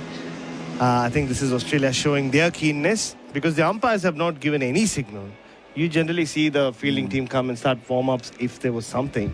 Because it really doesn't look that good at the moment. Intent. They might call it in the modern game. Owen Morgan, everything's about intent. Well, this is the intent from Australia, Tommy. And if it's this type of weather again tomorrow, yes, Nathan Lyon will be up there just running past that group of umpires saying, I'll bowl there. I'll bowl from this end. Don't worry about the quicks. I'll be bowling that end. So don't worry about that wet bit. He'll do anything to get a bowl. He only bowled one over last week and hasn't got on yet in this innings, Tom. Can I ask him another Sportsman's Night question? Please. Wicketkeeper batters, I think it takes a fair bit for a wicketkeeper to be dropped from a test team. Like, you don't just get dropped after 2 or 3 games. You've got to have a series of poor performances with bat or with your gloves. What did you find most difficult to adjust to at the test level? Was it keeping or was it batting? About the same. Yeah. About the same. Probably batting, I reckon.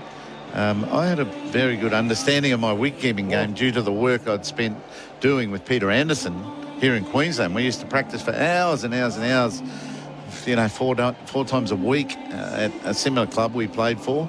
So he taught me a lot about a style and what are the important things for wicket-keeping. I was quite a raw country kid that came down to Brisbane as a 17-year-old and I'd scored the ball probably pretty well, I don't know. But he taught me about style and exactly middling your catching and all the sort of rhythm and stuff that you need.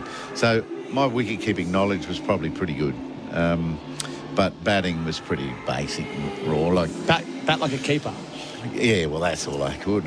But that's a phrase. I went out in the first test in that third afternoon of Karachi. Yep. And we're 6 for 80, something like that.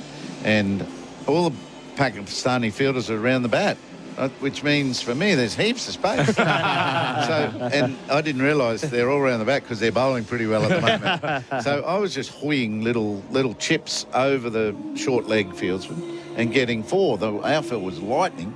Peter Taylor came up to me. I'm thinking I'm going pretty good here. Peter Taylor says, "What are you doing?" I said, "What do you mean? We've got a test match to save here."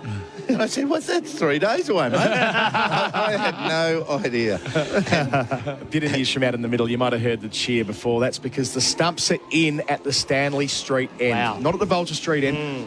Just to reinforce just how wet it was. No more than, say, 45 minutes ago, there was pooling all around the square where the covers were, but this ground is drained immaculately, and it means that we haven't got official news yet from the umpires. They're still at the middle chatting to a couple of the curation staff, but it won't take long that we will have, I suspect, an official restart time. Otherwise, they wouldn't have the stumps in, Tommy. No. Hey, sorry. No, I'm just kidding. I'm too excited. I'll take a step back. When you're talking about this, you know, Greg Dyer. Yeah. Rod Marsh finished wicket-keeping in 1984. I started in 1988. How many Australian wicket-keepers were there in between us? That's a trivia question. I've never had anyone answer it successfully off the bat. I might have to look that up. No, see, no, you can't look it up. Not even you, as a former keeper, will have a crack. Well, not in the 80s, that's for sure. The gutting ball heels.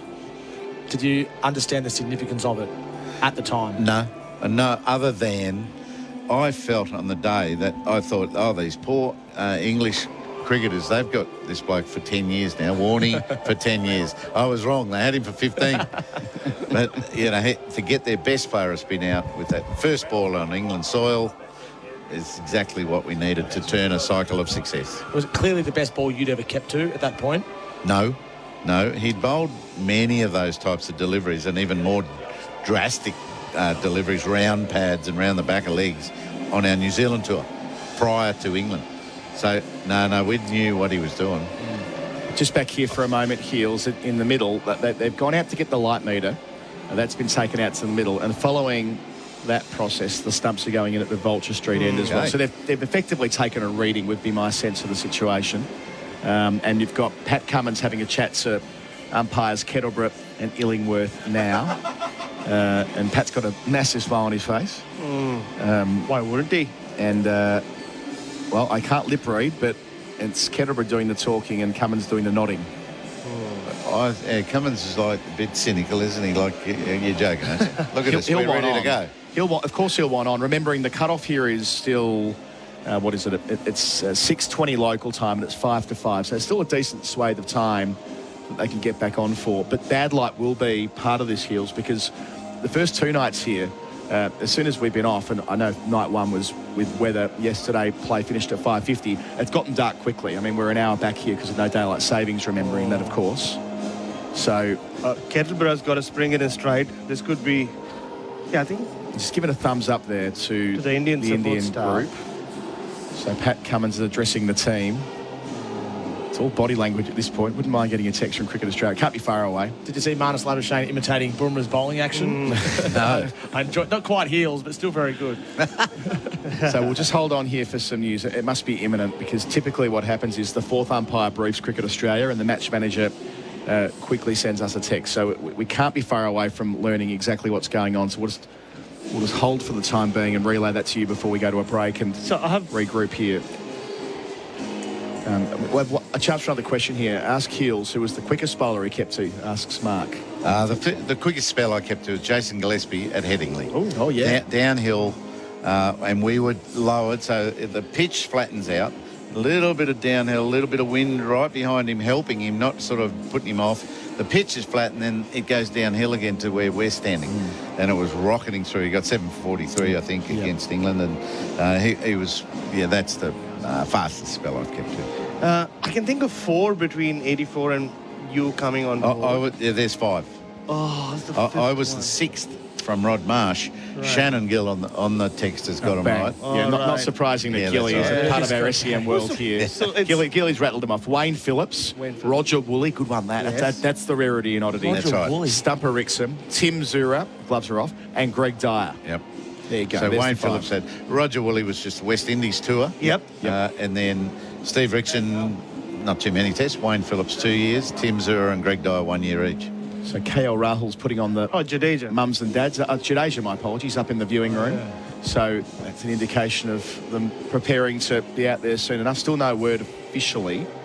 So when you leapfrog those keepers' Heels, what do you think they thought of you at the time? I played my first match back from Pakistan because I did all my leapfrogging in the winter and was against New South Wales and Greg Dyer. So Greg Dyer, I remember, just ran past me once when I was out batting and he said, we know the truth, Heels, don't we? What does he mean about that? What's wrong, mate? That'd rattle you, wouldn't it? What is the truth?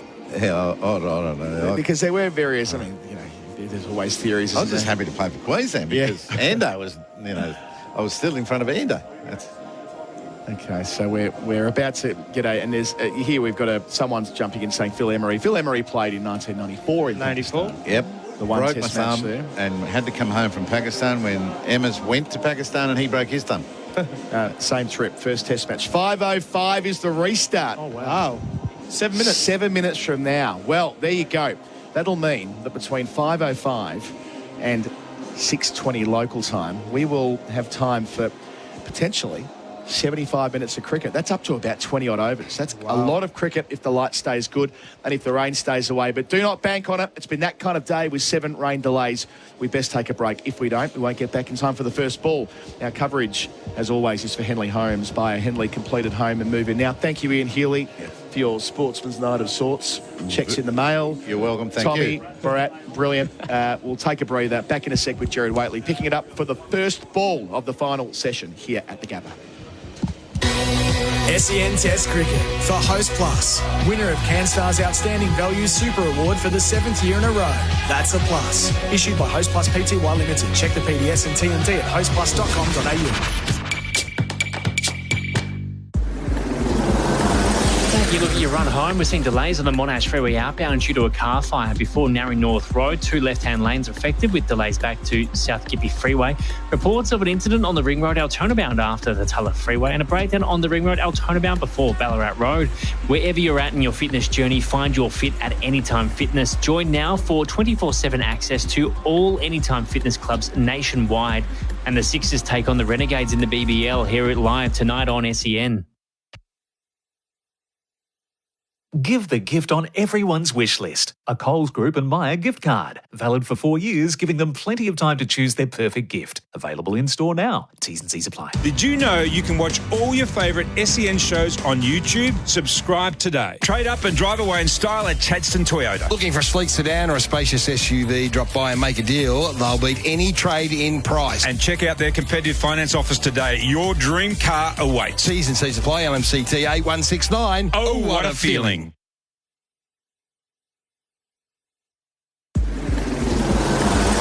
You look at your run home, we're seeing delays on the Monash Freeway outbound due to a car fire before Narry North Road. 2 left-hand lanes affected with delays back to South Getty Freeway.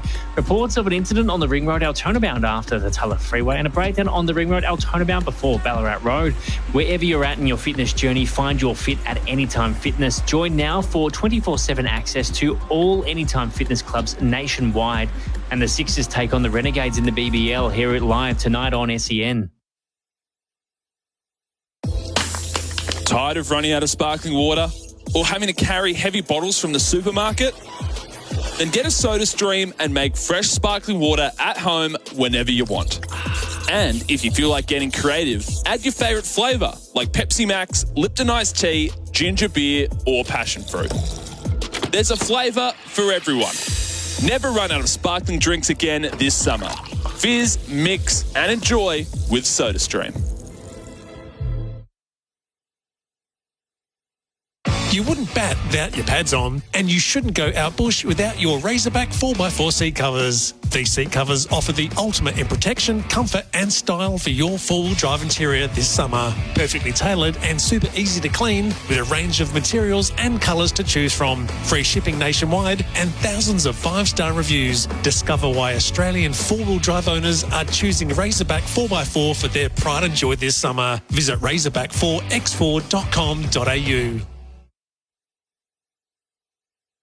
Are tax worries keeping you up at night? Take the stress out of tax with RJ Sanderson and Associates. Whether you're a small business, a company or managing your self-managed super fund, RJ Sanderson can help maximise your refunds. Visit rjsanderson.com.au. Discover Jubilee, a place of affordable prestige and only 35 minutes from Melbourne CBD. Redefine quality living with house and land packages from $503,600 and amenities like childcare, schools, aquatic centre and gym. Celebrate pride of place. Visit myjubilee.com.au.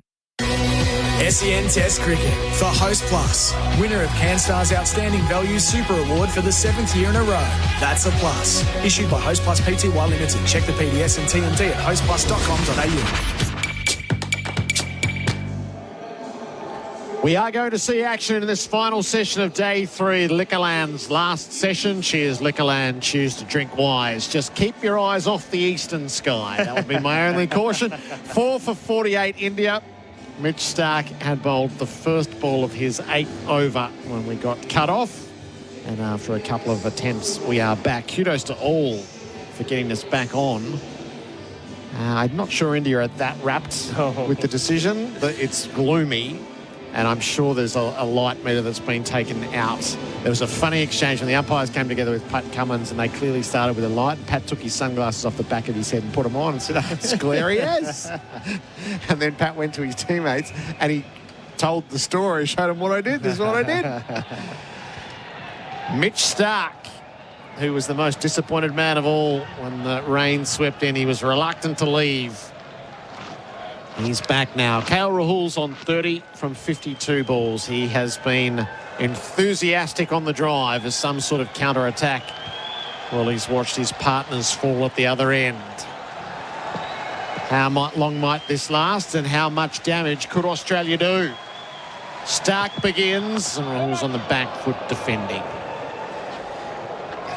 Just the way the last couple of months have gone for Rohit Sharma, Gerard, I'm sure he's not surprised he's back in there. Just when he thought he'll get another night off to think about how he wants to plan this innings, build this innings. Now he's been thrown back into the deep end. It's funny how these things work out in sport.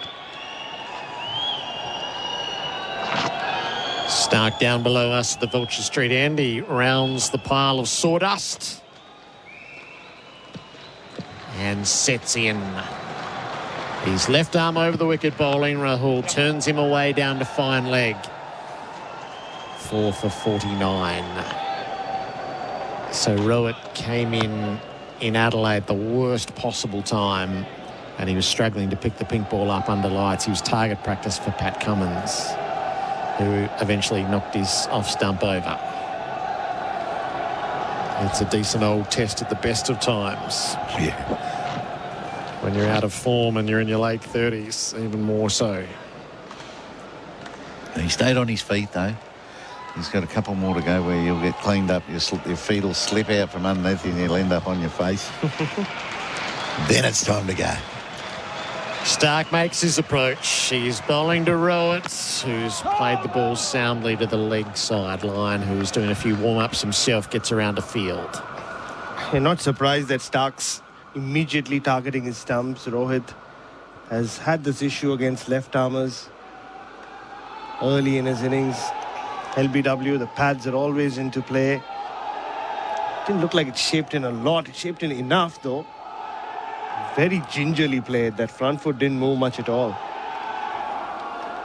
Stark began his warm-ups down below us in the outfield, and he was taking a divot each time he bowled fast. He thought, no, I better stop bowling fast. He's bowling fast now. Rohit down the leg side as he gloved it. Carey's up. Stark didn't go. So a stifled shout. Rohit was quite comfortable in all of that. No need for the DRS. Imar's the shed, giving cashback rewards with insurance. How bad would that have been? It's a bit like a Steve Smither. Hands and bat out, looking to get an easy leg glance. Find yourself out. Got nothing on it, I think, eventually. No. He tried to catch up with it with the gloves. It was perilous as he looked at the replay. Last ball of the over. Rohit lets it pass on the fly through to Carey. 4 for 49. The Toyota scoreboard. Don't send a ute to do a Hilux job. Woken up tired, but you've got an epic day ahead? Get to work and smash your day with Wakey Wakey Caffeine Energy. Stay alert and boost your energy fast with 100 milligrams of caffeine plus guarana in every effervescent tablet. That's more caffeine energy than a 250ml can of Red Bull energy drink with less sugar. Simply drop it into your glass or water bottle, let it fizz and tackle today. Find Wakey Wakey effervescent tablets and liquid capsules at Coles, Woolworths, Chemist Warehouse and leading pharmacies. Always read the label and follow the directions for use. Why didn't they take that out? It's too dark for Pat Cummins to bowl. The two umpires came together and they signalled to Pat, no, it's spin or we're off. And looking at the scene, it is too dark. You said as soon as we went to the ad there, Heels, it's too dark. Well, the artificial light's taken over. When you look at the 5 shadows around, or 4 shadows around each individual out there, that means they're in charge of the light, not the natural light. And I thought that was the benchmark. Yeah, and he spoke about the difficulty of picking the pink ball under lights. There's no way they could pick the red ball, especially if it's a fast bowler running in. So they've taken the reading from the light meter laid on top of the stumps at the Vulture Street end.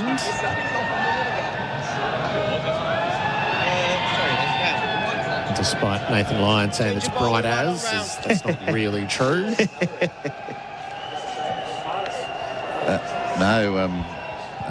McSweeney. Play. Get him into play. Yeah, he's decent off. Very handy off him. Very decent off him. SEN Test cricket for Henley Homes by Henley completed home and move in now. So spinners, unless the light brightens, but the eastern sky is pretty leaden. A slip, a leg slip, a short leg, a backward square, the infield, a deep mid-wicket, a conventional mid-wicket, a long on, mid-off and backward point. Long on's coming, being called up. Travis had it short legs pushing in there too, isn't he? He's going to be looking to pounce on anything that's inside edged. Nathan Lyon's first action around the wickets. Rahul tucks to Labuschagne at leg slip. He fields on the bounce. The last thing the Indian batters want is to get out to spin. Don't think this will continue for too long.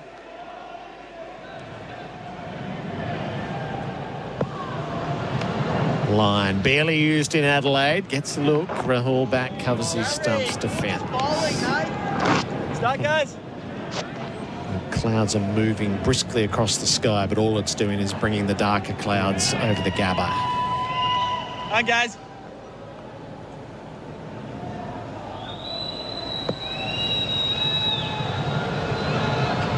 Rahul from the crease back turns to Labuschagne again. Hi, guys.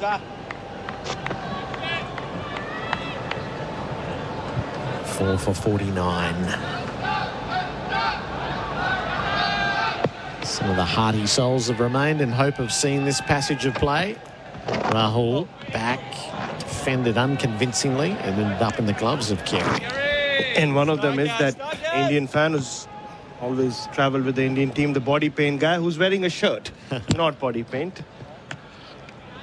Oh, I've been washed off him by now. If he all the rain. The last shower got him. Lyon to Rahul, back, tucks it away past head. He wants all. There's a mix-up. Cummins couldn't quite gather at mid-wickets. What did he say, Bharat? No, Rohit basically said, wait for the ball to go past it, jaane de wahan se, which means let the ball pass and then call me for a ring. He was very disappointed, Rohit. That could have been calamitous just for a moment. It brings up the 50 for India. That happens in the 16th over for the loss of 4 wickets. Rahul's 32. Line into Rohit, who tucks around the corner to head at short leg. 4 for 50. Toyota scoreboard. Don't send a ute to do a Hilux job. Well, the roads have definitely improved for your evening commute. There is a broken down truck on the Ring Road Altona bound before Ballarat Road in the left-hand lane, and reports of an incident Greensboro bound on the Ring Road after Ballarat Road. The Monash is slow outbound from Belgo Pelham Road through to Narry North Road. From early January till March, Westgate Freeway roadworks will bring long-term lane and ramp closures between Grieve Parade and the Westgate Bridge. Delays expected. Search Big Build for info. And the Sixers take on the Renegades in the BBL here at Live tonight on SEN. SEN Test cricket for Royal Caribbean. Come seek Royal Caribbean and for Hijaz Halal Financial Services. Travis Head is going to get the first look at things as the spinner from the Vulture Street end. 12 Test wickets at 34.5. He has inflicted plenty of pain on India with the bats and every now and then with the ball as well. Yes, indeed. Ooh. Not him, not him. Indian fans will be saying. Don't give him a wicket now. Can't Heady. So Head will be around the wicket as he flights the delivery. That is a lovely delivery. Rahul back and treats it with respect. A very good knack of picking up wickets. Head bowls. Rahul back, tucks to Labuschagne, pats it up to Carey and back to the bowler. And every once in a while, he'll give you that long off. The mindset that this Indian batters are in, that could end up as a wicket-taking delivery. Head bowls, Rahul back. Oh, got tangled up. Falls harmlessly at his feet. Chris wants to know, what's the chance of seeing pace again? It's impossible to tell watching on TV. We say no chance? No chance. Yeah. Rahul leans a long way forward to defend head. Someone will have to come and part the clouds, Gerard. Yeah. Find the sun. It's hard to keep up with the latest rule, isn't it? The light meter rule. As soon as it matches what they went off for earlier stage of the match. Isn't that the reading? Rahul knocks the ball to the vacant cover region and takes a single as Lyon comes around. And we haven't gone off for light previously. We've always gone off for rain. So now this is a dangerous precedent. We're going to play in this standard of light. Yeah. Again. So they've got their base measure whether they were happy for the spinners to bowl, and presumably as it deteriorates they'll call it off.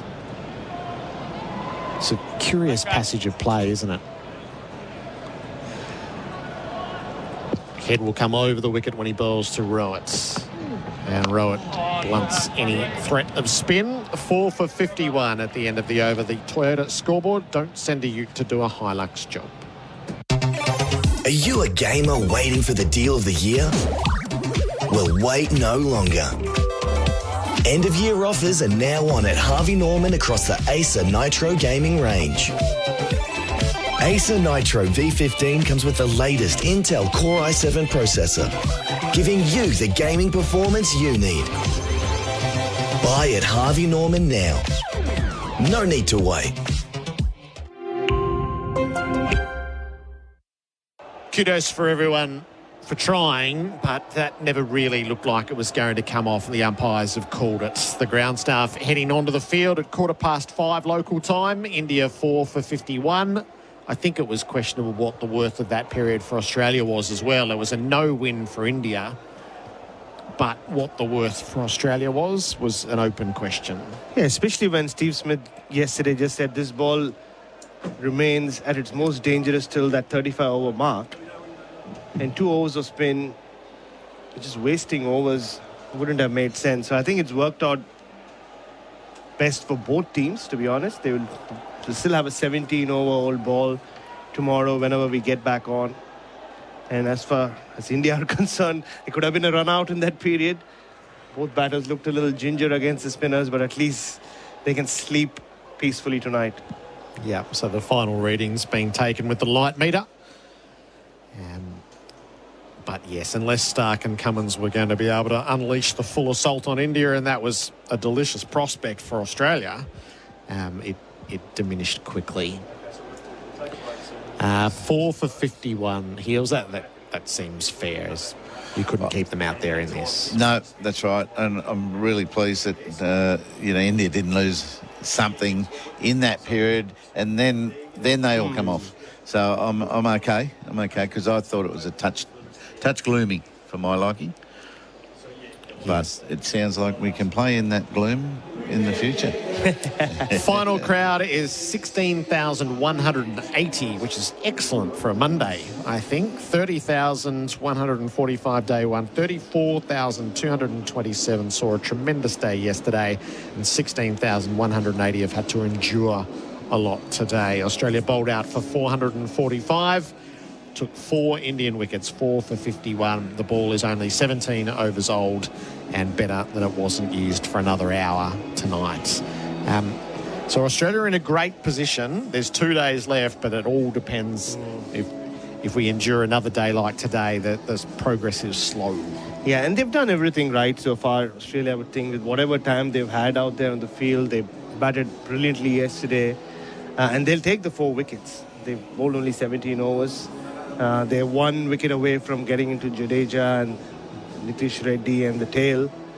And we could see what game they were playing, Gerard. Like, we wondered what that last half hour was when they batted on without any intent. But 445, the plan is to bowl India out cheaply in the first innings and force the follow-on and somehow find time the next 2 days to take the next 16 wickets. If the weather's clear, there's some great cricket to look forward to. The Australian pressure. If India want to get out of a loss situation, someone's going to have to play one of the great innings. That will be so interesting to watch, how they start with the hard yards and then find some freedom against this Australian attack, and what partnerships they form in doing so. So that's something to look forward to as well. What have you made of the Australian bowling, which reads: Stark 8 overs, 1 maiden, 2 for 25. Hazelwood 5 overs, 2 maidens, 1 for 17. Cummins 2 overs, no maidens, 1 for 7. And then Lyon and Head both bowled an over for 1 run each. And Jasprit Bumrah must be sitting in that dressing room going, what it must be like to be part of the Australian pace attack, just the way they've complemented each other. Stark, with 445 runs on the board, went full, attacked the stumps, got those 2 early wickets. Jaiswal, poor shot. Shubman Gill playing away from his body. And then Hazelwood to Virat Kohli. He's just had the wood on him, hasn't he? And he set him up beautifully. Lovely piece of bowling to get him out. And Pat Cummins again. Strange innings from Rishabh Pant. He didn't play any strange shot in those 12 balls. Getting him nicking. He's just continuing on in what has been a great 2024. They're a ready to go pack now. The Australians, their rhythm looks good, their speeds look fine, and their control, the lines, lengths, corridors, and short balls are all now ready to go. They're into this series. They were partly underdone in Perth, and Hazelwood the pick of them, Cummins well short of a gallop, and Stark in between somewhere. But now they're back to their strongest threesome, and then Lyon, to me, will enjoy those conditions. He bowled pretty well in those couple of overs just then, so he's ready to go too. Yeah, what sort of role might he play, do you reckon? As this, whatever cracking there was, is not going to open up over the next few days, but the bounce, Lyon's always bowled well with bounce, hasn't he? Definitely, and that was evident straight away. The trajectory up out of his hand produced that bounce. Jadeja was flat and sort of side spinning, and only rarely did he flight one up which bounced. So, and when he did do that, it spun. So Lyon's got a few weapons to sort of get ready to use. I think he's probably, depending how hot and humid it is tomorrow, he's got that role to hold an end, create a little bit of pressure where possible, and let the quicks fire up together. Yeah, absolutely. And just the fact that a couple of balls bounced, and you already got a feeling that leg slip could come into play. One ball did go to leg slip in that direction, and that's when Nathan Lyon is at his dangerous on these Australian pitches. And from an Indian perspective, Jared and Hales, Rohit Sharma will have to play an innings not just to save this test match, but I wouldn't quite say save his career, but to at least give himself the confidence that he still belongs at this level, and he's still the leader that India seek. Not a lot of things have gone his way, but it's been great to see KL Rahul hold his end up and play some beautiful shots as well in between all these rain interruptions. But there's going to be no respite at all. Hopefully, from an Australian perspective, you get a lot of play tomorrow, and if you do, I can see them finishing tomorrow very close to being going 2-1 up. KL Rahul is 33 not out.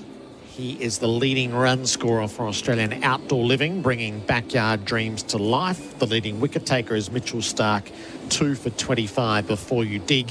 Before every job, search before you dig online every time. And in our post-match wrap, we will nominate the player of the day for Bingley Better Living Every Day. Have you looked at the forecast here? Do you think Australia will get enough time in the next couple of days to go up in the series? Oh, sorry to disappoint you, but I haven't. Good. You told me not to. I banned everyone. That's right. I was just seeing if you ran your own race. I am. No, I haven't looked. I don't know how to look forward to tomorrow in the forecast section. I'm going to let Tom read the forecast. I'm not listening for what it's worth. No worries. So you read it? I'll be the fall guy, and that's absolutely fine. So tomorrow, Tuesday, December 17, showers predicted on the Australian Government Bureau of Meteorology, 5 to 30 millimetres. So that's a fairly Have a large... go, you mugs. Yeah, 90% chance of rain, cloudy, very high chance of showers, most likely in the morning and the afternoon. The chance of a thunderstorm, possibly severe, wind southeasterly. And then Wednesday, showers, possible storm, 2 to 25 millimetres. It's like one of those stories, Gerard, where you go, well, it could be this or it might be that. No, I think Rohit Sharma will make between none and 75. How useful is that? You'll get yourself a job if you're not careful. So it's the same. It's short, sharp bursts. Look for wickets. Attack.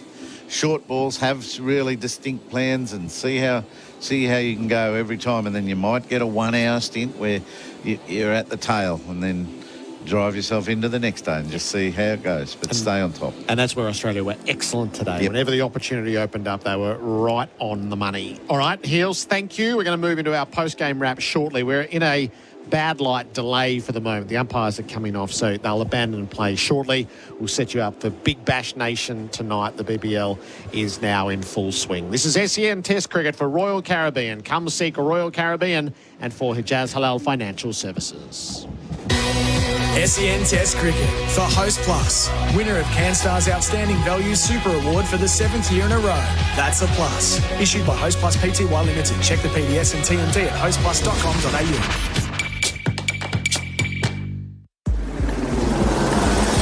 Roads are clearing quite nicely this evening. Speeds are reduced to 60 over the Westgate Bridge due to the high winds, and there's a broken down truck on the Ring Road Altona bound before Ballarat Road in the left-hand lane. There are reports of an incident on the Ring Road Greens route about Ballarat Road. The Volkswagen Tiguan Allspace 132 TSI Live MY24 now from 50,990 drive away with finance offer. T's and C's apply at volkswagen.com.au, and the Sixers take on the Renegades in the BBL here at Live tonight on SEN. For a zero alcohol beer that tastes like beer, it's a simple yeah, nah. Yeah to great tasting beer and nah to the hangover and not making a deal of yourself. Play on this summer with yeah, nah. Available in Coles and Coles online supermarkets. Yeah, nah, yeah, nah. Want to build a new home but need to move in now? Henley has fixed price completed homes and townhomes ready to buy with premium inclusions in the best locations. Get the Henley Everyday Advantage. Buy a completed home and move in now. Henley.com.au. Cricket fans, ever wish you had a 12th man at home? As proud gold sponsor of Cricket Australia, Liquorland is making sure the best delivery isn't just on the pitch, but at your place. Get drinks delivered to your door with free express delivery when you spend over $99. Liquorland is your 12th man, bringing the drinks this cricket season. Cheers, Liquorland. 18 plus, T's and C's apply. Express delivery not available in SA or NT. Delivery fees may apply. Choose to drink wise. Ring-a-ding-ding! Welcome to Tasman Butcher's Secret Specials with Frank and Mario. We've got it all this Christmas. Farm 88 yearling beef ribeye steak or roast. Only $39.99 a kilo. Fabris semi-boneless ham. Only $10.99 a kilo. The freshest cuts and the largest variety. Don't settle for the other stuff. Eat better meat with Tasman Butchers. Merry Christmas from Frank and Mario. Tasman Butchers, the meat specialists. The roads are clearing quite nicely this evening. Speeds are reduced to 60 over the Westgate Bridge due to the high winds, and there's a broken down truck on the Ring Road Altona bound before Ballarat Road in the left-hand lane. There are reports of an incident on the Ring Road Greens route about Ballarat Road. The Volkswagen Tiguan Allspace 132 TSI Live MY24 now from 50,990 drive away with finance offer. T's and C's apply at volkswagen.com.au, and the Sixers take on the Renegades in the BBL here at Live tonight on SEN. Charisma potatoes. With 25% less carbs, it's the healthier all-rounder. Isn't it time you started cooking with Charisma? Australia's favourite lower carb, tastier and super versatile potato. Available exclusively at Coles. Roast chicken? Maybe halal. Affordable super from Hijaz Financial Services? Definitely halal. HijazFS.com.au. This information is provided by Hijaz Financial Advisors Proprietary Limited, AFSL 517686, and Hijaz Islamic Credit Solutions Proprietary Limited, ACL 480542, and does not take into account your objectives, financial situation or needs. The Post-Match Show for Sonos. This festive season, feel the magic of sound with Sonos. Learn more at sonos.com. And for the Isuzu D-Max. Life reinvigorated. Play has officially been abandoned due to light on day 3. Australia all out 445. India at stumps 4 for 51. There was very little cricket from the middle of the afternoon through. India faced 17 overs in total in about 4 different stints.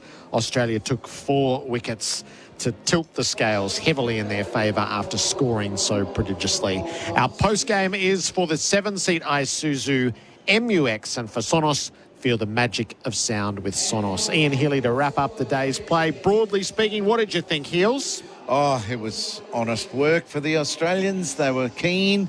I thought they batted a little too long. I didn't quite understand what their theory to get to 445 was. I would have liked to be bowling a little earlier, but I don't think it'll matter in the wash-up, probably. And at lunch, they'd got themselves into the position they would have wanted to be anyway, with India on the back foot right from the word go. So, they're ready to go. They're ready to fire, the Australians. It was an unfortunate gesture for India that they let them back into this series in Adelaide, because they are ready to go now. Our play of the day for Drinkwise. You won't miss a moment if you Drinkwise. I have a couple of nominations for you. I'm going to keep the Bendix Breaks big moment. You can have either Alex Carey's inside-out 6 over extra cover that went 30 rows back. Going to be hard to beat. Or you can have Mitch Stark's flying catch in the gully. Oh, Mitch Marsh. Yeah. Yeah, we've moved on in this game. It's the Flying Bison, I think. Yes. Yeah, it'll be that. As good as Alex Carey's was, and his energy at the crease for that innings, that was a highlight for me too, to get himself to 70. But yeah, to make that slips cordon function so perfectly right from the word go, I'm going with Mitch Marsh. Our play of the day for Drinkwise. You won't miss a moment if you drink wise. This is our post-game wrap for Sonos. This festive season, feel the magic of sound with Sonos. Learn more at sonos.com, and for the 7-seat Isuzu MUX. The Bendix Breaks big moment of the day. Bendix, the best-known breaks. That was the piece of fielding that Mitch Stark did. Hook shot from KL Rahul, boundary off the bat.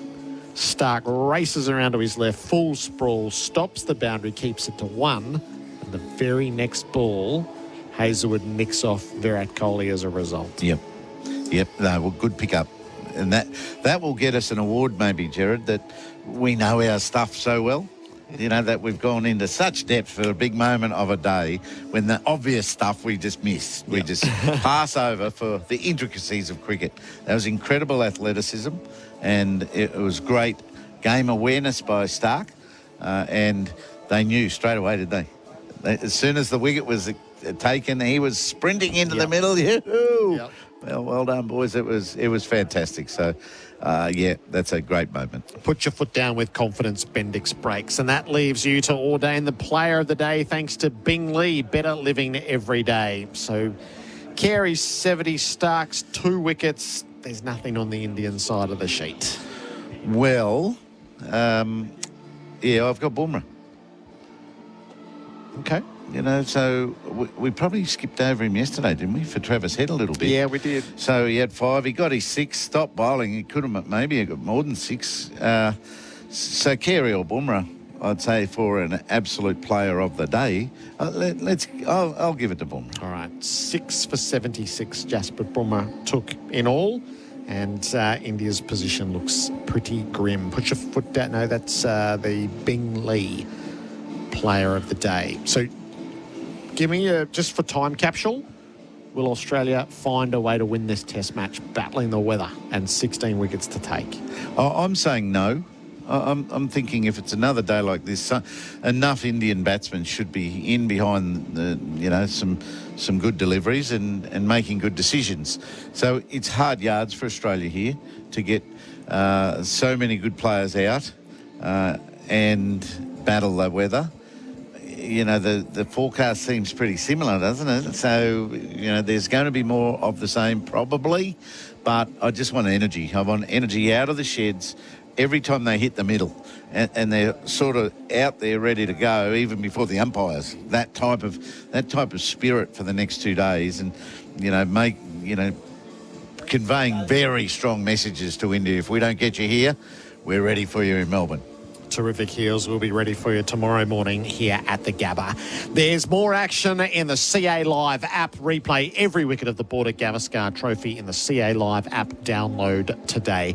India 4 for 51 in reply to Australia's 445. That's been the post-game show for Sonos this festive season. Feel the magic of sound with Sonos.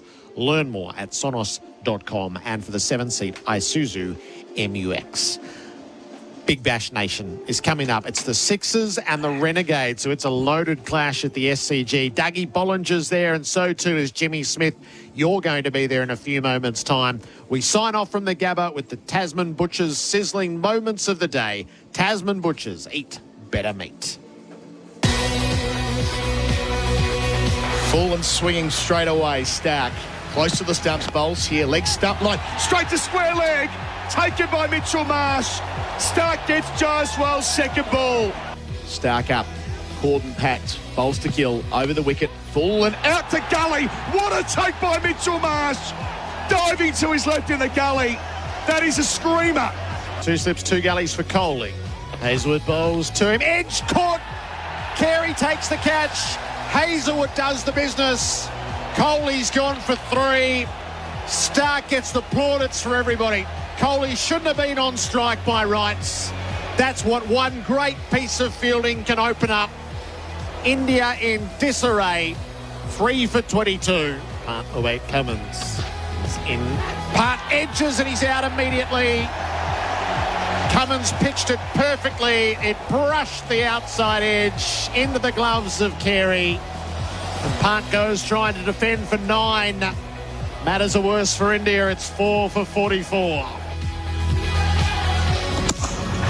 Sizzling moments for Tasman Butchers. Eat better meat. SEN Test Cricket for Host Plus. Winner of CanStar's Outstanding Value Super Award for the 7th year in a row. That's a plus. Issued by Host Plus Pty Limited. Check the PDS and TMD at hostplus.com.au.